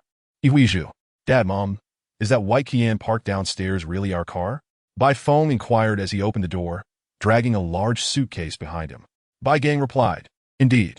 He Huizhu, who had personally opened the living room door, smiled and added, You rascal, you should have called before coming back. We could have driven to pick you up. Wow! Bai Feng suddenly froze, his eyes widening as he exclaimed, Mom, you really look so young? Chapter 59. Bai Feng's girlfriend, you little rascal. Didn't I tell you over the phone? You just wouldn't believe it. He Huizhu said with a hint of pride. She had indeed mentioned to her son that she had become younger and more beautiful, even having video called him, but he had remained skeptical. Bai Feng accused her of using beauty enhancement software, and to surprise him upon his return home, she had refrained from elaborating too much. Now seeing was believing. The evidence lay before him, and Bai Feng had no choice but to accept it. He scrutinized his mother as she opened the door for him, confirming she wore no makeup and was utterly astonished. Xiao Feng, who is this? He Huizhu inquired, pulling the living room door open wider, only to realize another person stood beside her son. It was a girl of average height, dressed in an oversized white short-sleeved t-shirt paired with ripped 7-point jeans and sporty sandals. Her lightly curled, dyed blonde hair cascaded over her shoulders, and she wore a pair of red-framed sunglasses. Overall, with a touch of light makeup, she appeared to be in her early 20s. Though not tall, her figure was slender and her features undeniably graceful. Coupled with her stylish and elegant attire, she was strikingly eye-catching at first glance. Mom, this is my girlfriend, Do Xiaonan. Bai Feng introduced, his face flushed. Hello, Annie.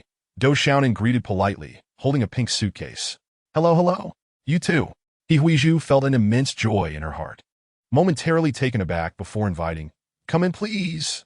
Upon hearing that his son had returned with his girlfriend, Bai Gang, who had been seated in the living room, hurriedly stood up, his expression revealing a hint of excitement. Hello, uncle. Upon entering the living room, Do Xiaonan bowed respectfully to Bai Gang. Yes, yes. Bai Gang intended to extend a hand to assist her, but quickly realized the inappropriateness of the gesture, leaving him momentarily flustered and quite embarrassed. Hui Ru then understood why her son had not called in advance. It was evident he wished to surprise the family. Undoubtedly, it was indeed a surprise, albeit one that caught them somewhat off guard. You rascal, couldn't you have given us a heads up? Hui Ru shot her son a reproachful glance and then warmly urged Do Xiaonan to take a seat. Meanwhile, Bai Gang busied himself pouring water. Just then, hearing commotion from outside, Bai Qiu emerged from his bedroom. Xiao Qiu, you have changed quite a bit. Upon seeing Bai Qiu, Bai Feng's round face, marked by numerous acne scars, registered a look of surprise once more. It was apparent that Bai Gang and Hui Ru had not shared much about Bai Qiu with their son. In fact, they would refrain from discussing Bai Qiu's matters with anyone without his consent, not even with their own son. Bai Qiu merely smiled, offering no words. Naturally, he scrutinized Do Xiaonan with curiosity, pondering how such a beauty could be interested in Bai Feng. Hello, Xiao Qiu. Do Xiaonan, having just settled in, raised her teacup in a nod of greeting. You too, Bai Qiu responded with a nod before turning back to his room. Subsequently, Bai Gang and Hui Ru engaged Do Xiaonan in conversation in the living room, while Bai Feng dragged his suitcase into the bedroom. Xiao Qiu, how did the college entrance examination go? Do you think you can get into a second-tier university? As he unpacked, Bai Feng feigned concern while asking. I'm not quite sure, but I will see the results tomorrow, Bai Qiu replied nonchalantly as he browsed the web at his computer desk. Isn't there a reference answer for estimating scores after the exam? How much do you think you'll score? If all goes well, I should get around 720 to 30 points. What? How many points did you say? 720 to 30 points. Xiao Qiu, I'm not joking with you. Neither am I. Do you realize what 720 to 30 points means?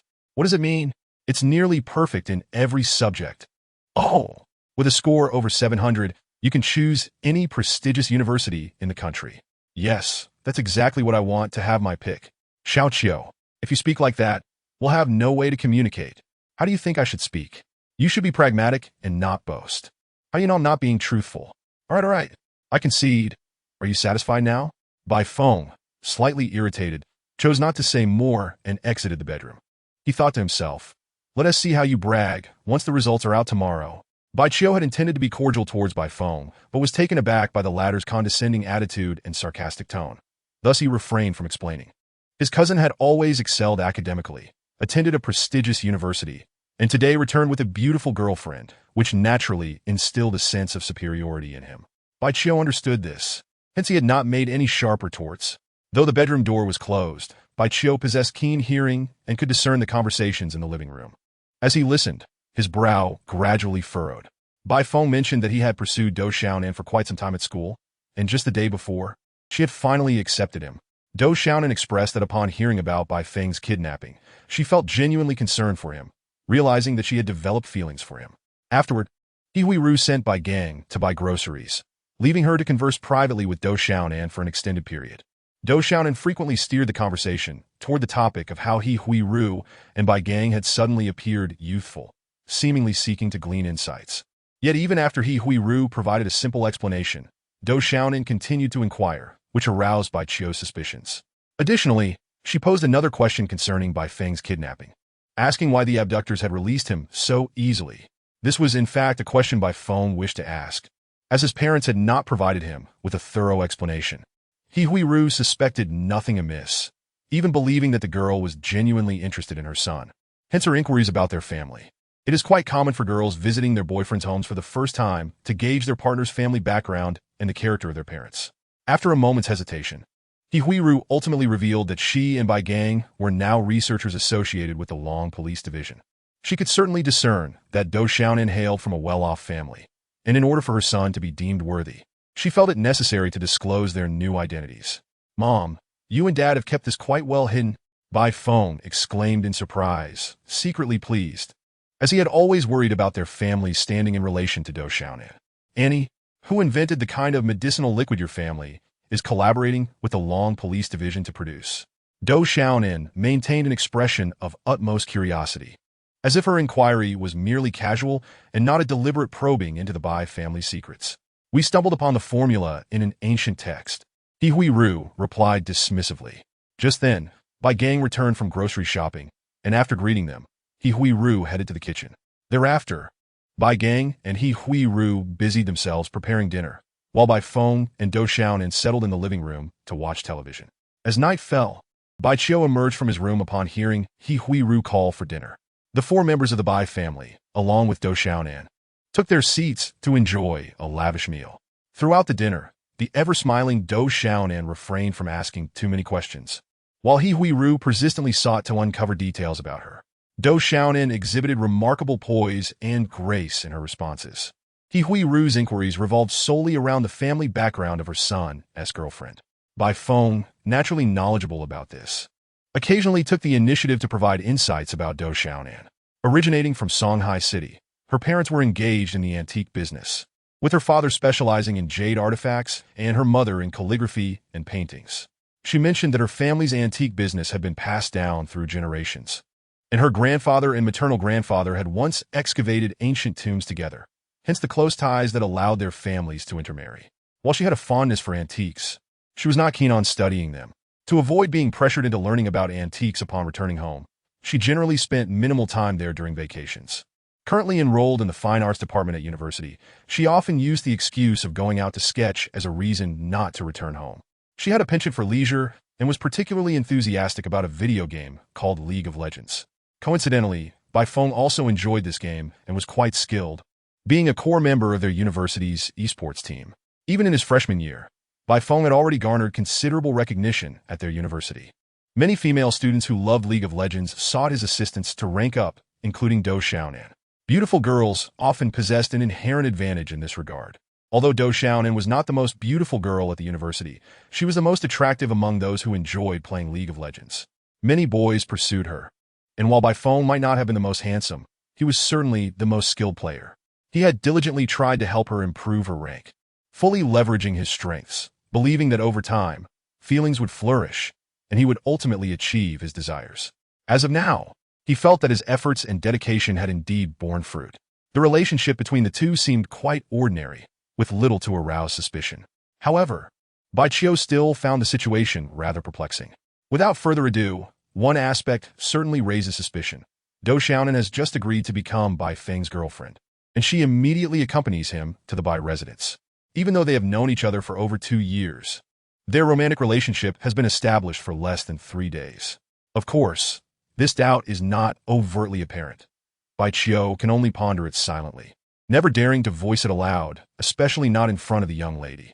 In the presence of others, he cannot employ his spiritual awareness to induce her into a state of confusion, compelling her to reveal the truth. After dinner, they engaged in conversation for a while.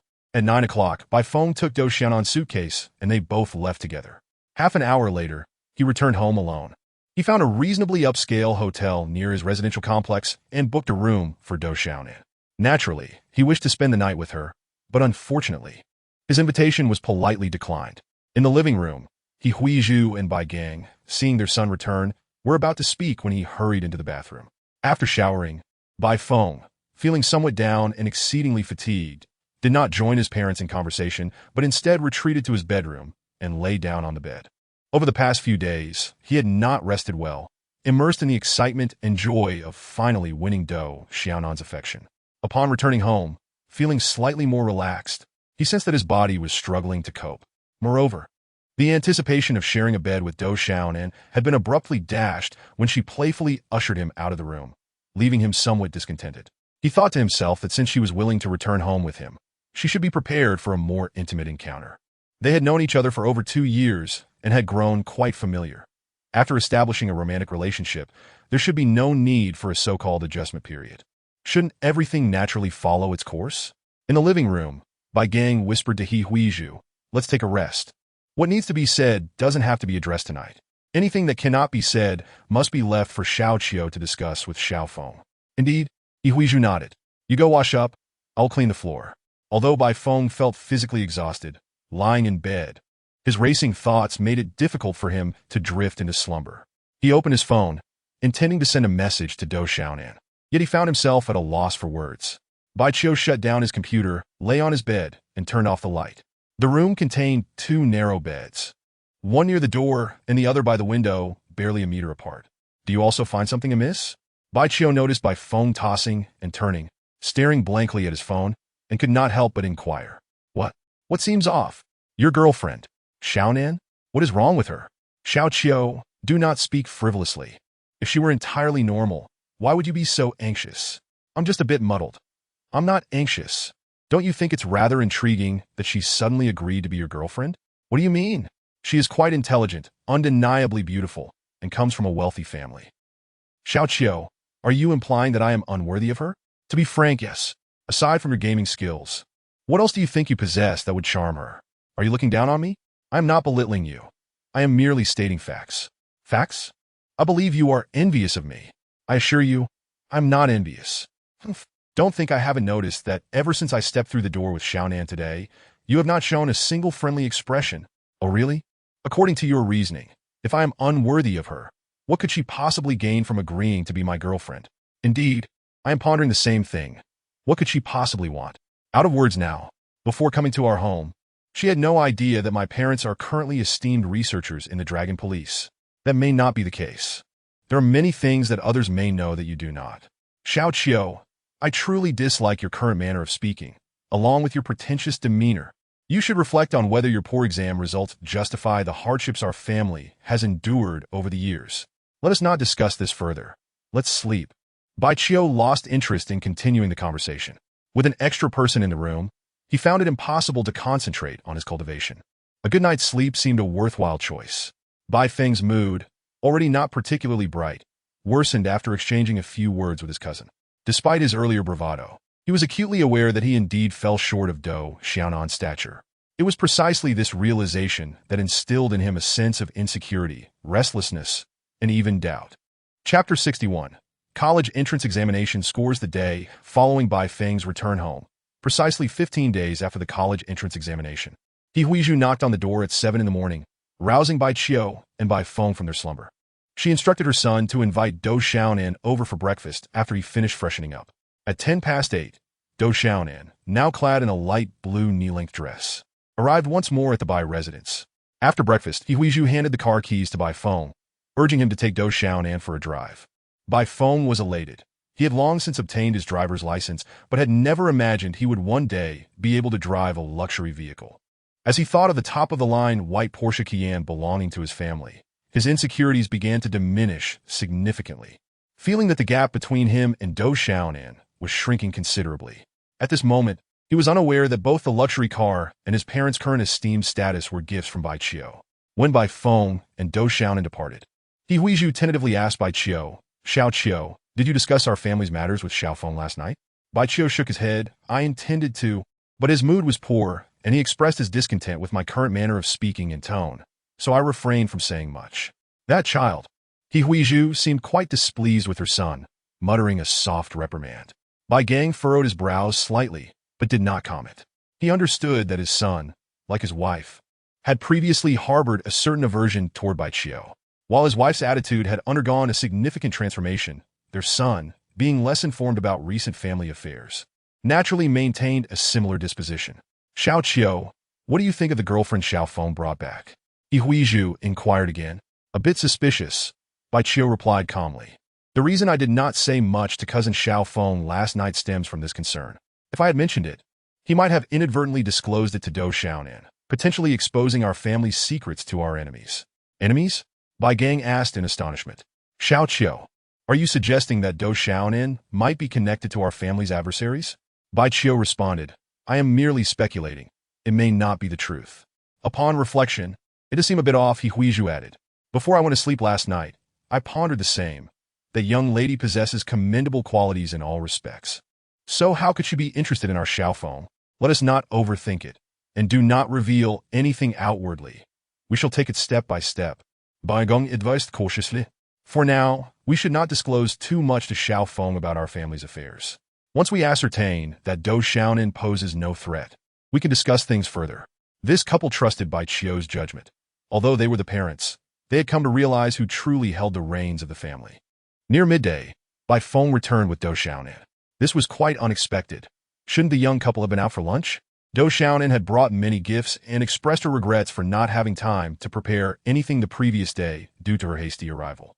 After placing the car keys down, Bai Feng asked Bai Qiu, "Xiao Qiu, your college entrance examination score should be available online by now, right?" "Yes, I've already checked." Bai Qiu nodded. Approximately 20 minutes prior, Huaduo had sent him a message informing him that the examination results had been released. "What score did you achieve?" Bai Feng raised his eyebrows, a look of eager anticipation on his face as he inquired. At this moment, everyone in the living room turned their attention to Bai Qiu. 723 points. Bai Qiu responded with an air of nonchalance. "My score in Chinese was relatively low." "Wow, cousin Xiao Qiu, you are truly impressive," Do Xiaonan exclaimed, applauding after a brief moment of astonishment. Bai Gang and He Huiru quickly regained their composure, thinking to themselves how this child had indeed transformed remarkably. They were somewhat surprised by Bai Qiu's college entrance examination score, yet they did not find it entirely unexpected. "Xiao Qiu, you mustn't boast," Bai Feng, skeptical, called out while heading toward the bedroom, gesturing, Come, let me see your score of 723. Bai Qiu understood that his cousin would not be convinced until he saw the evidence, and thus followed him into the bedroom. The computer in the bedroom was still on. He accessed the score-checking website and swiftly retrieved his report card. Chinese, 130 points. Mathematics, 150 points. A perfect score. English, 148 points. Science comprehensive, 295 points. Do Xiaonan, standing beside the computer desk, read Bai Qiu's report card aloud. Bai Feng was left utterly dumbfounded, completely unprepared for the revelation that his cousin could indeed achieve such a high score. He distinctly recalled that during the previous semester's final exams, Bai Qiu had only scored slightly over 400 points. In his mind, even if Bai Qiu had made some progress over the past 6 months, such a dramatic improvement seemed implausible. He instinctively suspected that Bai Qiu must have cheated or copied someone else's answers. However, he quickly reconsidered. Even if Bai Qiu had the opportunity to cheat or copy, it seemed unlikely he would achieve such a high score. Truly remarkable. Do Xiaonan exclaimed once more, "Cousin Xiao Qiu, you have your pick of prestigious universities nationwide." Bai Feng's emotions were quite complex as he blushed and said, "Xiao Qiu, I apologize. I underestimated you. You weren't bragging." After all, Bai Qiu was his own cousin. The two had grown up together, and despite any differences in their relationship, there was no deep-seated animosity between them. During lunch, the family naturally inquired about which university Bai Qiu wished to attend, offering numerous suggestions. Bai Qiu's response was that he intended to enroll in Songhai University. The reason for his choice was that Huaduo had selected this university. Huaduo's decision was motivated by 2 primary factors.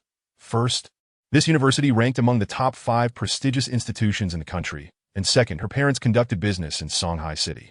Of course, this was his internal reasoning. He explained that he wished to attend the same university as his cousin Bai Feng for mutual support. Indeed, both Bai Feng and Do Xiaonan were students at Songhai University, though their scores in the entrance examination paled in comparison to Bai Qiu's. Particularly, Do Xiaonan, who studied fine arts as an art student, did not require exceptionally high academic scores to gain admission to a good university. "Cousin Xiao Qiu, on behalf of the senior students at Songhai University, I warmly welcome you," Do Xiaonan said playfully upon hearing Bai Qiu's choice. "It's great that you're coming to our school. After the summer break, I'll be in my 4th year, which will make your first year a bit easier." Bai Feng's plump face beamed with smiles, thinking to himself that even if the kid's grades had suddenly improved, he would still have to hang out with him in college. That afternoon, Bai Feng and Do Xiaonan went out for a drive. Captain Long called again, urging Bai Gang and He Huiru to report to the headquarters of Captain Long in the capital as soon as possible. In recent days, they had received similar calls almost daily. Bai Gang and He Huiru had not rushed to leave, as they needed to handle matters concerning their fruit shop and tile store. And they also wished to spend time with their son, who had just started his summer vacation. They intended to discuss recent family matters with him, but were surprised to find that he had brought his girlfriend home. "Xiao Qiu, Captain Long is pressing us. And your uncle and I can't delay any longer. We must head to the capital now," He Huiru said to Bai Qiu. "Regarding family matters, you can decide what to tell Xiao Feng and what to withhold." Bai Gang chimed in, "As for Do Xiaonan, please keep an eye on her for us. If any issues arise, make sure to inform your cousin directly without worrying too much about his feelings." Chapter 62. Filling out applications that night. Although Bai Feng had dinner with Do Xiaonan outside, he still could not spend the night with her at the hotel. After a restless night and a full day of activities, he took a shower and collapsed onto his bed. Unlike the previous night, he was in a relatively good mood today, and within 3 minutes of lying down, he was fast asleep. Perhaps due to exhaustion, his snoring was quite loud, preventing Bai Qiu from entering a meditative state, compelling him to simply lie down and sleep. Around 3 in the morning, Bai Qiu's phone suddenly buzzed. With his keen senses, he awoke immediately and glanced at his phone. Zheng Liqing had sent him a message containing a moderately lengthy text. After reading it, Bai Qiu let out a soft grunt, realizing he had not been mistaken. Dou Xiaonan was indeed worthy of suspicion. The previous evening, after dinner, he had sent a message to Zheng Liqing, briefly outlining Dou Xiaonan's family situation and asking him to investigate. The key points to look into were whether the Dou family had any connections with the Wei or Long families. Zheng Liqing did not specifically travel to Songhai City for the investigation, but had friends there who could help him inquire. Bearing the heavy weight of a blood feud, Zheng Liqing understood that avenging himself would be challenging without assistance, so he had always been careful to cultivate connections with influential individuals. A friend in Songhai City informed him that although the Dou family appeared to have limited interactions with the Wei family, their relationship was in fact quite good. Not only with the Wei family, but many ancient martial arts clans also sought to maintain cordial relations with the Dou family. It is well known that the Dou family engaged in the antique business, making them more likely to come into contact with genuine treasures than ordinary people. For instance, an antique item that might seem ordinary to the average person could be a crucial artifact for a practitioner. Similarly, ancient texts that might appear mundane could contain cultivation techniques left behind by ancient cultivators. The Dou family's reputation in the antique world was significant, and their influence was considerable. Ordinary practitioners or ancient martial families would hardly be significant to them.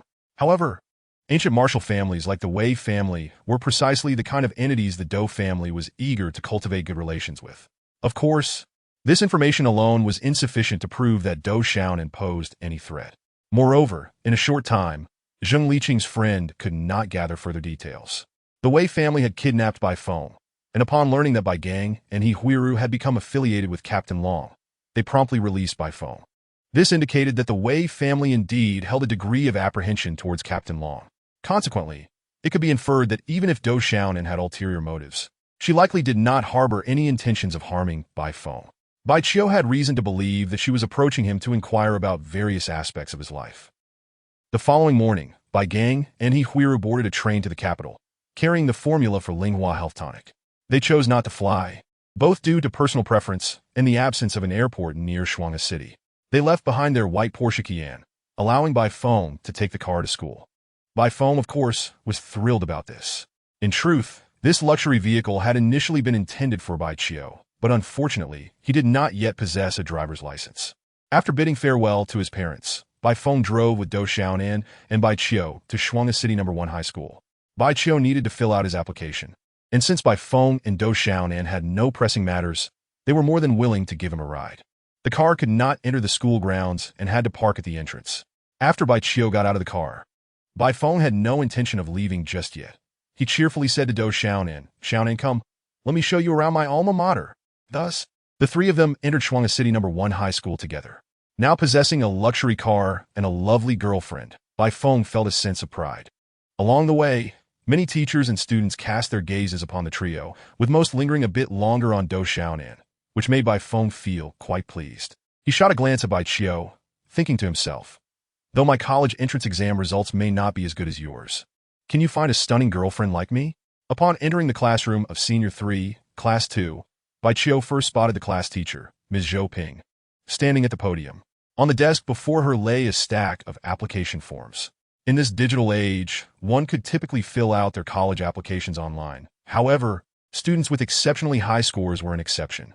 Even if these high achievers completed their applications online, they were required to come to the school in person to claim a substantial monetary reward, while the school also sought to promote its accomplishments. With the allure of financial gain and a lingering sense of avarice, Bai Qiu naturally felt compelled to attend. Moreover, he had not seen Hua Duoer for quite some time and harbored thoughts of compelling Su Xia and Yuan Dongdong to honor their wager. Regardless of the amount, he was determined to reclaim what was rightfully his. At that moment, the classroom was bustling with numerous individuals, including many alumni, school officials, and even media reporters. Hua Duoer was present as well. Her Gaokao score reached an impressive 746, making her the top scorer in Jiangnan province. The reason for her outstanding performance could be attributed to her consumption of Lingyun Dan and her initiation into cultivation. She had become even more astute, with her memory and calculation abilities significantly enhanced. Given that she was already an exceptional student, it came as no surprise that she achieved perfect scores across the board. Bai Qiu's Gaokao score fell short of Hua Duoer's by over 20 points, yet he still secured the second highest score among all examinees in Shuangha City, making him a focal point of attention as well. The wager he had with Su Xia and Yuan Dongdong had long since spread throughout the school, with many initially believing his defeat was inevitable, even secretly mocking his blind confidence. However, upon seeing the list posted on the school as bulletin board, astonishment rippled through the crowd, with exclamations of disbelief echoing. Bai Qiu, you are the pride of our class and our school. Ms. Zhou Ping expressed with heartfelt appreciation as Bai Qiu stepped into the classroom. She promptly handed him an application form and, in front of everyone, meticulously guided him through the process of filling it out. Hua Duoer approached as well, silently observing Bai Qiu as he filled out the form. Despite her efforts to conceal her feelings, the admiration in her expression was unmistakable.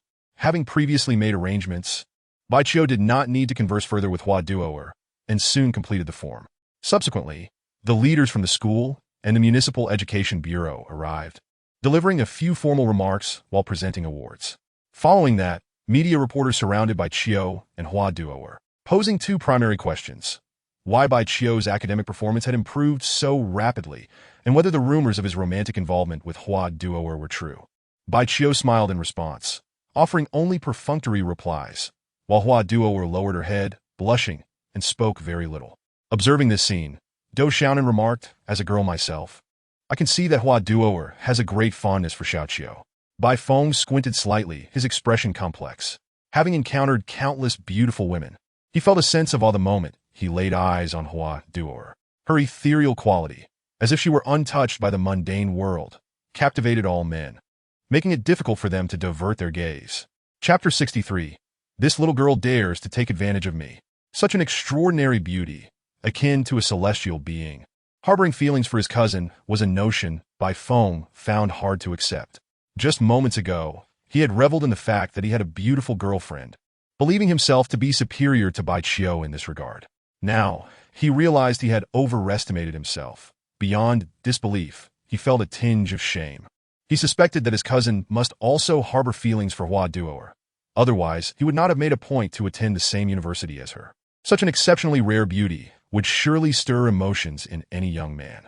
After dealing with the media, Bai Qiu exited the classroom alongside Hua Duoer. Though Su Xia and Yuan Dongdong were absent, they had undoubtedly learned of Bai Qiu and Hua Duoer's Gaokao results. Their scores were unlikely to be high enough to warrant a visit to the school for applications, and they certainly had no desire to become subjects of ridicule. Ji Mingyang would not allow himself any opportunity to encounter Bai Qiu at this juncture. Although the school had arranged several activities, Bai Qiu declined them all, lacking the interest to be in the spotlight. Upon reaching the school gate, Bai Qiu claimed he wished to have a few private words with Hua Duoer, while Bai Feng took Dou Xiaonan into his white Qian. Bai Qiu tossed the total cash reward of 200,000 yuan into the car, instructing Bai Feng and Dou Xiaonan not to wait for him. Bai Feng, eager not to linger, drove away promptly. Duoer, your parents are quite busy, Bai Qiu remarked as they walked together. They didn't return during the Gaokao, and now they haven't come back for your application either. They're selling cold drinks at the mall. This is peak season for making money, Hua Duoer replied, carrying a bag of cash. For our family, earning money is crucial. Now you're quite the little heiress. Bai Qiu chuckled. In contrast to his own 200,000 yuan, Hua Duoer, as the provincial top scorer, naturally received a much larger reward. In addition to a substantial sum of money, she also received a set of housing. Furthermore, once the semester commenced, Songhai University would offer her generous incentives as well. I mentioned before that my mother has a heart condition. My father has been overworked these years. Although he doesn't have any major ailments, he suffers from many minor ones, Hua Duoer said with a bitter smile. The money I've received will likely only cover my mother's surgery. To fully cure her illness, I might have to sell that house. Bai Qiu paused briefly before asking, what do you plan to do during the upcoming summer vacation? My grandmother misses my parents. I will take her to Songhai City tomorrow. Hua Duoer replied. I also need to hurry and send the money. My mother's illness cannot wait any longer. You are very filial. Baiqiu admired this quality in her. He reached into his pocket and, after a moment, withdrew a transparent glass vial. The vial was bulbous, approximately 10 centimeters tall, filled with a pale green liquid. This elixir is beneficial for treating ailments and promoting health. Take it to Songhai City and have your family use it. Baiqiu handed the vial to Hua Duoer, instructing, take 5 milliliters every 3 days, but do not exceed the dosage. It's best taken before a bath in the evening. Hua Duoer accepted the vial, glancing at it as she asked, can it really cure diseases? Can it heal heart conditions? Baiqiu nodded and countered, do you not trust me? The elixir he provided was Ling Hua nourishing liquid. It did not contain any spiritual essence, not out of reluctance, but because severely ill patients, in their frail state, could not withstand the spiritual energy released by the essence. For the same reason, he refrained from giving Hua Duoer Ling Yundan. Although Bai Gang and He Huizhu were older and in poor health, they did not suffer from major ailments, unlike Hua Duoer's parents. I certainly believe you. It's just, Hua Duoer said, lowering her head, you've already given me such a significant benefit. How can I accept this precious elixir? Silly girl, why are you being so polite with me? Baiqiu ruffled her hair, smiling as he said, do not neglect your cultivation. As long as you persevere, any challenges will be surmountable, and your future will surely be bright. Hua Duoer nodded, then softly inquired, you've helped me so much. What can I do for you in return? Don't overthink it. We are friends, and mutual assistance is only natural. Baiqiu placed his hand gently on her shoulder, patting it lightly with a hint of meaning. Moreover, you have helped me greatly in the past. Without your support and encouragement, I might not have made it this far. His words were not an exaggeration. The former Baiqiu had contemplated ending his life, and without Hua Duoer, he might have indeed perished. Baiqiu, are you being this kind to me merely to repay my past kindness? Hua Duoer felt that she would be departing for Songhai City the next day. On the eve of her farewell, she mustered the courage to inquire, is this reason sufficient? Baiqiu, smiling, responded with a question of his own. He certainly liked Hua Duoer, though he could not claim to love her. Understanding her inquiry, he could only provide a rather ambiguous reply. Such a girl, he found it hard to inflict even the slightest pain upon. I've arrived home, thank you. Hua Duoer did not press further. Instead, she rose on her tiptoes and gently kissed Baiqiu on the cheek. In that moment of daze, she turned a deep shade of red and dashed away. This little girl dares to take advantage of me, Baiqiu mused, touching the spot on his cheek where she had kissed him, momentarily lost in thought. A few seconds later, he regained his composure, shaking his head with a smile. He did not rush to leave, but instead watched as Hua Duoer entered her home, quietly stepping aside. Minutes later, in a secluded corner of a narrow alley, he met Zheng Liqing. Although his spiritual awareness did not cover a vast area, it allowed him to sense the energy around him. Confirming that he was not being followed and that no one lurked in the shadows, he proceeded to meet Zheng Liqing. Young master. Zheng Liqing clasped his hands in salute, bowing respectfully. Quite good. You've already broken through to the initial stage of foundation establishment, becoming a 4th-grade master. Baiqiu appraised Zheng Liqing, his face reflecting satisfaction. Thanks to your nurturing, young master, Zheng Liqing responded sincerely. Your innate aptitude for cultivation is commendable, and with years of solid practice, you have laid a strong foundation, enabling you to swiftly enhance your cultivation with the aid of the Ling Yundan. Baiqiu continued, retrieving a coveted bracelet from his possession and presenting it to Zheng Liqing. Young master, is this for me? Indeed, it is. Baiqiu nodded, explaining, this is a mid-grade treasure of the sealing type. Possessing it will allow you to escape even when confronted by a stronger opponent. Chapter 64, A Touch of Irony. The Wei family had not contacted Baiqiu in recent days, and it was evident they would not resort to purchasing back their treasures with money. Thus, retaining the bracelet from the Wei family had become meaningless. Within the Rui Void Ring, there were numerous treasures of varying ranks and powers. I will impart to you a new movement technique, enhancing your combat prowess. Subsequently, Baiqiu taught Zheng Liqing the shadow-catching steps, instructing him to practice diligently. Zheng Liqing appeared profoundly grateful, aware that his young master aimed to mold him into a loyal and formidable aide. To him, as long as he could grow stronger and one day avenge the blood feud, being a loyal hound was acceptable. Now that you have entered the foundation establishment stage, relying solely on the absorption of thin spiritual energy for cultivation will be exceedingly slow. As Baiqiu spoke, He reached into his pocket once more, retrieving a silver bracelet. This is a storage treasure, also known as a spatial artifact. If you drip a drop of blood on it, you will be able to use it with your thoughts thereafter. Young master, this. Zheng Liqing felt somewhat dazed. How could his young master produce the legendary storage artifact? He extended his trembling hand, accepting the silver bracelet, biting his fingertip to let a drop of blood fall onto it. A flash of silver light ensued, and once it subsided, the bracelet automatically fitted itself onto his left wrist. You have yet to cultivate your spiritual awareness, so your ability to utilize it will not be entirely freeform. Bai Qiu advised, focus intently on it, immersing your mind in a strong desire to see what lies within. Zheng Liqing followed instructions, his eyes locked on the bracelet, his expression slightly agitated. After approximately 10 seconds, he noticed a sudden blur before his eyes, revealing a closed space measuring roughly 10 meters in length, width, and height within his mind.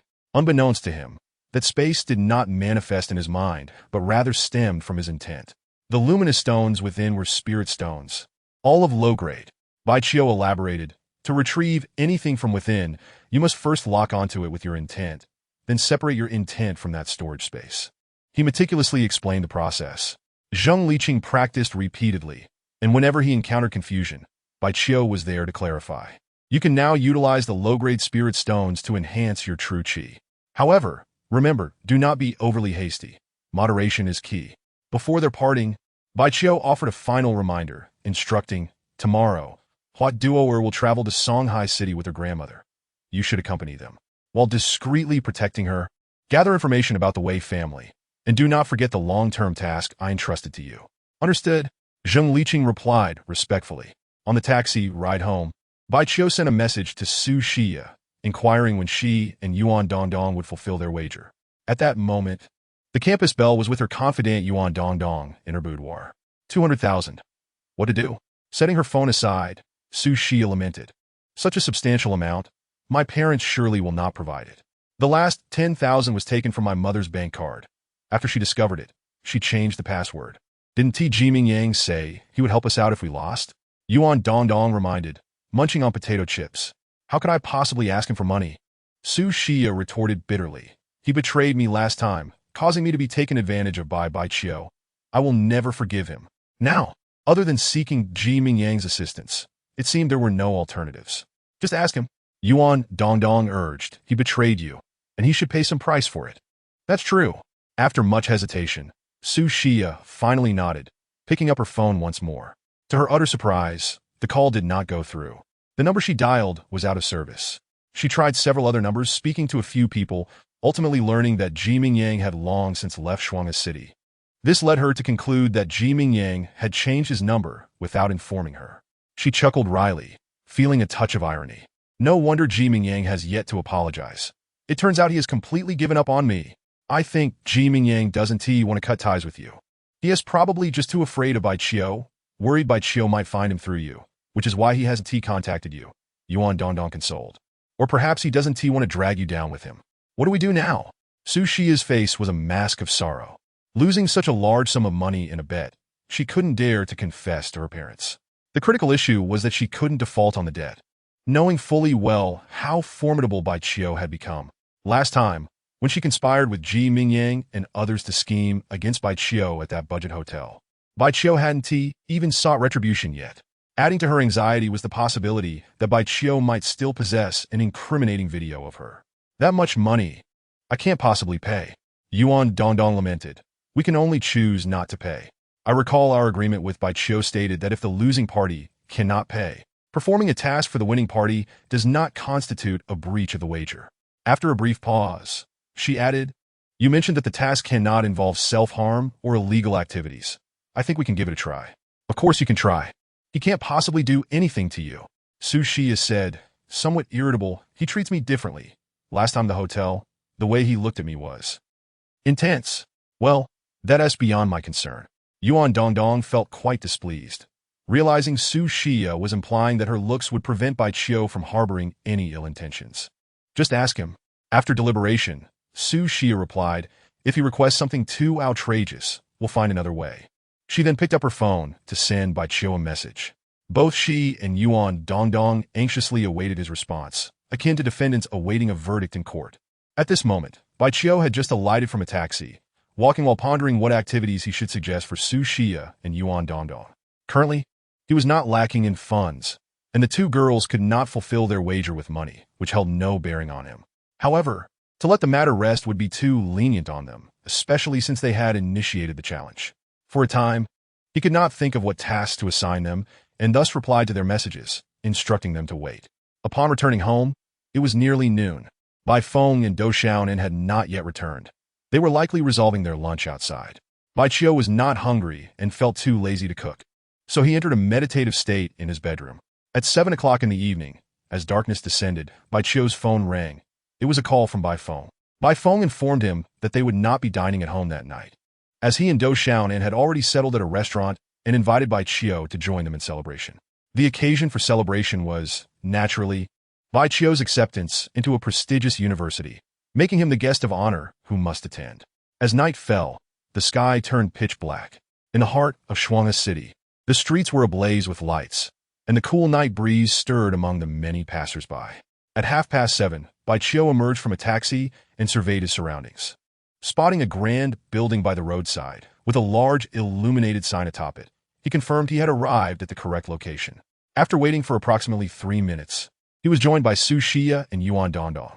Prior to their arrival, he had sent them messages requesting their cooperation in staging a performance.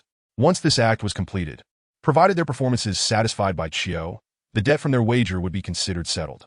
As for the details of the act, he had communicated these to them via text on his way there.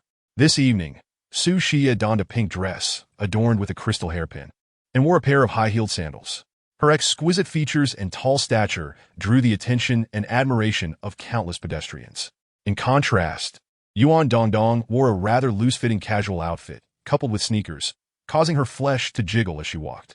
The three of them entered the adjacent building and took the elevator to the third floor. The restaurant on the third floor was of a relatively high standard, boasting luxurious decor and a serene ambience, with spacious seating for each party. "Xiao Qiu, over here!" Just after entering the restaurant, Bai Qiu spotted Bai Feng waving at him. The trio approached.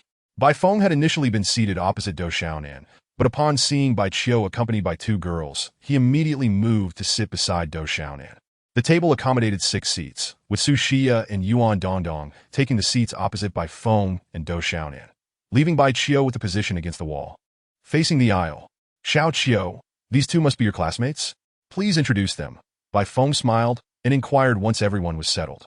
He did not cast many glances at Yuan Dongdong, his eyes frequently drifting towards Su Xia. This was a perfectly natural reaction for a man. Who could resist the allure of a beautiful woman? By comparison, Su Xia, once the foremost belle of Shuangha City's first high school, surpassed Dou Xiaonan in both stature and beauty, particularly in terms of figure. Not only Bai Feng, but Dou Xiaonan also scrutinized Su Xia, a hint of appraisal flickering in her eyes. "This is Yuan Dongdong, and this is Su Xia. They are both my classmates," Bai Qiu introduced briefly. Bai Feng then interjected, "I am Bai Feng, Bai Qiu's cousin, and this is my girlfriend, Dou Xiaonan." Dou Xiaonan remained silent, her gaze shifting away from Su Xia. She certainly noticed Bai Feng's lingering attention on the striking beauty across the table, yet she did not seem to mind, even managing a smile. She endeavored to appear as natural as possible, unaware that her very efforts to seem composed only served to highlight her insecurities. "Xiao Qiu, tonight is a celebration for you, so you should take the lead in ordering." Bai Feng pushed the thick, expansive menu toward Bai Qiu. He wished to avoid any misunderstandings with his girlfriend, suppressing his gaze from Su Xia, yet occasionally unable to resist sneaking a glance. Following Bai Qiu's earlier instructions, Su Xia engaged Bai Feng in conversation about university life, a perfectly normal topic for a girl on the brink of entering higher education. Yuan Dongdong participated cooperatively, though she only chimed in occasionally, refraining from dominating the dialogue. "You're a master at League of Legends. That is splendid. Once we return, let us add each other as friends so you can help me rank up." Su Xia exclaimed with anticipation as the server brought the dishes. "Of course," Bai Feng replied without hesitation. Since this was a celebration, it was only fitting to indulge in some fine beverages, and Bai Qiu ordered 2 bottles of reasonably priced red wine. He had previously discerned that Su Xia could handle red wine quite well and seemed to possess a decent tolerance. He also knew that Bai Feng did not drink excessively. As the meal commenced, Dou Xiaonan declared that she abstained from alcohol, opting solely for juice. The others did not press her to drink, and as the atmosphere grew more jubilant, they unconsciously began to ignore her. Su Xia continued to engage by phone about university life and the competitive game known as League of Legends.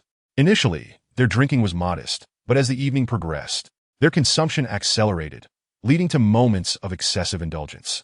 To prevent Dou Xiaonan from harboring any suspicions, Bai Qiu also partook in the drinking. Despite the red wine, or even stronger spirits, he could not be rendered inebriated.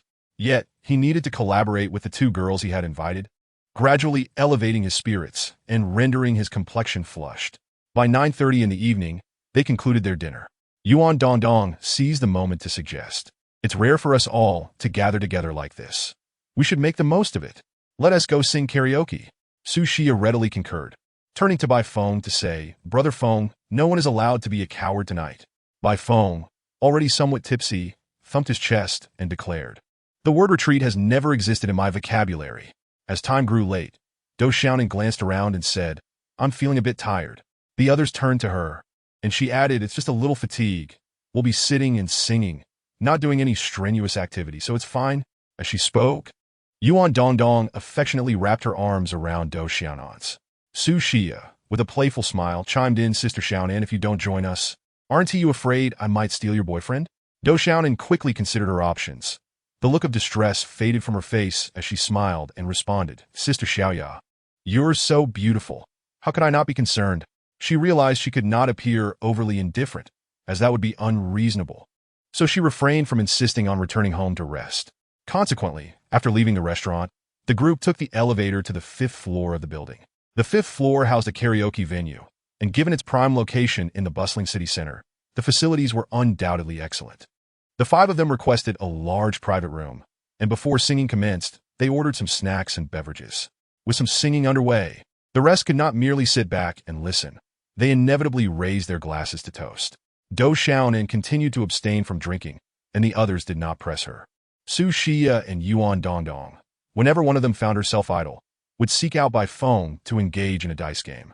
The effects of the red wine gradually began to take hold, yet Bai Feng, realizing he was becoming intoxicated, was reluctant to drink any further, despite enjoying the lively atmosphere. "How about this?" Su Xia proposed. "If I lose, I'll drink. But if you lose, you must kiss Sister Xiaonan. How's that sound?" "Of course. It must be a kiss on the lips. A peck on the cheek doesn't count," she added with a teasing tone. "Ah, Bai Feng hesitated, glancing at Dou Xiaonan as if seeking her approval. "Brother Feng, why are you being so evasive?" Yuan Dongdong playfully paused the music and exclaimed, "You wouldn't still be a stranger to kissing Sister Xiaonan, would you?" "Ha, don't tell me you lack the courage." "Just as you wish." After a moment of awkwardness, Bai Feng readily agreed. Indeed, he had never kissed Dou Xiaonan, and tonight presented a splendid opportunity. The effects of the alcohol bolstered his courage. Deep down, he yearned to discover whether, should he lose the game, he could use it as an excuse to kiss Dou Xiaonan, and whether his girlfriend would resist. "What is permissible? It's not." Dou Xiaonan, fully sober and devoid of any alcohol, promptly interjected, "How can you impose a punishment on me while playing your game?" Oh. Yuan Dongdong smirked, speaking in a teasing tone. "Sister Xiaonan, as Bai Gij's girlfriend, I isn't it only right for you to share his burdens?" Su Xia chimed in, "You two are in a romantic relationship. You can't just stand by and do nothing. Besides, it's merely a game. Not even for a game." Dou Xiaonan was acutely aware that she did not genuinely regard Bai Feng as her boyfriend, and thus, she could not allow him to kiss her, let alone on the lips. Seeing her serious expression, which was devoid of any jest, Bai Feng felt a surge of anger rising within him.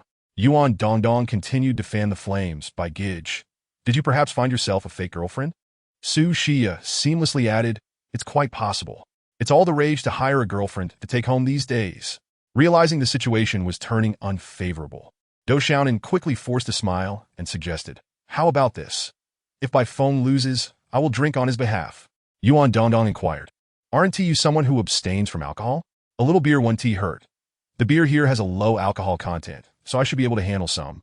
Dou Xiaonan replied, "Everyone is having such a good time.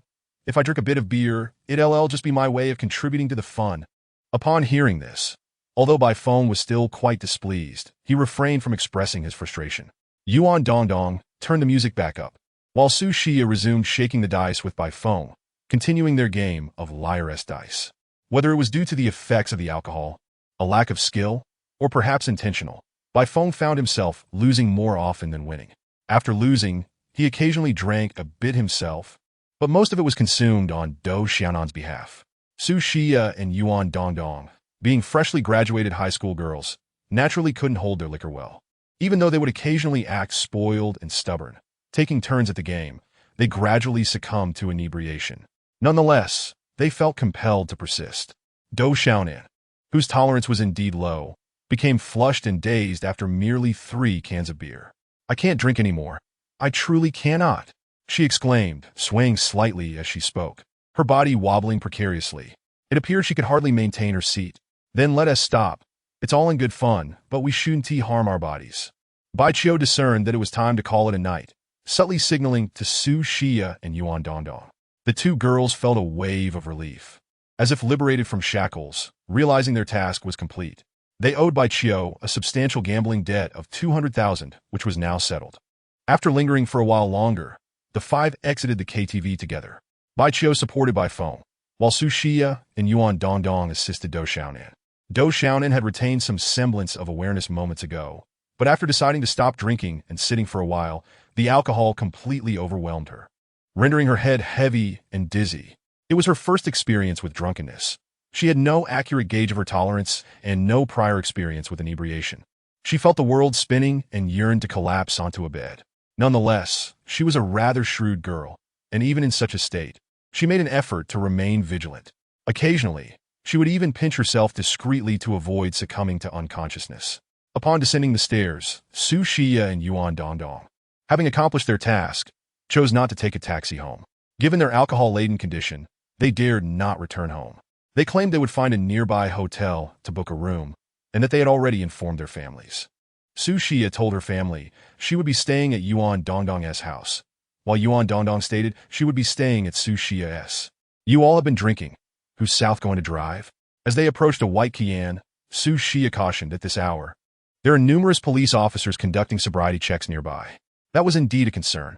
Yuan Dongdong suggested, "Why don't you all find a hotel nearby to stay the night? Alternatively, you could hire a designated driver." "I can't take it anymore. I just want to sleep," Bai Feng mumbled, his mind clouded by drink. "Regardless, we'd be staying in a hotel either way. It doesn't matter where. Hiring a designated driver seems too troublesome." Dou Xiaonan raised no objections. She too felt there was no necessity to stay at a hotel near Bai's home, and she likewise wished to lie down as soon as possible. Consequently, the 5 booked 3 rooms at a nearby hotel of decent caliber. Dou Xiaonan had a room to herself, while Su Xia and Yuan Dongdong shared one, and Bai Feng and Bai Qiu occupied the last. Once the rooms were arranged, the 5 took the elevator upstairs and soon located their respective accommodations. They first escorted the unsteady Dou Xiaonan into her room, after which Bai Qiu, Su Xia, and Yuan Dongdong departed, leaving Bai Feng behind. As Dou Xiaonan's boyfriend, Bai Feng had every right to remain, given that his girlfriend was intoxicated. He closed the door, twisted open a bottle of mineral water, and brought it to the lips of the now reclining Dou Xiaonan, encouraging her to drink some water. "I want tea drink. You should return to your own room." Dou Xiaonan protested, fighting to stay awake as she pushed the water bottle away. "Be good, drink some water first." Bai Feng, motivated solely by concern for his girlfriend, had no ulterior motives. With one hand holding the water bottle and the other gently supporting Dou Xiaonan's neck, he said, "Once you fall asleep, I'll head back to my room." "Fine." Dou Xiaonan relented, taking a sip of water before feigning sleep by closing her eyes. She did not genuinely intend to sleep. With Bai Feng still present, she found it difficult to relax. Bai Feng gazed at Dou Xiaonan, whose breathing had steadied. In a daze, he managed to hold out for 5 minutes before slowly getting up and moving towards the door. As he reached the door, he hesitated. He was irritated. Why was it that his girlfriend wouldn't allow him to touch her? He could easily imagine that Bai Qiu, who already harbored doubts about Dou Xiaonan, would undoubtedly say something or even mock him once he returned to his room. His mind a whirl of conflicting thoughts. He pondered for a moment before ultimately turning back and returning to her side. Sitting at the edge of the bed, he quietly observed Dou Xiaonan before gradually leaning in. Just as his lips were about to make contact with the corner of Dou Xiaonan's mouth, she suddenly opened her eyes. In a panic, she turned her head, avoiding Bai Feng's kiss, and angrily demanded, "What do you think you're doing? Why haven't you gone back to your own room?" Alcohol emboldened the timid. In his drunken state, Bai Feng lost his rationality. Frustrated, he seized Dou Xiaonan's shoulders with both hands, offering no explanation, and with an air of madness, pressed himself against her. Chapter 67. Greatly disappointed, bitter, and embarrassed. Bai Feng, what are you doing? You can't do this. Dou Xiaonan struggled fiercely. But being a delicate girl, and having consumed a considerable amount of alcohol, she found herself utterly exhausted after nearly 10 minutes of lying on the bed. Bai Feng, in a frenzied state, had only one thought in mind, to be intimate with Dou Xiaonan. After all, she was his girlfriend, and he felt entitled to it. He uttered no explanations, his lips roaming freely over Dou Xiaonan's face and neck. Dou Xiaonan, while struggling, shouted Bai Feng, "Don't make me look down on you. You're a student from a prestigious university. How can you?" Ugh! Before she could finish her sentence, Bai Feng's mouth silenced hers. He even extended his tongue, which made her feel utterly repulsed. She desperately turned her head to the side, gasping for air and coughing a few times before angrily asserting, "Bai Feng, you need to get away from me, or I will call the police." Bai Feng, equally furious, retorted, "You're my girlfriend. I'm just kissing you a few times, and you're threatening to call the police. I may have agreed to be your boyfriend, but I have no intention of fully giving myself to you yet." Dou Xiaonan retorted with conviction, "I need to test you a little longer to see what your character is truly like. Your performance tonight has truly disappointed me." From her words, it is evident that she is far more lucid than Bai Feng at this moment. Bai Feng, teetering on the brink of losing his sanity, could not absorb her words. His hands remained tightly grasping Dou Xiaonan's shoulders as he declared, "Even if I end up in prison tomorrow, I must stay tonight." With that, he leaned in to kiss her once more. "Get off, get off!" Dou Xiaonan shouted, clawing at Bai Feng in desperation. Soon his arms and neck bore numerous scratches, the pain failing to restore his reason. Instead, it drove him further into madness. He seized both of Dou Xiaonan's hands with his right and threw back the covers with his left. Despite her frantic writhing and kicking, she could not prevent Bai Feng from positioning himself atop her abdomen.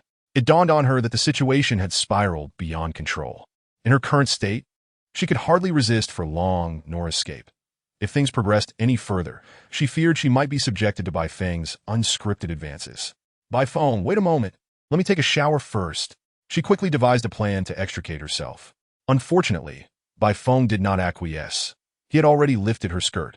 In utter desperation, she shouted, "Bai Feng, I must confess, I don't genuinely like you. I only agreed to be your girlfriend out of spite." At her words, Bai Feng froze, his every action coming to a halt as his eyes fixated on Dou Xiaonan's face. It must be said that her declaration struck him like a clap of thunder, jolting him back to awareness.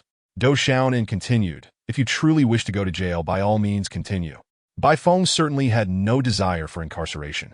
He could comprehend that if Dou Xiaonan genuinely did not harbor affection for him, and was not sincerely his girlfriend, then his assault on her would not merely be an empty threat. She could indeed report him. As a student at a prestigious university, with only a year until graduation, he envisioned a promising future ahead, independent of his parents' assistance. Faced with such considerations, he inevitably regained his composure. "Why did you agree to be my girlfriend?" he demanded, his grip unyielding, his eyes twitching with agitation. "I had heard rumors that your family could concoct that miraculous potion, so I thought to inquire with you." Dou Xiaonan felt compelled to reveal a fragment of the truth, hoping to convey to Bai Feng that her affections were not genuine. She had indeed accepted his proposal with ulterior motives, but would not pay too high a price for that purpose. "Heh!" Bai Feng let out a bitter laugh, inwardly mocking himself. He felt disappointment, a tinge of bitterness, and a profound sense of humiliation. It was only now that he comprehended his cousin's earlier doubts and warnings were not born from jealousy over his attractive girlfriend.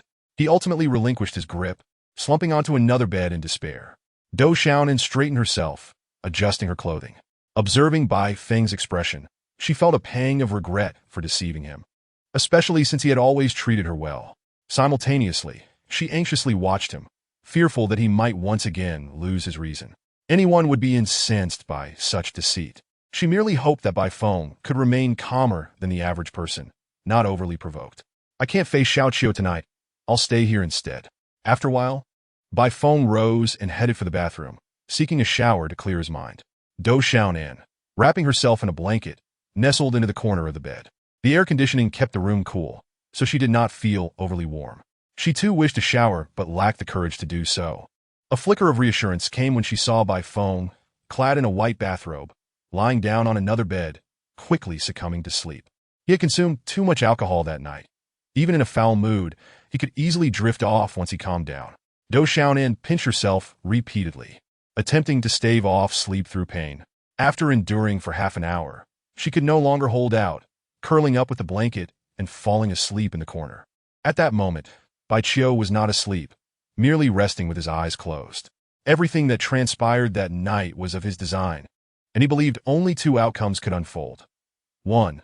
An inebriated Do Xiaonan would fall into a deep slumber, granting Bai Feng the opportunity to act on his desires. Any normal man would not forego such a chance. The other outcome would see Do Xiaonan retaining a measure of consciousness, denying Bai Feng the opportunity to indulge.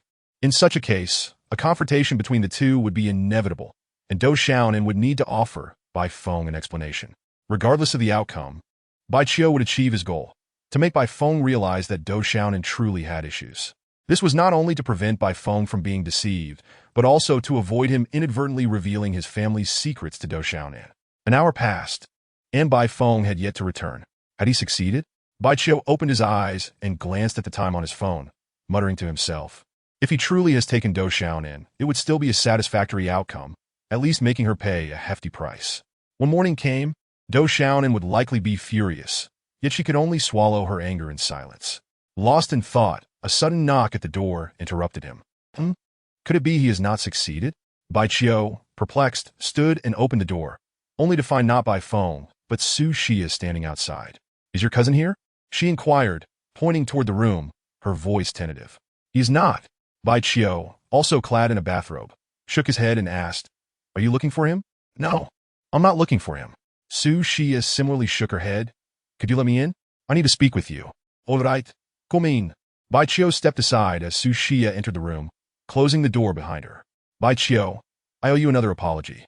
Su Xia, having presumably showered as well, appeared quite alert, her expression serious as she continued. I should not have heeded Ji Mingyang's instigation and collaborated with them to conspire against you. That matter is in the past. To be honest, I had no intention of pursuing it. Bai Qiu responded coolly, You may not wish to hear this, but you pose no threat to me. In my view, seeking revenge on you would be a waste of time. Oh, Su Xia not that like thee. Her demeanor becoming noticeably more relaxed. She did not mind Bai Qiu's disdain. She merely wished he would not harbor thoughts of retribution against her. Bai Qiu sat at the edge of the bed, observing Su Xia leaning back against the television cabinet, and asked, Is there anything else? Yes. Su Xia, apădim somewhat ansi osut. Added, That laptop belonging to Ji Mingyang, you took it, didn't you? Indeed. Bai Qiu understood her implication and, after a moment's contemplation, smiled. You need not worry. As long as you do not provoke me again, that video will not circulate. In truth, he had long since destroyed that laptop and had not retained the surveillance footage. I certainly won't dare to provoke you again. Su Xia paused, her cheeks reddening as she lowered her head. If you could ensure that video is completely destroyed, I would do anything you ask. It was clear she did not wish to remain at the mercy of others. Anything? Yes. Bai Qiu, taken aback by her straightforwardness, pressed further. What if that meant you would sleep here tonight? Su Xia not only nodded, but also slowly untied the sash of her bathrobe. Before Bai Qiu could utter another word, she slipped off her bathrobe, revealing her enchanting figure. Clad only in lingerie, she lay down on another bed, covering herself with a blanket. Is it truly worth it, just for that video? Bai Qiu inquired, perplexed. If I were to say I have started to like you a little, would you believe me? Su Xia revealed only her head above the nose and retorted. You don't believe me? Without a moment's hesitation, Bai Qiu replied, You must harbor a deep resentment towards me. You are no longer the person you once were. In the past, I felt you were unworthy of even a glance from me. Yet now I believe I am unworthy of you. Su Xia earnestly stated, If you were to pursue me now, I would undoubtedly accept without hesitation. Of course, you have already found someone else, so you won't pursue me. Aware of this, she added, You should not have chosen to stay. Bai Qiu, still perplexed, asked, Even if I were to sleep with you, it would not yield a favorable outcome. What is the purpose of this? Su Xia responded, I do not know. Perhaps I wanted to seize the opportunity? While she spoke, she too was bewildered as to why. Despite her overt advances, he remained so indifferent. You are indeed quite cunning. Bai Qiu chuckled lightly before adding, you should return. I have little interest in you, and do not wish to waste my time on you. He understood human nature, but was not well versed in matters of affection or love, having no experience in this regard from his past life. His cultivation of spirit was naturally profound, and physical beauty was but a fleeting concern for him. He could not comprehend why Su Xia would willingly offer herself, instinctively suspecting ulterior motives. Su Xia felt an overwhelming sense of embarrassment and grievance, yet could only silently rise and don her bathrobe once more. She discerned that when Bai Qiu looked at her, his eyes held no trace of desire. Upon returning to her room, she glanced at the snoring Yuan Dongdong and let out a self-deprecating laugh. She then stepped into the bathroom, gazing at her reflection in the white porcelain basin and thought, I do not look bad at all. After a considerable time, she scrutinized herself and concluded that she appeared nearly flawless. Could it be that after becoming stronger, Bai Qiu has developed some affliction? She pondered. Then, shaking her head, she slapped her face, cursing herself for drinking too much and for her earlier, inexplicable urge to be proactive, now lost in irrational thoughts. Bai Qiu, of course, bore no physical ailment. At that moment, he lay back down on his bed, not feeling that he had missed an opportunity to be with a beautiful woman. He did not dwell on the previous events, closing his eyes to quietly rest. He surmised that he would not be seeing Bai Feng tonight, and soon fell into a deep slumber. The night passed in tranquility. The following morning, the doorbell rang, rousing Bai Qiu from his sleep. He got out of bed and opened the door to find Bai Feng, whose complexion appeared somewhat pale. Without uttering a word, Bai Feng entered the bathroom and began to vomit into the basin. He had consumed too much alcohol the previous night, managing to hold it in while he slept. But now it was simply unavoidable. Fully awake but still feeling dazed, he experienced waves of pain in his head. After freshening up, he sat at the bedside, sipping mineral water, lost in thought. Bai Qiu also washed up, then changed into his clothes, intentionally asking, last night was quite enjoyable. Wasn't he it? Bai Feng did not respond, instead fixing his gaze on Bai Qiu, retorting, you deliberately got me and Xiaonan drunk, didn't he you? Bai Qiu did not deny it, believing there was no need to do so. I truly do not know whether to thank you or to resent you, Bai Feng continued. You got us both intoxicated. In my drunken state, I compromised her. Although I achieved my desire, it has equally led to a grave mistake. Why do you say that? Bai Qiu inquired. Though she agreed to be my girlfriend, she is not yet ready to entrust everything to me. Upon waking, she mentioned wanting to report me. Bai Qiu's brow furrowed slightly at this revelation. Bai Feng pressed on. Do you realize that if she is determined to report me, I could end up in prison? Bai Qiu suspected Bai Feng was exaggerating, but could not be entirely certain. So he replied, since you were speaking hypothetically, it indicates she won't actually report you. Even if she did, you likely wouldn't face imprisonment, especially given your romantic relationship. Upon hearing the phrase romantic relationship, Bai Feng's eyes twitched slightly. He was currently maintaining a facade, having agreed with Dou Xiaonan to continue playing the part as if they had indeed engaged in something last night. Subsequently, Dou Xiaonan would use this as a pretext to break up with him and return to Songhai City. From that point on, they would have no further ties, and all prior events would be treated as though they had never occurred. He had resigned himself to Dou Xiaonan. Even if he had not, what difference would it make? She did not genuinely care for him. He did not wish to complicate matters for her due to her ulterior motives, merely desiring to maintain some dignity in front of Bai Qiu while ensuring she distanced herself from him. Chapter 69. It is truly a simple matter. Bai Qiu noticed distinct scratch marks on Bai Feng's arms and neck, concluding that this fellow had indeed succeeded last night, and chose not to comment further. After all, Dou Xiaonan had not gleaned any useful information, and Bai Feng had taken advantage of her. She paid the price for her actions, and that was sufficient. Once their conversation concluded, they descended the stairs together. On their way down, Bai Feng informed Bai Qiu that Dou Xiaonan had left ahead of them. He also mentioned that he had broken up with her. However, he did not disclose to Bai Qiu the confirmation of Dou Xiaonan's admission from the previous night. As they checked out of the hotel, he asked Bai Qiu, what about your two female classmates? Bai Qiu replied with a smile, they are likely still asleep. There is no need to concern ourselves with them. Upon exiting the hotel, the two entered a white Qian. Throughout the journey, Bai Feng, who was driving, appeared noticeably despondent, silent, and wearing a look of bewilderment. In recent days, he felt as though he had merely experienced a dream, a beautiful dream in which the goddess of his heart became his girlfriend. Yet, the ending of this dream was far from pleasant, making it difficult for him to accept, and he found himself momentarily at a loss. "Have you confirmed your breakup with Do Xiaonan?" Bai Qiu suddenly inquired. "Are you certain there will be no further contact?" "Rest assured," Bai Feng replied. "Although she attends the same school as I do, we are not in the same department. Thus we rarely cross paths. Moreover, we are both about to enter our senior year, and will soon be away for internships. Have you not noticed any issues with her?" Bai Qiu continued. "A sincere girlfriend would not hastily sever ties with you over your drunken indiscretion. What is done is done. I do not wish to dwell on it," Bai Feng said, fully aware that this matter could be brushed aside. He was reluctant to pursue it further, as Do Xiaonan was the girl he had pursued for over 2 years. While he claimed to have no further dealings with her, he secretly still thought of her, even hoping she would remain his girlfriend. "I can see that you are quite unwilling to let go," Bai Qiu, adept at reading people, observed while seated in the passenger seat. Casting a sidelong glance at Bai Feng, "You are still thinking about her." Bai Feng abruptly slammed on the brakes, bringing the car to a sudden halt. His eyes reddening, he exclaimed, "What does it matter if I'm unwilling? Yes, I'm still thinking about her, so what? Can I not even think about it?" Having said that, he rested his forehead against the steering wheel, his body shaking as he began to cry, due to his heavier build and lack of physical fitness. Combined with a childhood marked by financial struggles and a penchant for gaming, he had never had a girlfriend before Do Xiaonan. To finally find a girlfriend only to discover she had deceived him was a bitter pill to swallow. He initially thought he could hold it together, but after Bai Qiu's relentless inquiries, his emotional defenses crumbled. The more splendid the dream, the more painful the awakening, filled with sadness, disappointment, and reluctance to let go. Witnessing this scene, Bai Qiu felt somewhat overwhelmed.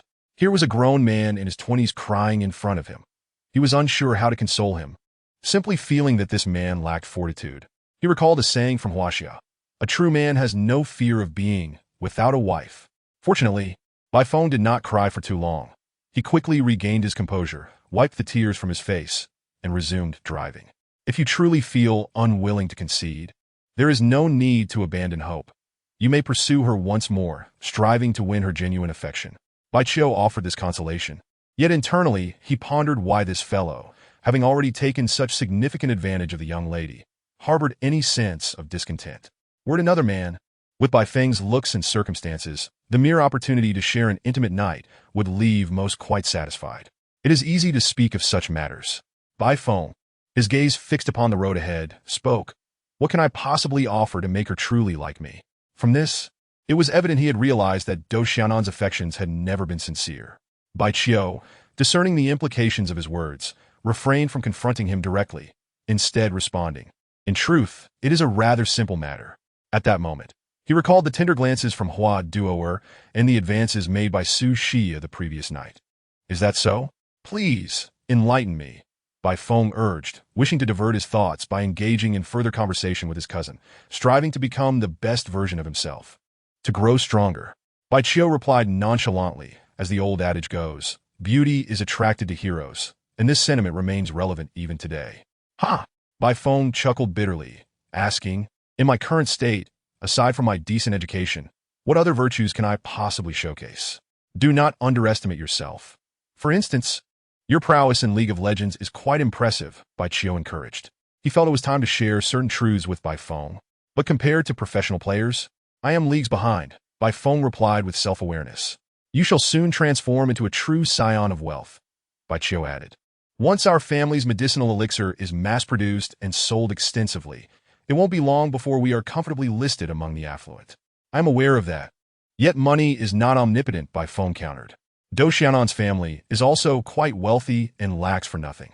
If she were truly enamored with our family's riches, she would not have chosen to part ways with me." After a brief pause, he continued, "Moreover, I do not desire love that can be purchased. You need not fixate solely on Do Xiaonan. She is hardly the epitome of beauty. For instance, Su Xia, whom you met last night, surpasses her in allure."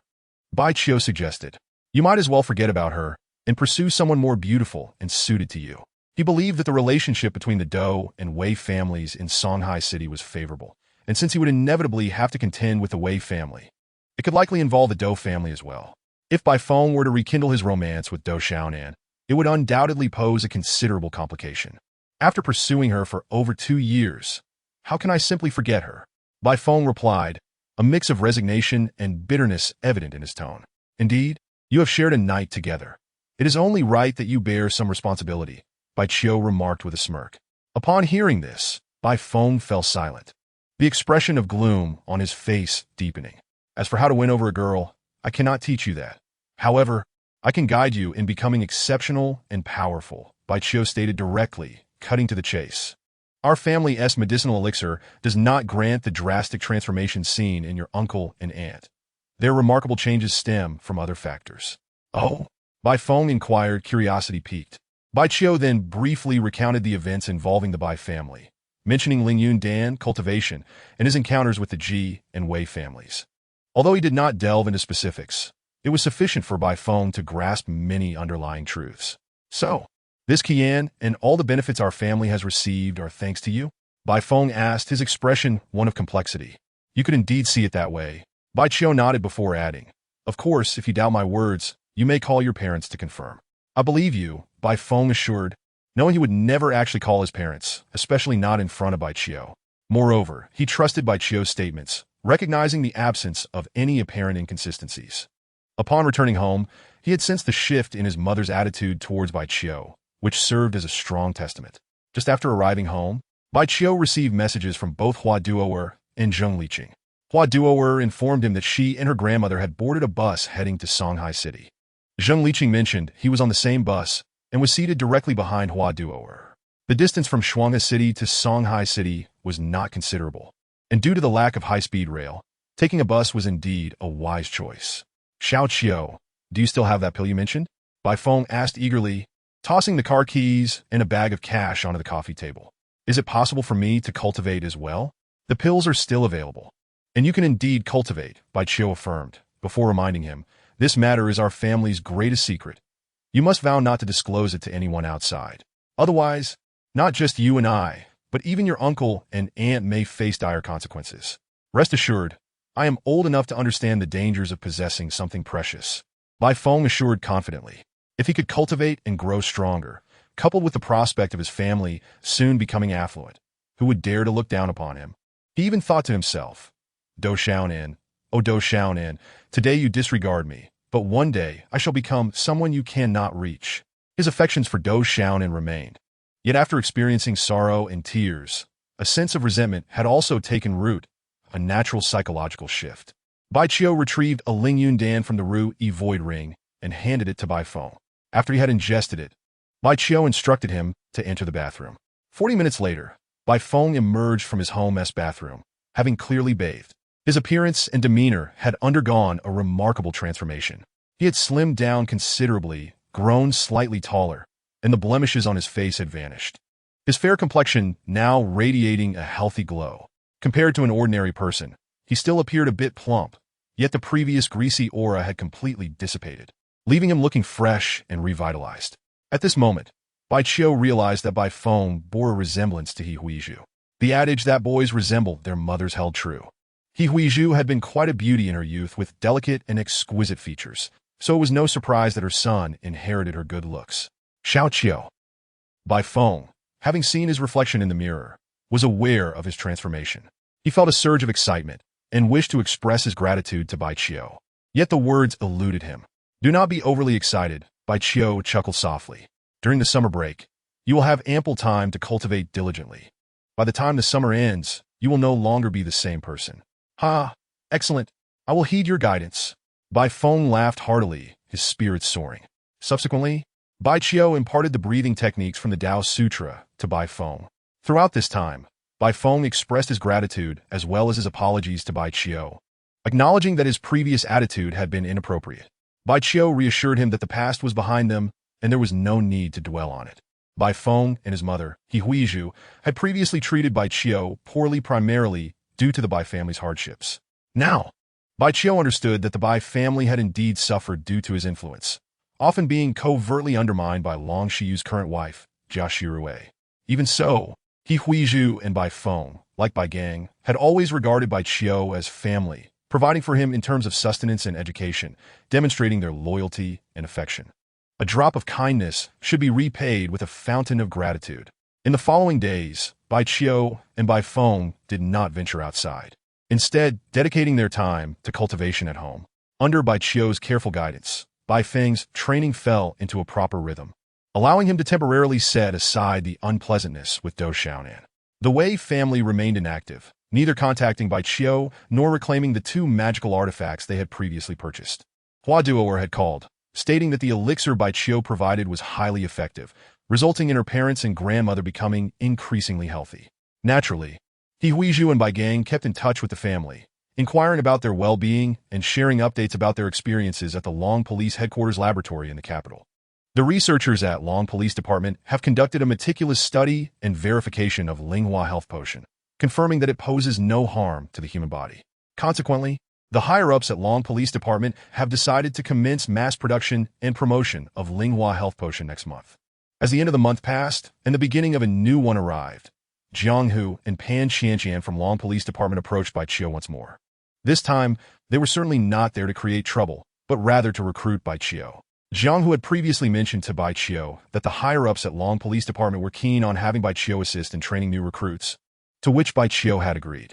After bidding farewell to Bai Feng and offering some words of advice, Bai Qiu entered the vehicle driven by Jiang Hu. Along the way, Jiang Hu briefly discussed the situation regarding the training of new recruits. Bai Qiu did not pay close attention, but retained the essence of Jiang Hu's words. Pan Jiangkan, with her short, tousled hair and unremarkable appearance, remained quiet and reserved throughout the journey. Miss, I apologize for my excessive force last time which caused you harm. Bai Qiu seized the opportunity to express his apologies to Pan Qianqian during a lull in conversation. Bai Gang and He Huiru had now become legitimate members of Long Police Department, prompting Bai Qiu to feel it necessary to maintain a cordial relationship with the officers. Instructor Bai, there is no need for you to apologize to me. Pan Qianqian turned to face Bai Qiu, speaking earnestly. In fact, I should be the one thanking you for your leniency. It seemed that over time, she had heard about the events that transpired when Xu Yao and Zhong Ting sought out Bai Qiu. During their encounter, Bai Qiu indeed had shown restraint. Otherwise, it would not have been an exaggeration to say he could have severed her arm. Instructor Bai, within our Long Police Department, we have always held a deep respect for the strong, Jiang Hu remarked with a hint of significance in his voice. Oh, Bai Qiu nodded in understanding, choosing not to elaborate further. The vehicle arrived at a military airport, and shortly after disembarking, the trio boarded a military helicopter. By 4:30 in the afternoon, Bai Qiu finally reached the so-called training ground. The venue designated for training new recruits was nestled within a vast mountain range. Jiang Hu did not conceal any details, explaining that they were deep in the southern range of Huaxia's southeast region. Stepping out of the helicopter, Bai Qiu felt the chill of the wind. The sky was overcast, with a light drizzle falling, and the mountains were shrouded in mist, revealing only vague silhouettes.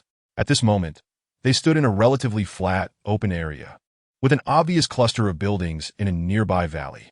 The structures were simple, consisting of two-story buildings arranged in rows, surrounded by a not overly tall fence.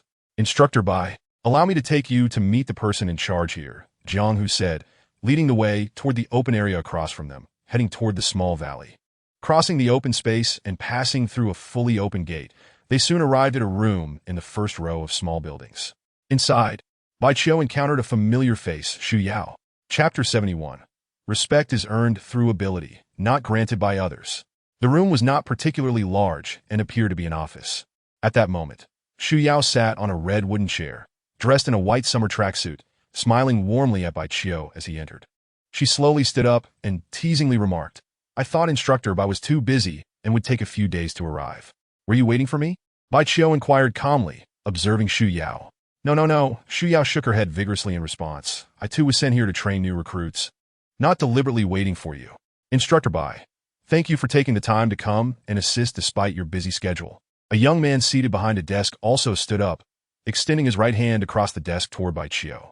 A handshake is a customary greeting. Although Bai Qiu did not place much value on such formalities, he would not be impolite. He stepped forward and extended his right hand in return, briefly assessing the young man. This young man did not exert pressure while shaking hands like Zhong Ting had, but he did grip firmly with considerable strength. Jiang Hu timely interjected, introducing Instructor Bai, this gentleman is Captain Zhong Huan, the person in charge of our operations here at Long Police Department. Zhong? He must be related to Deputy Chief Zhong Ting? Bai Qiu commented, releasing the handshake first, as he preferred not to prolong such gestures. In his past life, he had never encountered any human cultivators who favored lengthy handshakes. This custom, or perhaps etiquette, seemed exclusive to the human society of this planet. Zhonghuan promptly released his grip, but remarked with displeasure, "Instructor Bai, you should address him as Deputy Chief Zhong or Elder Zhong, not simply by his full name." "Oh!" Bai Qiu chuckled lightly, retorting, "I only know that in the realm of learning, there are no hierarchies. The capable are the true teachers. Not just on this planet, but even throughout the entire realm of cultivation. Who can truly be deemed a predecessor to an immortal emperor?" Bai Qiu mused, considering that even in the immortal realm, it was rare to encounter cultivators worthy of being called predecessors. "Instructor Bai, I have always heard of your remarkable talents and formidable strength. However, your self-proclamation as capable today is rather presumptuous," Zhonghuan said with a narrowed gaze, clearly displeased. "Perhaps among us, you may be considered capable, but compared to Deputy Chief Zhong Ting, who holds a 6th grade cultivation level, what qualifications do you have to claim such a title?" Zhong Ting was the younger brother of his grandfather, and his current standing was entirely due to Zhong Ting's nurturing. He could not permit anyone to show even the slightest disrespect toward Zhong Ting. He had learned about Bai Qiu's confrontation with Xu Yao and the humiliation his second uncle suffered, which only fueled his dissatisfaction further. "Are you intentionally seeking trouble?" Bai Qiu looked at the sullen face Zhonghuan, his brows slightly furrowing. All right, it's just a title. There's no need for conflict," Xu Yao, tall and elegant, interjected. Yet she returned to her red wooden chair.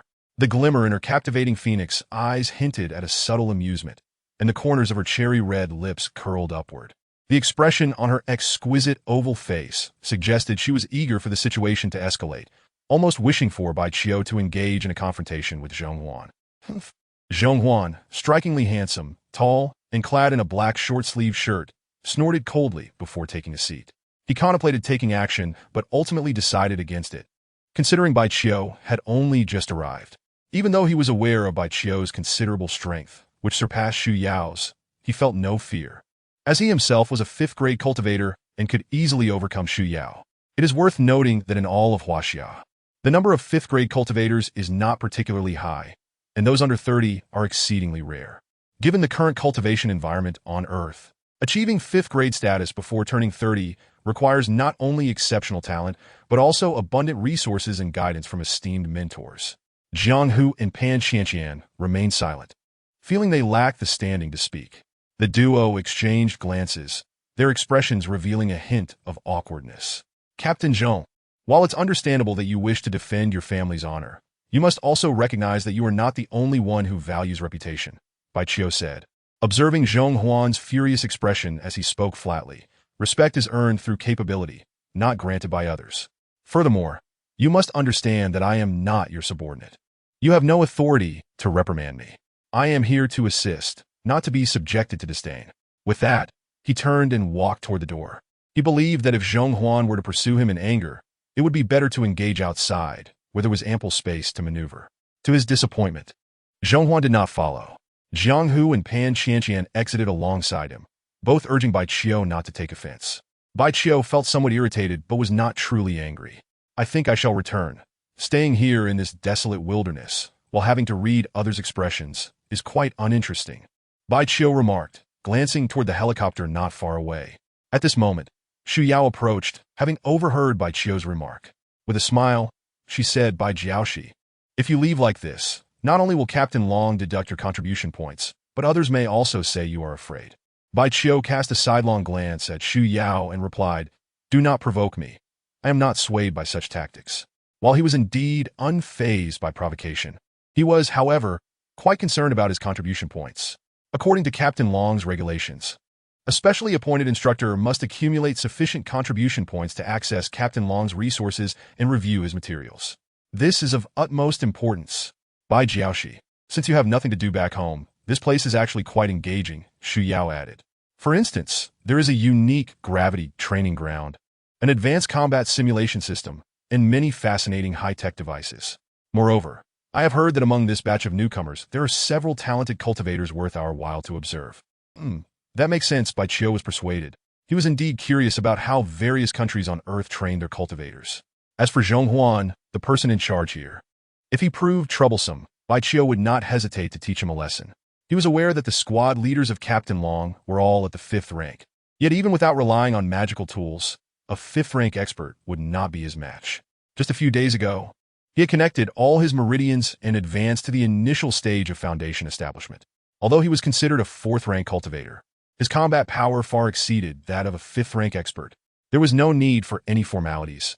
He would first seek a temporary residence.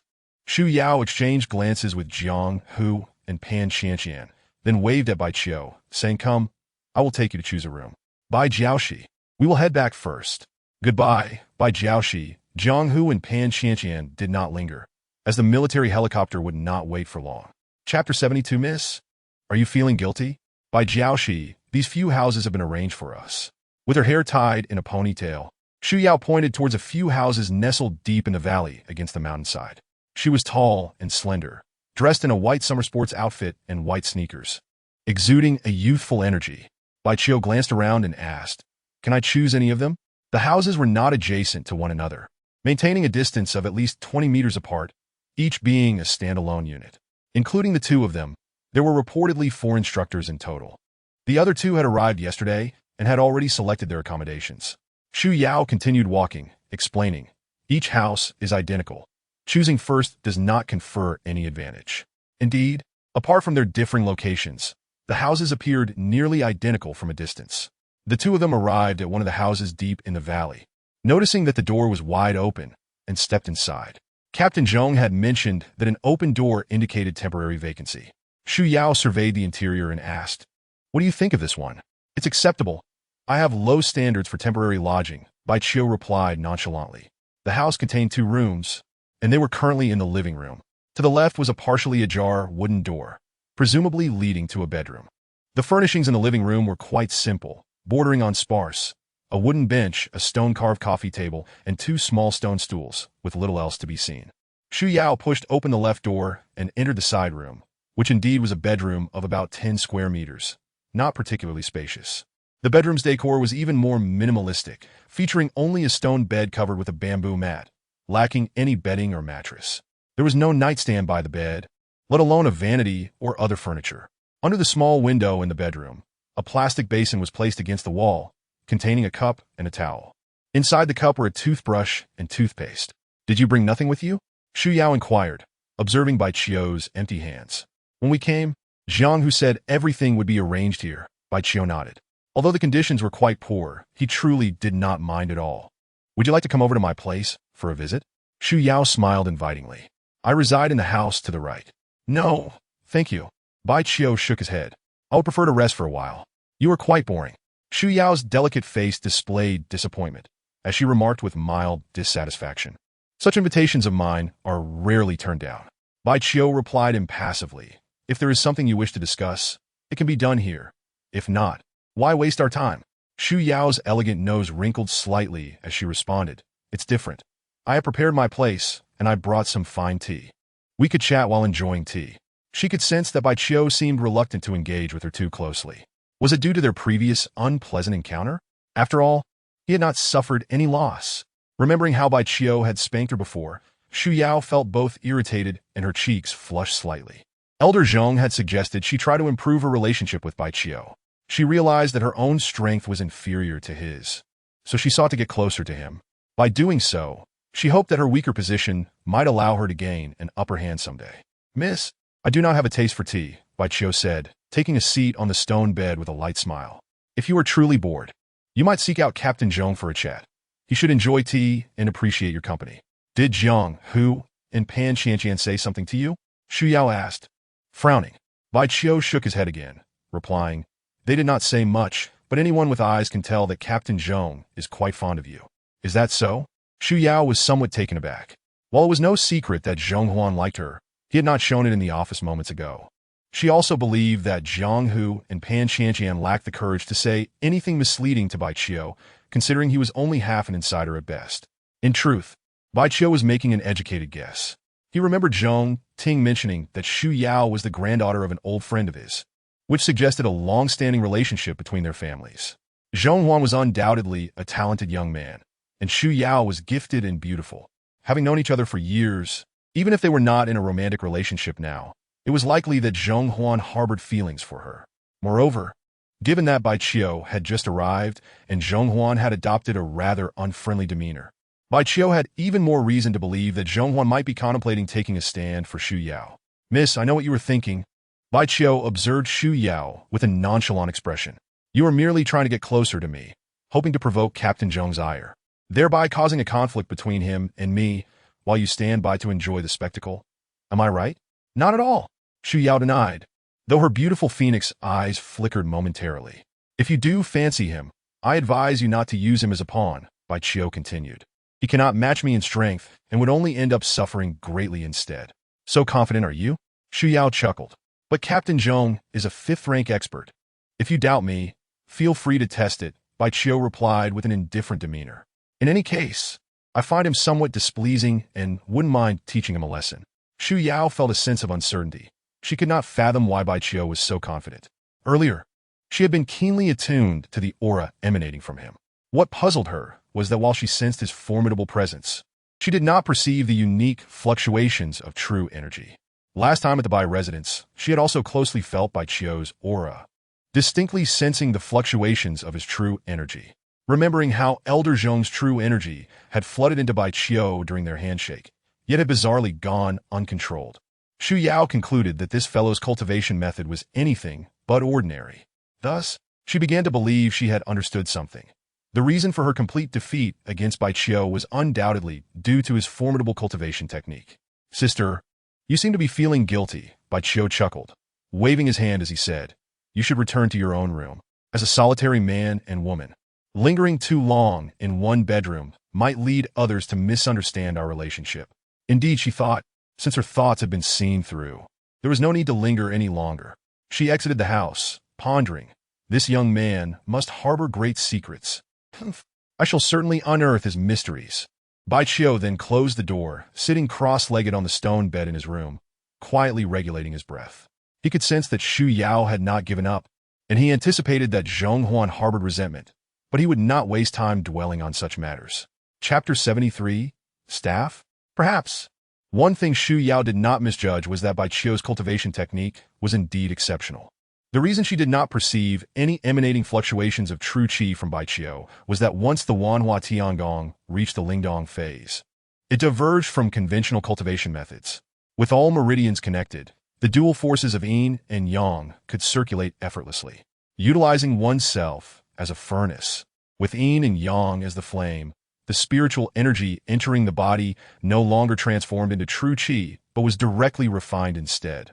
This applied not only to spiritual energy, but also to other forms of energy. However, the more refined and advanced the energy, the slower the refining process. Regardless of the energy type, once it was refined by the dual forces of yin and yang, it would dissolve within Bai Qiu's body, rendering it increasingly formidable. He was a congenital divine body, and such a furnace could not only accept more essence, but also of a higher grade. The true qi cultivated previously had been refined by the dual forces of yin and yang, merging into his body. Thus there were no fluctuations of true qi emanating outward. Now, Bai Qiu's body contained no true qi whatsoever. What flowed through his meridians were the dual forces of yin and yang. Yet they were so unique that even low-tier cultivators on Earth, let alone the true powerhouses of the cultivation world, would find it challenging to discern. Consequently, it became difficult for other cultivators to ascertain Bai Qiu's level of cultivation, leaving them to perceive him as unfathomable. This could be considered a modest advantage of practicing the Wanhua Tiangong. As the sky outside rapidly darkened, a gentle drizzle continued to fall.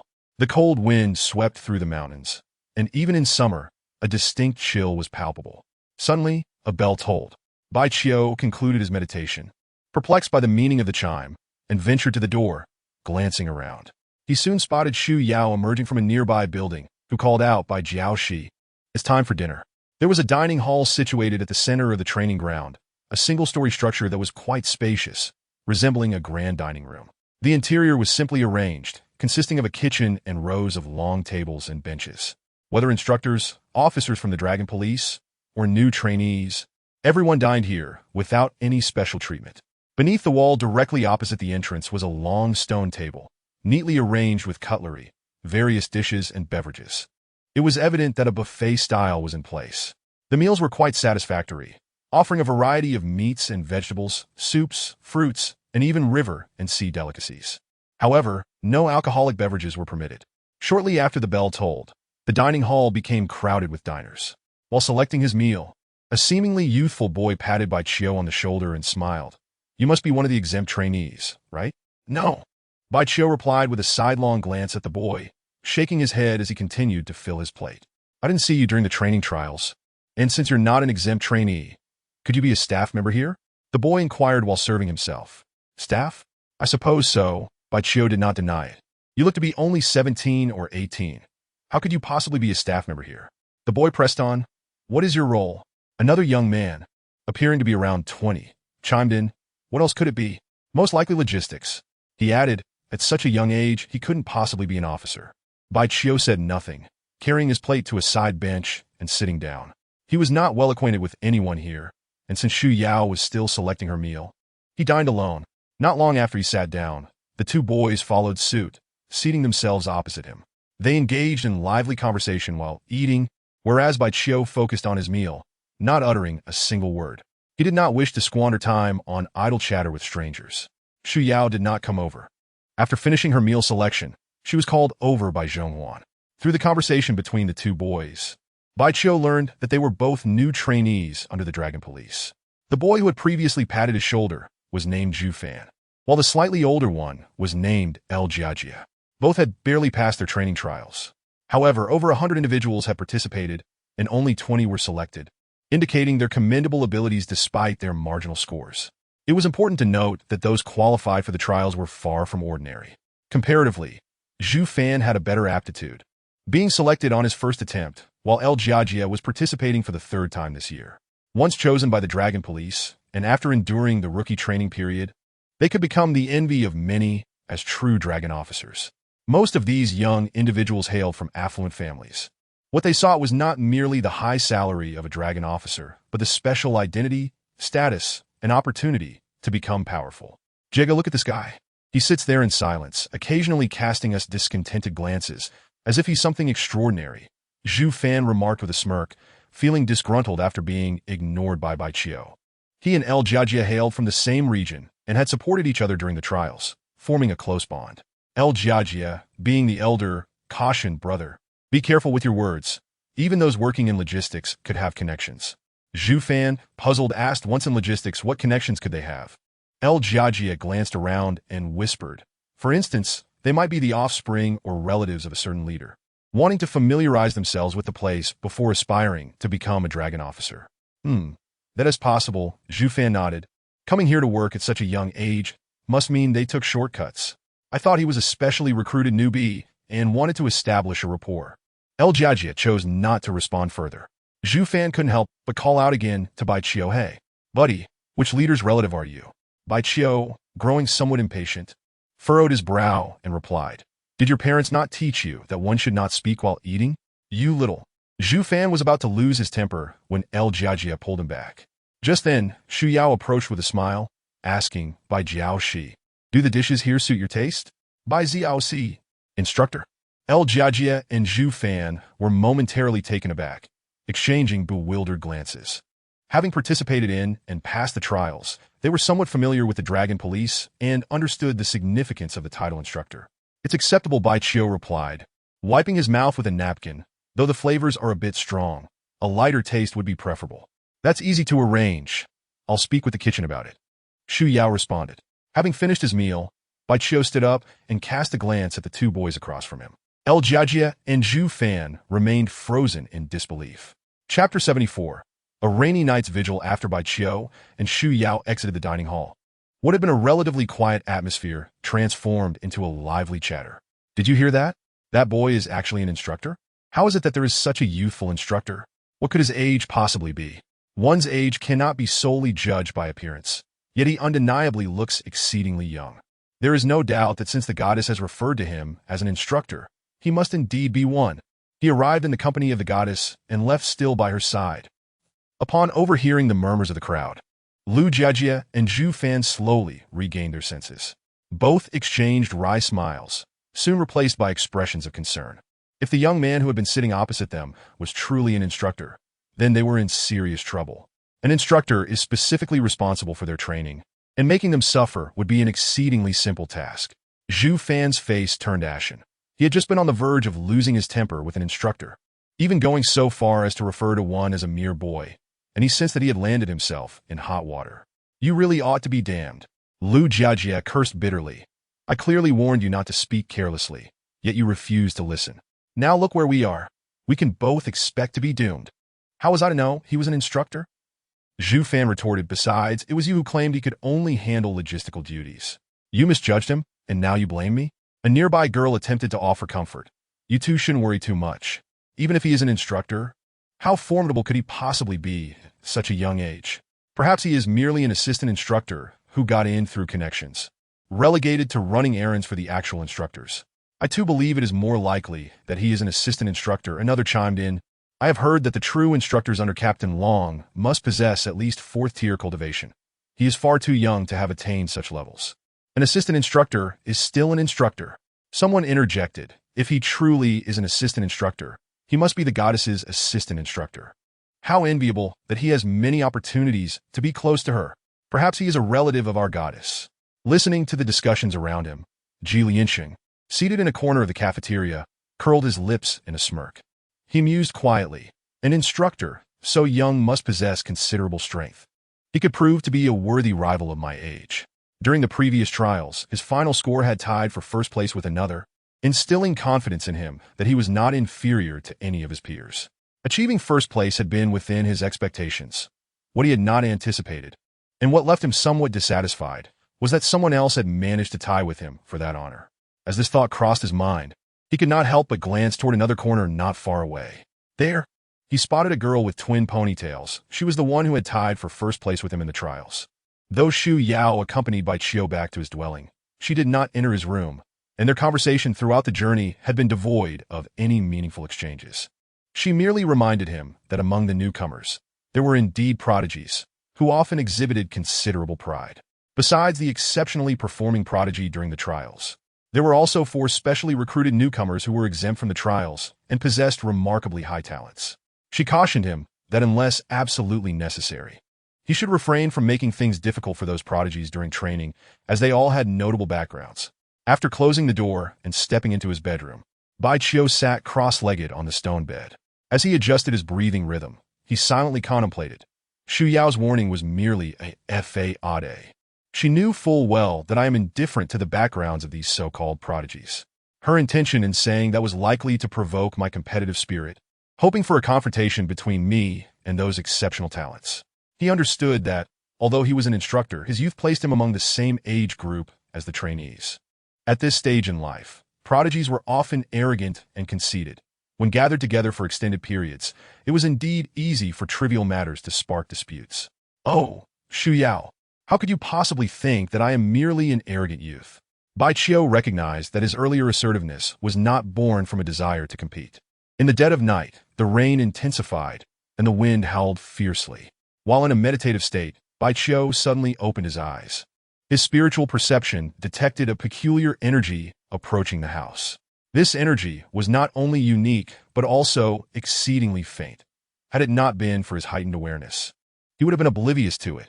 Moments later, he discerned that this special energy had come to a halt outside his window. He further probed with his perception and realized that the energy belonged to Xu Yao. This little girl is quite intriguing, sneaking around in the dead of night. Bai Qiu mused, a smirk playing on his lips as he refrained from taking immediate action. He surmised that Xu Yao intended to use this opportunity to spy on his cultivation secrets. Outside, Xu Yao meticulously concealed her presence. Believing that the cover of the storm would keep her hidden, she had deliberately waited for the rain and wind to intensify before stealthily making her way here. Crouching low beneath the window ledge, she sensed the faint spiritual energy gradually seeping into the room from all directions. After a considerable time had passed, the girl clad in black, with her face obscured by a cloth, furrowed her brow, having found nothing out of the ordinary. She was aware that Bai Qiu was cultivating, yet his practice seemed to have no more impact on the surrounding environment than that of an ordinary practitioner. There should have been a marked difference. Xu Yao felt perplexed. Just as she was pondering this, she suddenly detected a powerful aura drawing near. Before she could react, the formidable energy burst through the window and landed beside her. Alarm bells rang in her mind as she turned to flee. Who dares to trespass on the territory of Captain Long? Bai Qiu feigned a scolding tone while swiftly pursuing her. There was no way for Xu Yao to evade him. He quickly caught up with her. Due to the heavy rain and wind, his voice did not attract any attention from others. He chose not to reveal Xu Yao's identity and, upon catching up, executed a series of swift movements, repeatedly clapping his hands. Slap! Slap! Similar to their previous encounter, Bai Qiu always appeared behind her, his palms landing repeatedly on her rear. She felt a mixture of embarrassment and anger, and just as she was about to declare her identity, Bai Qiu suddenly halted, choosing not to continue his pursuit. Without giving it much thought, she distanced herself and swiftly escaped. Indeed, Bai Qiu had intentionally let her go, for he had not sensed any murderous intent from her. A slight reprimand was all that was necessary. There was no need to escalate matters. Once she had fled a considerable distance and ensured Bai Qiu was not in pursuit, Xu Yao came to a stop, unable to contain her frustration as she stomped her foot. Damn it! She cursed under her breath, but the moment she did, a sharp pain radiated from her posterior, prompting her to reach back and touch it while muttering an expletive. Chapter 75. Group training at dawn. The rain ceased, and the mountain breeze turned cool. The dark clouds dispersed, revealing a bright sky and fresh air. Hearing the sound of a bell, Bai Qiu opened his eyes and rose from his bed. Grabbing a plastic basin, he stepped outside the house and quickly made his way to a row of water faucets. Beneath the faucets lay a long water channel built of stones. This was the designated area for instructors and officials dispatched by Captain Long to access water, located not too far from their temporary accommodations. In addition to the approximately 10-meter-long water channel, there were also 2 shared restrooms. Bai Qiu had previously mused that girls like Xu Yao would undoubtedly find the restrooms here quite unsatisfactory. The tolling bell not only signaled that it was time for everyone to wake up, but also indicated that breakfast was ready. Almost simultaneously, everyone emerged from their lodgings and made their way to the water channel. Xu Yao arrived, along with Zhong Huan and several instructors or officials whom Bai Qiu did not recognize. Everyone seemed to be in good spirits, exchanging smiles and greetings. However, aside from Xu Yao, none of the others acknowledged Bai Qiu, at most offering him a nod and a smile. Xu Yao behaved as if nothing had transpired the previous night. Bai Qiu naturally refrained from exposing her, stealing glances at her from time to time. Xu Yao was seething with rage. Despite having spent the night tending to her wounds, her rear still ached faintly. After completing their morning routines, everyone returned to their respective rooms before heading to the dining hall. During breakfast, Bai Qiu remained remarkably quiet, undisturbed by anyone. Following the meal, all the trainees gathered outside the large gate of the courtyard. Zhong Huan arrived with Bai Qiu and 3 other instructors, initially offering a brief introduction of his companions. He then elaborated on the rules and training methodologies in place. It was at this moment that the trainees learned Bai Qiu was a specially appointed instructor by Captain Long. This designation could also be interpreted as an external recruitment, essentially indicating that Bai Qiu was a temporary hire by Captain Long, not a full-fledged member of the Long Police. This revelation led many to believe that Bai Qiu had merely leveraged connections to arrive at this position, ostensibly serving as an instructor while in reality, he was likely there for the sake of experience. The 4 instructors, including Bai Qiu and Xu Yao, were responsible for different training modules: cultivation, combat techniques, the utilization of modern equipment, and mental fortitude. Among them, Bai Qiu was tasked with combat technique guidance, a role that seemed deliberately assigned by Zhong Ting. Since the 4 training programs could not be conducted simultaneously, to expedite the training process and enhance efficiency, Zhong Huan divided the 20 trainees undergoing trials and the 4 specially recruited trainees into 4 groups of 6, cycling them through the instructor's training sessions. Once the groups were formed and leaders appointed, Zhong Huan officially announced the commencement of training before retreating to his office. Except for Xu Yao, the other 2 instructors and the 24 trainees were taken aback by the notion of a young external instructor being responsible for combat training. They believed that to train others in combat, one must possess considerable battle experience and a heightened combat awareness, both of which they assumed Bai Qiu lacked. Only Xu Yao recognized Bai Qiu's exceptional prowess in combat techniques. Group 1, follow me, she called out, stepping aside. The other 2 instructors took the 2nd and 3rd groups, leaving the 4th group to Bai Qiu. Zhu Fan and El Jiajie were assigned to the 4th group. feeling quite anxious. They understood that regardless of their group assignments, they would eventually have to undergo Bai Qiu's combat training, an inevitability they could not escape. Each group included one specially recruited trainee, suggesting that those who were specially recruited by Captain Long possessed extraordinary qualifications. The fourth group's specially recruited trainee was Qi Hang, who had just turned 18 and was appointed as the group leader by Zhong Wan. The abilities of specially recruited trainees did not necessarily surpass those of the trial trainees. They were simply perceived as having higher cultivation potential by the strong figures within the Long Police, and due to time constraints, they were exempted from trial training. In one corner of the expansive training area, there stood numerous stone pillars, both square and round, designated for combat technique practice. Bai Qiu led the fourth group to this area and instructed them to pair off for sparring. He then positioned himself atop a horizontal stone pillar, not observing the 6 participants' match, but instead focusing on a document in hand. The document detailed 2 primary aspects: the backgrounds of the 24 trainees and the specific requirements for combat training. It outlined the need for noticeable improvements in short-distance movement speed, reaction times during combat, and control over one's own strength. There were also tutorials included on how to achieve optimal training results. Upon thorough examination of the document, Bai Qiu identified 2 critical points. First, nearly all the trainees came from well-off families, some even being genuine scions of wealthy clans, alongside young prodigies from ancient martial arts families. Second, the Long Police had developed a systematic approach to training newcomers, which, given the current state of the earth, was quite commendable. The trainees, regarded as geniuses by the Long Police, each had their unique attributes. Even if they did not qualify as true geniuses in Bai Qiu's eyes, they were nevertheless well-suited for the path of cultivation. Take Qi Hang from the fourth group, for instance. He possessed remarkable innate strength, able to lift a 100-pound weight at the age of 7, a rarity indeed. In truth, with China's vast population, many individuals would be suitable for cultivation. Yet the Long Police had limited resources for training on a large scale. As a representative of the official body, the Long Police could only select elites for cultivation, while other organizations or families faced even greater restrictions. Ouch! My arm. It's broken. A scream pierced the air, prompting Bai Qiu to finally lift his gaze in the direction of the sound. The source of the scream was El Jiajia, who had just sparred with Qi Hang, the specially recruited trainee. You were too rough, El Jiajia exclaimed, seated on the ground with his back against a stone pillar, pointing an accusatory finger at Qi Hang. This is sparring, not a life-or-death fight. He was not only angry at Qi Hang, but also felt that Bai Qiu had deliberately set him up against Qi Hang. It's not that I was too rough. It's that you are too weak, Qi Hang retorted coolly, casting a disdainful glance at El Jiajia.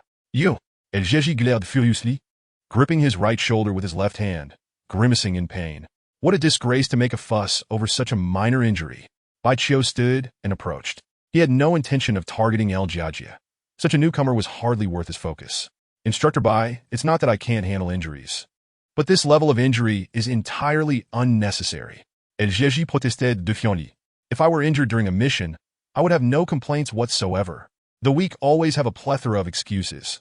Qi Hang scoffed, his stature short yet remarkably sturdy, with a wheat-colored complexion. Bai Qiu crouched down, grasping El Jiajia's right arm, moving from the wrist to the shoulder, and said sternly, "It's merely a dislocation. Look at how frightened you are." Ha! El Jiajia blinked in surprise, his face flushing with embarrassment. Zhu Fan was the first to laugh. With a sudden exertion of force, Bai Qiu's hand produced a sharp cracking sound. El Jiajia cried out in pain, beads of sweat forming on his forehead and face. You have 5 minutes to rest, then get back to training. Bai Qiu straightened up and stepped aside. Only 5 minutes? El Jiajia lamented, rubbing his right arm, his expression one of distress. He doubted whether this young instructor could really have set his dislocated arm right. Meanwhile, the other pairs of trainees resumed their sparring with renewed vigor, albeit without seriousness, each holding back considerable strength, looking fierce and boisterous, yet merely going through the motions. Instructor Bai, what about me? Qi Hang inquired, as his opponent was now incapacitated. Bai Qiu paused, turned back, and replied, I'll practice with you personally. You're the instructor. You should give me a bit of leeway, Qi Hang said, narrowing his eyes, a slight smirk playing at the corners of his mouth. Of course, I'll give you some leeway. If you get hurt, Captain Long would surely trouble me. Bai Qiu responded, How about this? I'll just stand here without moving. If you can make me budge even half a step, You'll have passed. All right. Chi Hang readily agreed, and the next moment, he sprang forward, propelled by the ground. In his mind, he thought, I'll send you flying with a single punch and see how you boast afterward. The other 5 trainees regarded by Chio's confidence as overly presumptuous. Whoosh! Chi Hang charged forward with incredible speed, his body accompanied by a gust of wind, exuding an aggressive demeanor. Bai Chio remained still until Chi Hang was merely a meter away, at which point he suddenly lifted one leg and delivered a swift kick. The speed of this kick was astonishing, and the angle was exceptionally tricky. What Chi Hang did not expect was that as he raised his calf to defend, Bai Chio's toe shifted laterally by about 10 centimeters in an instant. This maneuver rendered Chi Hang's defense futile. Unlike Bai Chio, who was capable of executing rapid and unpredictable changes, Chi Hang's leg received the full force of the kick. Bai Chio had only exerted 30% of his strength, yet it sent Chi Hang tumbling backward uncontrollably. Although Chi Hang possesses an innate physical strength and has maintained an exceptionally high level of fitness over the years, he still pales in comparison to Bai Chio, who is endowed with a congenital divine body. Well done! Lu Jiajia, leaning against a stone pillar, couldn't help but exclaim in admiration. Bang! Chi Hang's body collided with a stone pillar, causing a surge of blood and energy within him, resulting in a rapid change of expression. His eyes widened in disbelief as he stared intently at Bai Chio, clearly astonished. He found it hard to comprehend how someone as young as Bai Chio could possess such formidable strength. However, he soon realized that this external instructor was not a mere incompetent relying on connections, but rather a genuine expert. If you can still move, come at me again, Bai Chio said, his hands clasped behind his back, his expression impassive. Bring it on! Chi Hang, feeling somewhat unconvinced, steadied his internal energy and, after kicking off from the stone pillar behind him, lunged once more at Bai Chio. He was resolute in his belief that he could at least force Bai Chio to budge half a step. Time and again, he charged at Bai Chio, only to be sent flying each time. Bai Chio remained stationary, merely executing a simple kick whenever Chi Hang approached. Chi Hang took great care to defend himself and exerted all his strength to resist, yet nothing he did proved effective, and he could not evade being struck. Frustration and humiliation consumed him. He had always considered himself a strong contender among his peers, but in the face of Bai Chio, he felt utterly outmatched. Despite being repeatedly sent sprawling, he had yet to even graze the hem of Bai Chio's garment, let alone land a hit. Even Lu Jiajie began to feel a twinge of sympathy for Chi Hang. With his internal energy in turmoil and his spirits plummeting, Chi Hang was once again sent flying. Upon hitting the ground, he couldn't help but spit out a mouthful of blood. Proud and unwilling to concede defeat, he struggled to rise, wiping the blood from the corner of his mouth, determined to charge forward once more. That's enough. Sit down and recuperate for a while. Lest you exacerbate any internal injuries, Bai Chio gestured dismissively, signaling Chi Hang to halt. A wise man does not suffer needless losses. Chi Hang, well aware of the vast gulf between him and this young external instructor, could only sit on the ground, slowly closing his eyes. What are you all standing there for? Do you wish to practice with me as well? Bai Chio said, casting an irritated glance at the others. The group quickly averted their gazes, their hands and feet moving. Bai instructor, what about me? Lu Jiajie, who had been anxiously watching as 5 minutes passed while Chi Hang meditated, asked nervously, genuinely worried about having Bai Chio as his opponent. You can sit a bit longer, Bai Chio replied, returning to the stone pillar where he had reclined. Lu Jiajie felt a wave of relief wash over him. Although his arms still throbbed with pain, he managed to smile. Zhu Fan also discreetly let out a sigh of relief, contemplating how to cultivate a better relationship with this young instructor. After reviewing the documents in his hand, Bai Chio instructed everyone to take a break. Support staff had already delivered a bucket of clean water and several disposable cups, and while the others drank, Zhu Fan brought Bai Chio a cup. Instructor Bai, please have some water. Bai Chio accepted the cup without a word of thanks, swiftly downing the water. After placing the cup down, he announced, all right, let's resume training. You will each run 20 laps around the field, and the last person to finish will be punished with 1,000 push-ups. The 6 newcomers immediately began their laps, each unwilling to face punishment. Thus pushing themselves to the limit, Bai Chio sought out the thickest stone pillar and leaped to its top, surveying the other training areas. This vast open space spanned approximately 2 football fields, and aside from the cluster of stone pillars in the northwest corner, there were 3 other training grounds. In the southeast corner, Xu Yao sat on a wooden chair, surrounded by 6 newcomers who were meditating in front of her. She was responsible for imparting knowledge on cultivation and guiding the newcomers through their initial training. Among the 4 training projects, her task was the lightest, requiring merely the use of her voice. However, despite its apparent ease, she needed to be particularly diligent, as any negligence in cultivation could lead to significant issues. In the southwestern training area, 6 newcomers were handling firearms, seemingly in high spirits, laughter occasionally echoing through the air. In stark contrast, the 6 newcomers in the northeastern corner were enduring a grueling test of willpower, each sprawled on the ground with heavy weights pressing against their backs. Of all the training projects, the willpower training was the most arduous. Today was merely the beginning, and in the future, they would likely be subjected to harsher methods. Chapter 77. Thorny Heads. Generally speaking, only after enduring sufficient hardship and countless trials can one's willpower become as unyielding as steel. Bai Qiu believed this principle to be sound. However, he maintained that for a cultivator, the strength of one's will primarily hinges upon the level of the soul's realm. Bodily pain is inconsequential. True suffering lies within the soul. Unfortunately, the cultivators on this planet currently possess low realms, face poor training conditions, and are largely ignorant of advanced soul cultivation techniques. As Qi Hang and the other 6 newcomers exerted themselves in their laps, they initially clustered together, but gradually, some pulled ahead while others lagged behind. By the final lap, they summoned every ounce of energy, racing at their fastest pace, none wishing to finish last. While 1,000 push-ups would typically pose no challenge for them, the situation was different now, as they had already exhausted considerable stamina. Ultimately, the last place fell to Lu Jiajie, whose previous arm injury had significantly hindered him. Although Qi Hang also struggled, his physical constitution far surpassed that of the other 5. He not only claimed first place, but did so with a half-lap lead over the second runner. Instructor Bai, I was injured earlier. My condition is poor. Could you perhaps show some leniency and let me do fewer push-ups? Lu Jiajie panted, having completed the 20 laps. My right arm is really hard to exert force with. The weak often resort to excuses. Qi Hang scoffed, observing that Lu Jiajie's performance today revealed his inability to integrate with the group. Lu Jiajie shot Qi Hang a glare, but dared not voice his anger. 1,000, not a single one less. Bai Qiu replied curtly before addressing the other 5. You cannot be idle either.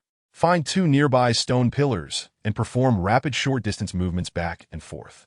After issuing his orders, he leaped down from the stone pillar and reclined once more. He did not alter the training regimen provided by Captain Long, not from a lack of ability, but rather from sheer indifference. Lu Jiajie began his push-ups while Bai Qiu lay on the stone pillar, closing his eyes in a state of leisure. Initially, all 6 newcomers, including Lu Jiajie, were quite serious. However, after about 10 minutes, they began to slacken. Having just completed 20 laps, their energy was severely depleted, and they felt an overwhelming fatigue. Lu Jiajie, if you continue at this sluggish pace, you'll be penalized with an additional 500 push-ups. Zhu Fan, in the last minute, you only managed 18 laps. If you wish to face punishment, feel free to keep slacking off. The 6 newcomers trembled at Bai Qiu's words, no longer daring to relax. They puzzled over how this young external instructor, seemingly with his eyes closed, remained so acutely aware of everything around him. The morning swiftly passed. When the bell signaling lunchtime rang, the 4 groups of newcomers finally received a moment to breathe. At this point, each was utterly exhausted. Even Qi Hang, who typically boasted exceptional physical prowess. Of course, had he not been thoroughly schooled by Bai Qiu, his condition would likely have been considerably better. When we eat later, don't mention anything to the other groups. We wouldn't want them to be prepared, one remarked. Yes, the hardships we endured this morning should be shared with them as well. There are plenty of particularly arrogant thorns in the other groups. They will undoubtedly show disrespect to Instructor Bai. As they journeyed along, apart from Qi Hang, the group of Lu Jiajie engaged in animated discussions, largely due to Bai Qiu's absence. Qi Hang remained silent, and upon hearing the murmurs from the new recruits in his team, a shadow of discontent crossed his face. It was evident that they regarded him as a conceited troublemaker. He refrained from reacting angrily, primarily because he deemed it unnecessary and felt somewhat fatigued. When all 24 new recruits from the 4 teams arrived at the cafeteria, they exchanged wary glances, each harboring complex emotions.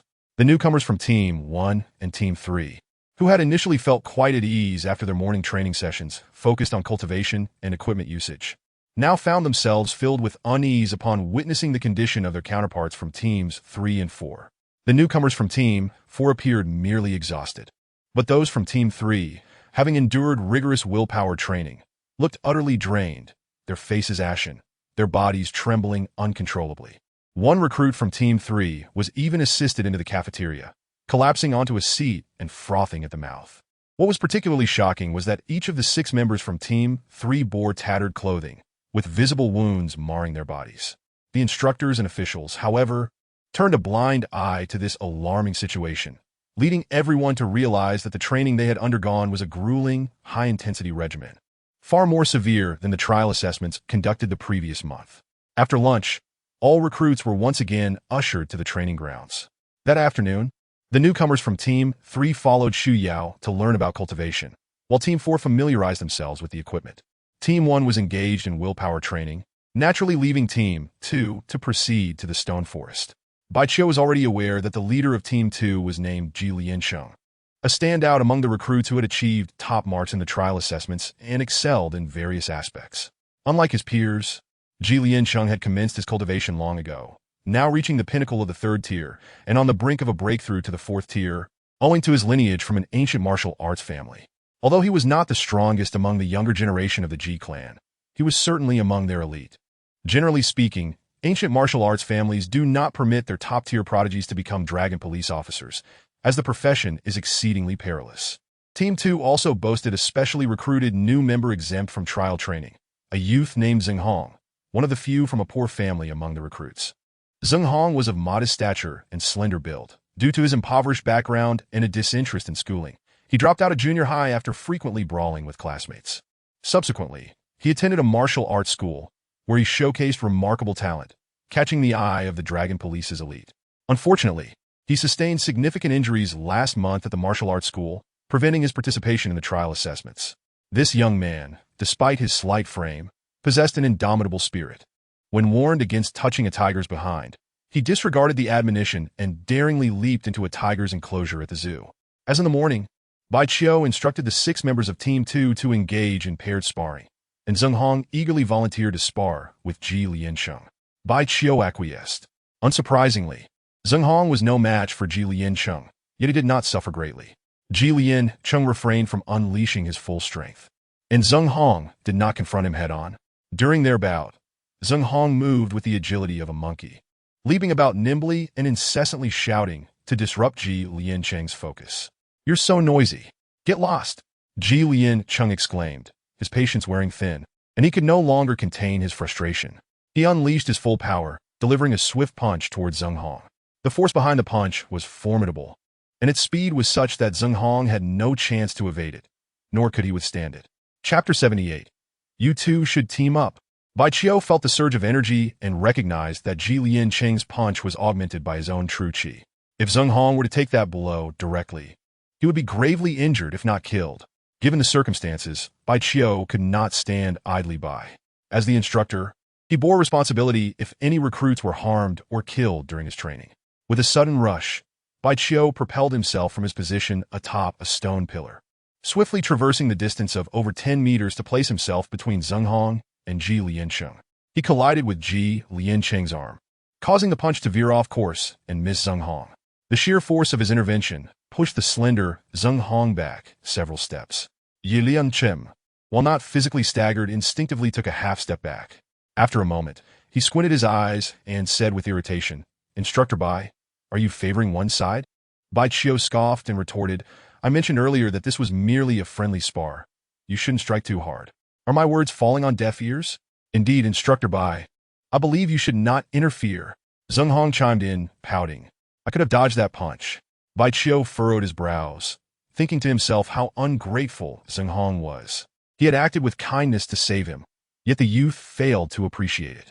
"Instructor Bai, did you hear that? He claims he could handle it. And your sudden intervention was unjustified," Ji Liansheng remarked with a mocking grin. "Are you questioning my judgment?" Bai Qiu asked again. "Who would dare? You're our instructor," Yi Liansheng replied sarcastically. His words carried a tone of condescension, addressing Bai Qiu informally rather than with the respect due to a teacher. In Ji Liansheng's eyes, This external instructor, who was of similar age, lacked the qualifications to train him, especially in combat skills, as he had been engaged in sparring with formidable elders since childhood, never falling short of his peers. While his cultivation talent might not be the strongest, he believed his efforts over the years surpassed those of his contemporaries. You truly ought to dedicate more effort to your academic subjects and read more books, Bai Qiu remarked, first glancing at Ji Liancheng, then turning to Zheng Hong, maintaining a calm demeanor. I fail to comprehend what you mean, instructor Bai, Ji Liancheng responded, puzzled. Both of you have reached a satisfactory level of cultivation talent. Yet your fundamentals are lacking, and your exposure is insufficient, Bai Qiu assessed. To think highly of yourselves without achieving significant accomplishments will inevitably lead to severe misfortunes. Instructor Bai, are you not implying that you too think highly of yourself? Yi Lianchen retorted disdainfully. Indeed, Zheng Hong echoed, equally defiant. Your age is comparable to ours. Even if you began cultivating earlier, how much stronger could you possibly be? Such ignorance breeds audacity. Bai Qiu regarded the two newcomers as if they were simpletons, responding coolly. I understand your unwillingness to accept my authority, believing me to be of similar age and thus unfit to be your instructor. If that is the case, I offer you a chance to prove yourselves. Absolutely. I am fearless. Zheng Hong exclaimed, excitement radiating from him. He knew he likely couldn't defeat this instructor, but he was eager to try. It was simply in his nature. I believe it's you, instructor, who should prove yourself against us. Yi Lianchen left heartily. Unafraid of offending Bai Qiu, confident in his lineage from an ancient martial arts family, feeling no inferiority in status. Come at me together. Bai Qiu, feeling no desire to engage in further verbal sparring, opted to teach them a lesson through physical means. Ji Liancheng and Zheng Hong exchanged glances, then launched their simultaneous attack on Bai Qiu, coordinating their efforts despite their recent acquaintance. One aimed to punch at Bai Qiu's upper body while the other aimed to kick at his leg, both holding nothing back, especially Ji Liancheng, who once more summoned his true qi to enhance the power of his strike. Zheng Hong, lacking true qi, swung a leg forcefully towards Bai Qiu's knee. In the blink of an eye, Bai Qiu raised his right arm and engaged in a fierce exchange of blows with Ji Liancheng. Simultaneously, he lifted his left leg, aiming his toes directly at the ankle of Zheng Hong, who was swiftly launching a kick. Bang! The two fists collided with a resounding impact. Bai Qiu remained unyielding, while Ji Liancheng was sent flying a considerable distance. Bang! Half a second later, Bai Qiu's toes struck Zheng Hong's ankle. Overwhelmed by the force, Zheng Hong involuntarily soared into the air, flipping several times before crashing back to the ground. Another half a second passed, and the airborne Ji Liancheng collided with a stone pillar, shattering it into pieces. Comparatively, the strength of Bai Qiu's punch far surpassed that of his kick, as Ji Liancheng had attained considerable mastery, rendering him significantly more formidable than Zheng Hong.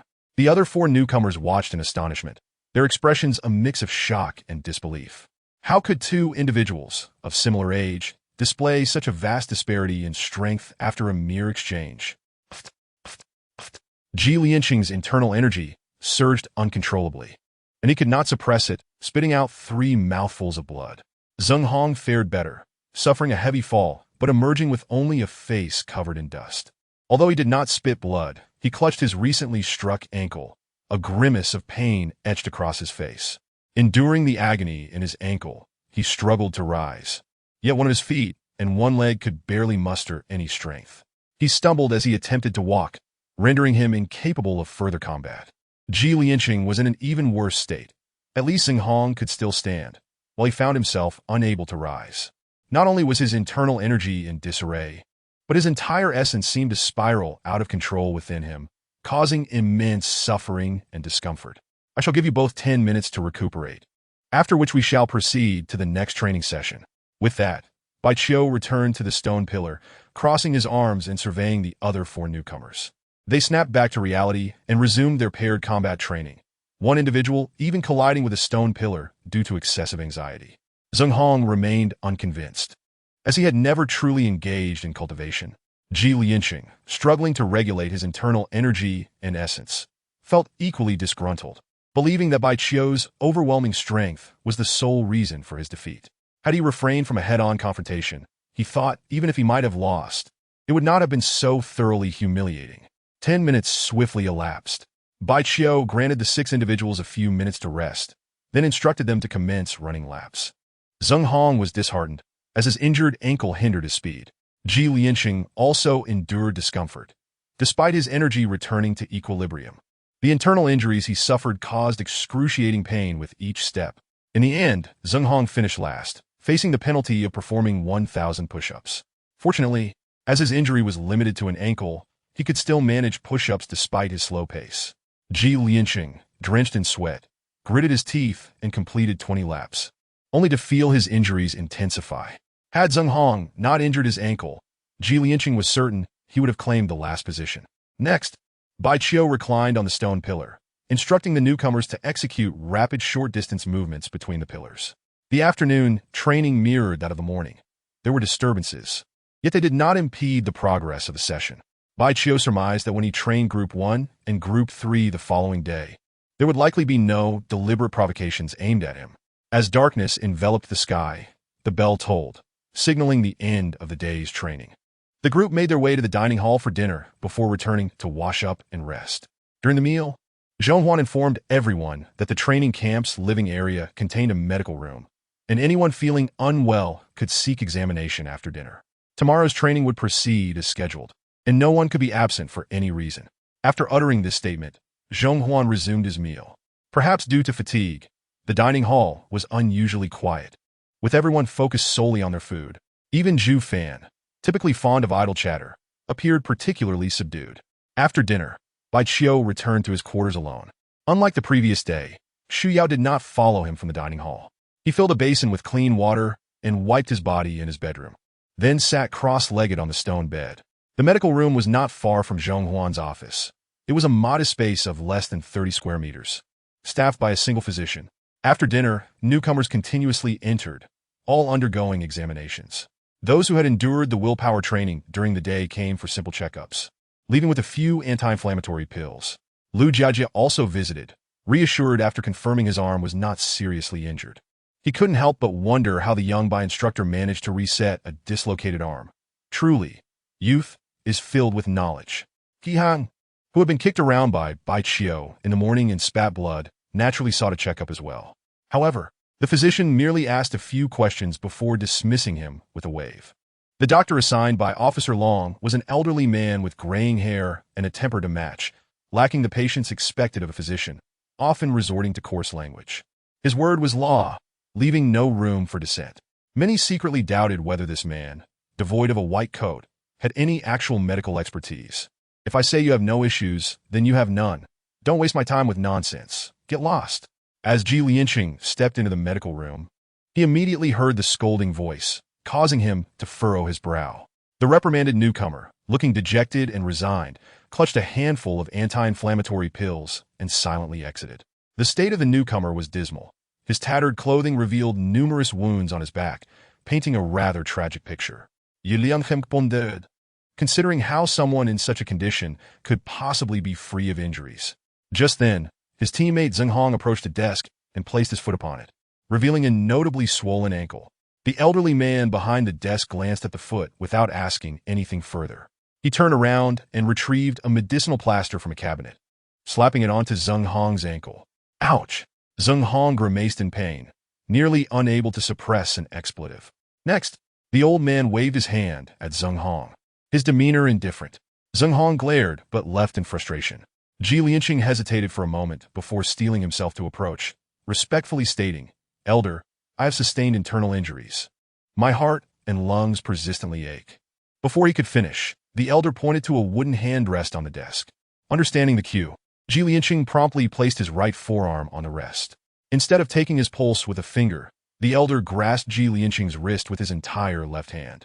In the next moment, Ji Lianqing was astonished to feel a fine, yet penetrating flow of energy coursing through his arm, swiftly circulating within his body. He recognized this energy as true essence. The elder withdrew his hand and waved it dismissively, stating, "You have already cultivated true essence, and your foundation is quite stable. This minor injury requires no treatment. Practice your techniques for healing, and you shall recover within 3 days at most. I'm relieved to hear there are no significant issues." "Thank you, Elder." Ji Lianqing bowed respectfully before departing. After 9:30 p.m., no further newcomers arrived for consultations, leaving only the elderly man behind. He propped his legs on the desk, leaning back in a nearly horizontal position, exuding an air of leisure. Suddenly, a fragrant breeze wafted in. The elder opened his eyes, sat up slowly, and beheld Shu Yao, finally revealing a warm smile befitting his age. "Grandfather, I never imagined Officer Long would invite you here." Shu Yao gracefully navigated around the modestly sized desk, positioning herself behind the elderly gentleman. With her delicate hands, she began to knead his shoulders. The old man reveled in the attention, leaning slightly back and stroking his beard as he remarked, "It was not Chief Long who invited me. I came of my own accord." "Oh, and why is that?" Shu Yao inquired, her brow furrowed in curiosity. "Do not tell me you came merely to look after me. I find that hard to believe. There must be a significant reason for you to leave those ancient forests. Do not blame me. I have spent years in those primordial woods in search of rare medicinal herbs. Why do I seek such treasures?" "Enough! I understand," she interjected. "You wish to concoct elixirs to aid my cultivation." "You impudent girl," the old man retorted. "What brings you here, if not to seek retribution on my behalf?" "Retribution for what?" she asked, puzzled. "Zhonting informed me that you were bullied by a wretched boy." Shu Yao fell momentarily silent, her cheeks tinged with a hint of crimson. "That old rascal Zhonting is truly infuriating. I entrusted him with my granddaughter's care, and he stood idly by as she suffered, even granting that scoundrel a position as a special instructor. Such disloyalty is utterly disgraceful," the old man exclaimed, his indignation palpable. "Grandfather, do you truly come here to seek vengeance on my account?" Shu Yao seemed skeptical. "Otherwise?" he countered. "Do you think I traveled such a distance to this desolate place for no reason? You may indeed have come for Bai Qiu, but I doubt your intentions are solely to champion my cause," Shu Yao replied with an amused smile. "You must have heard about the Linghua nourishing liquid and wish to meet Bai Qiu, correct?" Chapter 80. Ling Blood Pill caught off guard by his granddaughter's insight into his true motives. Shu Shi offered an awkward smile. After a brief pause, he adopted a more serious demeanor. "Inquiring about the Linghua nourishing liquid is merely secondary. My primary aim is to support you." "Is that so?" Shu Yao inquired further. "How do you intend to assist your granddaughter?" "That is indeed a conundrum," he mused, stroking his beard. "After all, that boy is a specially appointed instructor by Chief Long and is currently training new recruits. I cannot simply go and confront him." "Ha!" Shu Yao chuckled. "Grandfather, even if you were to engage him, you might not prevail. You little minx, how dare you underestimate me?" Shu Shi protested. "Do not let Zhonting's misfortune at the hands of that boy mislead you. If it were I, that scoundrel would be the one to suffer." "Grandfather, do you think I am unaware of your temperament?" Shu Yao retorted playfully. "If you truly believed you could defeat Bai Qiu, you would not hesitate for a moment. You would have sought him out immediately upon arrival." "My dear granddaughter, you are mistaken," Shu Shi replied. "That boy is only 18. Even if he had begun cultivating in the womb, he could not possibly rival a 6th-tier practitioner. My concern is not about defeating him, but rather about not escalating matters and damaging our relationship." "So, your plan is to first gather information about the Linghua nourishing liquid from Bai Qiu and then seek vengeance on my behalf." Shu Yao pouted, her lips a vivid shade of red. "That fellow is no simple adversary. He is unlikely to divulge much to you." "Indeed," Shu Shi nodded. "Thus, I must remain here for a while, waiting for the right opportunity. Of course, during this time, it is crucial that he does not discover my identity as your grandfather, lest he become overly wary. Since Chief Long already possesses the formula for the Linghua nourishing liquid, why not simply study it directly?" Shu Yao questioned, perplexed. "What compels you to make this journey?" "I have examined that formula, and its intrinsic value is minimal to me. It is the secrets concealed within that warrant closer scrutiny." Shu Shi replied, shaking his head. "I suspect that the formula is not an ancient one left by bygone practitioners, but rather a product of modern research. Yet, how could a mere 18-year-old achieve such an accomplishment? Feel free to indulge in your speculations. I shall be on my way," Shu Yao said, preparing to depart. "Wait a moment. I brought you something on this trip," he called after her. "Oh." Now standing before the desk, Shu Yao regarded her grandfather with keen interest. Shu Shi produced a translucent vial from his pocket, containing a dark red pill. "What is this?" Shu Yao asked, accepting the vial and examining its contents. "Ling Blood Pill, freshly concocted by me," Shu Shi replied earnestly. "Rest assured, I have also produced a second one for myself, and I have already consumed it without issue." "The Ling Blood Pill. A look of hesitation crossed Xu Yao's exquisite face. Her parents had met their demise after consuming the very same pill crafted by her grandfather. At that time, only two had been produced, and he had insisted her parents, who had been unable to progress in their cultivation for years, take the risk of using them. The crafting of the Ling blood pill requires an abundance of rare and precious herbs, making it a challenge to produce. Even if he were uncertain about the safety of his creation, Xu would never allow anyone else to test it, let alone himself. He was far more concerned with the cultivation prospects of his son and daughter-in-law than his own, having long since lost hope for his own advancement. In the past, he had suggested that his son and daughter-in-law refrain from consuming the pills simultaneously, advising that one should try it first, and if all went well, the other could follow suit. However, his son and daughter-in-law, deeply in love, refused to let the other bear the risk, and instead, both hastily ingested the pills at the same time. While he had not intended to bring about their demise, he carried a heavy burden of guilt. Were it not for his granddaughter, he would have likely succumbed to despair, wallowing in sorrow and self-reproach. To avoid repeating past mistakes, he had promptly consumed one of the two Ling blood pills he had prepared. Fortune favors the diligent. After learning from the failure of years past, this time, the Ling blood pill proved to be effective. Not only did he experience no adverse effects, but he also felt significantly empowered. He even believed that, with the aid of the pill he had consumed, he was now capable of breaking through to the 7th tier. After consuming it, you should be able to directly advance to the 5th tier, and the remaining potency will assist you in swiftly reaching the 6th tier.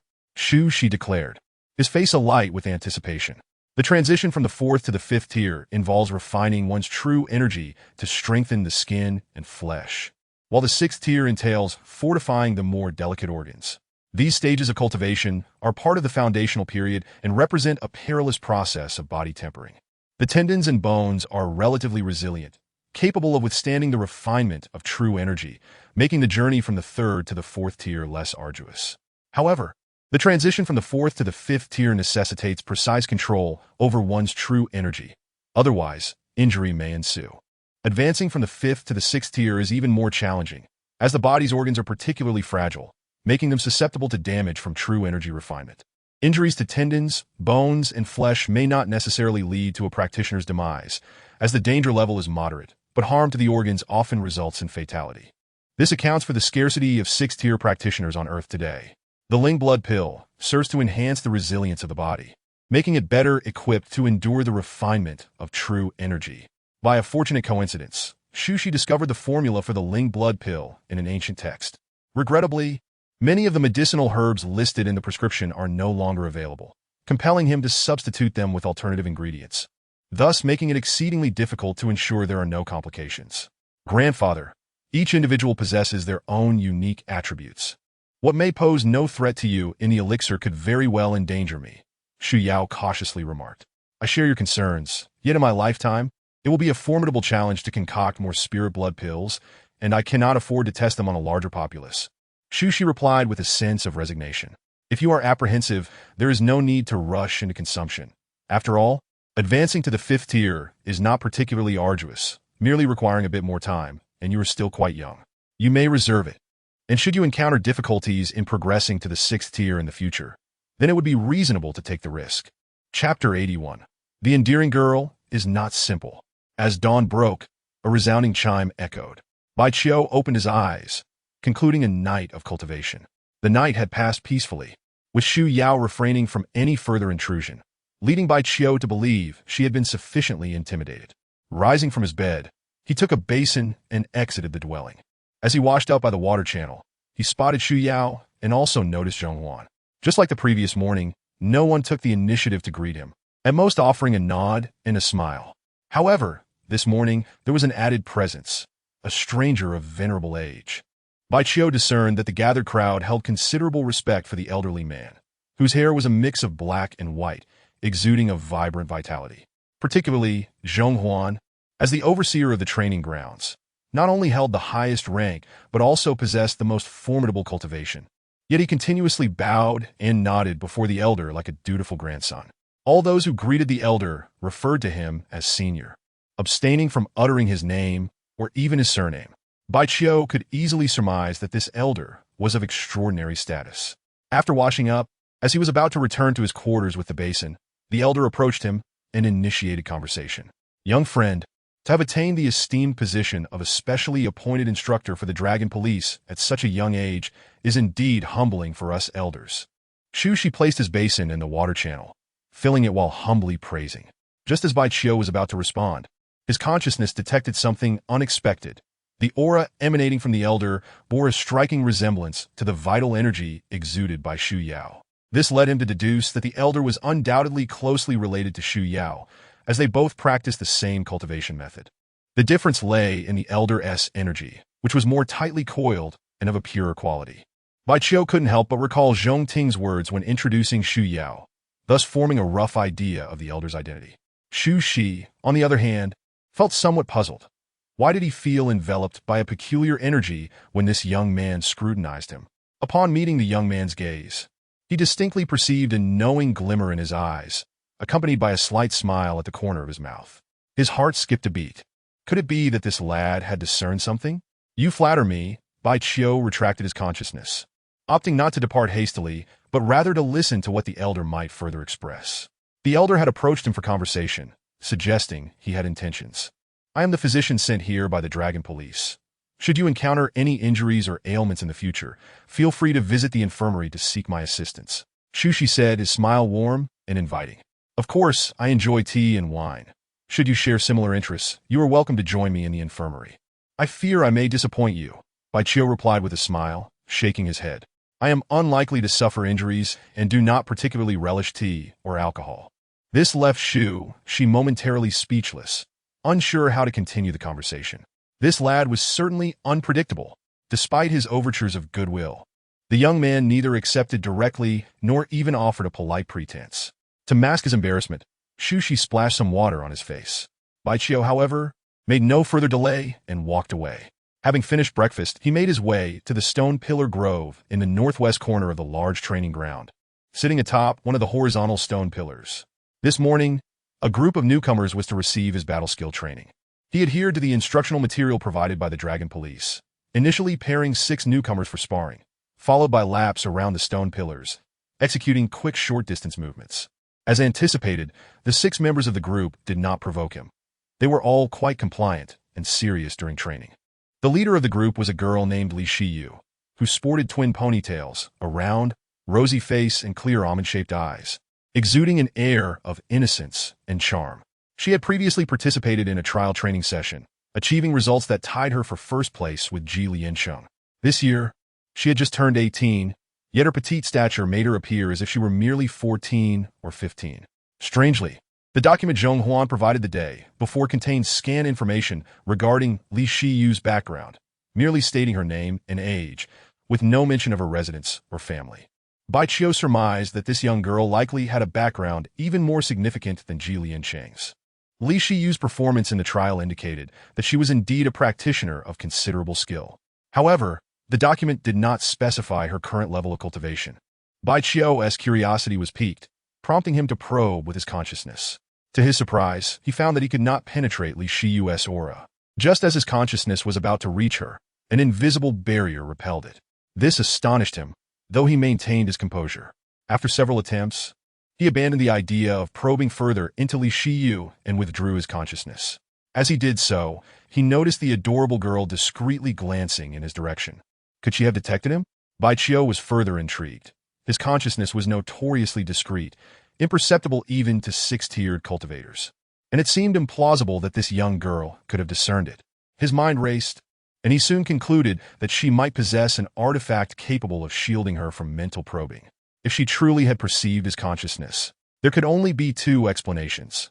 Either she had an exceptionally unique soul with heightened perception, or she had deduced his presence through the artifact's reaction. Bai Qiu was now convinced that this charming girl was far from ordinary. The morning training proceeded smoothly. Bai Qiu's curiosity regarding Li Shiyu lingered, prompting him to observe her intermittently. He soon noticed that she wore a necklace, a portion of which was visible, while the remainder was concealed beneath her clothing. He could discern that the exposed part was woven from ordinary gold thread, suggesting that the hidden portion likely housed or was adorned with an artifact. Aside from the necklace, Li Shiyu bore no other adornments. Throughout the morning's training, it became evident to Bai Qiu that Li Shiyu was quite modest. During sparring, She not only refrained from exerting her full strength, but also deliberately maintained parity with her opponents. While running laps, she allowed herself to play second. She spoke little. When others engaged her in conversation, she often responded with a nod or shake of her head, occasionally offering a smile. Her smile was captivating, her two small canine teeth paired with dimples, imparting a delightful sweetness. As noon approached, the bell tolled once more, signaling the lunch hour. Baiqiu concluded the training and subsequently walked away alone. To his surprise, instead of joining her fellow newcomers, Li Shiyu trailed closely beside him. After a few steps, once they had distanced themselves from the others, she spoke softly. Instructor Bai, are you truly only 18 years old? Chapter 82. Tang Xingnan Baiqiu glanced at Li Shiyu, who walked beside him on his left, and replied with a smile, what do you think? Li Shiyu tilted her head, stating, I believe you merely appear younger. In reality, you are not of the same generation as us. Oh? Baiqiu found her perspective intriguing and inquired further. What leads you to such a conclusion? Intuition. Li Shiyu responded first, her expression filled with confusion as she said, but I asked Sister Xu Yao yesterday, and she confidently stated that you are indeed only 18 years old, a senior student before the summer vacation. Hee. Baiqiu chuckled softly, probing further.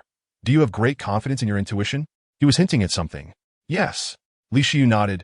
My intuition has always been remarkably accurate.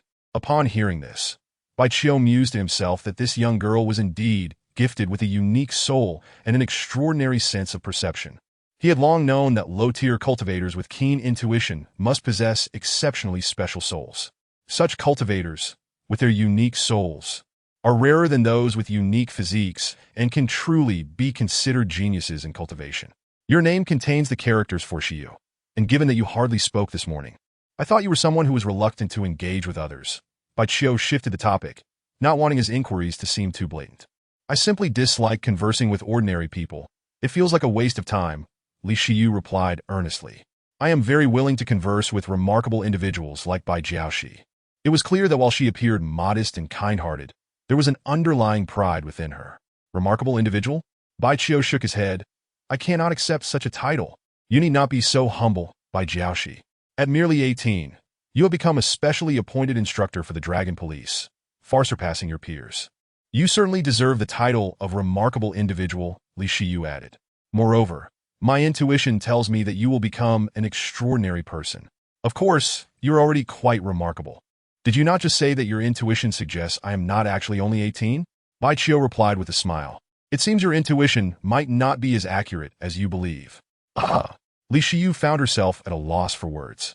In her intuition, this external instructor of the Dragon Police certainly appeared youthful, but the facts she uncovered indicated otherwise, leaving her perplexed. While it is normal for intuition to occasionally falter, that typically applies to ordinary individuals. Her intuition had rarely been wrong. After a moment, she countered, the fact that my intuition was incorrect only further proves that you are indeed remarkable. Baiqiu thought to himself that this girl was quite stubborn. At this point, they had traversed the vast open area and arrived at the entrance to the living quarters. Bai Jiaoxi, you must not secretly observe me again in the future. With this profoundly meaningful remark, Li Shiyu flashed Baiqiu a sweet smile and quickened her pace, leaving him behind. Watching her playful twin ponytails and petite figure, Baiqiu paused briefly before shaking his head and chuckling. This girl was not only extraordinary, but also quite amusing. After lunch, despite the blazing sun, the afternoon training commenced immediately. The 6 newcomers from Group 3 arrived at the Stone Pillar Grove in the northwest corner of the vast open area, led by a female group leader. This girl, named Tang Xingnan, hailed from an ancient martial arts family in the southwestern region of Huaxia. She had not participated in the previous trials and was specially recruited by the Dragon Police. Unlike other specially recruited newcomers, she had initially been disinterested in becoming a member of the Dragon Police, a change of heart prompted by a brief conflict with her family, as the document succinctly explained. Despite being a girl, she had trained in martial arts from a young age and proved to be quite resilient, showing none of the delicate demeanor typical of a wealthy young lady. Her introduction emphasized her strong-willed, reclusive, and obstinate nature, along with her hostility towards male peers, which the Dragon Police speculated might stem from her family dynamics. The Tang family harbored a serious preference for sons, and she had an exceptionally outstanding brother and younger brother, as well as many cousins. It was easy to surmise that her life in the Tang family was not particularly pleasant. Baiqiu could guess that this 20-year-old girl, who could only be considered average in appearance, sought to prove herself in the relatively fair environment of the Dragon Police. Years of martial arts training had given her a physique that appeared much sturdier than that of an average girl, and her skin bore a subtle darkness. In truth, she had already achieved a considerable level of cultivation. If she wished, she could easily refine her physique to resemble that of an ordinary girl and lighten her skin. However, she had chosen not to do so, even sporting a short haircut. At first glance, she resembled a boy more than a girl. Bai Qiu did not alter the training content and instructed the six to engage in paired sparring. To his surprise, as soon as the sparring began, Tang Xingnan delivered a devastating punch that severely injured her opponent, causing him to spit blood. Caught off guard, Bai Qiu was unable to intervene in time. After assessing the situation, he discovered that the boy had broken 2 ribs, with bone shards piercing his lung. Without delay, he swiftly carried the injured boy and rushed him to the infirmary. Meanwhile, Xu Shi, who had been drinking tea, furrowed her brow upon learning the extent of the boy's injuries and immediately commenced urgent treatment. After leaving the infirmary, Bai Qiu quickly returned to the training ground. Observing Tang Xingnan's indifferent demeanor, devoid of any sense of guilt, he silently concluded that this girl truly harbored deep-seated hostility towards boys. Tang Xingnan, your strikes were too severe. Bai Qiu admonished, frowning. Too severe? I barely used half of my strength. Tang Xingnan replied nonchalantly. You should not underestimate others. Although you are a girl, and he is a boy, you are a genuine cultivator, whereas he is not, Bai Qiu lectured. Such heavy-handed attacks that result in injury do not demonstrate your prowess. Is that so? Tang Xingnan maintained her indifferent expression as she responded, Bai Jiaoshi. I have heard that your cultivation is quite advanced. Why not spar with me next? Bai Qiu nodded in agreement. Despite her reasons for harboring animosity towards male peers, he believed that allowing her to experience some challenges would broaden her perspective. Bai Jiaoshi, may I go all out? Tang Xingnan's question indicated her high self-esteem and a hint of contempt towards Bai Qiu. She was not merely dismissive of him, but of all boys. If you do not wish to appear foolish, you must give it your all, Bai Qiu replied, gesturing for her to begin her attack, placing his hands behind his back. You want me to fight with just my hands? Tang Xingnan narrowed her eyes, a look of resentment flashing across her face. With a cold snort, she propelled herself off the ground and launched a punch towards Bai Qiu. Her hostility towards all male peers made it impossible for her to tolerate being underestimated by them. She resolved to unleash her full strength in a bid to humiliate this so-called specially appointed instructor. Chapter 83. What is the Heart Demon? Tang Xingnan had achieved the 4th rank of cultivation, significantly surpassing Ji Lianqing, who ranked first in the training trials, although she was approximately 2 years older than Ji Lianqing. Being a girl, her accomplishments were commendable. Upon reaching the 4th rank, or the initial stage of foundation establishment, her true qi became denser, and her physical strength significantly increased due to the tempering effects of true qi on her bones. Years of diligent training had naturally endowed her with considerable combat prowess. Her fists shimmered with the radiance of true qi, enveloped in a blade-like wind. Facing the swift assault of Tang Xingnan, Bai Qiu neither dodged nor evaded, nor did he retaliate. Instead, he braced himself and absorbed her punch with his chest. Bang! The impact resonated like a drumbeat against Bai Qiu's chest, accompanied by a gust of wind that swept in all directions, stirring up clouds of dust from the ground. This demonstrated the tremendous force behind Tang Xingnan's strike. However, astonishingly, Bai Qiu did not budge an inch, his body merely swaying slightly. How? Is this possible? Tang Xingnan was momentarily stunned, forgetting to continue her assault. She stared blankly at her own fist and then at the chest before her. Her knuckles quickly began to throb with pain, as though she had struck not flesh and blood, but a wall of iron and stone. In a clash of skilled combatants, even a fleeting moment of distraction could provide an opportunity for one's opponent, exposing oneself to potentially fatal vulnerabilities. At that instant, Tang Xingnan indeed lost her focus. She could scarcely fathom that the young man before her, who was even younger than herself, could withstand her full-powered punch without sustaining any injury. With a sudden exhale, Bai Qiu retaliated. He swiftly lifted one leg and, before Tang Xingnan could regain her composure, delivered a forceful kick to her right leg. Despite her commendable combat awareness, she instinctively raised her right leg to evade the blow at the critical moment. Her reaction was not excessively slow, yet she still failed to escape the impact of Bai Qiu's foot, causing her to be sent sprawling backwards. The force of the kick was substantial, overwhelming her. and her body flew uncontrollably until it collided violently with a stone pillar. When the disparity between opponents is too vast, no amount of combat technique or martial skill can alter the outcome. The one in absolute dominance need only deliver a simple punch or kick to determine the victor. Tang Xingnan was well aware of this, having frequently challenged her father, each time succumbing to a single strike. Yet she could not comprehend how there could be such a significant gap between herself and this 18-year-old young man. Even more incomprehensible was the fact that when he had braced himself against her punch, there had been no discernible fluctuation of true energy emanating from him. How could one endure my full-force strike without the enhancement of true energy? Struggling to rise, she felt excruciating pain in her back, yet she remained standing tall. What she did not realize was that Bai Qiu had shown her mercy. He had endured her punch to accurately gauge her strength, intending to determine the appropriate level of force for his counterattack.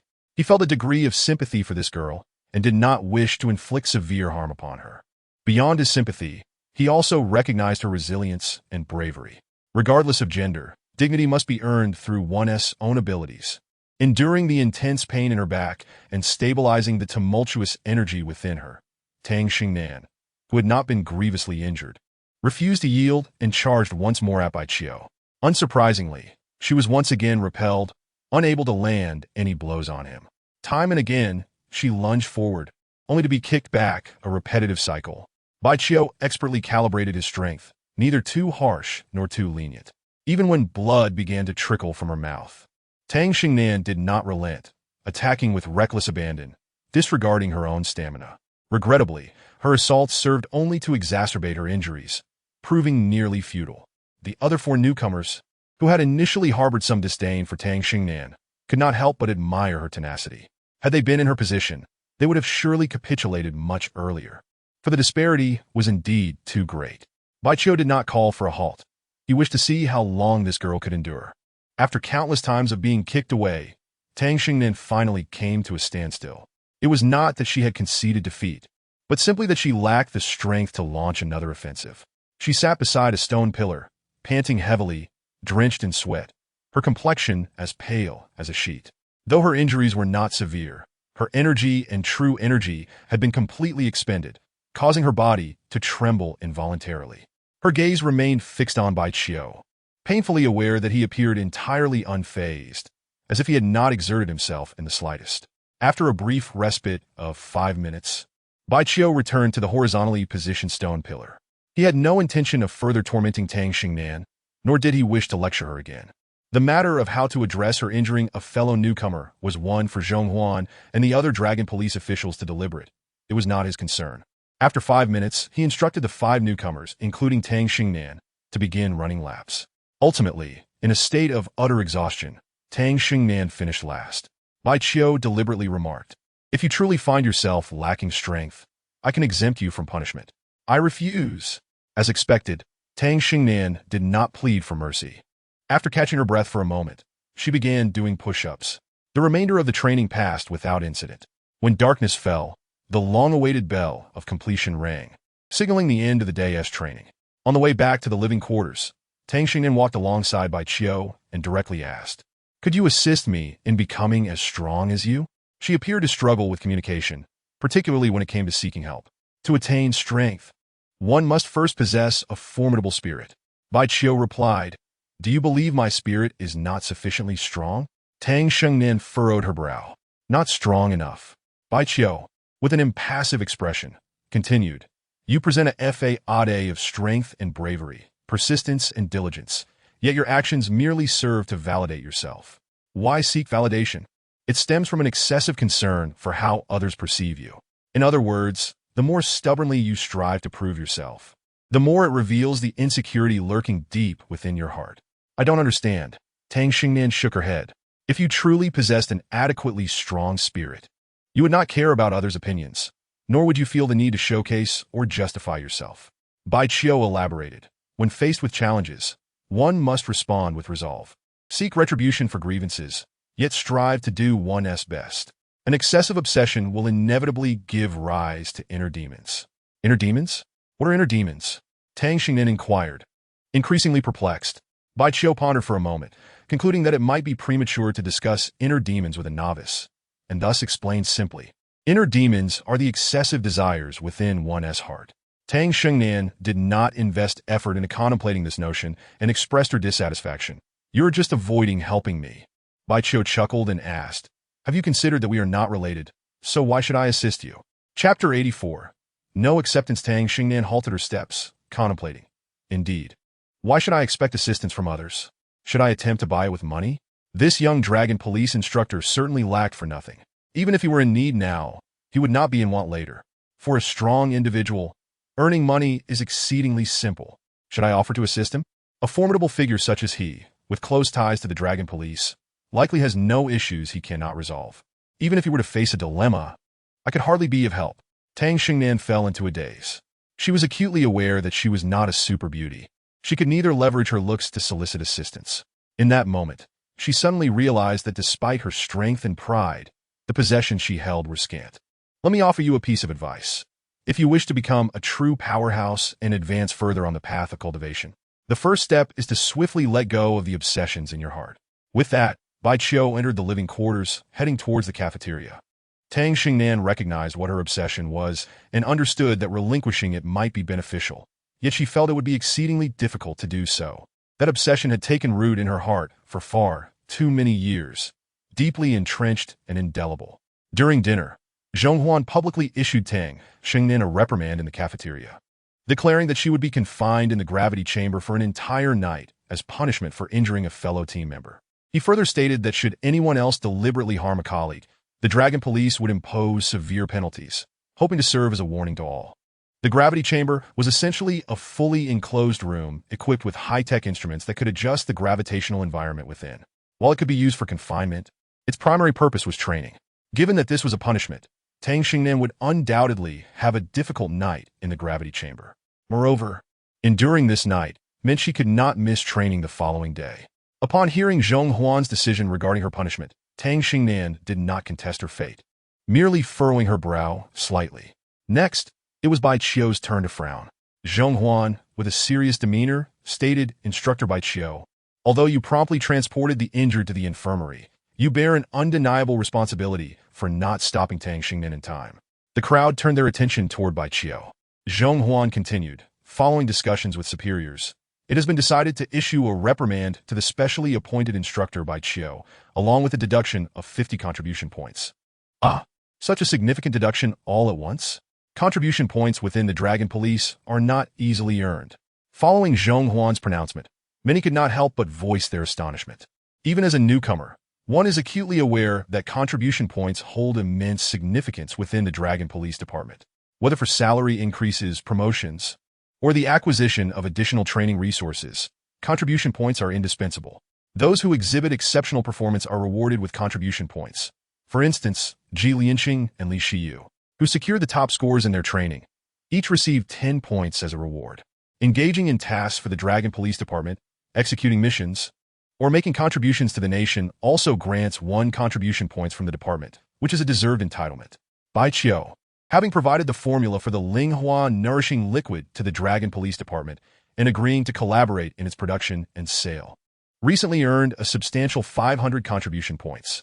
In truth, had he been an actual Dragon Police officer rather than a specially appointed instructor, the contribution points he would have garnered from the Linghua nourishing liquid alone would undoubtedly exceed 1,000, rather than just 500. Although 500 points may seem considerable, deducting 50 points is hardly insignificant, and Bai Qiu remained distinctly displeased. It is worth noting that completing the training task for newcomers would only yield an additional 50 contribution points. With a deduction of 50 points, would he not be left with nothing to show for his efforts? "Instructor Bai, can you accept this penalty?" Zhonghuan inquired at last. "I simply wish to know the basis for this penalty," Bai Qiu replied, his expression rife with dissatisfaction. Furthermore, which superior devised this punitive measure? Despite his rebirth, he retained a degree of avarice from his previous life, and he resolutely refused to accept any deductions from the contribution points he had already earned. Observing Bai Qiu's displeased demeanor, Tang Xingnan silently lamented that her predicament had ensnared him, making it even less likely for him to assist her. "Instructor Bai, you need only respond. Can you accept this penalty?" Zhonghuan stated, standing tall and straight, a faint, cold smile gracing his handsome face. "I do not accept," Bai Qiu replied indifferently. I am unaware of any clause in the employment agreement I signed with the Dragon Police Department that mandates my acceptance of such a penalty. Instructor Bai, your task here is to train newcomers, and the Dragon Police Department has clear regulations stating that if significant losses occur during mission execution, the task leader must bear the corresponding penalties, Zhong Huan asserted with conviction. That is the basis for the penalty. That pertains solely to your internal regulations, Bai Qiu countered. I am a specially appointed instructor, not a bona fide Dragon Police officer. Those regulations do not apply to me.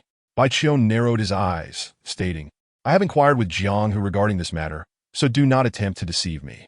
Moreover, you have yet to inform me which superior researched and decided upon this penalty against me. Instructor Bai, are you intending to openly defy the Dragon Police Department's decision? Zhong Huan scoffed, his tone icy. He was acutely aware that the punishment he had imposed on Bai Qiu was solely his own decision and had not yet been reported. He also understood that Bai Qiu was correct. Internal regulations of the Dragon Police Department could not constrain external personnel. The only clauses that could bind external appointees were those outlined in the employment letter. You lack the authority to speak of defiance, Bai Qiu retorted contemptuously, adding, let the superior who devised this penalty come and inform me personally. The entire cafeteria fell into a stunned silence, as onlookers marveled at the audacity of the young external instructor, who seemed to hold himself in excessively high regard. Zhong Huan, a captain within the Dragon Police Department, was of a rank that surpassed only the deputy director and the director himself. Those whom he considered superiors were undoubtedly significant figures within the department. Instructor Bai, you must comprehend that I am the authority here, Zhong Huan declared, his fury palpable as he glared at Bai Qiu, who had disrespected him in front of so many witnesses. Your words are nothing short of a provocation. Last time, Bai Qiu had chosen to endure upon his arrival, but this time he resolved not to remain silent any longer. Initially, Zhong Huan had sought to provoke him deliberately. Provocation? Bai Qiu scoffed. To be frank, you have yet to reach a level that would warrant my deliberate provocation. The cafeteria grew even quieter, the tension palpable as everyone could hear Zhong Huan's breathing becoming labored. His face turned a deep shade of anger, his eyes fixed on Bai Qiu like a predator poised to pounce. He was, after all, a genuine fifth-tier powerhouse, and at merely 20-something years of age, his prospects were limitless. Enduring repeated disdain only fueled his fury. Do you wish to fight? Bai Qiu replied straightforwardly, rising from his seat and exiting the cafeteria. Chapter 85. Battle with Zhong Huan. Had Zhong Huan been willing to engage in a rational discussion, Bai Qiu would not have minded expending some breath. However, it was evident that this captain of the Dragon Police Department was not inclined to reason. Therefore, they would settle this matter with fists. For those who refused to comply, a good beating is indeed a fitting solution. Bai Qiu recalled Jiang Hu's words. The Dragon Police Department traditionally revered the strong. Zhong Huan awaited this moment, following Bai Qiu outside the cafeteria without hesitation. He was eager to see what right an 18-year-old boy had to act ostentatiously before a fifth-tier powerhouse like himself. He had always believed that Bai Qiu's confidence and flamboyance were mere bluster. Only a sixth-tier powerhouse could defeat me. I refuse to believe he is a mere 18-year-old sixth-tier powerhouse. At the entrance of the cafeteria, Zhong Huan's gaze remained fixed on the already stationed Bai Qiu. The two stood approximately 10 meters apart, their eyes locked for no more than 5 seconds before Zhong Huan launched the first strike. The onlookers, who had been inside the cafeteria, now rushed out, silent and tense as they prepared to witness the unfolding confrontation. Most believed Zhong Huan would emerge victorious, given he was a fifth-tier powerhouse. Xu Yao was uncertain who would prevail, as both combatants surpassed her in strength, and she was unaware of their respective peak capabilities. However, Li Xiu felt an instinctive belief that Bai Qiu would win, albeit without any concrete reasoning. Tang Xingnan, on the other hand, was the only one who was certain Bai Qiu would triumph.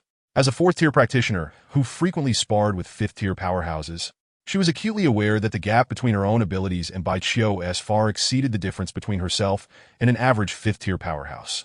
In other words, she believed Bai Qiu was superior to the typical fifth-tier powerhouse. Even if Zhong Huan were not an ordinary one, she felt confident in Bai Qiu's inevitable victory.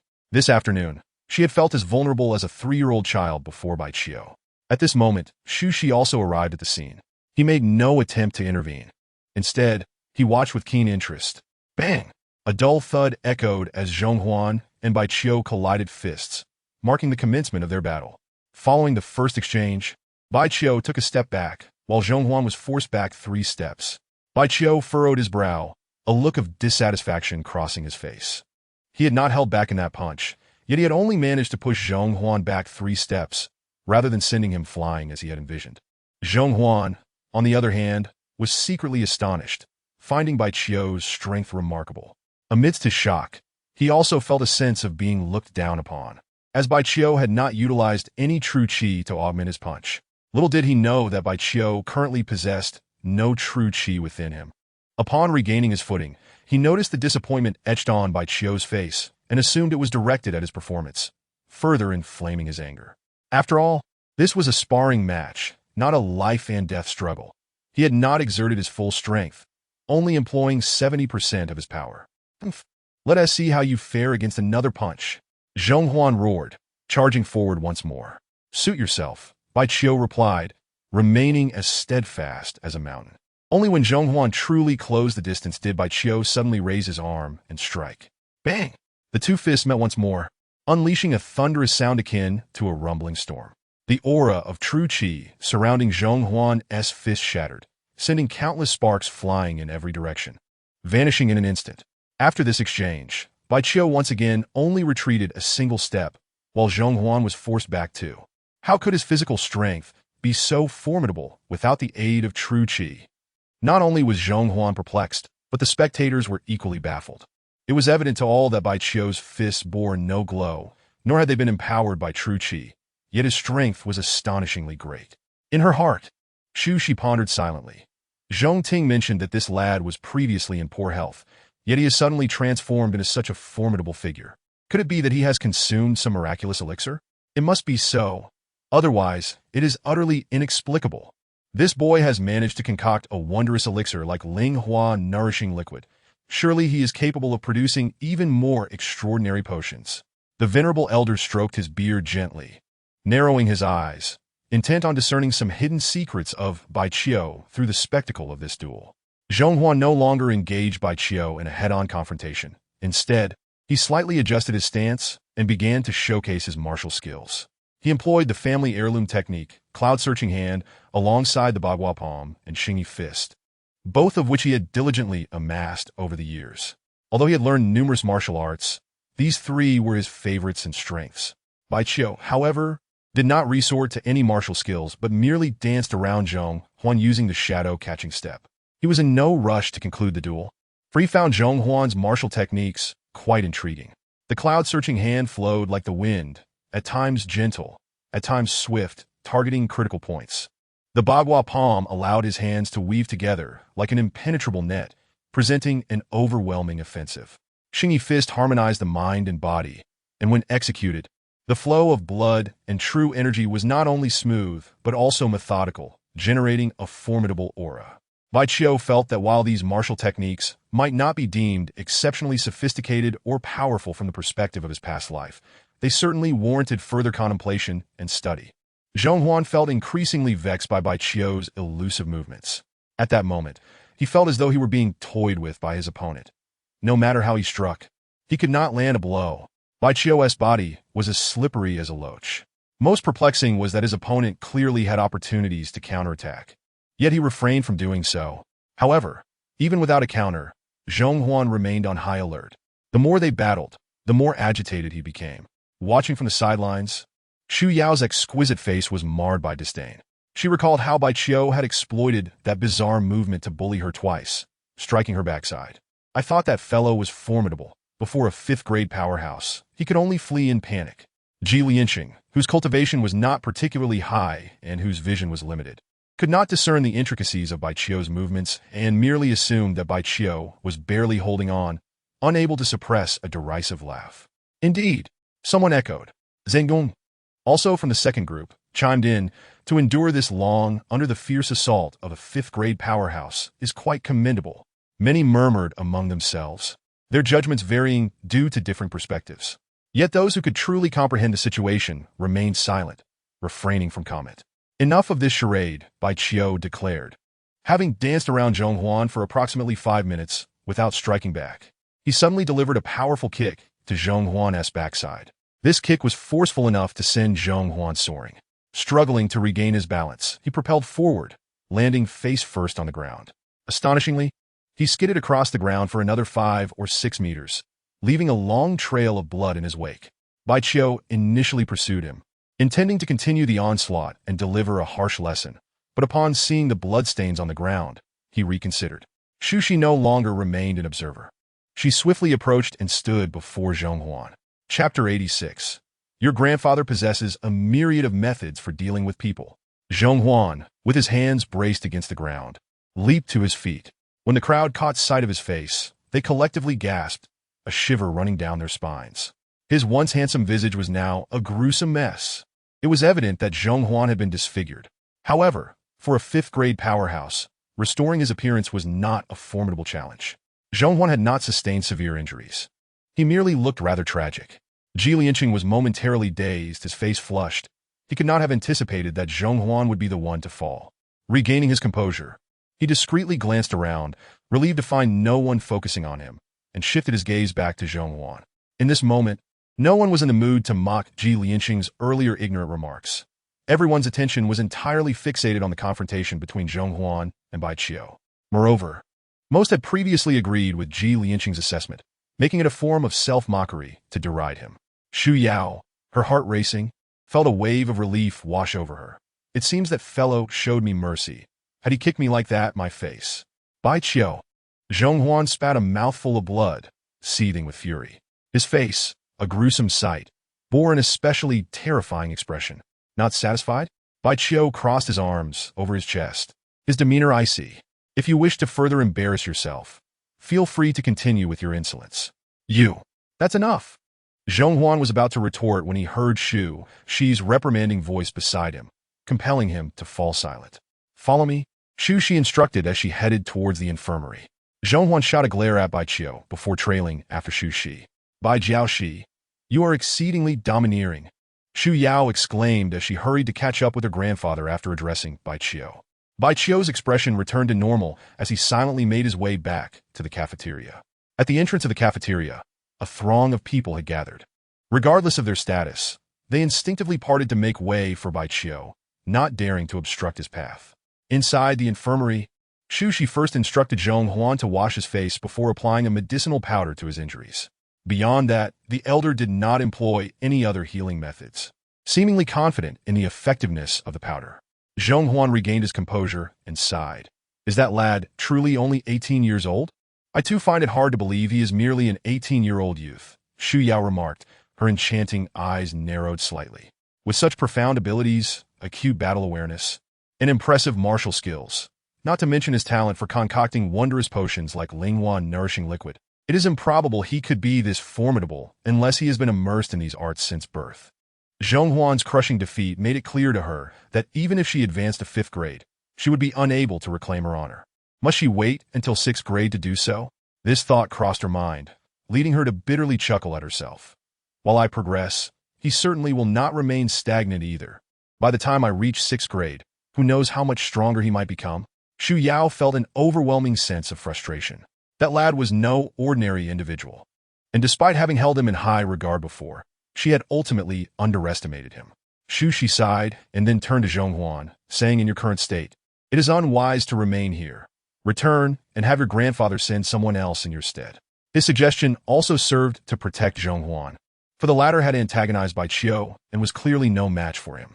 Should Zhonghuan stay, further conflict could arise. Zhonghuan inquired Xu Xian, when will my face return to normal? At least 10 days to half a month, Xu Shi replied. I need to give my grandfather a call. After a moment of contemplation, Zhonghuan produced his phone and, in the presence of Xu Shi and Xu Yao, dialed his second uncle's number. The call commenced swiftly and ended just as quickly. He succinctly recounted the events that had transpired, candidly admitting that he had intentionally sought trouble and had suffered a considerable loss. He then asked his second uncle what he should do next, to which the response was to return to the capital. Your grandfather didn't even reprimand you? That is quite unlike him, Xu Yao remarked, confused. I find it perplexing as well, Zhonghuan replied with a bitter smile. He is probably waiting to scold me in person when I return. That's unlikely, Xu Shi interjected, shaking her head. Your grandfather clearly intended to use you as a pawn. He anticipated a clash between you and Bai Qiu and would likely welcome such an occurrence. Is that so? Zhong Huan argued. Before coming here, my grandfather specifically instructed me to maintain a good relationship with Bai Qiu. He chuckled. Do you really think your grandfather knows you well enough? Xu Shi inquired with a smile. Of course he knows me well. Zhong Huan had grasped the underlying meaning of Xu Shi's words. Xu Yao also came to a realization, reflecting on how Zhong's grandfather had clearly intended for her to gauge Bai Qiu's character during her first meeting with him. Xu grandfather, I will go tidy up first, Zhong Huan said as he took his leave, feeling no displeasure at being used as a pawn by his second grandfather, even if that grandfather was not his biological one. After seeing Zhong Huan off to the entrance of the medical room, Xu Yao turned back to the desk where Xu Shi sat. With a gentle smile, she remarked, Grandfather, I had told you that you might not be able to best that fellow Bai Qiu, yet you did not believe me. Ahem. Xu Shi coughed a couple of times, expressing his discontent. Do not bolster someone else's spirit at the expense of your own. But I speak the truth. Xu Yao retorted defiantly. Xu Shi stroked his beard and replied, Your grandfather does not need to engage him in battle to deal with him. You know well that he possesses numerous schemes. That may be true. Xu Yao nodded, then pouted. However, most of your methods lack honor. Xu Shi rolled his eyes, responding with irritation. When it comes to dealing with someone, does it truly matter whether it is honorable or not? Indeed. Xu Yao nodded vigorously, her eyes sparkling. Grandfather, I believe you should abandon any attempts to cultivate a rapport with him, and instead focus on avenging your granddaughter. I concur. Xu Shi contemplated their first meeting, recognizing Bai Qiu's suspicion and wariness, which discouraged any meaningful interaction. Did you bring the other shore incense with you this time? Xu Yao asked, a peculiar smile gracing her beautiful face. She understood that the other shore incense, concocted from the pollen of the rare red spider lily, could disorient the mind, making it the perfect tool for undermining a formidable opponent. I did not come here for leisure or idleness. I certainly have not neglected any preparations, Xu Shi replied, mirroring her mischievous smile as he produced a small porcelain vial from his pocket, roughly the thickness of his thumb. Chapter 87. Other shore incense. This training ground is nestled deep within the southern ridge, situated in the southeastern region of Huaxia, where summer showers are frequent. The weather is capricious, with scorching sunlight during the day giving way to torrential storms by night. The rain cascades down like a deluge, while the fierce winds howl and thunder rumbles ominously. Clad in a dark outfit, Xu Yao approached Bai Qiu's residence once more. With such ferocious wind and rain, she felt confident that she would go undetected. During her last visit, Bai Qiu had abruptly burst through the window, which had yet to be repaired. On a night like this, everyone naturally secured their doors and windows, Bai Qiu included. However, despite his bedroom window being shut, it was not tightly sealed, revealing a significant hole. Crouching low, Xu Yao positioned herself outside the window, uncorking the small porcelain vial and lifting it. Tendrils of crimson mist wafted from the vial's opening, carried by the wind into Bai Qiu's bedroom. Unbeknownst to Xu Yao, Bai Qiu had already opened his eyes the moment she approached. Initially, he contemplated leaping out the window, but then noticed the vial she held and the strange red mist. It was clear to him that the mist posed a threat. As the red mist surged towards him, Bai Qiu held his breath. He had ceased his cultivation, making it impossible for the mist to enter his body along with his spiritual energy. Using his consciousness, he scrutinized the mist and realized it was eroding his awareness. Thus, he deduced that the mist had the power to disorient one's mind. A smirk crept onto Bai Qiu's lips. He was curious about Xu Yao's intentions and decided to play along with her scheme. Instead of bursting through the window as he had before, he pretended to collapse onto the bed, donning a foolish grin while uttering nonsensical phrases. From outside the window, Xu Yao heard unusual noises emanating from the bedroom. She gradually rose and peered through the hole in the window, a smug smile spreading across her face. After waiting for about half a minute, she climbed through the window. Exercising caution, she refrained from approaching the stone bed directly and instead positioned herself by the window. Observing patiently, the reason for her visit tonight was not because her grandfather had come personally, but rather because she wished to reclaim her honor. After all, she could inquire about the questions her grandfather wanted answered. He had initially disapproved, but she argued grandfather, as an elder and a powerful figure, it would be shameful to resort to such underhanded tactics against a youth. Her grandfather relented, cautioning her to exercise utmost care during her actions. The room was enveloped in darkness, yet with her nearly fifth-tier cultivation, Xu Yao possessed keen eyesight, enabling her to discern Bai Qiu's condition. After observing for a minute without detecting any issues, She felt reassured and cautiously approached the bed's edge. Baiqiu continued his charade, seemingly unaware of her presence, maintaining his foolish grin and vacant stare. "White instructor, do you recognize who I am?" Xu Yao seated herself at the edge of the bed, gazing at Baiqiu with a radiant smile. Baiqiu shook his head, stammering, "Mississippi." "Hello, you are beautiful." Xu Yao was aware that those who inhaled the other shore incense would lose their self-awareness, potentially forgetting even familiar faces, and upon regaining consciousness, would be unable to recall prior events. "White instructor, come now, roll over." Xu Yao placed a hand on Baiqiu's waist to assist him in turning. With a swift motion, she raised her hand and brought it down forcefully, delivering a slap to Baiqiu's rear. Baiqiu inwardly cursed, yet maintained his idiotic smile. He was fully aware that Xu Yao's actions were retaliatory, a fitting example of an eye for an eye. "This is what you get for slapping me." As Xu Yao continued her onslaught, muttering her grievances, she seemed to have become addicted to the act. Baiqiu, however, lost interest in playing along. Suddenly, he flipped over, swiftly grasping Xu Yao's arms. Before she could react, he pushed her down onto the bed. "Mississippi. Sister, why have you come to my room in the middle of the night? Do you wish to sleep with me?" Baiqiu perched atop Xu Yao's abdomen, speaking foolishly as he leaned closer. In his mind, he mused, "Little girl, if you come here to scheme against me, you must pay a price. White instructor, be good. Listen to me. Don't do this." Xu Yao, unaware that Baiqiu was fully conscious, protested as she struggled. "Let me up first, and I'll come back to keep you company later, all right?" No, I want a kiss." Baiqiu refused to release her, firmly holding on to Xu Yao's arms and feigning a kiss on her cheek. Though he had no interest in women, his actions were merely a form of punishment. He deliberately drooled, allowing his saliva to splatter onto her delicate face. Feeling the moisture on her skin, Xu Yao nearly went mad, straining against his grip with increasing intensity. But to no avail. Baiqiu's strength was overwhelming. She realized that the more she struggled, the harder he would hold her. Yet, to remain still would mean passively accepting this violation. She could not help but feel a sense of having lifted a stone only to drop it on her own foot.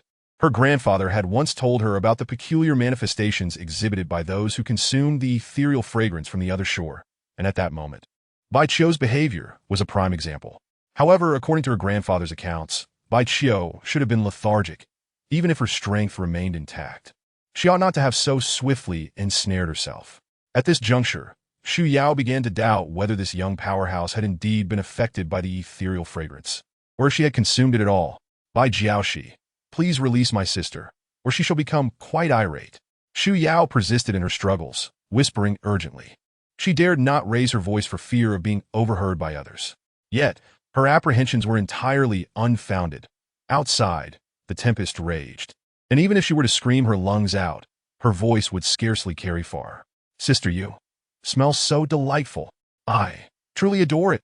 Baiqiu remained unmoved, eager to observe what this little girl might accomplish under such circumstances.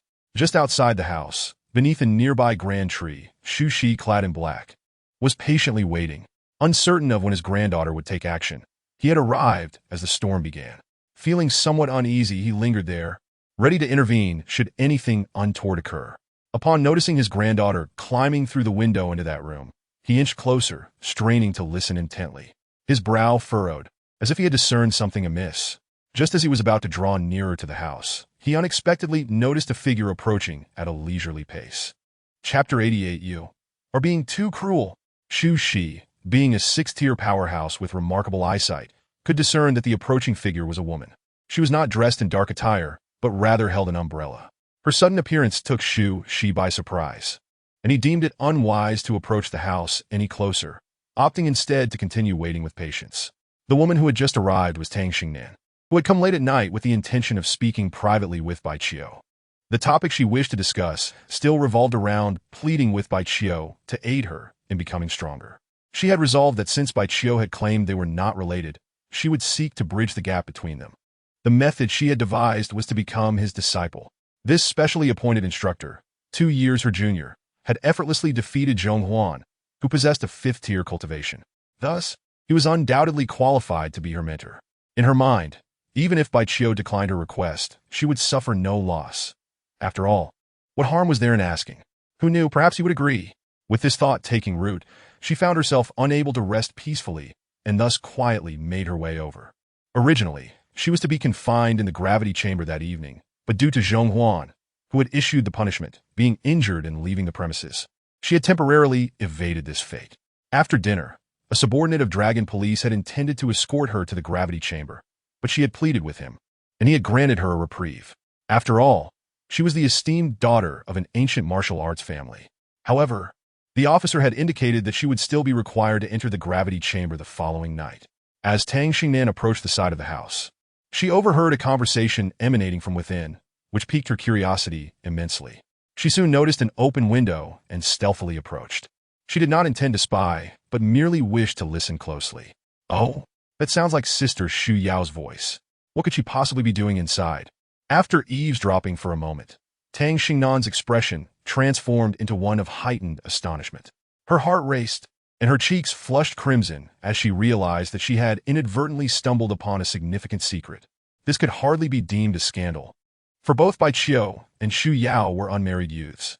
Bai Jiaoxi was remarkably talented and not lacking in appearance, while Sister Xu Yao was exceptionally beautiful and possessed considerable cultivation potential. They seemed quite compatible. With this line of thought, Tang Xingnan quietly withdrew.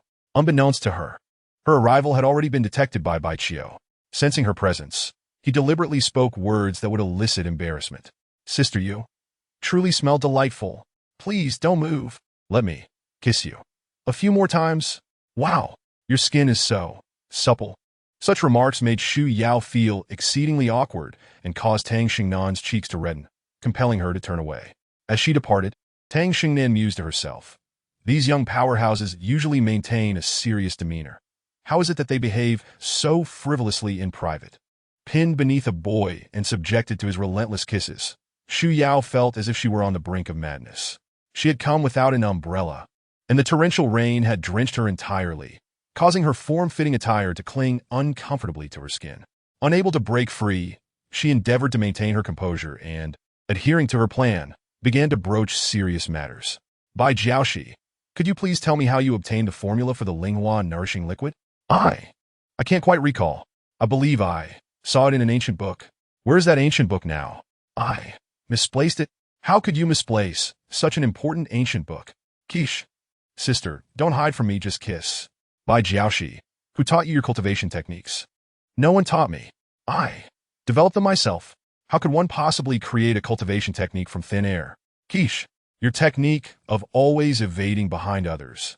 Did you invent that too? Indeed. I am quite clever. Xu Yao increasingly sensed that something was amiss and quickly realized that Bai Qiu was merely putting on an act. He had not lost his self-awareness. Unsure how to proceed, she found herself in a predicament, feeling as though she were riding a tiger. Should she directly expose Bai Qiu's charade, she would first need to explain her own actions. Without a reasonable excuse, how could she confront or blame him? Filled with frustration, regret, and a sense of grievance, she recognized that she had brought this upon herself. In the midst of her tangled thoughts, she ceased her struggles and allowed her taut body to relax. She noticed that although Bai Qiu was acting, deliberately provoking her, he only kissed her cheeks and had not pressed his lips against hers. Moreover, he had not crossed any further boundaries. Suddenly, she felt that this fellow had his limits. Even in jest, he did not take advantage of her. This realization prompted her to relinquish her resistance. Of course, it could also be that he simply found her unappealing, harboring a deep-seated disdain for her. Xu Yao's emotions were a whirlwind, her expression equally complex. Bai Qiu noted her sudden compliance and silence, understanding that she had likely come to a realization. He halted, releasing her and leaning to the side, no longer pinning Xu Yao beneath him. Internally, he did not perceive his earlier kiss as a significant transgression. However, he was aware that Xu Yao likely felt she had suffered greatly. This was precisely the outcome he had aimed for. Xu Yao remained seated, and for reasons unknown, upon regaining her freedom, she had no desire to lash out.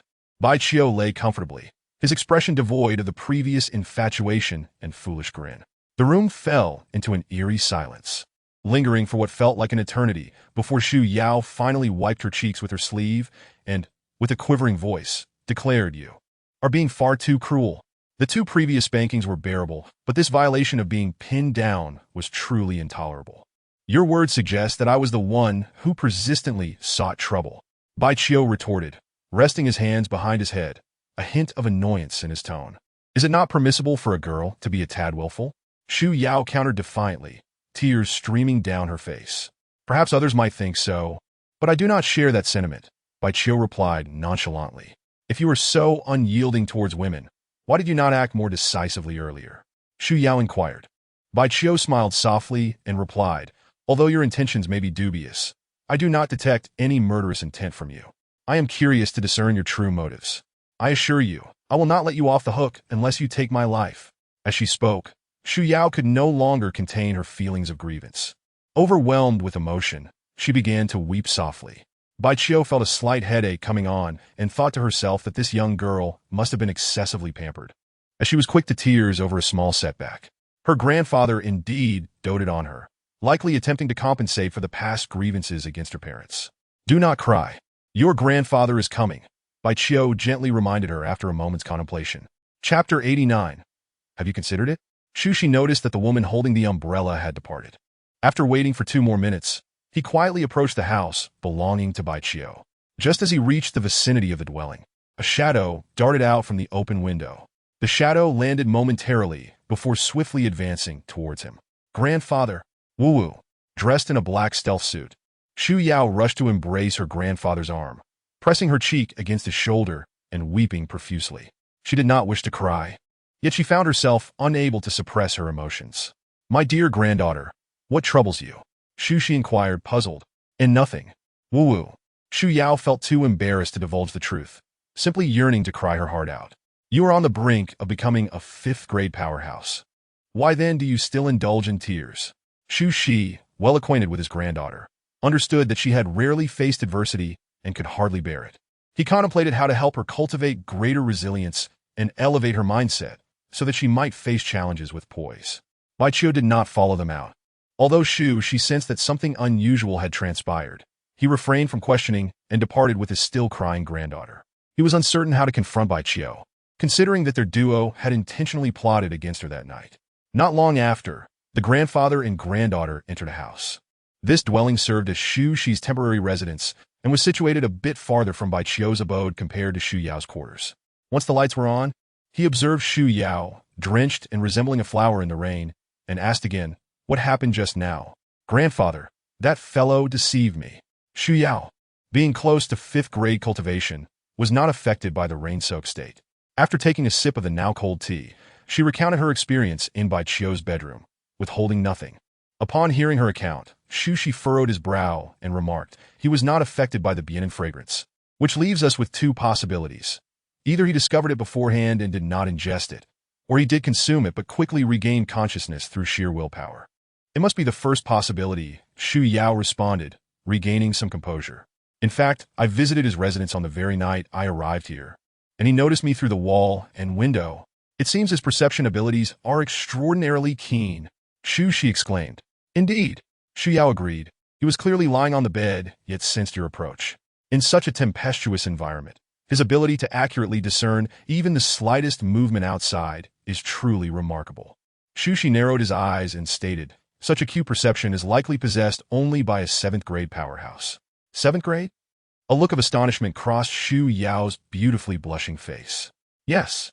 Xu nodded. At the 7th grade, one's intent can condense into divine consciousness, extending beyond the body to perceive changes in the surrounding environment and energy flows. Are there any 7th-grade powerhouses on Earth today? Xu Yao asked curiously. Though I have never encountered one, they should exist, Xu replied. Even if we disregard other countries, there should be 7th-grade powerhouses within our own Huaxia, albeit in very limited numbers, and they typically focus solely on cultivation, remaining oblivious to worldly affairs. For instance, the elite of those reclusive families might very well be 7th-grade powerhouses. Even if there are 7th-grade powerhouses, Bai Qiu is merely 18. How could he? Xu Yao began, but Xu interjected. Not necessarily. In the realm of cultivation, nothing is impossible. While that young man may not possess 7th-grade cultivation, it is entirely plausible that he has already attained the divine consciousness unique to 7th-grade powerhouses. Moreover, there is something quite peculiar, Xu Yao added.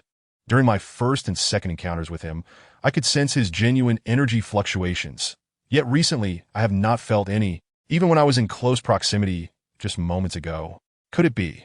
His cultivation has reached the 7th grade as well? Shushi took a sip of the cold tea, feeling a significant impact on his own mindset. Are you suggesting that a 7th grade powerhouse can completely conceal their genuine energy, allowing none to escape? Shu Yao inquired, growing increasingly curious. The primary distinction between 7th grade powerhouses and us is that they have broken through the barriers of the inner world within their dantian and opened their purple mansion. She elucidated. They can channel all their genuine energy into the purple mansion, thus preventing any fluctuations from leaking outward. That doesn't seem quite right, Shu Yao said in confusion. Is it truly possible for a 7th grade powerhouse to have no genuine energy at all? Yes, I too find it rather implausible, Shushi acknowledged. Though he was not a 7th grade powerhouse himself, he still possessed some understanding of their cultivation. Grandfather, what should we do next? Shu Yao asked, a hint of resentment in her tone. While we may have plotted against him tonight, I cannot simply endure the loss. She first appeared troubled, but then a peculiar smile crept across his face as he said, my dear granddaughter, such an exceptional young man. Have you considered him? Consider what? Shu Yao instinctively retorted, only to realize her grandfather's intent and furrowed her brows, exclaiming, Grandfather, you cannot be suggesting that I pursue him. Can you? What could possibly be wrong with that? She smiled. Maintaining a good relationship with such a promising young powerhouse is undoubtedly wise. We harbor no ill will towards him, nor do we wish him harm. We merely seek to uncover some of his secrets, so there is no need to dwell on past grievances or perceived advantages. I have no interest in pursuing a boy. Shu Yao pouted. Moreover, even if I were willing to chase him, he would never agree. She recalled how she had been pinned to the bed moments ago. Bai Qiu could have taken greater advantage, yet he refrained. She felt her allure to that tall young man was not particularly strong. My dear granddaughter, this is where you misunderstand, She gently urged. As the saying goes, a man pursues a woman across mountains, while a woman pursues a man through a veil. Given your attributes, I do not believe he is entirely indifferent. He is not an ordinary boy, and he already has a girlfriend, Shu Yao countered, shaking her head. He does not seem like someone who has a girlfriend, She continued to persuade her. Even if he does, you could still win him over. It would be such a shame to let such an outstanding young man slip away to someone else. I refuse to compete with other girls for a boyfriend. Shu Yao huffed. Besides, you once said that Zhong Huan was a fine match and encouraged me to accept his pursuit. Why change your mind now? Is that even a question? She replied confidently. Zhong Huan is clearly far inferior to Bai Qiu. I would naturally choose the better option. Grandfather, perhaps I will encounter someone even better in the future. Shu Yao waved her hand dismissively. You need not fret over this matter. By the way, my dear granddaughter, there is something I need to tell you. Shu Yao initially intended to return to her own room. Having risen from her seat, she was halted by her grandfather's voice. She gazed at him, wearing an expression of utter bewilderment. She remarked, while you were in Bai Qiu's bedroom, a young woman approached that house and lingered outside the window for a moment. Chapter 90. You are a highly incompetent elder what? The confusion that once adorned Shu Yao's exquisite oval face vanished, replaced by surprise and embarrassment. As you said, at that time, you must have been bullied by Bai Qiu. She added, that young woman must have misunderstood. Upon returning, she is likely to share what she overheard with others. It was over. Shu Yao felt her mind spinning, utterly at a loss. To have been caught in such a predicament, she feared that even jumping into the Yellow River would not cleanse her name. Given the circumstances, regardless of how she explained herself afterward, no one would believe her. It would be better to let the misunderstanding stand. With an air of nonchalance, Shushi suggested, if that lad does not trouble us because of tonight's events, and if any rumors about you two arise, you should simply affirm the falsehood as truth, letting everyone know that you share a special relationship. He believed that finding a suitable match for his granddaughter was among his utmost concerns. Having experienced much in life, he did not consider matters of romance to be taboo. Shu Yao knew all too well that if tonight's incident spread, no explanation she could offer would suffice, as she could not divulge the entire truth. For instance, her attempt to drug Bai Qiu with a fragrance from the other shore was a secret that must remain hidden. What to do? What to do? Shu Yao repeatedly questioned herself, desperately wishing to preserve her pristine reputation.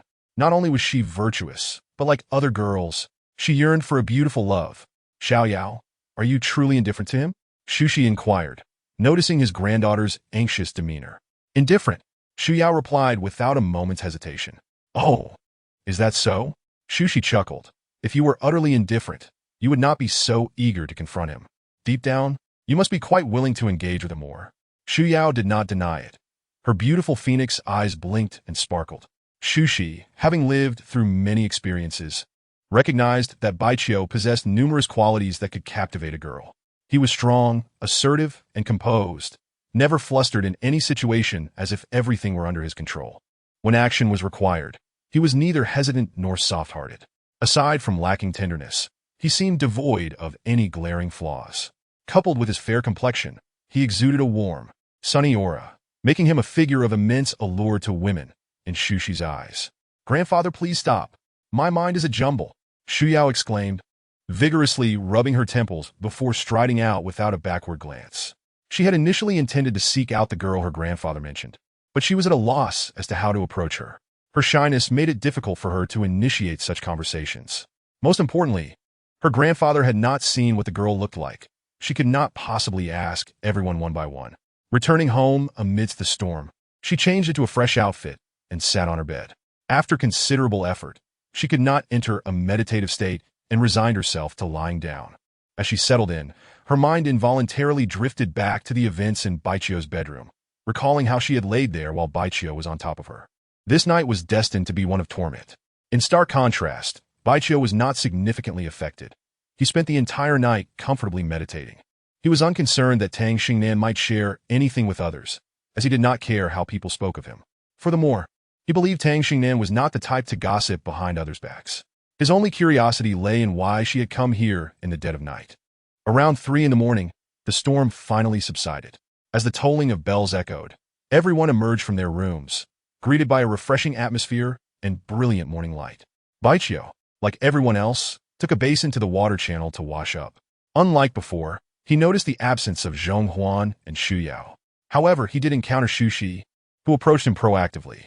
"Young friend, I must apologize for last night's events," Shushi said, placing his basin down, his tone earnest and sincere. Shu Yao meant no harm. I instructed her to act as she did.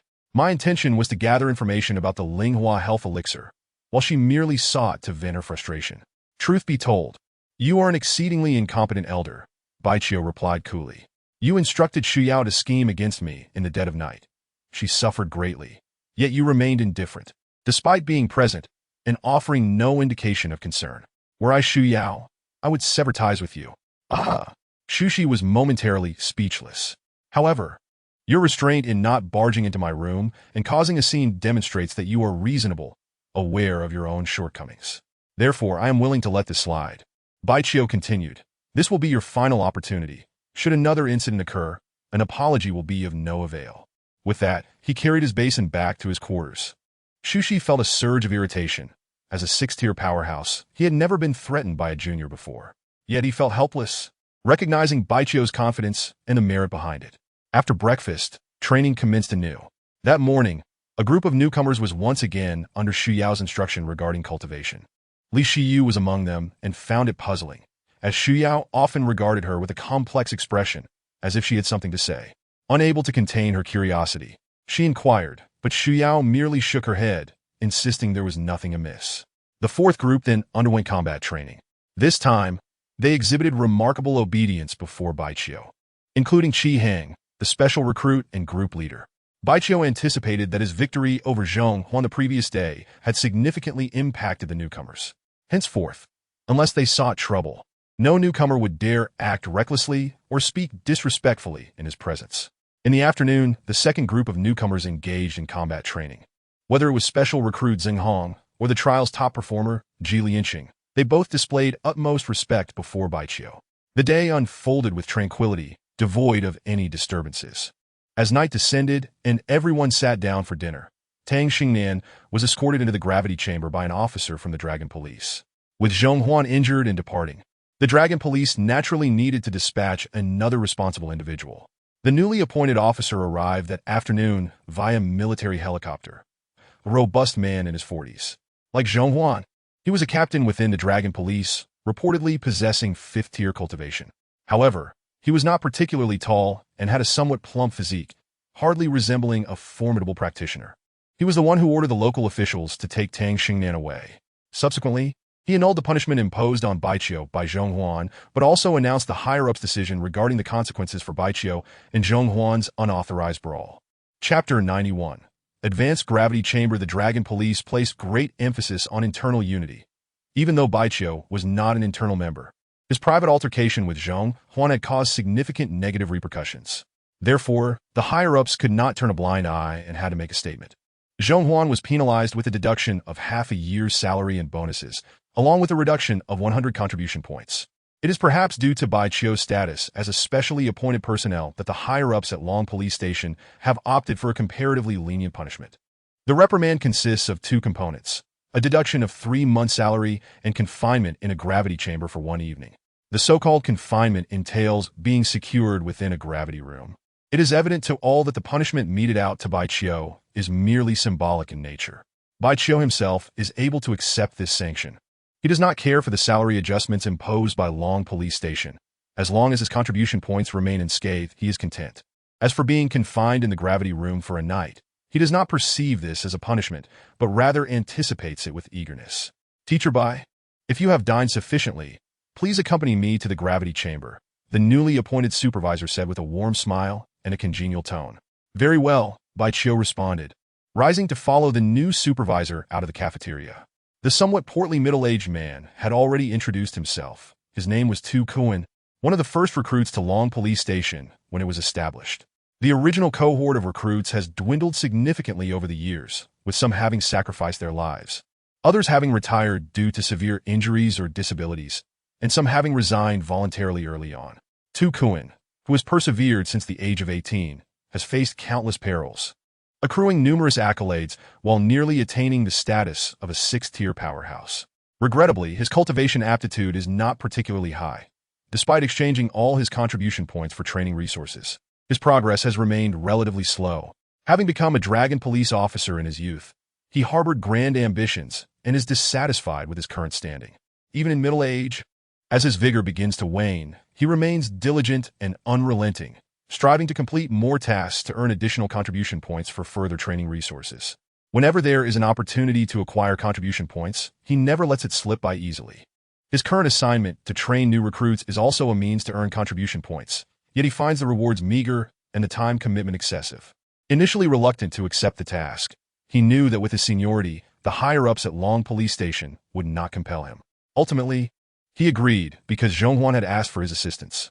Over the years at Long Police Station, he had received considerable support and guidance from Zhongting, and he has maintained a good relationship with Zhonghuan in recent years. Thus, he felt it was only fitting to oblige, believing that it would render him a favor from someone with a promising future. For many years, his current standing has been the result of not only his own efforts and good fortune, but also his keen awareness of the importance of fostering relationships with key figures within Long Police Station, which has proven invaluable. Zhonghuan is undoubtedly one of those key figures, whereas Baiqiu is merely an external recruit. Indeed, the matter that Zhonghuan sought his assistance with pertains to Baiqiu. Teacher Bai, it is truly remarkable that you, at such a young age, have managed to defeat a 5th-tier powerhouse like Captain Zhonghuan. It is astonishing, Tycoons remarked, smiling amicably as they walked. Barring unforeseen circumstances, your achievements in due time will surely surpass all expectations. One can only hope there are no unforeseen circumstances, Baiqiu replied, hinting at deeper implications. There are not many threats to him on this planet, yet they do exist. With your strength, it is not easy to encounter any mishaps, Tycoons flattered. Baiqiu merely smiled, refraining from further engagement, feeling that Tycoons was being overly courteous. Despite his 5th-tier cultivation, Tycoons had been with Long Police Station for over 2 decades and thus held significant seniority. Before long, they arrived at the entrance to a gravity chamber. Tycoons exchanged pleasantries with the officials on duty before the heavy metal door swung open. Teacher Bai, I beg your pardon, he said. There is no need for such formalities. Captain Tu, you are merely carrying out your duties. Baiqiu waved his hand dismissively and stepped into the gravity chamber. As the equipment had yet to be activated, the gravitational environment inside was indistinguishable from that outside. The chamber measured approximately 5 meters in length and width, with a height of only 3 meters. The door and walls were constructed from a special metal, appearing cold and nearly indestructible. Teacher Bai, you may already be aware of the gravity chambers at Long Police Station. However, I must first inform you that this one is not quite ordinary. Tycoons said earnestly while standing at the entrance.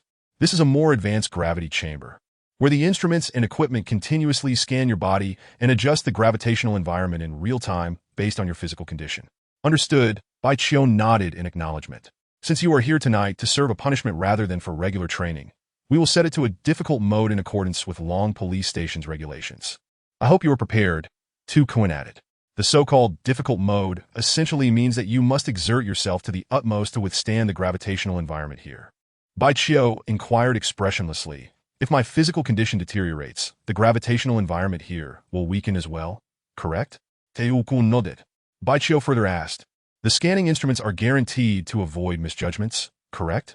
Such occurrences are exceedingly rare, Tycoons replied. And if such a misjudgment were to occur, even in the event of a misjudgment, those inside will not be in grave danger, as there are personnel monitoring from the outside. Tycoons pointed to a small opening in the ceiling of the chamber. There, you see, is a specialized advanced surveillance device. If I wish to avoid being observed from the outside, can I cover that small opening? Bai Qiu queried, pointing to a spot above. That is indeed possible, but I would not advise it. Otherwise, if you were to encounter any unforeseen circumstances, the personnel outside would be unable to assist you in a timely manner. Tycoons cautioned. Understood. Thank you for the warning, Bai Qiu replied, choosing not to ask further questions. He casually settled into a cross-legged position on the floor of the gravity chamber. Teacher Bai, we shall meet again tomorrow morning.